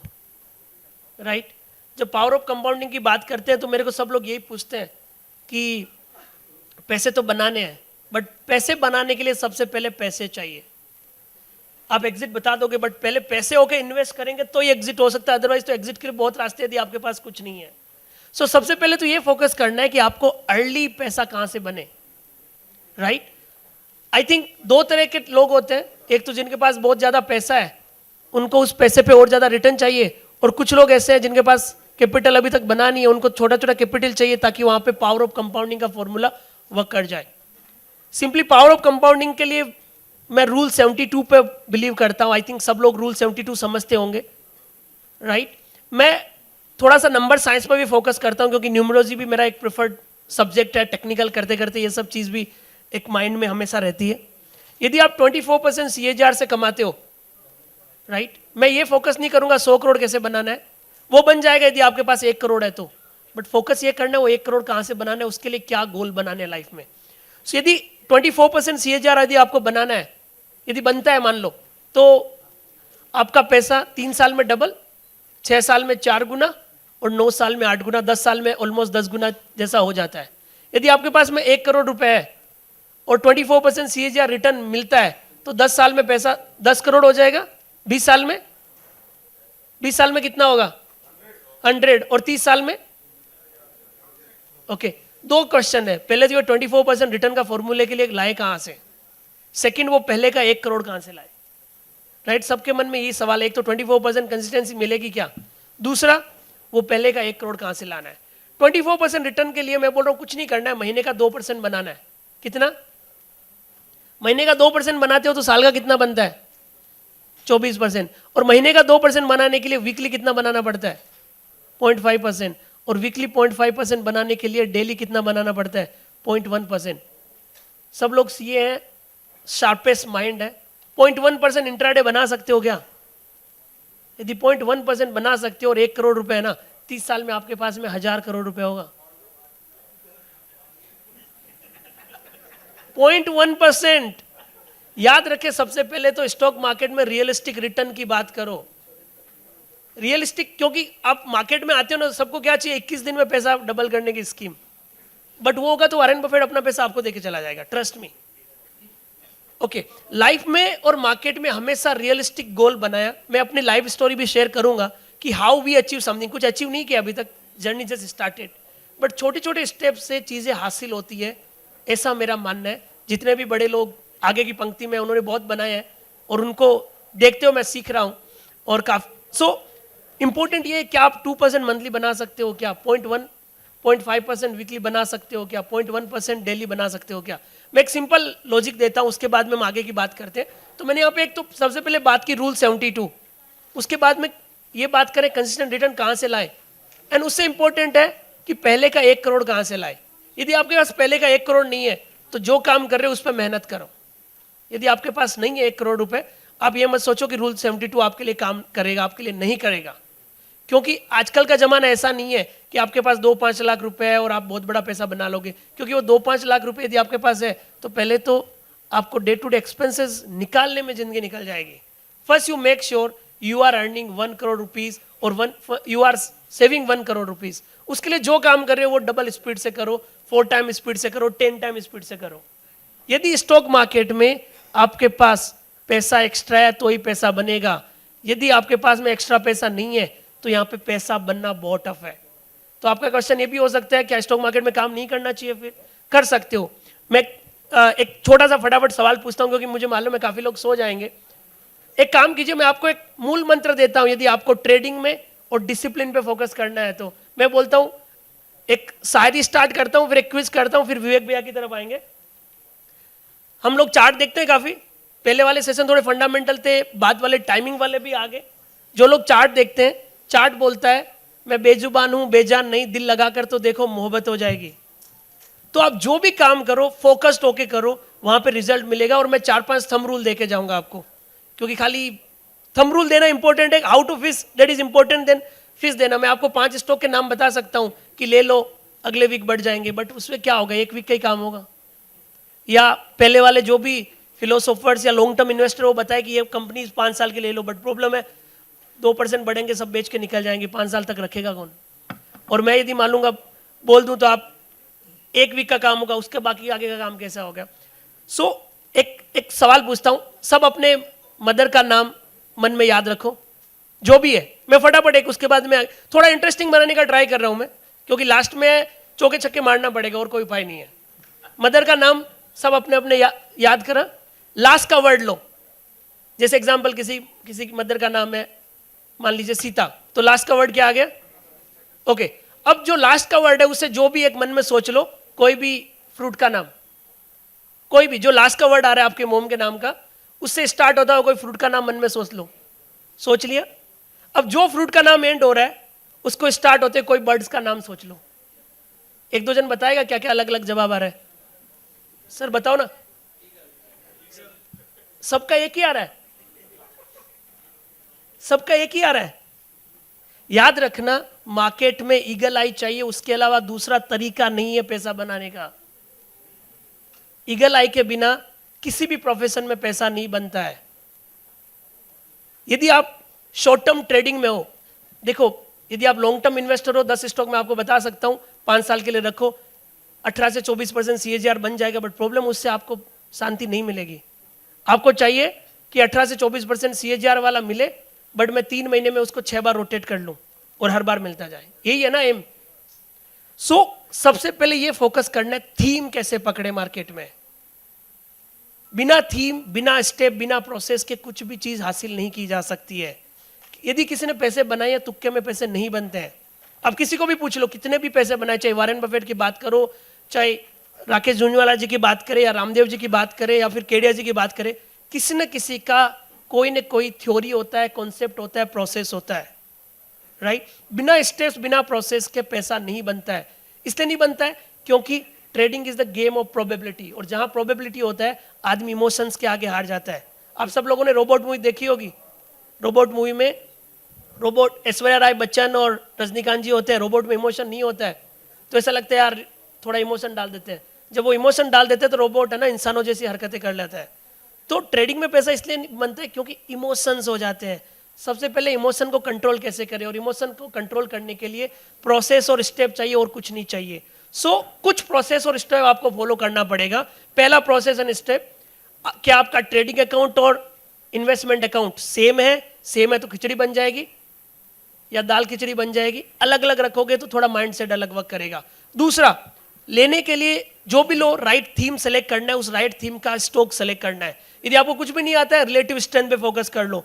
मार्केट अच्छा है, कौन सा सेक्टर स्ट्रॉन्ग है, उस सेक्टर का कौन सा स्टॉक स्ट्रॉन्ग है, रिलेटिव स्ट्रेंथ के कॉन्सेप्ट को फॉलो कर लो। उसके अलावा यदि आपको समझ में आ रहा है कि मैं एक स्टॉक लूँ और रिस्क बहुत बड़ा हो गया, आप हमेशा ये ध्यान रखो 5 से 8 स्टॉक का बास्केट बनाओगे, चर्निंग पे वर्क करोगे, सर्टेन % रिस्क में निकल जाओगे, सर्टेन % प्रॉफिट को ट्रेल करोगे। कुछ ना कुछ प्रोसेस बनाना पड़ेगा क्योंकि trading is the game of the probability. Short term, I always understand trading is the game of probability and investment is the game of the wealth creation. तो आपको but problem ये है कि वेल्थ क्रिएशन के लिए पैसा चाहिए, और वो पैसा शॉर्ट टर्म ट्रेडिंग से ही निकाल सकते हो, तभी पैसा बनेगा। यदि आपके पास पैसा है, ट्रेडिंग मत करो, वेल्थ क्रिएशन करो। बट वो पैसा नहीं है तो छोटा मोटा ट्रेडिंग का मतलब ये नहीं बोल रहा आप इंट्राडे ऑप्शन करो, वो सब नहीं।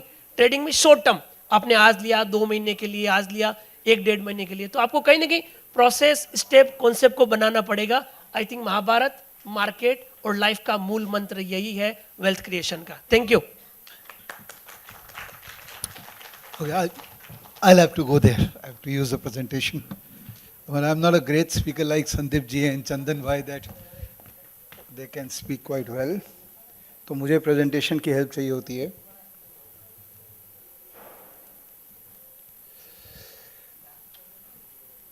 Okay, because my topic is slightly conceptual in nature.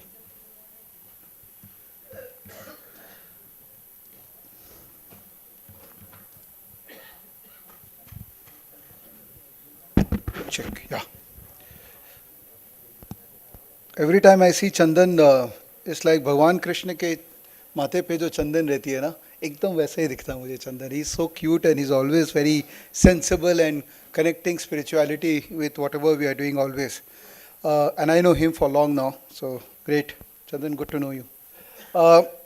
So last time also I was a speaker, and the year before that also I was a speaker. So and we had pretty much the same audience. Last time भी मैं last में था. So they always keep me to the end because I guess the best should be towards the end. Okay. So last time I talked about high frequency trading, algo trading, and we discussed co-location, we discussed HFT trading, algo trading क्या हो रहा है. We did touch that some people have advantage. And अब हमारे सामने आ रहा है कि yes, some people have advantage. So today I want to talk about a very important concept of exiting a stock, because दिलाता सबको ही है. You know, in our life we have people everywhere who are feeding stocks in our mind. चाहे वो हमारा neighbor है जो बहुत पैसा कमा चुका है, but he is still our neighbor. चाहे वो Twitter पे लोग हैं या Telegram में लोग, everyone is making so much of money and they are asking us to buy shares, and that share is going to give us a lot of money. But very few people talk about selling, right? I'm not saying that no one talks about selling, but हाँ, बहुत कम लोग होते हैं जो बेचने बोलते हैं, right? And we have to respect those people because जो बेचने बोलता है वो actual में they are going against the crowd. Because principally, typical behavior is that everyone believes that buy करना is sensible thing to do because in long term के नाम पे आप बहुत कुछ बोल सकते हैं. because long term में तुम रहेगा, हम रहेगा, हमको पता नहीं है, आज तुम बोल के चला जाओ, ठीक है. तो प्रिंसिपली में इट्स बिजनेस सेंस यही है कि आप लोगों को बाय कराओ लॉन्ग टर्म के नाम पे, okay. especially when you are an intermediary. Sorry, I'm just making my personal comment here, nothing against anyone, so just allow me to speak what I'm speaking. When I'm a trader, I started my journey as an intraday trader and I built a trading desk. Sandeep और हम लोग साथ में बहुत time से जुड़े हुए हैं. When I decided to move out of full-time trading, intraday trading, and move into swing trading, I bought a share of one of my friend whose company is listed. He's from Calcutta. Whose company is listed. तो मैंने उसका share खरीदा. उसका share 30% नीचे चला गया. मैंने उसको 15 दिन बाद पूछा कि तेरा शेयर 30% नीचे क्यों चला गया. उसने जवाब दिया, मुझे क्या पता, तू बता. ठीक है, मेरे को लगा चलो टेम्परेरी है. स्टॉक और 50% नीचे चला गया. आई आस्क हिम अगेन, क्या चल रहा है. बोला, Vivek, I have no idea. Share बाजार में तुम लोग का क्या चलता है, I have no idea. You figure out and tell me. फिर उसके बाद हमारी बात नहीं हुई.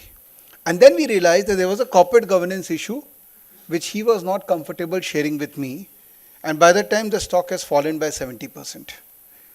मुझे लगा यार, I cannot live in this environment where there are variables which is not predictable.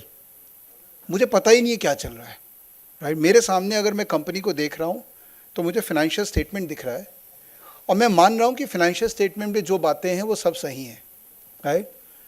But फिर फ्रॉड्स क्यों हो जाते हैं, फिर कंपनीज में अचानक से कुछ ऐसे क्यों बातें आ जाती है जो हमको पता ही नहीं रहता है. और हमको पता कब लगता है, जब स्टॉक 60% नीचे गिर चुका है. मतलब किसी को तो पता था ना, इसीलिए उसने बेच दिया. Why are we always in the last, उस क्यू में हम लोग लास्ट में क्यों रहते हैं जब हमको बेचने का मौका मिलता है. So that was my thought process, and because I am a very data driven person, तो मुझे लगा यार ये any variable which cannot be converted into data cannot be part of my decision making. मैं subjectivity में नहीं अपने आप को डाल सकता हूँ. तो मैंने बोला नहीं यार, मुझे एक variable चाहिए जो मुझे बता दे कि लेना है कि रखना है कि बेचना है. And that variable is price. And price is not technical analysis. जो हम लोग सबको मानते हैं ना कि technical analysis मतलब price, नहीं. Price literally भगवान है. It is not technical analysis. Technical analysis is a method of finding the God. Price speaks 1,000 words. Price speaks much more than what we can imagine. And today I think कि मुझे कुछ भी नहीं पता price के बारे में. When I am looking at price, I am trying to comprehend the language of price. तो वो science technical analysis है, but कई बार आपको चार्ट भी देखने की रिक्वायरमेंट नहीं है. भाव को कॉन्स्टेंटली ऑब्जर्व करोगे तो आपको पता लगेगा कि यार कोई बेवकूफ़ बना रहा है, इसको लेना नहीं है, खाली आके ये चमका रहा है, इसको लेना नहीं है. And the more you are with a trader mentality, you understand the behaviour of price. So may be at the end of the presentation, I think we are oddly around 60 odd people today. May be if I can inculcate that seed inside your mind कि यार बेचना बहुत ज़रूरी है, जितना important लेना है उतना बेचना है. And when I am saying exiting, I am not saying exiting your portfolio, never. हम तो कभी भी सोच भी नहीं सकते कि हम मार्केट से एग्जिट करेंगे. But exiting from stocks which should not be part of our portfolio and getting into stocks which should be part of your portfolio is the core of today's discussion. So why exit matters? Because exiting is not a failure, it's a financial discipline. तो हमारे मन में रहता ना कि यार loss कैसे book कर दें हम. That's the worst thing you can say to yourself कि मैं लॉस कैसे बुक कर सकता हूँ. That means you have not created that discipline framework inside you. It helps you to avoid capital erosion from wrong bets. And wrong bet could be from any, 99% of the time, wrong bet is because someone has told you to invest in that company. Agreed or not? You take out your, all the trades. I don't know how many of you actually do journaling and note down the mistakes you have done. Because dead body का postmortem से पता लगेगा कि वो क्यों dead हुआ था. And not many people in the world actually does journaling. तो अगर आप उसको एनालाइज करोगे तो आपको समझ में आएगा कि 90% ऑफ योर ट्रेड जिसमें आपने लॉस किया है is because that stock was recommended by someone you trusted and somehow that person has failed. उसमें उसकी गलती नहीं है यार, वो स्टॉक ही फेल हो गया तो उसमें वो क्या करेगा. बट आपका कन्विक्शन का स्टॉक में आप पैसा नहीं खोते हैं. जनरली खोते होंगे 10% 20% खो देंगे, but 70% of your money you will never waste in the stock where you have a conviction. I can guarantee you for that. So capital erosion से बचने के लिए ज़रूरी है कि exit करना. protect emotional capital. We don't realize this, that how many, you're hitting hammer on yourself with every wrong trade. And if you're losing money, you're actually losing confidence. It's not about money. Your ability to come back again. If you're losing, it's like a cricketer, right? If you are losing form and you're losing battle, हम match में हार रहे हो और फिर वो पहला game वापस से जीतने के लिए इतना एफर्ट लगता है. तो इन्वेस्टिंग इज लाइक दैट और market is also like that. So do not consider कि लग गया तो लग गया. Some people take it very casually कि ठीक है लग गया क्या. अरे ठीक है लग गया कैसे, लग कैसे गया? कहीं ना कहीं तो तुमने कुछ गलती की होगी ना, तो उसको एनालाइज कौन करेगा? An opportunity cost that your money stuck in Vodafone, your money is stuck in Yes Bank or whatever, with a great hope story कि यार ये सब चल जाएंगे. But that money is stuck. उसको आप कहीं और भी तो लगा सकते थे. तो opportunity cost उसका कौन देखेगा, right? Again, I am not a deep value investor like Ramesh ji, like probably Sandeep bhai, जो कि deep value निकालते हैं और रखते हैं उसको, सेकते हैं लंबे तक. I am more like a quasi guy. I am a momentum guy. कि वही हम एक्टिव रहना चाहता है, मैं पैसिव नहीं रहना चाहता हूँ. And I believe every one of you have come here. Generally जो डीप वैल्यू इन्वेस्टर होते हैं वो कॉन्फ्रेंसेस में नहीं आते, वो अपना लगे रहते हैं, वैल्यू इन्वेस्टिंग कर रहे होते हैं. कॉन्फ्रेंसेस में आ रहे हैं, इसका मतलब आप एक्टिव हो. That's why you have come here to figure out a formula where you can protect your money by becoming active in market. So common reasons why investors don't exit is ego. That's the biggest problem. Can't accept being wrong. Hope it will bounce back someday. Lack of framework. There is no exit rule. Honestly, touch your heart and tell me, how many of you have an exit rule in any stock? Touch your heart and tell me, how many of you have an exit rule? 1, 2, 3.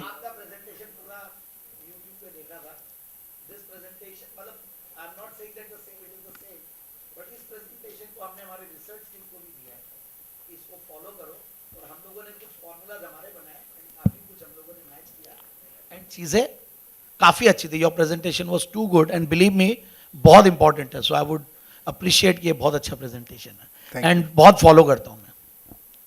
So we have 5-6 people. Sandeep भाई 5-6-7 people सिर्फ. You can also connect it with the analogy that he used. चक्रव्यूह से निकलने के लिए जो अपने को कृष्ण जी चाहिए था. हाँ, वो आप ही के अंदर है. आप ही का फ्रेमवर्क ही कृष्ण है. एंट्री भी वही करवाता है, एग्जिट भी वही करवाएगा, बट आपको पता नहीं है. Only 10 people I see have a exit framework for themselves. Timing of the seminar is too good actually. इस टॉपिक का टाइमिंग बहुत अच्छा लगा मुझे. अच्छा. Exit. Actually, this is a topic probably not many people would have appreciated. So only sensible people can. That's why people till the end. As I say all in my face-to-face interviews, those who have stayed in the end, you are the winner. Okay, and anchoring bias, holding on to a buy price. Most of the time we buy, the price goes down. Our behavior is कि मेरा भाव आ जाएगा तो मैं निकल जाऊंगा. बस मेरा भाव आना चाहिए तब मैं निकल जाऊंगा. Promise. तो वो एक anchoring bias है हमारे अंदर. Why exit matters? Exiting is not a failure. It's a sorry. I'll go back here. So what are the signals which should give you?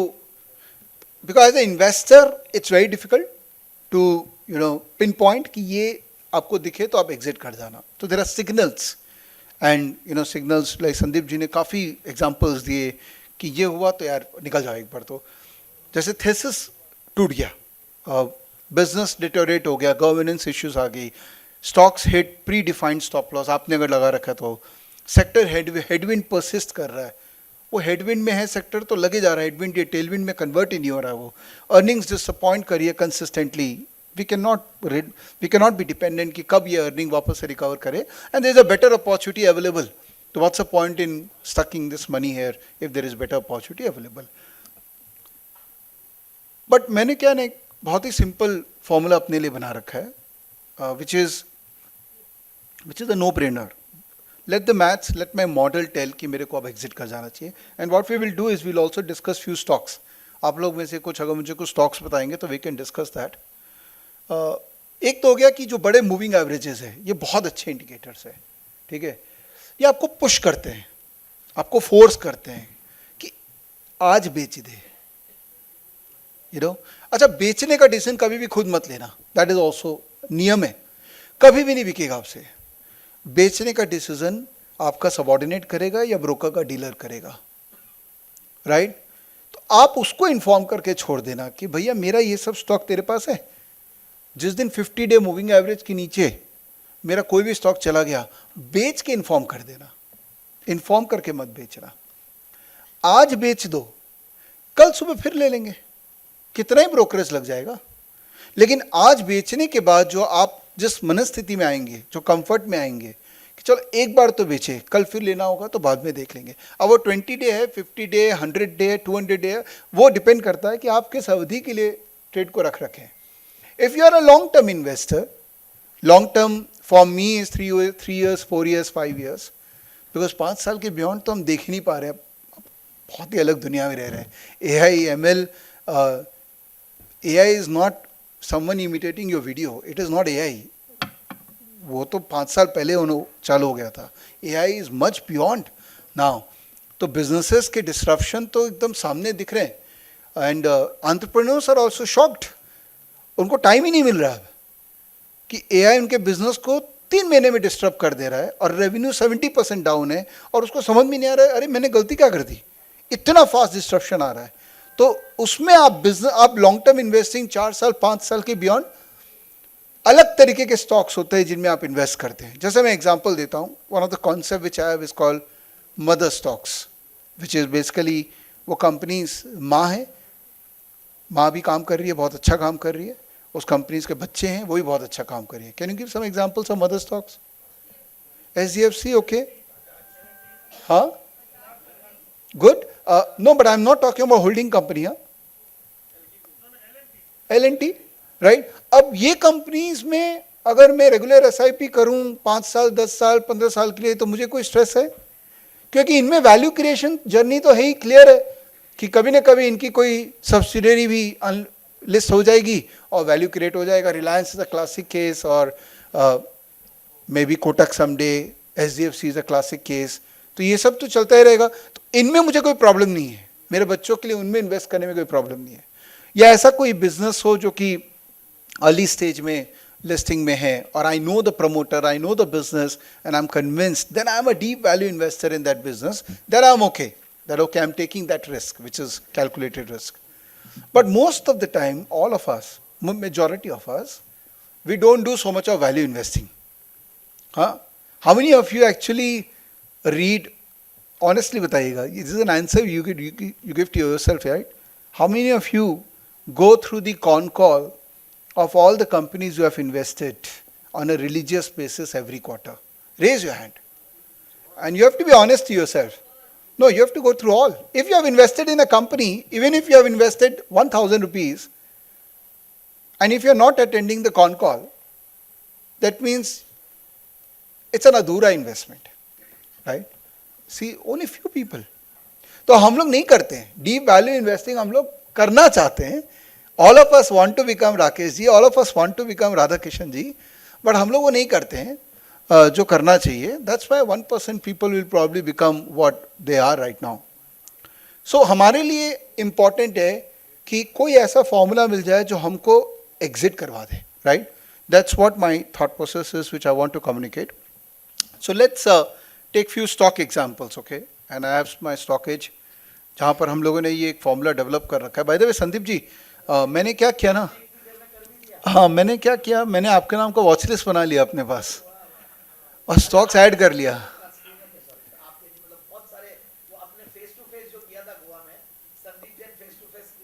बनी हुई है क्या? अच्छा, तो यहाँ सारे स्टॉक्स मैंने ऐड कर रखे हैं. अभी क्या मैं इनको ट्रैक करूंगा? नहीं, it's not. Okay, let's take an example of a stock. Anyone who owns any stock and fed up with that stock? Tata Motor, fantastic. Let's take Tata Motor. Great story, fundamental, बहुत अच्छा story रहा है long term तक. Everyone super excited, पूरा excitement था यहाँ पे. Nothing wrong, excitement रहना ही चाहिए. बट यहाँ से एक्साइटमेंट इसका कोई ना कोई रीज़न से इसका एक्साइटमेंट डाई डाउन हुआ, राइट. और शायद हम जो इन्वेस्ट कर रखे थे हम इस समय पे नहीं रिएक्ट किए. ओके, अब थोड़ा सा इसको मैं अलग तरीके से चार्टिकली प्रेजेंट करना चाहता हूँ. ओके, सिंपल है, not very, I don't want you to believe that ये technical analysis का class हो रहा है. No, it is not. I'm just giving you a simple explanation which anyone can understand. And if you go through my YouTube channel also, it's so easy. Now, this is, can you see this line?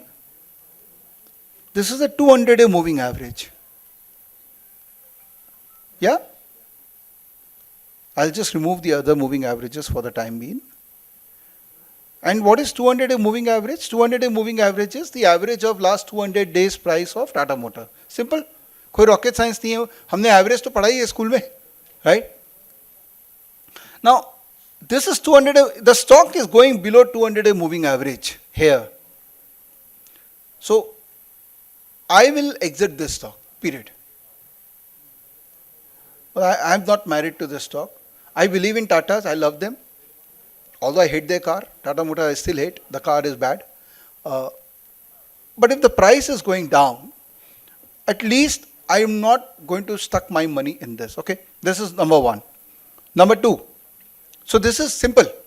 Obviously, some people can say कि नहीं विवेक ये तो वापस नीचे touch करके वापस ऊपर चला जाएगा, फिर नीचे चला जाएगा, तो काफी टाइम तक ये ऊपर नीचे करता रहेगा. पॉसिबल है, राइट? तो खाली एक इंडिकेटर पे नहीं रिलाय करना चाहिए. मैं एक और कंफर्मेशन इंडिकेटर इसमें डालूंगा अपना. ओके, तो से हम लोगों ने एक इंडिकेटर बना रखा है मोमेंटम स्कोर, जिसको हमने रिसेंटली बनाया था कि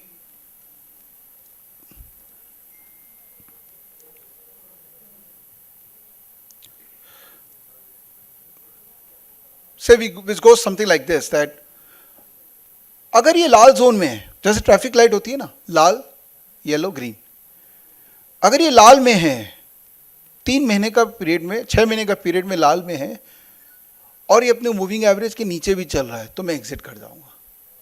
क्योंकि जब ट्रैफिक में बोल दिया लाल है तो एग्जिट करना ही है. जब वापस ग्रीन आएगा और अपने मूविंग एवरेज के ऊपर आएगा और वो थीम बरकरार रहेगी, तब अपने वापस घुस जाएंगे. तब तक पैसा यहां से निकाल के कहीं और डाल लो. Are you with me everyone? Right?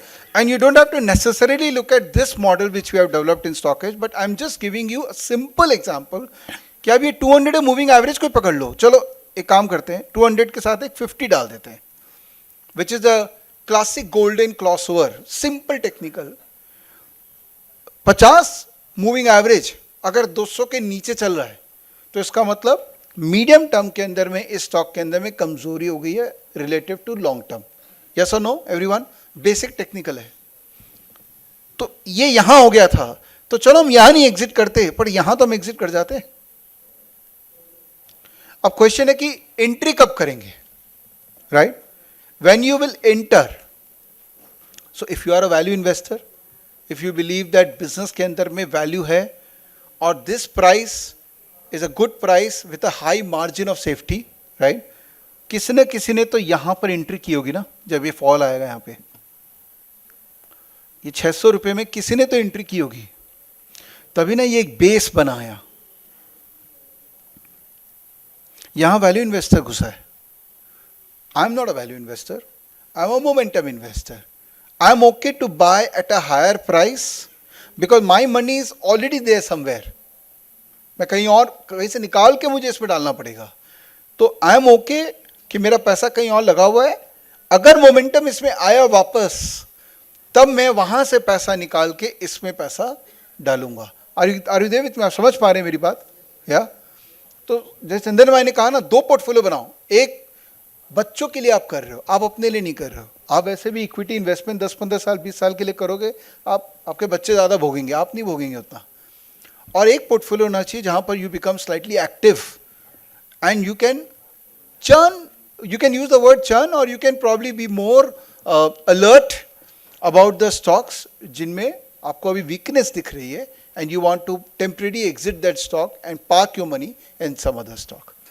So that is it. I mean, I don't want to take it further because it's going to turn out to be a workshop, but I hope I have been able to sensitize you towards this, that exit is as important as entry, especially in this new world where disruption is a given part of our life, right?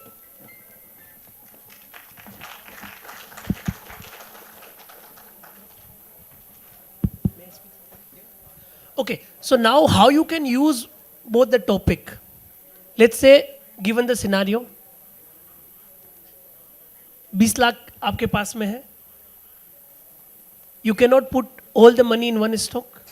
The beauty of equity is the diversification. और मेरे हिसाब से आपका portfolio diversify होना ही चाहिए. Because आप 20 लाख के 20 लाख एक स्टॉक पे नहीं डाल सकते हो, क्योंकि या तो हो सकता है 2 गुना 4 गुना हो जाए, नहीं तो पूरा कैपिटल भी निकल सकता है. राइट? सो क्या करना है, I just share the thought process.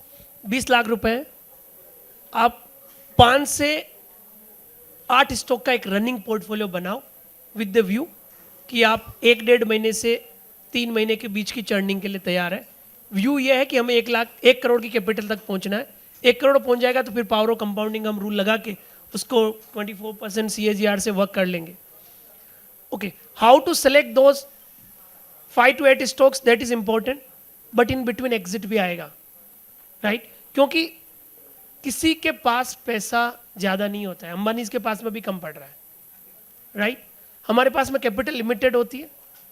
हमेशा मनी का रिक्वायरमेंट ही रहता है फॉर एनी इन्वेस्टर और एसेट मैनेजर कि वो राइट जगह पे पाक हो.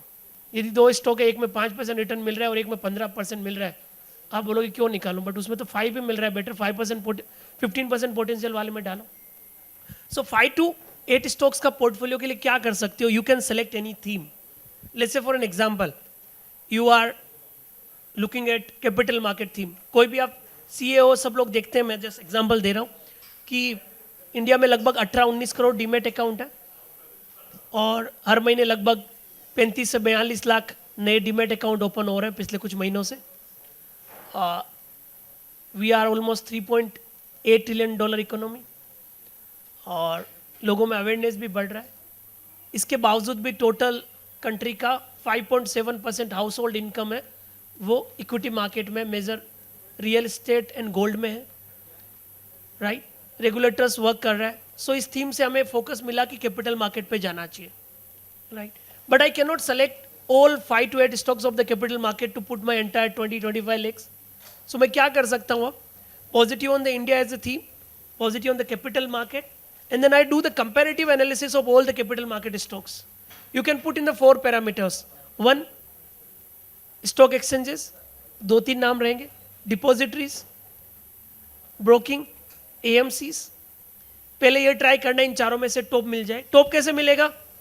यदि आपको PE, PS, कैश फ्लो वो समझ में आता है तो ठीक है.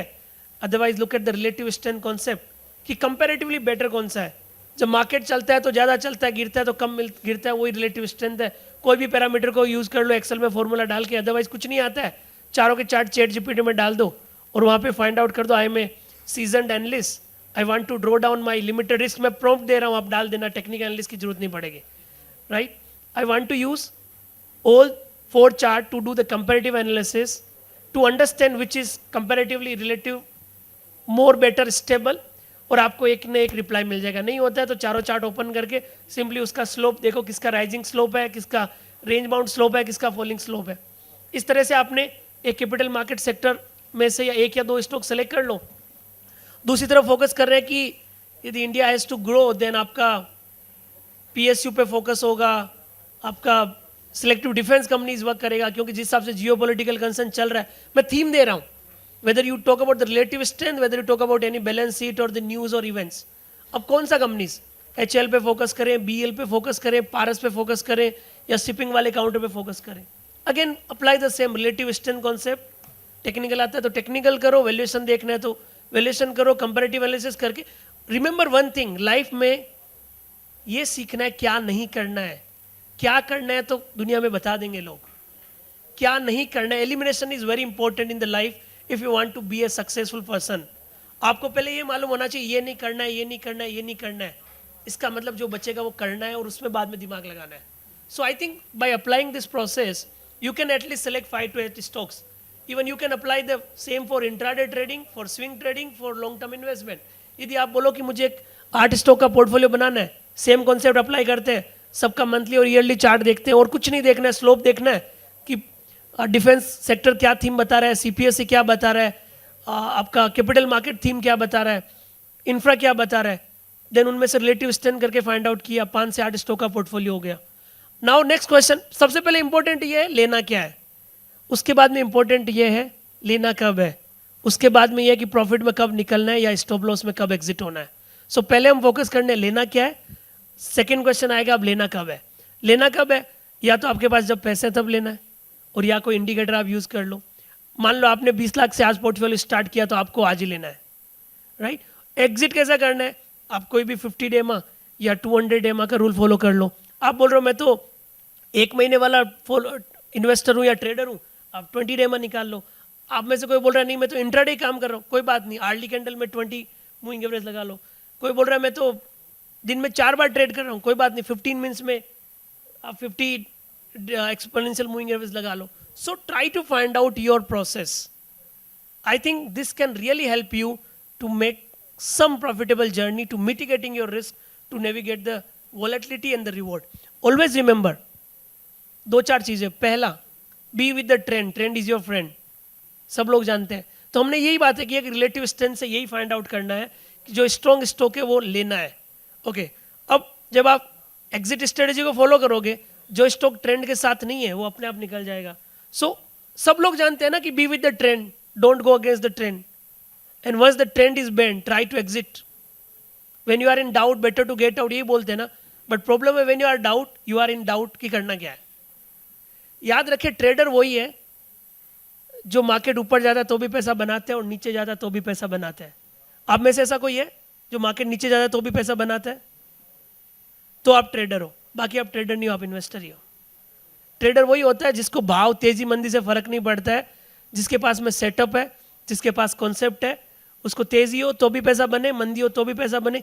यदि आप तेजी हो रहे हैं और पैसा बन रहा है, आप ट्रेडर नहीं हो, रियल में आप इन्वेस्टर हो. खाली बीच में निकलने घुसने का काम कर रहे हो क्योंकि ऑल इज वेल नहीं है, इसलिए डर लग रहा है बार बार.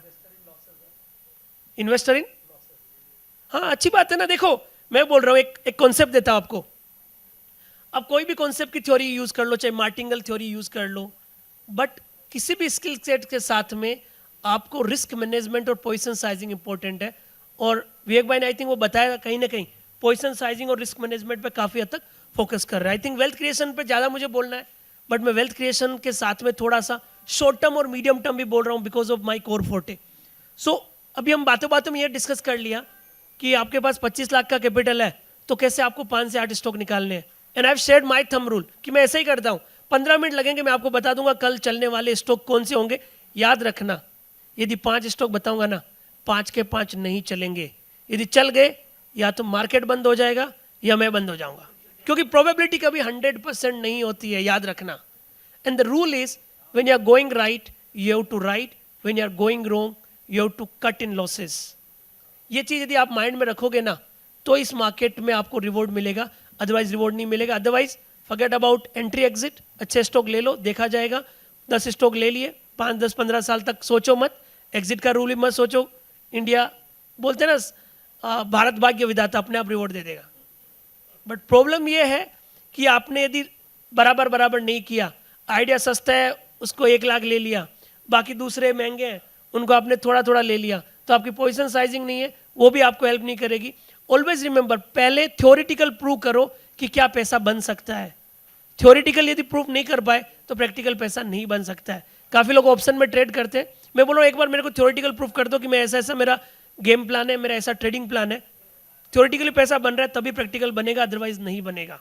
बिकॉज मैं निकलता हूँ 12 रुपये के प्रॉफिट में निकल जाता हूँ, प्रॉफिट में लॉस में मैं 100 रुपये नीचे तक होता हूँ. मैं बोल रहा हूँ 1 जन्म नहीं 7 जन्म पैसा नहीं बनेगा. सो अल्टीमेटली मैं ट्रेडिंग के बारे में नहीं बात कर रहा हूँ, मैं ये बात कर रहा हूँ why we should focus more on the wealth creation. मैं मेजर कॉन्सेप्ट की बात कर रहा हूँ जो मैं फॉलो करता हूँ और काफ़ी लोगों को एडवाइस करता हूँ कि पहली बात, इक्विटी में पैसा कितना होना चाहिए. देखो मेरा तो मानना है 100% होना चाहिए, बट 100% बोलूँगा तो लोग बोलेंगे अरे सिल्वर इतना बढ़ गया, गोल्ड इतना बढ़ गया, प्रॉपर्टी भी लेना चाहिए, मेरे को एफडी में भी डालना चाहिए, या कोई बोलते हैं एआई फंड भी है, बाकी सब भी है.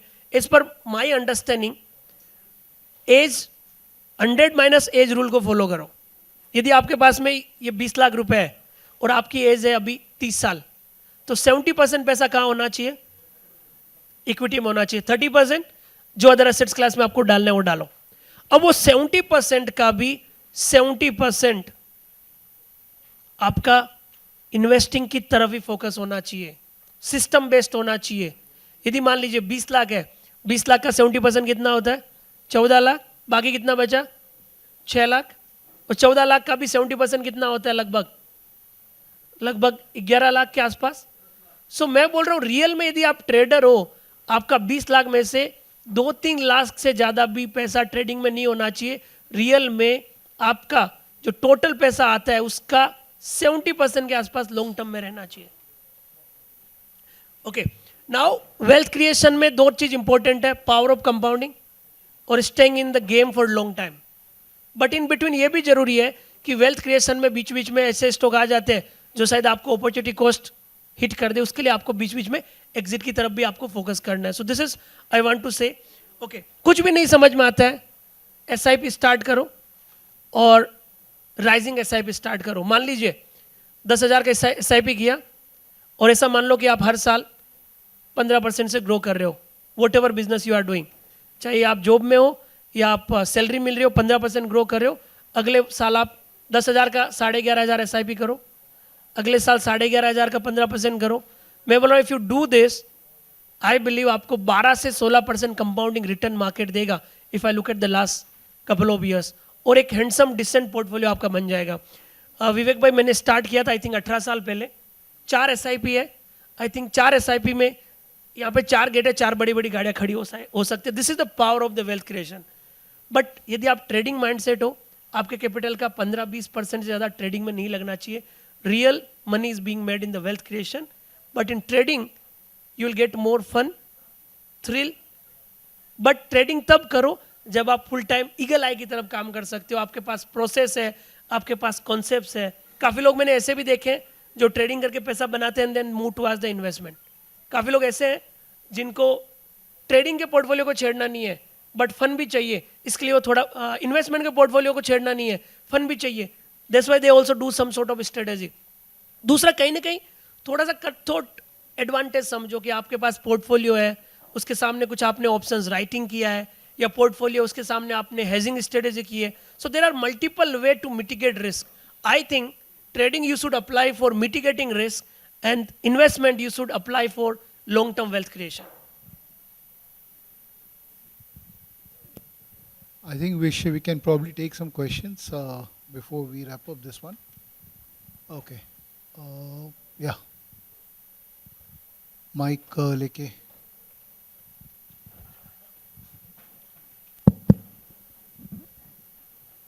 Good evening sir. क्या इंडियन मार्केट में कंसिस्टेंटली इक्विटी में ट्रिपल डिजिट रिटर्न बनाना पॉसिबल है? हाँ, क्या इंडियन मार्केट में कंसिस्टेंटली ट्रिपल डिजिट रिटर्न बनाना पॉसिबल है? Triple digit? Yes, in trading में अगर कोई डिसिप्लिन हो और सिस्टम को फॉलो करे। Annualise triple digit return consistently? Yes sir.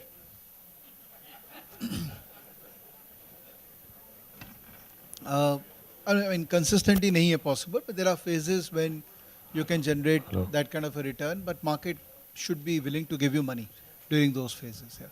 Yes sir, but आपका एक फेस टू फेस सीजन था जहाँ पर आप मार्क माइनर विनी को इनवाइट किए थे, तो अगर सर अगर उसको कोई मतलब उसका जो सिस्टम है तो उन्होंने ये कहा है अगर कोई बिलीव करता है कि ये ट्रिपल डिजिट रिटर्न बनाना पॉसिबल है और ये जो वो करके भी दिखाया है, तो क्या वो सब थ्योरी इंडियन मार्केट में भी फॉलो होता है? पॉसिबल हो सकता है। I am not come across anyone. अगर आप जानते हो तो बताइएगा, मैं फेस टू फेस करूंगा। नहीं सर, आप ऑलरेडी कर चुके हैं फेस टू फेस। नहीं, I am talking about anyone in India who has made triple digit consistently.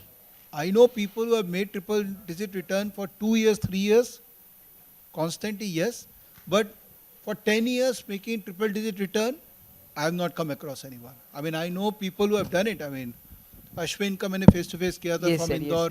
He has made triple digit return for 3 years. But consistently, I don't know. मैं add करना चाहूँ, आप किसी player को जानते हो जिसने हर ओवर में 6 मारे हैं हर बॉल पे? नहीं सर। हाँ? नहीं सर, ऐसा नहीं होता है। नहीं, ऐसा नहीं होता है? नहीं क्यों? होता। मार सकते हैं ना? हाँ सर। बट होता क्यों नहीं है? Game of the probability. Yes sir. So trading में क्या होता है, कभी लूज वो, बट किसी ने मारे भी तो है ना। हाँ हाँ। तो क्या बीच में लूज ओवर ऐसे आ जाते हैं, सीधे बाउंड्री पे जाती है, बॉल हिट करना है। 2024 ऐसा ही था, 2023 आधा पार्ट ऐसा ही था, बट 2025 वैसा नहीं था। तो काफ़ी सीजन आते हैं जहाँ पे आपको कुछ नहीं करना है, आपको खाली खड़े रहना है, मार्केट दे देता है. सो इम्पोर्टेंट ये है कि क्या 4 से 5 साल के साइकिल में ऐसा बना रहे हो और क्या कंटिन्यू ये 3-4 बार साइकिल रिपीट कर रहे हो, उसको कंसिस्टेंसी बोलते हैं. अदरवाइज तो मैं बोल रहा हूँ आपको, ऐसे बहुत लोग मिल जाएंगे जो बोल रहे हैं कि मैं हर पिछले 5 दिनों में ऑप्शन ले रहा हूँ और 5 बार डबल हो सकता है. मार्टिंगल थ्योरी पे वर्क कर लिया, मार्केट हर दिन चल रहा है, 10 रुपये वाला कॉल 20 रुपये हो रहा है क्योंकि बुल मार्केट चल रहा है, हर दिन 100 पॉइंट चल रहे हैं. शॉर्ट टर्म में सब पॉसिबल है, बट लॉन्ग टर्म में always remember at the realistic return. आपको ध्यान होगा मैंने स्टार्टिंग यही किया, 0.1% बनाने से भी पैसा बहुत बन जाता है. 100% सोचने की जरूरत ही नहीं है साल के. 100% सोचोगे तो कितना पैसा बन जाएगा, रख नहीं पाओगे, प्रॉब्लम वो हो जाएगी सर. सॉरी सर, पर मैं एज ए रिटेल ट्रेडर की बात कर रहा हूँ. जब हमारे कैपिटल एक लेवल तक पहुँच जाता है तब तो वो पॉसिबल नहीं होता है क्योंकि वहाँ पर लिक्विडिटी इशू आ जाता है. जब as a retail trader 3 to 4 years की मैं बात कर रहा था. Yeah, so if you have a smaller base, yes, you will try to generate that kind of a return to build up your base. Correct. Thank you, sir. Good evening. Hello. कहाँ पे आप? Yeah, मैं यहाँ पे हूँ. यहाँ कहाँ होता है? Red T-shirt. I'm here. Yeah, good evening. My name is Ankit Agrawal, and thank you for this opportunity. My question is to Mr. Vivek Bajaj. विवेक भैया, मेरे को ये जानना था आपसे कि क्या मदर स्टॉक में भी आप अपने एग्जिट फार्मूलाज को यूज़ करते हैं? No. Okay. And my second question is that I have used my exit strategy, but I come across one typical problem, like the period from September last year till probably March. Exit strategy almost सारे ही stocks के ऊपर काम करती है, तो एक एक करके सारे ही exit हो जाते हैं. Yeah. तो how do we tackle that problem?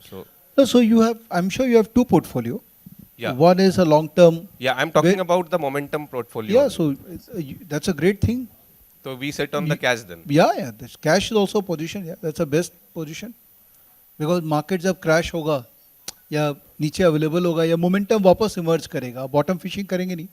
जब momentum वापस emerge करेगा, and remember, every new rally of momentum, the new leaders are there. तो आपके पास पैस होगा तो कैश होगा तभी तो आप नए लीडर्स में पार्टिसिपेट कर पाएंगे, राइट? नहीं, बट एक फिर वो थोड़ा डाउट आने लग जाता है कि एग्जिट स्ट्रेटेजी सबके ऊपर ही अप्लाई कर रही है, तो क्या एग्जिट करें, मार्केट यहाँ से घूम जाएगा, एग्जिट ना करें. Although strategy is saying you to exit, but all the stocks you exit at the same time. 2-3 दिन में ही सारे स्टॉक्स पे एग्जिट कर जाएं. विवेक जी ने बोला था कि आप डीलर को बोल दो, आप दिमाग की that is the new thing I heard today. Yeah, that thing I heard it today only. I'll try probably that strategy now. Yeah, I think that. See, doubt तो entry के वक्त भी होती है और exit पे भी होती है. तो doubt is a very natural human tendency. So it's okay to have doubt.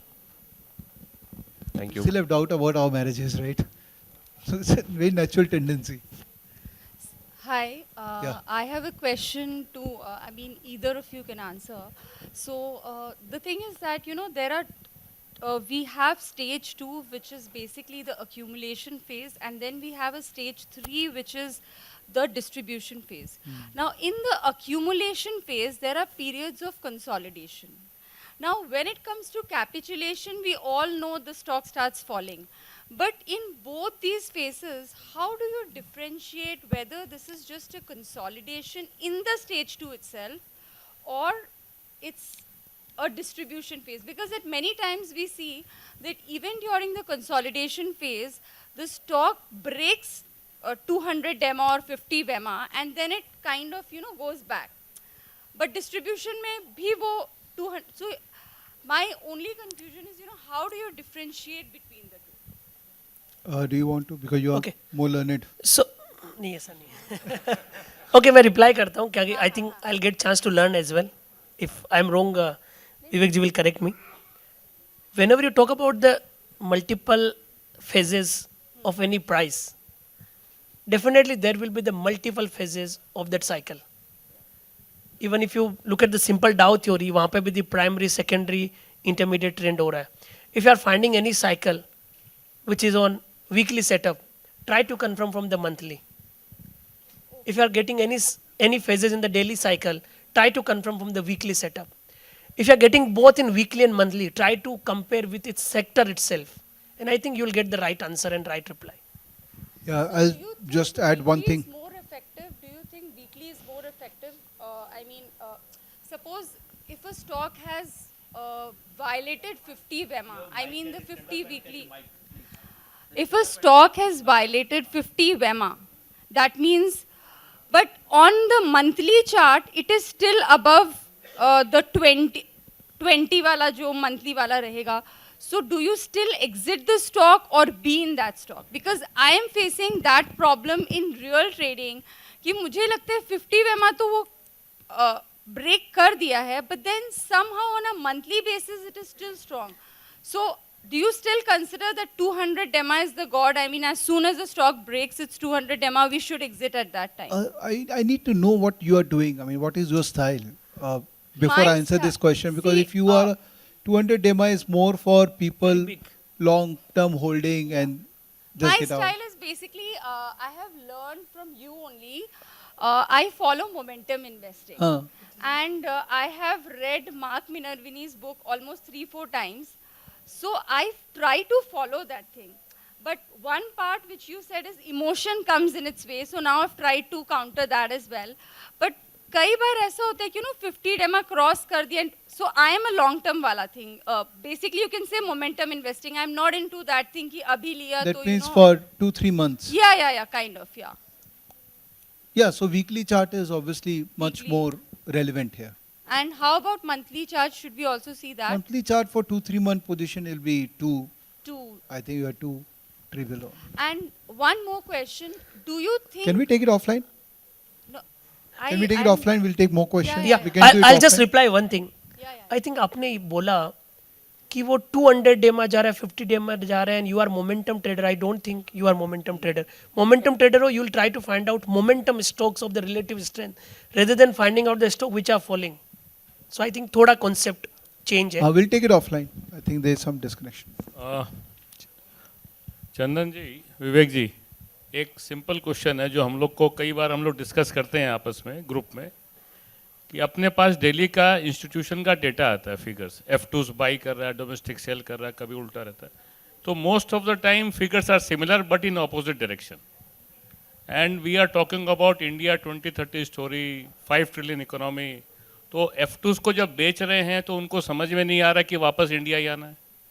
तो who are intelligent people in this lot and why they are selling and one is buying?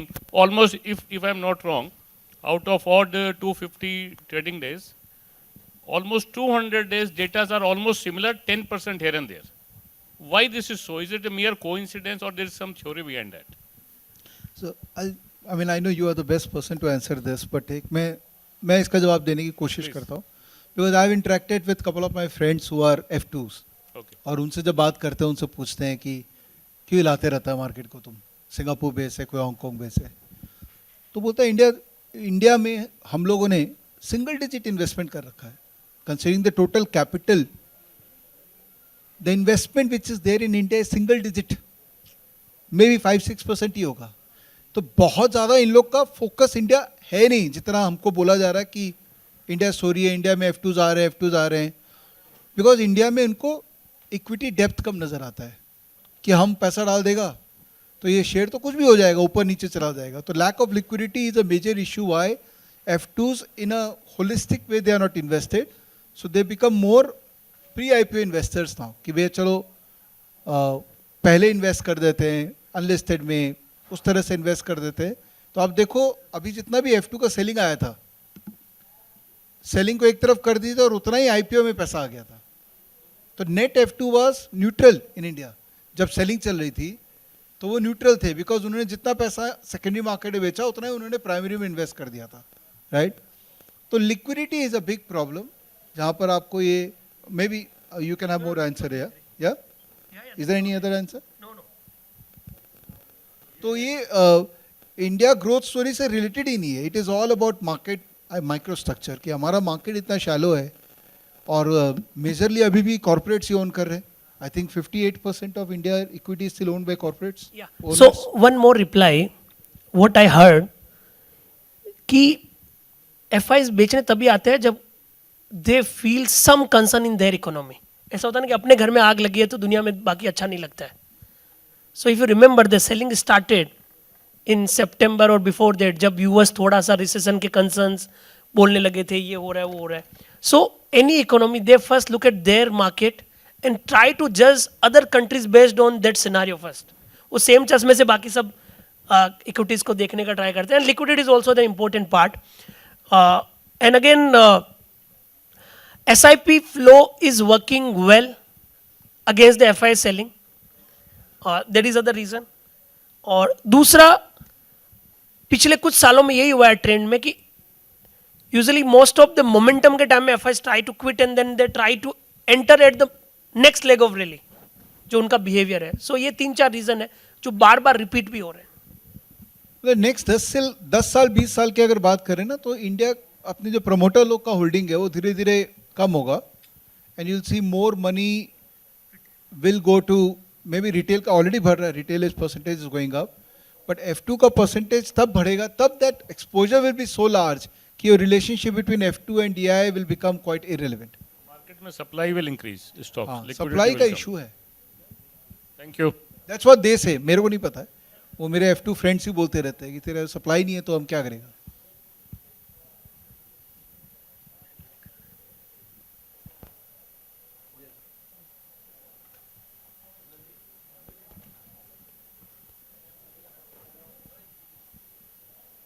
Sir, hello. So, before I express hearty vote of thanks, ये मैं बता देना चाहता हूँ कि session के बाद चाय और समोसे की व्यवस्था हमारे फूड एरिया में है, क्योंकि हो सकता है आप वोट ऑफ थैंक्स का इंतजार नहीं करेंगे. So friends, let me conclude this session as well as the whole seminar by offering a hearty vote of thanks to all the delegates who have made effort to be present throughout the year, throughout the day, and listen the seasoned speakers on different aspects of investing and taking exit. So with this hope, I hope that you all must have sharpened their knowledge, your knowledge. So when to enter, how much to keep invested, and when to get exit. So these are the three basic aspects which were mostly focused by all the speakers in one way or the other. So I thank all of you and all the team ANMI under the leadership of Ajay Sureka and Vice Chairman Sudhir ji, and all the team of EIRC, as well as the all the sponsors of our this program. Thank you once again to all. Tea and snacks at food area, which we had used in the lunch time.